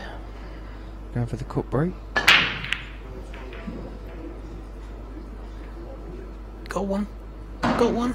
There's the He's ball. got one. He's got a ball down. Yeah, he's I stood in the corner, get it weighted down a bit. cracking jokes. It's not nice though, is it, Craig, to be fair? I think he can make the ball in the middle bag, and then he could play the ball into the bottom bag and screw into the reds. Do you think he can make that first red, do you? Taking the one over the pocket?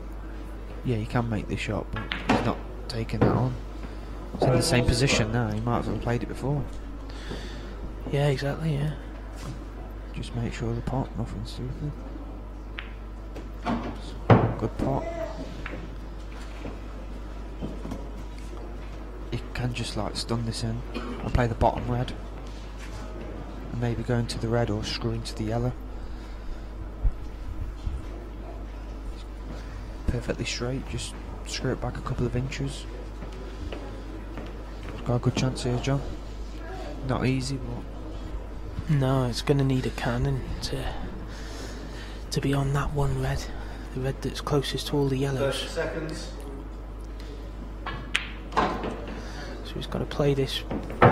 He's got to play it with quite a bit of bottom, I think, to get the cue ball to come back away.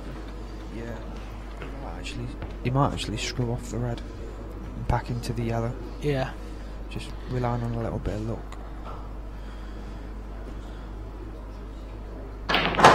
Very good shot there by John. Yeah, that's a great shot. That's a great shot. Very good shot. Superb. I think cue this one now. Yeah, he's got to leave himself a bit of a tester, hasn't he? A bit of a tester for a deciding frame.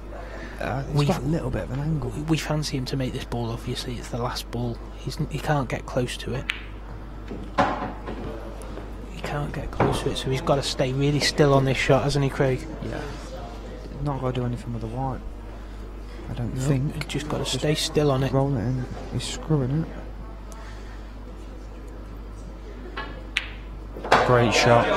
Great shot. Absolutely great finish. perfect. Mr. Chambers, he's just give us a wink. That's why we love him. Got what he wished for. That's why we love him. Great finish.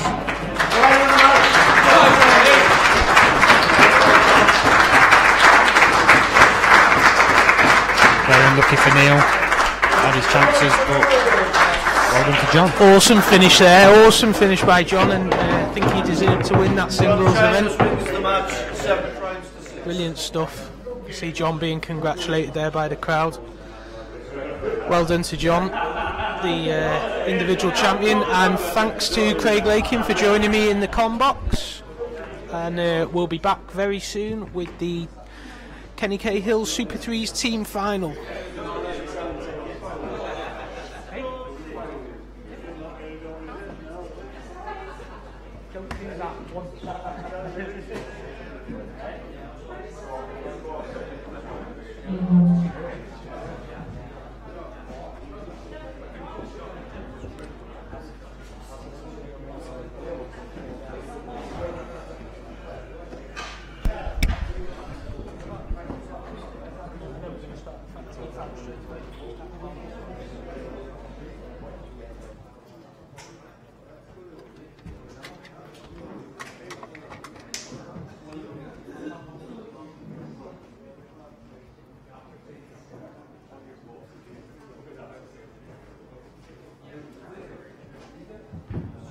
Sheet yet?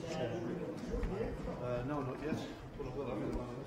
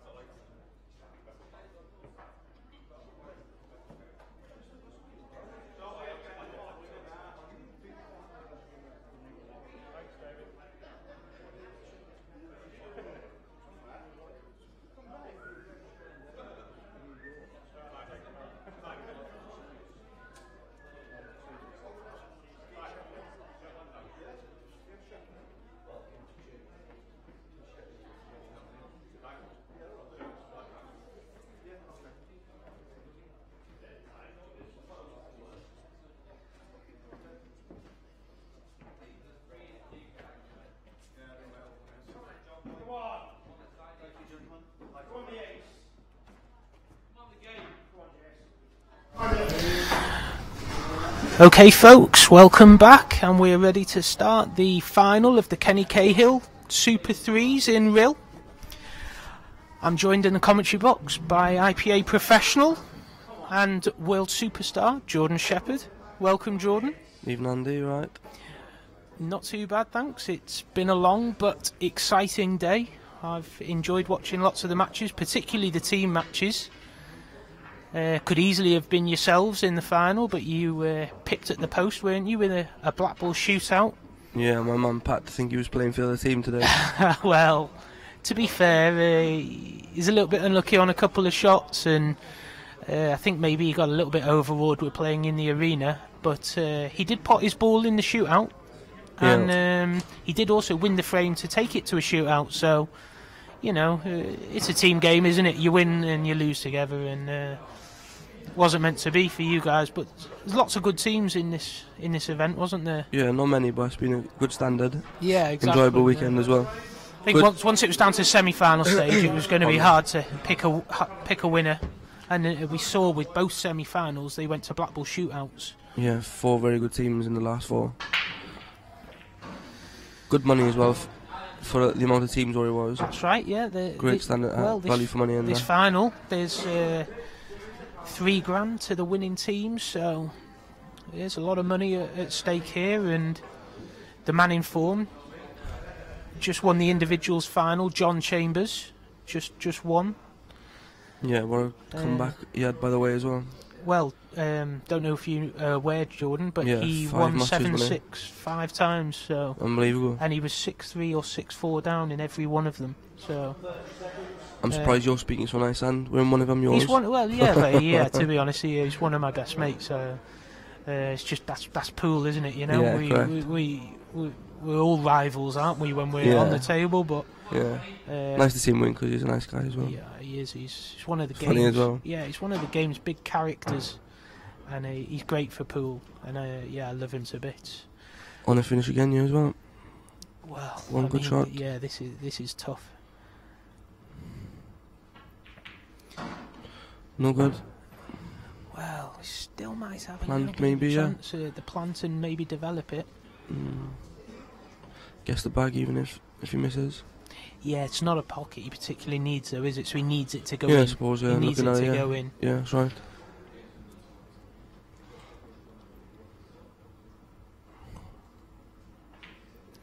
Safety instead. Decided to play safe. I think he's actually left. He's on the yellow in the middle, yeah. Yeah, don't think that was John's best effort there. Tricky little finish this though.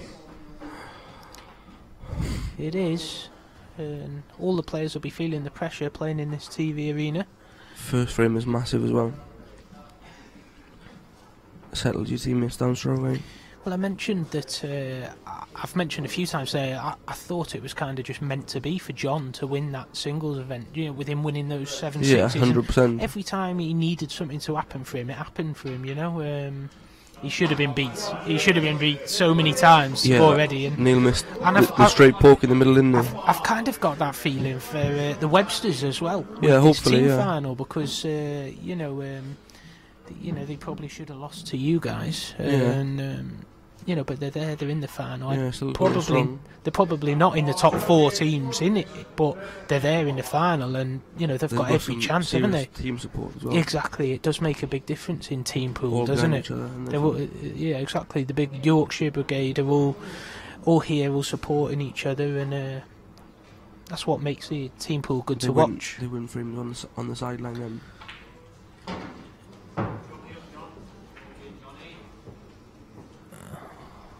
Taggart's a good QS. I fancy him to get this.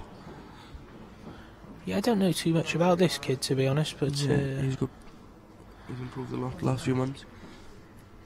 Had a good win the other day against Dan Harris.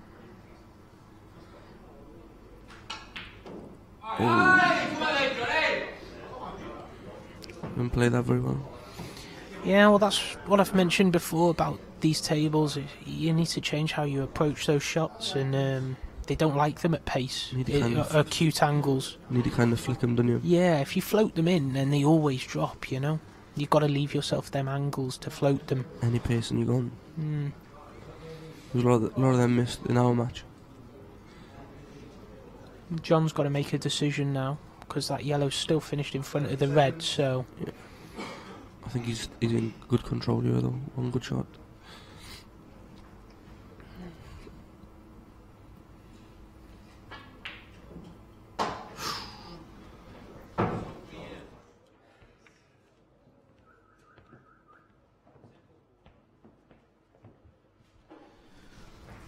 hopefully you've all enjoyed your day's viewing today. It's been some great pool on offer, and there's lots of work goes in behind the scenes to bring you the programmes like this. So if you wouldn't mind just letting everyone know that the final's on, and that they're playing for £3,000. Just let your friends know, put it on your Facebook pages so that everyone can come and see what's going on. We've got a good crowd here and a good atmosphere. It should be a good final. It'd be nice if it went to another shootout, wouldn't it, Jordan? Correct, yeah. It's nice to see how they bottle those up for £3,000. Yeah, exactly. It's horrible to play in them. I mean, it's not so bad for players like you make them look so easy, but players like me really don't like Blackball shootouts at all. Just about confidence in your action. Yeah, I'd much prefer to play a deciding frame than a Blackball shootout. I know what you're saying. I'm not all that fast on shootouts, but they make great viewing, don't they? Yeah, exactly. They're good for the spectators. Yeah, 100%. Makes it a fascinating finale to the final. Half a chance here now. I was next to you in Glasgow last year when you and Sandil had that shootout, and it was about 17 all, wasn't it? I think you went to 12 all. Right. With a spot to spots. Great shot there. Yeah, takes some doing, that does. Me and Sandil. Yeah, so that's like 7 each from the middles, isn't it? No, it went 12 all from the middles, I think. Yeah, so your first 5, you can put the white anywhere behind the line. I think it did go 12 each from. That's what I'm saying, but your first 5, you take them from behind the line, and then your next 7, you've had to put the white on the brown spot, haven't you? Which is a really difficult shot. I was getting really frustrated, I'll be honest with you. I actually fell into a bit of a trap there, because I was playing on the table next to you, and you and Sandil were having this shootout, and it went 12 all, and I was watching, and you were floating them in from the middle. And I was thinking, well, maybe that's how you do it then. And literally, I was thinking, that's how you do it. So then I went to a shootout with Lambert. I was playing Christophe Lambert. Trying to float him in. And then we went to the middle. I tried to float it in. Missed it by a mile. Lambert potted his, and I thought, oh. That's it, the mount. Oh, yeah, can't wait. Absolutely bodged it. Never mind, better luck next time. Yeah, and I was robbed as well. We should never have been at a blimmin' shootout, but that's my own fault. Christophe had a very good year last year on tour, though. He did, yeah. Yeah, he was the man to beat last year. That was one of the only matches where he genuinely got, kind of.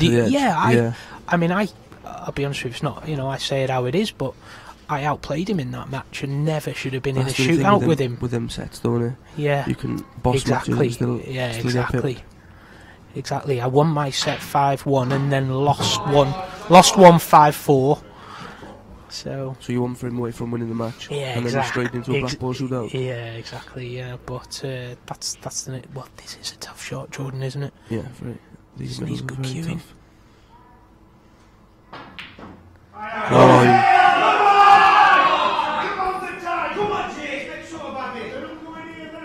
I think Tiger needs to just dolly the black off the back rail. Yeah. Get on that bottom ball, and then back up the top. Yeah, just put the black over by that top right. Or I'd play it over the top right myself. Yeah, and then you've got dot to dot. What's he doing? Oh well, whatever. Obviously, we know. It's we don't know best, Andy. That wasn't a good shot, to be honest with you. Possibly one of the worst shots of the day. Yeah, it's all about making it as simple as possible for yourself, and I don't think he did that with that option. I mean, he's still big favourite, but he shouldn't be going anywhere near that red, should he? It's just nonsense, really. But maybe the money's on the mind. Playing it slow. My turn. Very good shot.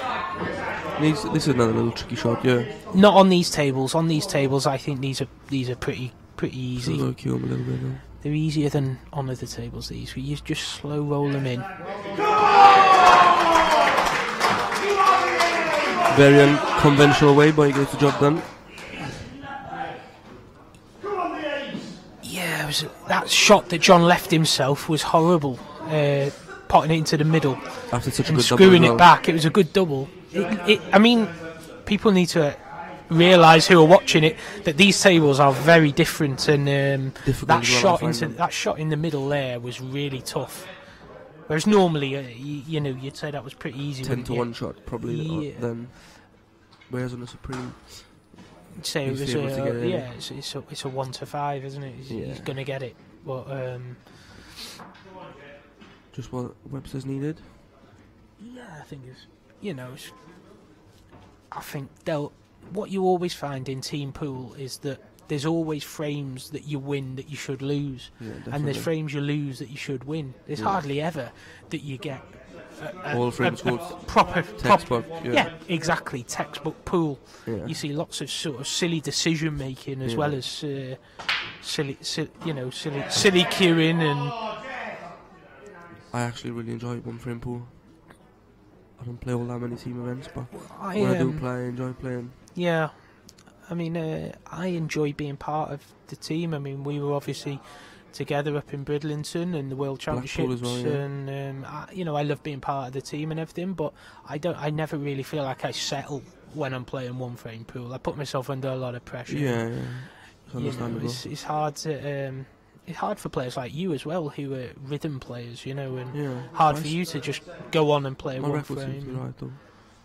Yeah, you do really well actually in the averages and what have you, considering the way you play. Yeah, that's right. Yeah. It's all about that will to win, though. Sometimes, isn't it? When you deep under. Yeah, and obviously, you're queuing under pressure as well. It's always going to be a big weapon for you, isn't it? Yeah, 100%. We'll see how big it is next week. We see Shane. I'll come to that in a minute. We see Shane going about his finish here. He's got that one yellow nearest to black, and Reds don't look very nice. I fancy him to get these as well. He's just got to drop on that yellow into the top left corner, hasn't he? Penultimate ball, doesn't he? Needs the angle. Yeah. No angle, and he's got no chance.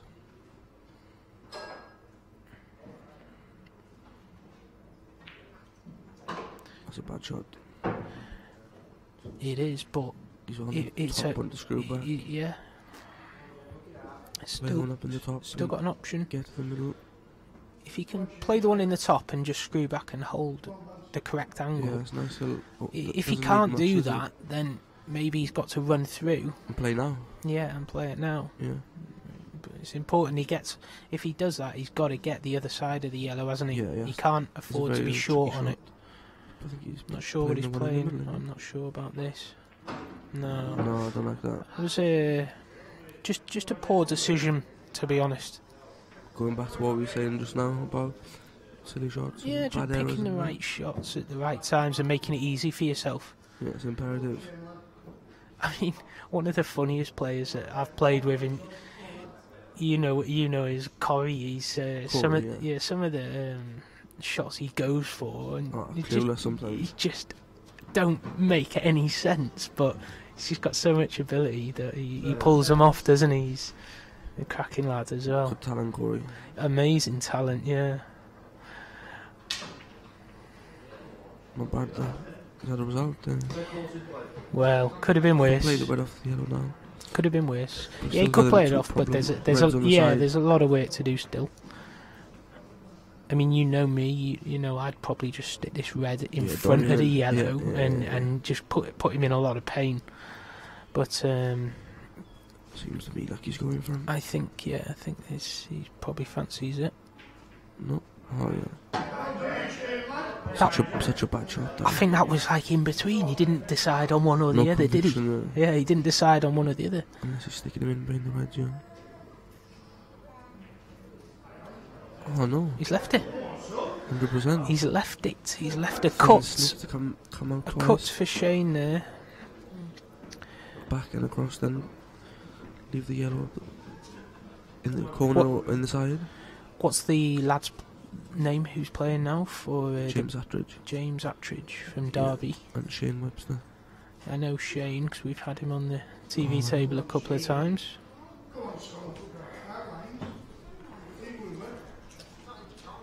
Yeah, Steve in the background giving his boy some support.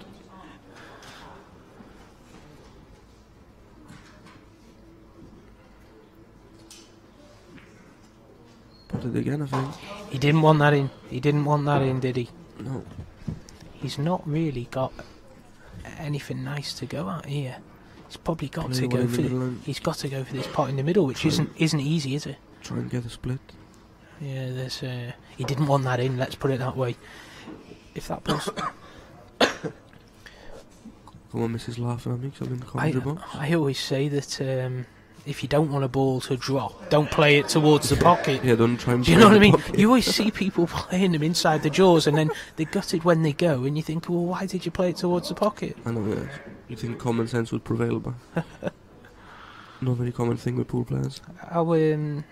How did you get on in the individuals this weekend? No good. No. I was 3-0 up last 32, and played some Scottish kid. No offence to him, but I didn't know who he was. What's his name? No idea. Right. And then within about 20 minutes, I was 6-3 down. Oh, right. So I was playing against myself. He just bashed everything in. Right. Didn't think about nothing, and all the balls were gone.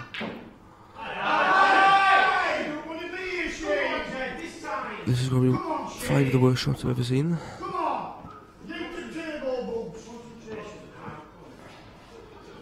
Struggling at the minute. In the middle of the table, yeah. Struggling at the minute, that kid. But this should be 2-0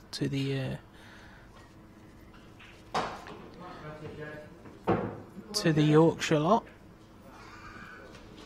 Just make sure with this shot, then he's fine. Yeah. Play with a bit of right hand side. A little bit aside.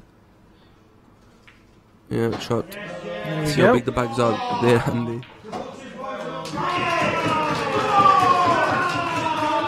There's the Butchers fans piping up. Plenty of them. You mentioned before about the Yorkshire crowd all sticking together. Yeah, so while we're in between frames, Jordan, how's your preparation going for your big game next week? I don't want to say too much, but yeah, I'm very confident. Practice has gone well. First time I've practiced a lot in maybe 18 months. When you say practice a lot, how much practice do you actually do for a game like that? 2 or 3 hours a day. Right, that's dedication, isn't it? It's been perfect though, because I had a tournament every single weekend for the last 5, I think. So I've been away playing somewhere, and there's no better practice than match practice. And the match is taking place in Newark, which is outside Nottingham, yeah? Yeah, in Jules Goodyear's place. So it's very nice club. It's not far from where Clint's based, is it? He's Nottingham lad himself, I think he's isn't about he? 40 or 50 minutes away. Oh, is it? So yeah, it is a bit. It's the same for me as well. All right, okay. So it should be a good crowd, good atmosphere. Yeah, I think he's expecting about 150 people. 150 people. Yeah, that's what he's expecting, but I think there'll be a few more than that. Yeah, you'd expect so for a game of that size. And what's the pot? Is it 20 grand each? 20 each. So yeah, 40 grand, eh? Yeah, some big serious game. Poke, mate. Correct. Just see what happens. I'm looking forward to it though. Yeah, I bet you are. You know, just hope my break doesn't let me down. Well, a lot of people have asked me about the game. What do you think, or whatever? And I said, well, look, at the end of the day, Jordan's a hard player to predict because when he gets in front, he's one of the best front runners there is. So, yeah, that's my plan. I plan to be in front. If you can get in front, then it's going to have handfuls either way. Yeah, of course. But he's had a good 12 months. Yeah, he has had a very good 12 months. Yeah, he's really, I think a quality player. What people seem to be forgetting that a lot of people have wrote me off so far, but I'm been back playing. I'm very hungry for this. looking forward to it as well. Well, I got to be honest, I've not heard anyone write you off. No, I mean, people will have opinions, yeah, who maybe favourite, or Yeah, I but know what you're general, virtually everyone I've spoke to thinks it's a tough one to call. yeah, which, it's a hard game to well, predict. let's be honest, you wouldn't put 20 grand on the line if you it wouldn't be a tough game to call, would it? You know, that's so right, yeah, obviously, you know, yeah, I know you what you're both saying, won yeah. both won big events and both capable of beating each other, and that's what these Be a good games game because games are about, isn't it? two different styles of play. I think I said to you a long time ago, if your A game is as good as anyone's. It's whether you can get your A game to come out. It's It's just about bringing very it out, difficult in that sort of situation. Yeah, when there's a lot of money on the line and that. Being able to deal with the pressures of the situation, Yeah, and also I think it's about how mature you're able to be. If things aren't going well, if they're not going well, because stuff doesn't always go well on the pool table, you know. And sometimes you know the way you play, you're in a bit of a catch-22 situation because you're. Where's the white? Just out. Left himself a little tricky. Shouldn't have been on anywhere near that side though, should he? Should have been coming off 2 and out. That's what I mean. Should have been. If it's not on the side cushion, then it's not a problem. No chance he could miss, but it wasn't a good hit, that one, to be fair. Maybe play the red nearest the yellow. Just flick the yellow out the way. I think he's forced into doing that now, isn't he? But that certainly wasn't the plan, No, and he shouldn't have not. needed to have been doing any cannoning at all. Just plod. I still fancy him to get these though. But like I was saying to you, I think your game is built around buzzing and rhythm and you know enjoying it. Yeah, that's right. Flying. You know, when you're flying, you're unstoppable, and that's what's served you well, and that's why you've been able to win events that you've won and beat the players that you've been able to beat, is because you've taken your A game to them. You don't care who you're playing. You back yourself to queue in the big balls, etc., etc. Yeah, that's right. Yeah. So as long as you keep playing to your strengths, it's almost a case of you need to forget what you're playing for. That's right. You know what I mean? Yeah. You've just got to forget what's going on and just play. Try and play your best pool and forget about anything else. You know what I mean? Yeah, the money. Try not to think about it's stuff not too going to bother much. me, but that's the last thing I'll be thinking about when I'm playing. Exactly. Don't be thinking about no money. You just think about playing some good pool. At the end of the day, if you win, brilliant. And if you, whoa! What a shot! What a shot there from Steve Webster. Very good shot. He's one of the best shot makers in the game, Steve. Yeah. Even at 51 years old. Every credit to him there. Brilliant double. He made hard work of it, but he recovered it, didn't he? And like you say, he found something. Class players find class shots when they need them most, and he found one there. Steve's one of the best for doing that. Yeah. Back on again, as well. This is a big frame. Well, it's a massive frame for. If it goes 4, that's curtains. Yeah, it's a massive frame for the corn, and I did say to you, didn't I, Jordan, before the final started, that just felt it was kind of meant to be with Steve's very good friends with Kenny Cahill, the man who this event's been started in his memory of. Yeah, and it's very close to Steve's art. I was speaking to Steve. He was in the commentary box with me earlier on, and he was saying it would mean a lot to him to go and win this event in Kenny's memory. And I just kind of had a feeling that they were going to go and win this. So it's one of them ones. Sometimes you just know what's going to happen, don't you? Pressure's on the Derby lads. I mean, 100%. Let's not forget there's $3,000 for the winning team here. Yeah, no one's going to be happy about losing this either. Yeah, exactly. This session's massive though. They need to win 2-1 at least this session.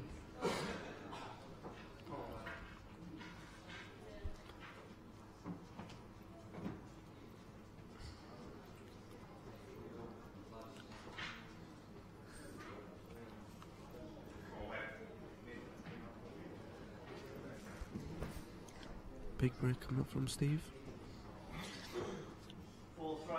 Well, I was saying to Craig Lakin in the last match that there's been more dry breaks than breaks with balls potted in this event. I've side broke this weekend. Seems to have worked a treat, but Yeah. That's a good break though. Good split. Yeah, that was a good break. I don't think these side breaks the break for these tables myself. Not for these cloths. Normally I break with a white, like bang in line with the pocket, but I've moved it across this weekend and it seems to work the treat. Yeah. Got a lot of balls, a lot of dishes, but Steve just seemed to tap him a bit, didn't he? Not too much power. Well, I played Steve for some money last year, and he broke and finished 9 times against me. Finished 4 off my break. So that's 13 frames where I didn't get a go. Quite a tough pill to swallow then. It was, you know. I made 3 mistakes in the match. I don't think I played well, but I never got a chance to. You know what I mean? Kept off the table. Yeah. That's the thing with this game, though, isn't it? If they break in like God. Yeah, exactly. You can't get the table. Kept me under pressure. Remington's one of the best breakers I've ever seen. Remington's got a good break, yeah. Yeah, strong lad. Wins him a lot of matches. Good technique, yeah. That's a bad shot. I didn't realise the red went then. I thought he was covering up. Yeah, it was a real careless shot, wasn't it? Just getting his specs out. Yeah. Yeah. He has to get them to check.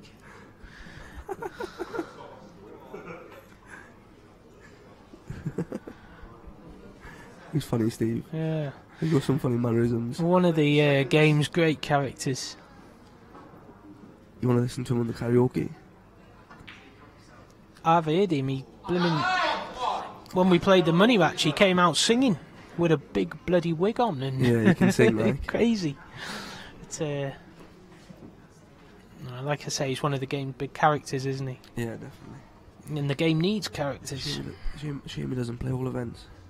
Yeah, it'd be great if we could get him on the tour, but I think that you know yourself, you need a lot of stamina to play the tour. Yeah, 100%. It's not just about how you play on the Friday night. I'd miss that. I'm not sure what... I think these boys look a little flat during this final. You think what? I think the Derby boys look a little bit flat. Yeah. Making stupid mistakes. Yeah, well, I mean, look, John's come off for 7-6. John's just come off 5. Yeah, obviously, he's going to be a bit tired, but John's nature, he likes to kind of laugh things off. You know, you know when you make a mistake, or he likes to laugh things off. But when your team's 3-0 down, you're in a world of pain. You can't laugh. Yeah. You can't laugh that off. You can't laugh it off because it looks like you don't care. Yeah, you know what I mean. Like, but that's just John trying to get himself just right his way of dealing with things, exactly. But even there, John didn't laugh. He's not happy with himself for that shot. Definitely not. No. You know, he'll be really annoyed with himself there. And Webby will know this is a real chance. This is a massive chance. I fancy Steve to get these. Well, there's still work to do, but this looks easy shot, but it's tricky in the middle. Yeah. Yeah, good shot. Yeah.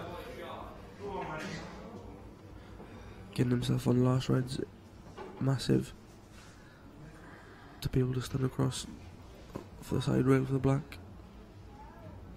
Do you reckon he'll get a man?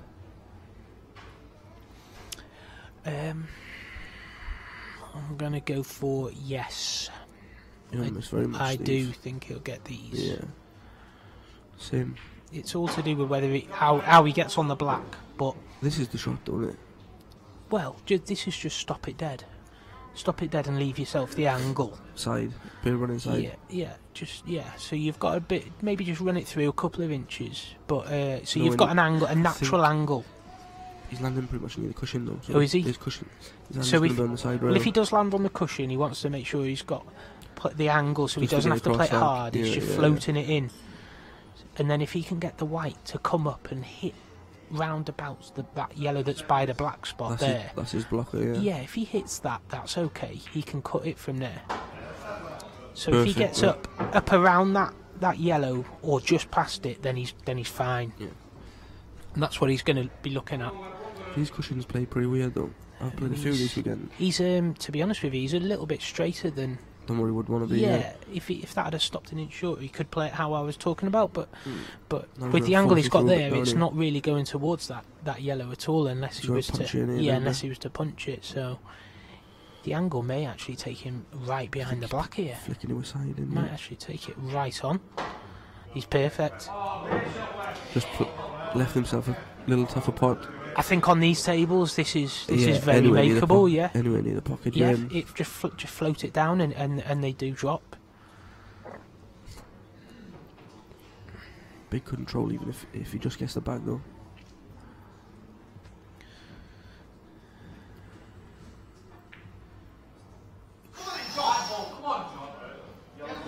I think he just moved on that shot a bit, Jordan. Tweaked a little bit. Yeah, just moved on it a bit. Yellow off to pot the yellow by the bottom bag. Go straight flick after his off bad to- ball. Straight after his bad ball here.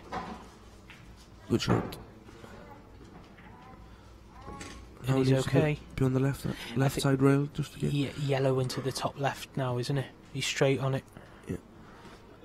Stun the one on the black spot to the side rail. Yeah, to bring the white over to this side then. I think he's a little Isn't it? straight. Just I needs, think. yeah, but he just needs to make sure he gets the white over to this left-hand side Might of the be a little bit table. straight, yeah, and Even if he's leaving it long, it's still pretty close to the pocket. So Yeah, you're not he's far got to away, make yeah. sure he's over far enough. That's the most important thing. Yeah. And that's no good. Wanted to get it further over, so now he's going to have to take this one. Double yellow into the middle and screw back. Yeah.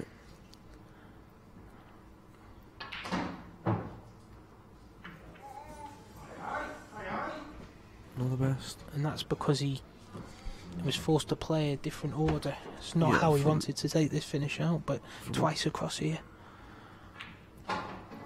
Needs a bounce. Left-wards. Needs a bounce. Now then, is it double or is it cut? Straight double. Miles out. Well, it's all going wrong. Another frame gifted. It's all going wrong for the Derby team, and seems to be Simple finish then though, Andy. seems to be written in the stars. Yeah, 4-0. Who plays next? Well, it's a massive frame for the Derby team now, isn't it? Every frame's And no offence to James. Every- He's the weakest of the three, yeah. he's the weak link for their team.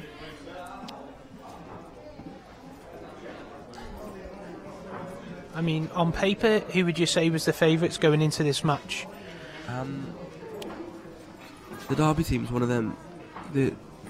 Lakin and John's very strong. James is a good player in his own right, but Lakin and they're pretty unpredictable as well.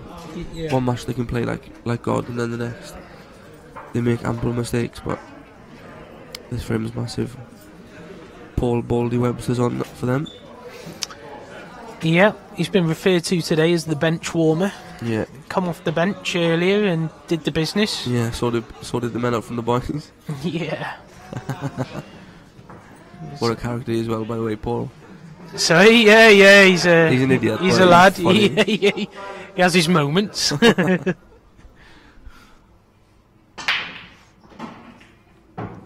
Ooh, Good chance. Good chance. nah, not as easy as what it looks. No, he's Few got tricky he's got balls, that yeah. one problem area on the right hand side there, but He needs to land low, doesn't he? I don't fancy him for these. they're not the dollies that you'd want, are they? I think he's been forced to take a red, yeah. Yeah.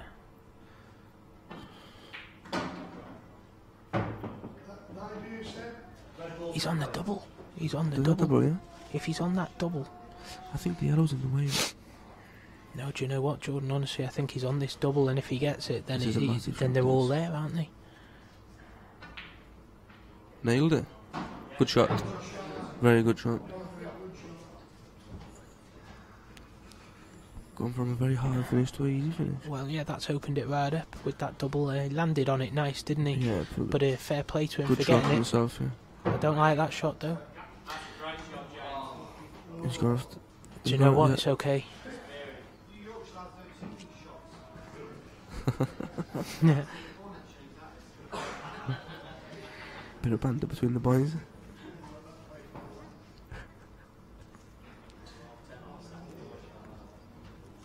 mentioned before that you can't take any liberties with these middle pockets at all, so he's No, got to they're hit dead middle of the pocket here. They're very horrible, these. Oh no, he had a bit of angle there to push across. Yeah, so he's got to float this in now, hasn't he? On and off the cush. Yeah, anyway. Stay still anyway, stay still on the shot, and you can't fail to be fair. should be okay. The bag's like 9 ball pockets from open play. It's a good hit. A good shot. Just a little stun across now.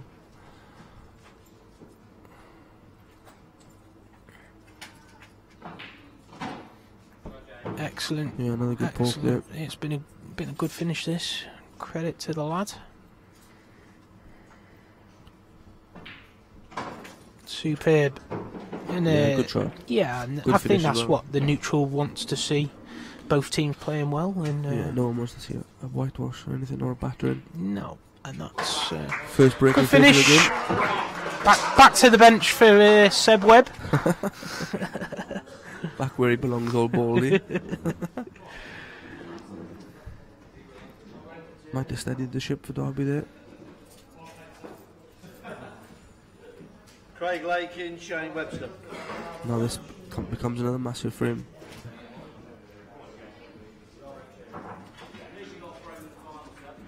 It's either a 2 or a 4 frame swing now.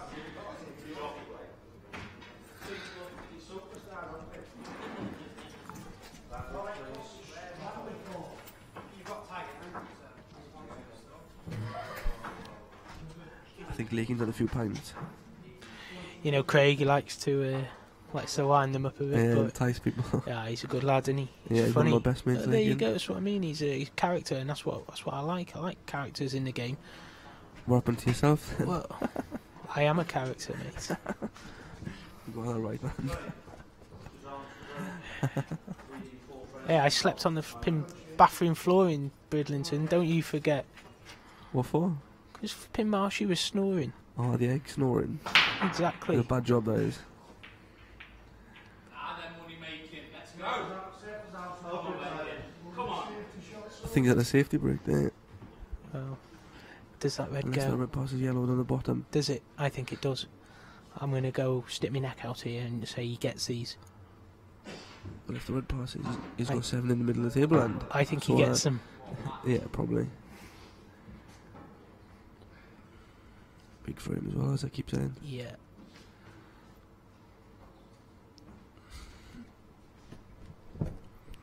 The thing I like about Craig is he doesn't really care like who he's playing, or he doesn't really get phased. He doesn't he doesn't get phased. He doesn't just get overexcited. no. Nothing. He's just really confident, isn't he? Yeah. He's a good person to have in your team. This kind of event. Yeah, of course. Yeah, Very talented kid as certainly well. one of the best amateurs around. Yeah, 100%. Got the quarters the last tour, didn't he? Yeah, mentioned that before when he was in the commentary with me. His break let him down against me.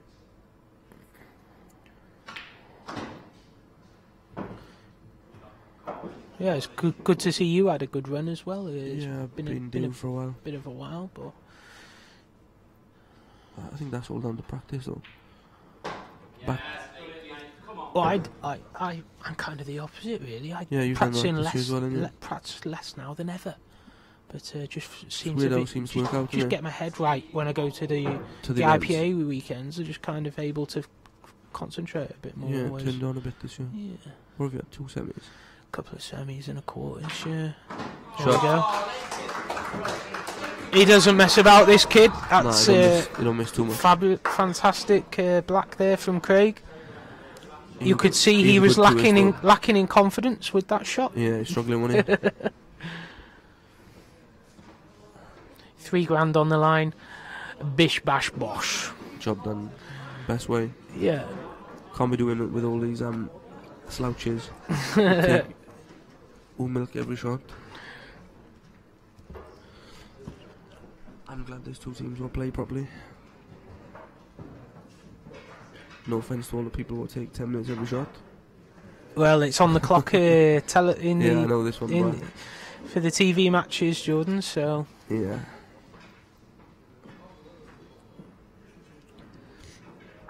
I know what you mean. There are certain players that do take excessively long time. I don't see the point why they do it though, because they put themselves out of their rhythm. Yeah. So, well, they do it because they put you out as well. Pretty gamesmanship, I suppose, isn't it? Yeah.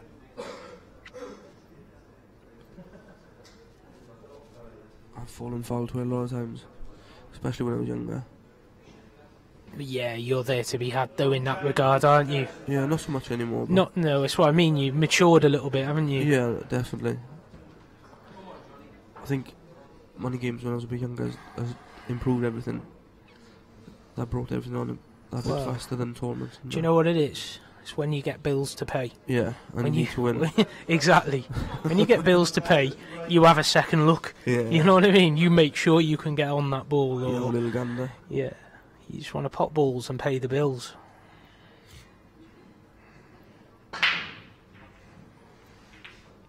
Bad break there. Lucky to get a ball. And what often happens, the bad break is the one that gets you the best chance. Because this is an absolute golden chance. Black is only a slight problem ball, but even that's nothing to worry about. Leave that red by the middle for last ball. Good chance here. And if he can take them out of nowhere, the Derby team will be back in there. 3 dishes though. Hey? 3 dishes it'll be, won't it? Yeah. So he's going to play. James broken dish. He's going to. Lakin's dished off Shane's break. Yeah, exactly. But now he's going to cannon this yellow Yeah, that's next to the black. Mm. No. The first shot was a bad shot there. It was, but once it had landed where it landed, Yeah, he's still in that it actually encouraged him to develop the bad area straight away. But he should have played into the yellow positively, which would have opened the black right up. Decelerate a little bit then. Yeah. No conviction in the shot. Yeah. I mean, I know what he was thinking. He was thinking he didn't want to knock the yellow down out, and block and stick it on top of the red. Yeah. But if you're worried about that, just hit the ball that a little bit harder. Well, you're being a bit lucky here. That was you, John. That was you, mate. I'm telling you. I don't want to be in these shoes right now. Well, we have seen a few twitchy shots in this final already. They've been the first 4 were all twitchy frames. Exactly, the Derby team would think that they could have won all of them. Does that black pass the yellow on the bottom? I can't really tell from here, Jordan. Yeah, Don't think it angle, does, but John's down. John's down and he's down quick. Yeah, so he's not even blocked, is he? So he must feel it does. John must feel that the black goes in this bottom left pocket. They're big bags as well, aren't they?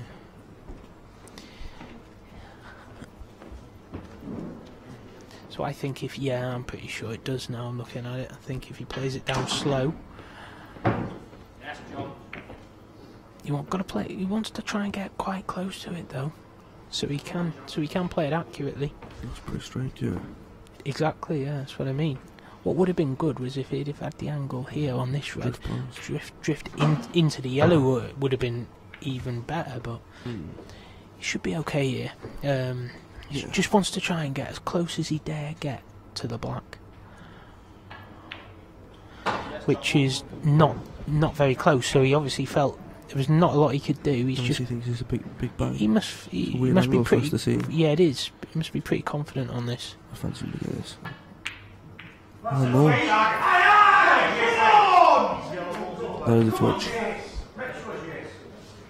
That was. I don't think tag will mess up from here. That was a big twitch. Yeah. Do you know why? I know he's in control now, but he had an easy chance then to clear. Yeah. But he wanted to just develop that one ball, I think. So it wasn't very hard to develop black and yellow then, though. No. Sometimes you can get burned not playing the right shot. Just see what happens here. It's not it. He had the right line. Just a bit unlucky. Well, I think... Just dolly this year out and don't make it too complicated like you did last time. Well, you can either dolly that yellow out or you take the cue ball and you plough the yellow down inside off the black and move the black away a bit. Just sometimes that takes the pressure off the finish a little bit if you move the black away from the pocket. Do you know what I mean? Yeah, no, nice.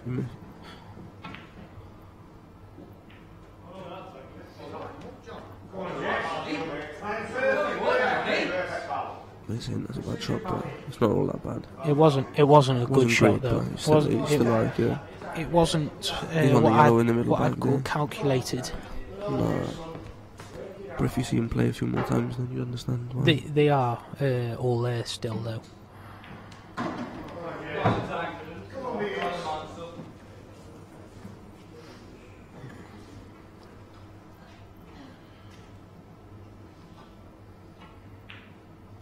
Afraid more John's had wrapped up twice, though, yeah. Yeah.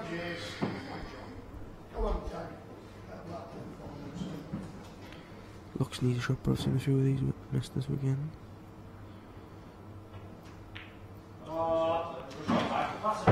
Cute like a dream, though.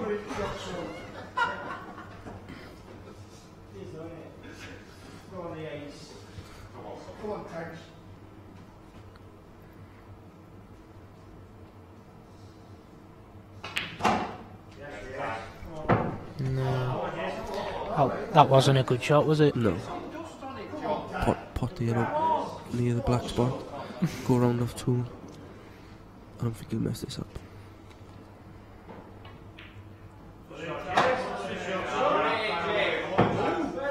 Nah, I would have been going off two then, Andy. He's in between. You'd have come back round the back of them for the yellows in the same pocket. No, into the black pocket, yellow past the black here. Yeah. Probably had bigger area. Yeah, more margin for her then. But everyone goes about their stuff their own way, don't they? Yeah.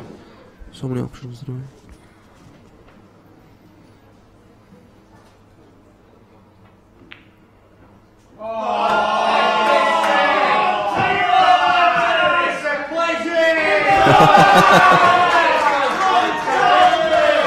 The West Yorkshire crowd piping up there. Costly frame for the Derby team. Taggart prances off back to celebrate with his friends. Costly mistake there from John. He's gone off the boil. He's not played well in the final Webster. after playing so well towards the end of proper good performance against Neil at the end. Against Neil towards the end, it was good. Only caught it from 5-3. Earlier on, it wasn't so good, but the back end of the match, he played really good, and it's a shame he hasn't just carried on. Yeah, of course, he's a momentum player. But you see, with his cue action, he is liable to twitch sometimes. The cue's really far away from the cue ball. Yeah. Well, sometimes you don't go exactly straight through. Well, he'll be disappointed with himself. Yeah, definitely. Because that's the black into a big bag. The problem was he couldn't get a bit closer to that black. If he could have got, 6-8 inches closer to it, I don't think it was missable because he missed it by a mile and it still nearly covered the pocket, didn't it? So it showed how easily it actually did go. The Reds just come and cover the black.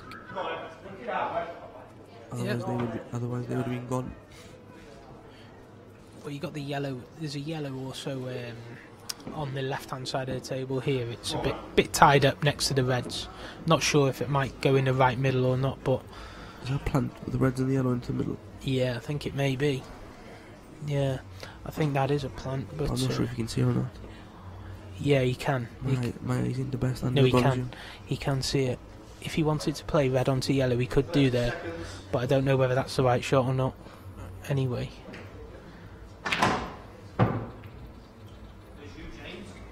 Such a poor shot there. Yeah. I mean, he was playing to develop that yellow, the one that I mentioned. Yeah, he meant to play into red, didn't he? But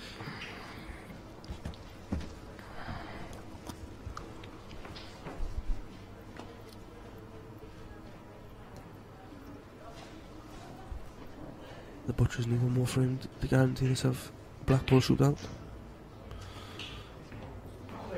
Come on, James. Come on, mate. Last frame, James knocked in a good finish. Let's see what he can do this time.